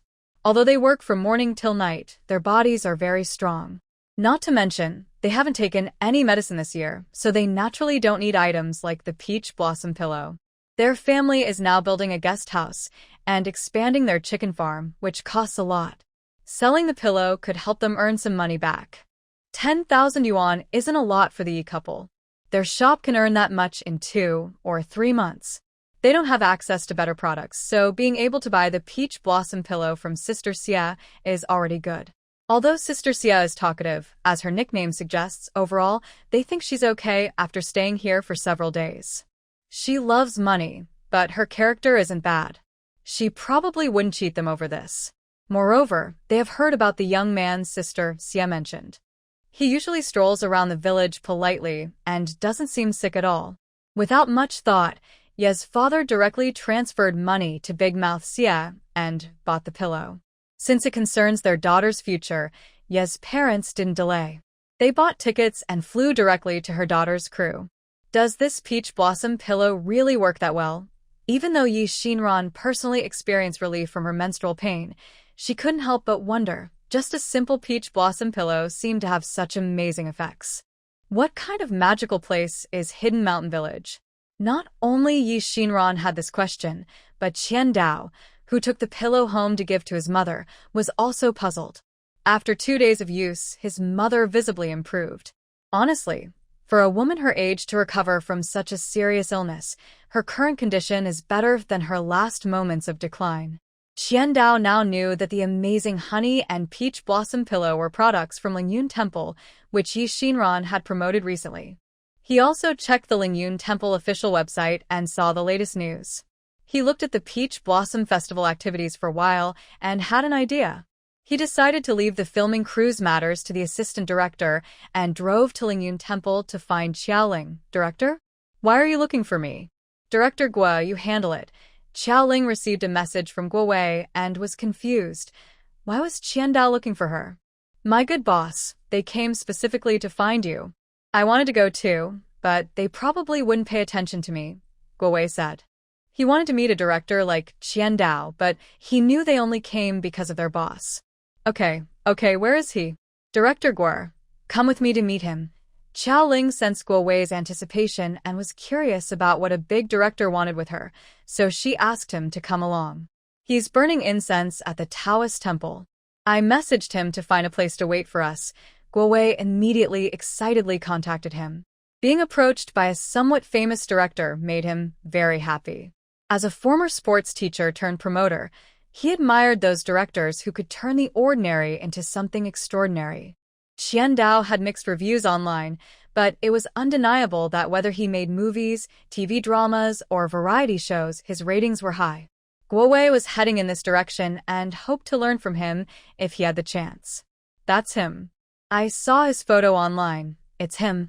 Guo Wei pointed at a distinctive tourist at Lingyun Temple. A director, of course, would look different from ordinary people. He had artistic medium-length hair, a big beard, dressed casually. If he wasn't so well-groomed, he could pass for a street performer. Xiao Ling looked in the direction Guo Wei pointed and saw that the person matched the photo she had searched on her phone. As I approached Director Qian, Xiao Ling was the first to greet him. Hello, Director Qian. I am Xiao Ling from Lingyun Resort. Hello, Boss Xiao. I've heard a lot about you. Director Qian responded warmly. Xiao Ling smiled and teased, then you probably haven't heard the best things about me. After the last online harassment incident, Xiao Ling could tell from Director Qian's tone that it wasn't good news. Boss Xiao, why do you say that? Honestly, I really admire you. These online troubles should have been dealt with long ago. Boss Xiao, you're the one to do it. After saying this, Director Qian gave Xiao Ling a thumbs up. Online harassment isn't just a problem among ordinary people. It's even worse in the entertainment industry. But for now, online harassment is just a small part of the bigger problems in entertainment. Still, it does exist a lot. People don't want to ignore it, but it's hard to hold people accountable. As long as they want to stay in the industry, they can't go too far in blaming others. Otherwise, one wrong move could ruin their career at any time. Xiao Ling was genuinely impressed that Director Qian was willing to spend money and effort to gather a big team of lawyers to pursue justice. He's truly a remarkable person. Director Qian, you're too kind. Besides that, I wonder what brings you here today. Xiao Ling guided Director Qian to a quieter area with fewer people and asked, I saw on the internet that Boss Qiao's Peach Blossom Land was opening. I happened to have a variety show looking for a filming location, so I came to discuss a possible collaboration, Director Qian explained. Previously, when people followed Lingyun View, they mainly wanted to buy things like honey or peach pillows similar to Yi Xinran's products. But after seeing on Lingyun View's official website about the upcoming Peach Blossom Festival at Lingyun Resort, which matched well with one of his variety show scripts, he decided to come directly to Xiao Ling. His variety show always has good ratings. If he collaborates with Boss Xiao and helps attract visitors to the resort, he would have a better chance to get good things from Xiao Ling. Plus, the Peach Blossom Festival at Peach Blossom Land really fits his show. It makes sense for him to come and talk about it, both professionally and personally. Variety show? Director Qian, you really think highly of me. My company has been around for less than a year, so I don't have that much strength. Maybe we should forget it. Xiao Ling replied without much thought, declining directly. Yes, if she records a variety show at Peach Blossom Land, it will definitely attract many visitors. However, Xiao Ling has her own considerations. Although promoting a variety show can boost popularity, the resort has only developed 2 projects so far, Lingyun Temple and Peach Blossom Land. There's no need for such extensive promotion now. Moreover, honestly, the resort isn't lacking visitors. Lingyun Temple still limits daily visitors to 20,000, and after a quiet period, the ticket scalpers are becoming active again. Xiao Ling really doesn't lack tourists. Even if transportation issues are fixed later and infrastructure improves, allowing the resort to host more visitors, there's no need to rush into recording a variety show now to attract guests. Xiao Ling isn't very interested in the entertainment industry. When she was in school, she admired many stars, but with so many scandals, male celebrities with serious personal issues and female celebrities with tax problems, she no longer trusts their character. Look at what's happening. Male stars with serious personal issues, female stars with tax problems. There are hardly any good ones. It's a waste of her feelings. Since the entertainment industry is so prone to problems, Xiao Ling doesn't want her hard-earned resort to be associated with it. Who knows which star will have the next scandal, and she doesn't want her resort to be dragged down by that. Forget it? Boss Xiao, are you still considering? Director Qian frowned. It's not bragging. He had previously directed similar variety shows, and those places attracted many visitors. Why is Boss Xiao so hesitant? Such a good opportunity shouldn't be missed. He looked at the man standing silently nearby, who seemed to be in charge of publicity. This is Director Guo, right? You're in charge of publicity. You know how much traffic a popular variety show can bring. Talk to your boss about it. Even if they can't promote Peach Blossom Land, if they don't discuss cooperation, how can he feel comfortable approaching them later to build relationships or buy things? That's why Director Qian is a bit anxious now. Guo Wei, though disappointed that Boss Qiao rejected Director Qian's invitation, honestly isn't very keen on recording a variety show at Peach Blossom Land. He's confident in his own publicity plan. He believes that without filming a variety show, Peach Blossom Land will still attract visitors under his promotion. As Zhou Ling thought, the entertainment industry is very chaotic now. Even voice actors are falling from grace, causing many TV shows to be cancelled. Taoyuan is already a good place, and there's no need to risk being dragged down by recording variety shows. Director Qian, our boss, is thoughtful and cautious. If she doesn't want to record variety shows, there must be a reason. Guo Wei refused but still tried to flatter Zhou Ling. Zhou Ling just smiled at Guo Wei's flattery and declined again. Director Qian, thank you for your kindness. Our resort is just starting out and isn't ready to host many tourists yet. Maybe in the future, we can work together. Recently, Director Qian learned a lot about Lingyun Resort. Currently, due to transportation issues, it's true they can't host many visitors. But they are working hard to build roads.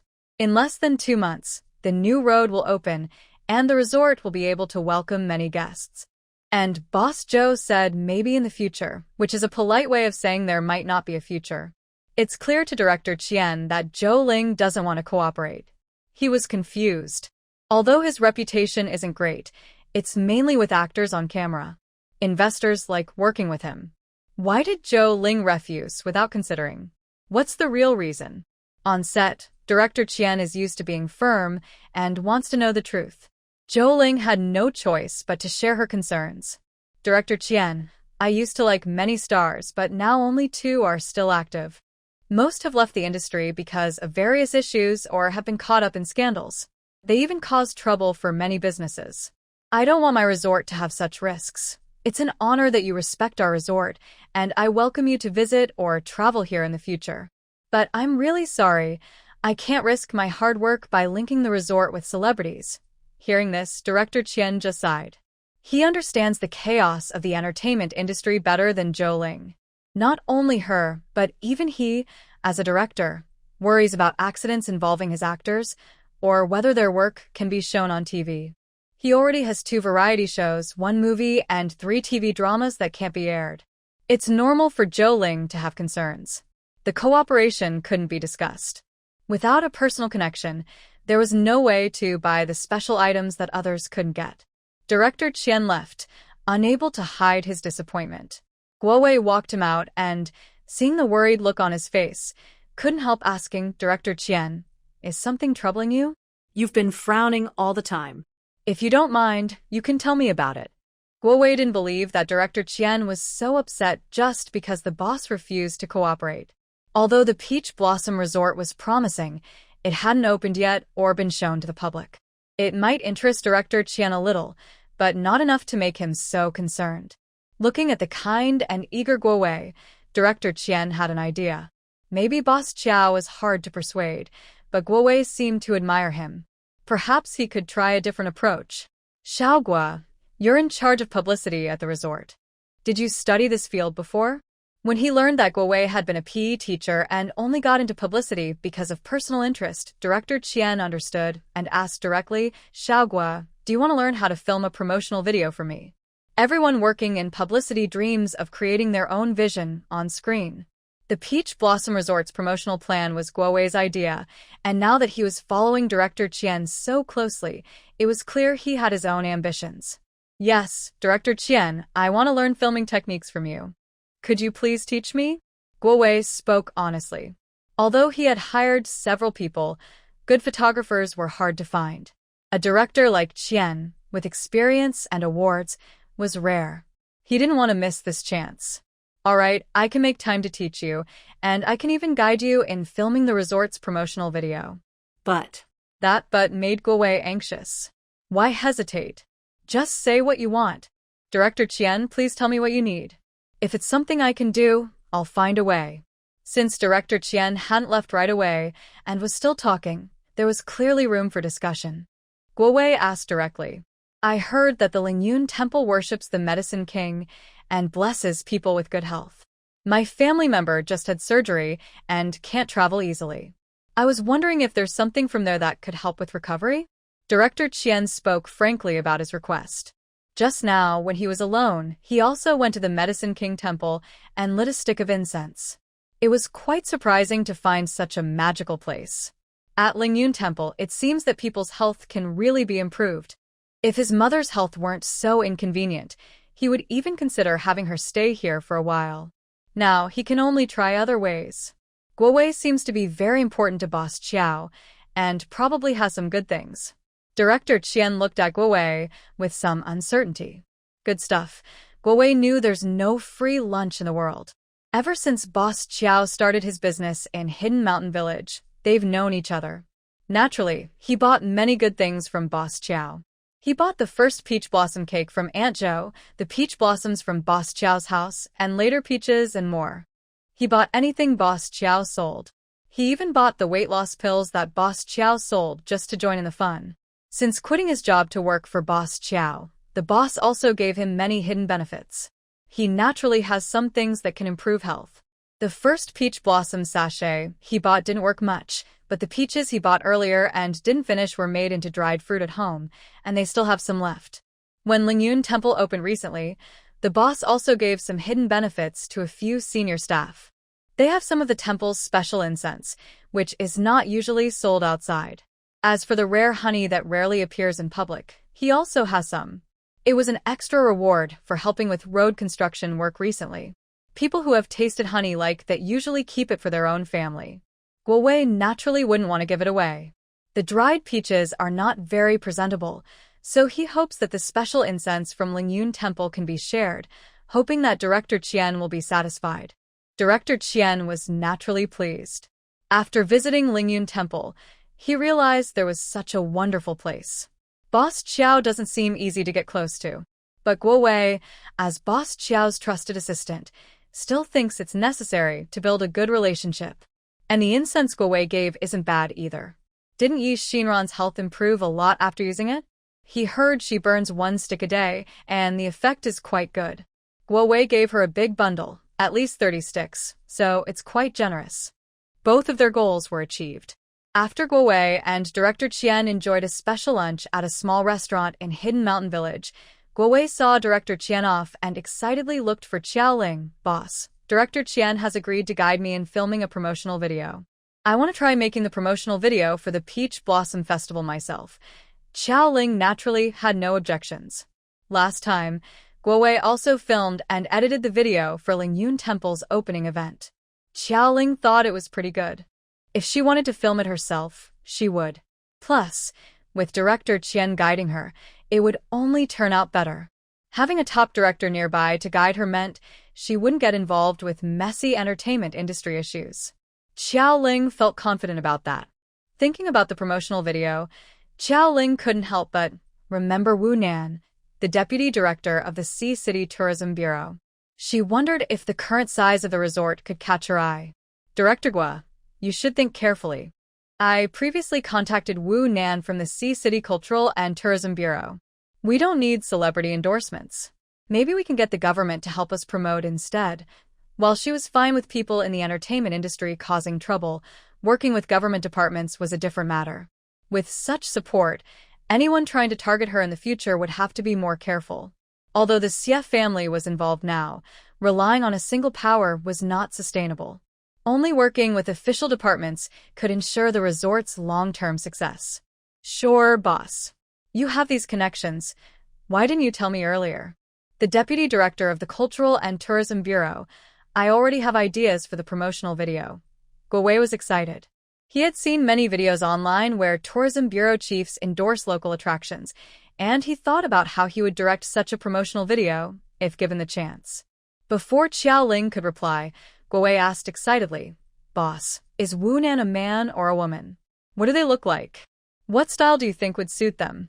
After asking a few questions, he decided it was easier to look up information himself. He went to the online system of the Sea City Cultural and Tourism Bureau to see if there were any photos. Fortunately, the service hall had photos of relevant staff. Guowei found Wu Nan's name, looked at her photo, and thought she looked okay. Her appearance was quite neutral, fitting his expectations. With some adjustments, he believed he could produce the promotional video he wanted. This is not certain yet, and the details are still being worked out. Don't worry too much. First, go back and prepare some information. Tomorrow, we will go to the city to meet director Wu Nan. Xiao Ling interrupted Guowei's wild ideas. She also wanted to cooperate with the government, but first, her resort needed to catch the attention of the Culture and Tourism Bureau. The next morning, Xiao Ling had already arranged the schedule with Wu Nan. She and Guowei, who was well prepared, went to the City Culture and Tourism Bureau. Following the staff's guidance, Xiao Ling found Wu Nan's office and gently knocked on the door. They heard a voice inside. Xiao Ling and Guowei quietly unlocked the door and entered. "Boss Xiao, you're here. Please sit down. Director Huang is also here. He's very interested in your attraction. When he heard you were coming, he came to listen." Wu Nan introduced another senior leader in the office to Xiao Ling and Guowei. After some polite chatting, they got to the main topic. The friendly-looking director, Huang, spoke first. "Boss Xiao, how many visitors can Lingyun Temple currently handle? The Culture and Tourism Bureau wants to support attractions, but not all are suitable for special support. To be a key project, it must have impressive features. Director Huang, when we built Lingyun Temple, we planned for a capacity of 50,000 visitors. If the infrastructure is good, it can handle at least 50,000 people." Xiao Ling answered seriously and added, "Our second project, the Taoweiyuan Resort, will open soon. It can accommodate at least 100,000 visitors. Together, the two projects can handle about 150,000 visitors. Handling over 100,000 tourists a day is quite a lot." Director Huang nodded and asked another important question. "If we support Lingyun Resort as a key project, what can you do for City C? Tourism projects are linked to the economy. To be a key supported project, it must boost the local economy.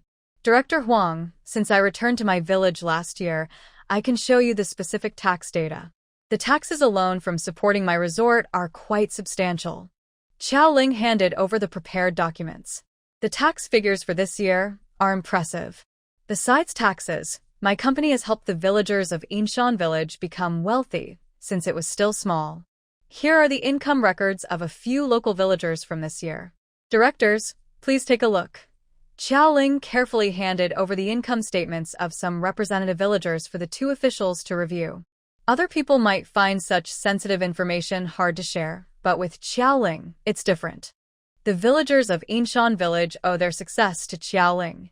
They wouldn't mind sharing their income details, and even paying protection fees wouldn't bother them.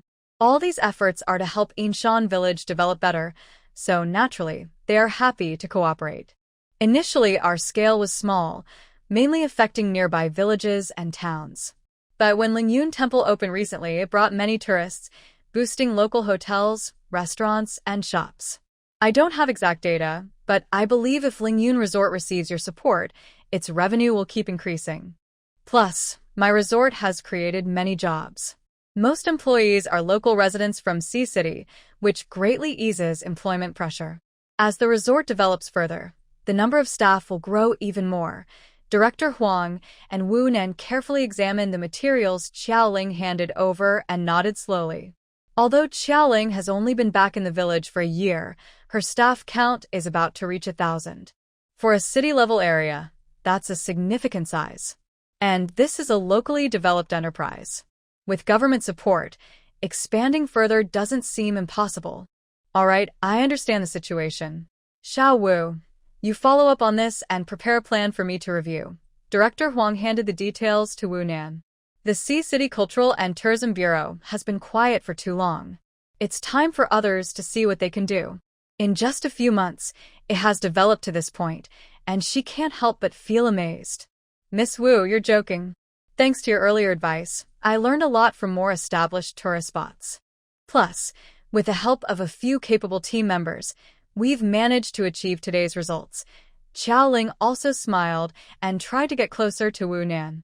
Since they are somewhat familiar, she didn't hold back and continued asking, "Miss Wu, do you think my resort now meets the government's support criteria? Or is there anything else I need to do?" It's good now, it meets the standards. Look at the kind of projects you've launched. Such enterprises qualify. Our city probably can't find a better choice than yours. Xiaoling's previous points about tax contributions and easing employment pressure were quite impressive. Plus, Lingyun Resort is growing rapidly. With both sides working together, the Culture and Tourism Bureau of City C is finally starting to take notice. Both parties are interested, so negotiations are much easier. Of course, the detailed arrangements are handled by Guo Wei and the relevant staff. Guo Wei also took this opportunity to tell Wu Nan about his promotional plan. Basically, that's it. I wonder if Director Wu is interested in getting involved. The promotional video should match the theme, which is mainly about peach blossoms in Taoyuan. The opening event at Taoyuan features a contest of traditional clothing from Hanfu to various ethnic costumes. They plan to shoot some distinctive outfits in advance to attract attention. It will be a visual feast and also a way to preserve cultural heritage. Oh, that sounds interesting. Okay, contact me when you're filming. Wu Nan was also quite interested. Recently, dressing up in Hanfu and ethnic costumes has become very popular on major video platforms, with huge cash prizes tempting many. She can imagine how lively it will be. It's a good idea. As for appearing in the video, it's not a big deal. The directors of local culture and tourism bureaus are working hard to promote tourism. Guo Wei has everything arranged, and her participation in filming or appearing in the promotional video is no problem. Moreover, Wu Nan is not unfamiliar with Lingyun Resort. The news about Ling Yunguan helping to improve health has spread near Qingshi town. Wu Nan has visited twice privately. While it's not as miraculous as rumors say, it does have some real effects. Wu Nan didn't care about the mysterious details. As long as it attracted visitors, that was enough. Why bother with the rest? After leaving the government office, Guo Wei excitedly exclaimed, "Yes, boss, it's great that Director Wu Nan is willing to help us make a promotional video. With a tourism bureau chief supporting us and our resort's unique features, there's no way we won't succeed." Since it's a government-supported project, having a leader involved makes a big difference compared to not having one. Guo Wei also heard from his aunt that although Wu Nan is a deputy director, Director Huang is about to retire in a few months, and Wu Nan is likely to take over. With Wu Nan promoting their resort, they can expect better government resources in the coming years. If you want to succeed, make the promotional video and the opening event of Peach Blossom Land look really good. Let me know if you need anything. Xiao Ling encouraged Guo Wei with her actions. Boss, since Director Wu Nan agreed to make a promotional video, you should also appear in it. Your looks are just as good as those of female stars, and as the big boss of our resort, you're the face of the place. Guo Wei boldly shared his inner thoughts.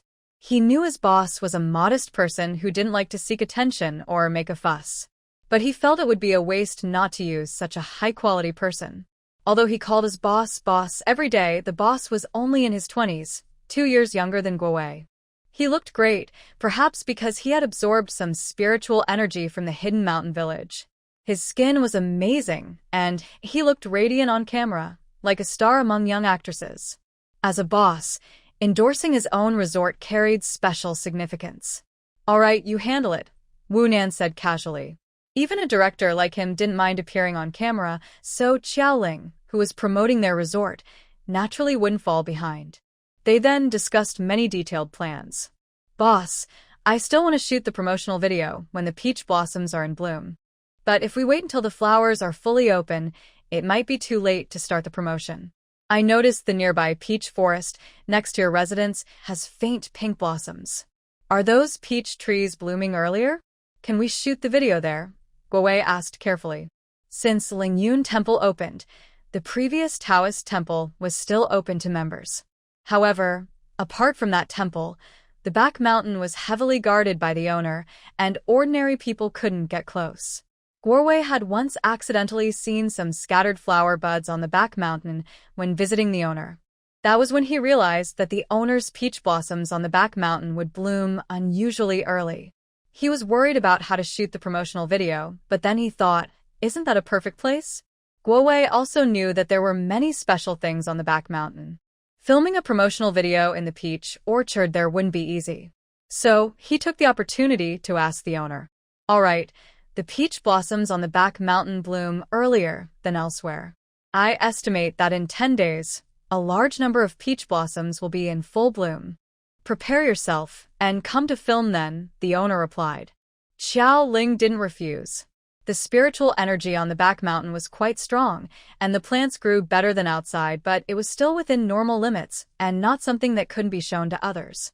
Moreover, the most central spiritual garden had already been planted with many tall, multi-leaf plants to block the view. There was also a wall, and the entrances were locked, so others wouldn't notice anything unusual. The peach orchard, the back mountain, had previously been open for people to pick peaches freely. Filming a promotional video there now wasn't a big problem. The timing is a bit tight. You should find a couple of more people to help. The promotional video is important, but right now, building the new road is even more crucial. Keep a close eye on it, and make sure the road is open before the peach blossom source opens, Xiao Ling reminded Guowei. Guowei was currently focused on the promotion. If he neglected the road construction, that would be a problem. The key to future development was convenient transportation. If the road issues weren't solved, no matter how many visitors came, they'd be stuck on the road, which would be a disaster. Boss, do you still not trust me? I will make sure the promotional video is good, and the road work won't fall behind. The construction team promised me that the road could be finished in half a month at most, Guowei assured confidently. Initially, he expected the road to be fully completed by mid-March. But secretly, he promised the foreman that if they finished 3 days early, he would give an extra 50,000 yuan, 5 days early, an extra 100,000, and if they finished half a month early, 50,000 more. With so much activity funding invested, the construction team was working desperately. He estimated it wouldn't take many days before the road was open to traffic. Guowei had just left when Wang Jian came back again. Boss, I have a suggestion about the opening of Taoweiyuan. Since the event focuses on promoting traditional clothing, maybe we should provide lots of special costumes for visitors to take photos and share. After the event theme for Taoweiyuan was announced, many online comments came in. Wang Jian, who manages marketing, naturally wanted to share the customers' feedback. That's a good idea. Many attractions now offer the service. Director Wan, you can handle it. When the crowd gets busy, prepare more costumes so visitors don't have to wait too long, Xiaoling nodded. She also liked to wear local-style clothes when she traveled and take photos. Now, with the ethnic costume contest at Taoweiyuan, it makes sense to prepare more outfits for visitors to choose from. It's not just costumes, jewelry, display racks, wigs, and props should be included too. We should offer complete sets for photos. It looks better that way, Xiao Ling added. She had previously complained that other scenic spots didn't have enough equipment. Now that it's her own place, she wants to fix those issues. Let's do it well. Hire some professional makeup artists, hairstylists, and dress-up experts to help visitors who need it. We don't need to make a lot of money from this. Keep the prices low, just cover the costs. Ticket sales already bring in a good income. There's no need to overcharge visitors. A steady, long-term approach is better. Wang Jian nodded in agreement. The success of the scenic area depends on good management. From the start, the boss set the tone, working with inspectors and managers. It's hard for chaos to happen under such supervision. Okay, boss. I'll coordinate with Director Lin from the logistics department on this. Since they're going to do it, they must do it well. Increasing the budget is necessary. Fortunately, the flow of visitors at Lingyun Temple has been steady, so funding isn't a big problem for development. Wang Jian left, and Lu Hongda came again, still about the opening of Taoweiyuan. Since the focus is on traditional clothing, maybe our vendors and staff should also dress up to create a strong atmosphere. Although Lu Hongda helped recruit many good workers for the boss, he also wanted to stand out and be trusted more. Seeing Guowei and Wang Jian busy all day, Lu Hongda felt very envious. He believed that capable people should work hard, and he also wanted the boss to notice him. So, besides handling personnel matters properly, Lu Hongda also offered ideas and suggestions for the upcoming opening of Taoweiyuan. All right, Director Lu, you and Director Wan and Director Guo coordinate and handle this, someone said. Xiao Ling nodded. Besides Wen busy with the spa's affairs, the other leaders were responsible for developing the resort. This was a good sign, and perhaps it wouldn't be long before she fully stepped back from the front lines. With the opening of Taoyuan approaching, everyone was busy preparing for the Peach Blossom Festival. Meanwhile, Luo Yuansheng, who was focused on reselling peaches from Yinshan village to grow his business, kept a close eye on Xiaoling's activities.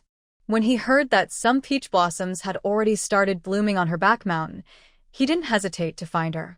"Boss Xiao, do you have any other ideas about this year's peaches?" he asked. He hoped she wouldn't have other plans. Luo Yuansheng was praying inwardly. Last year, he managed to open up the market with high-quality peaches. This year, he planned to work even harder, so he couldn't afford any mistakes with the peach supply. "Boss Luo, are you asking about the peaches from Taoyuan or the peaches from my back mountain orchard?" Xiaoling asked instead of giving a direct answer. The peaches from her back mountain orchard had been watered with gourd water for a short time last year, but their quality was already excellent. This year, the peaches would be even better, reaching a new level so they wouldn't be sold the same way as last year. The peaches from Taoyuan were also good. From October last year until this year's harvest, they had been watered with gourd water for at least half a year, so their quality would be much better than last year's peaches.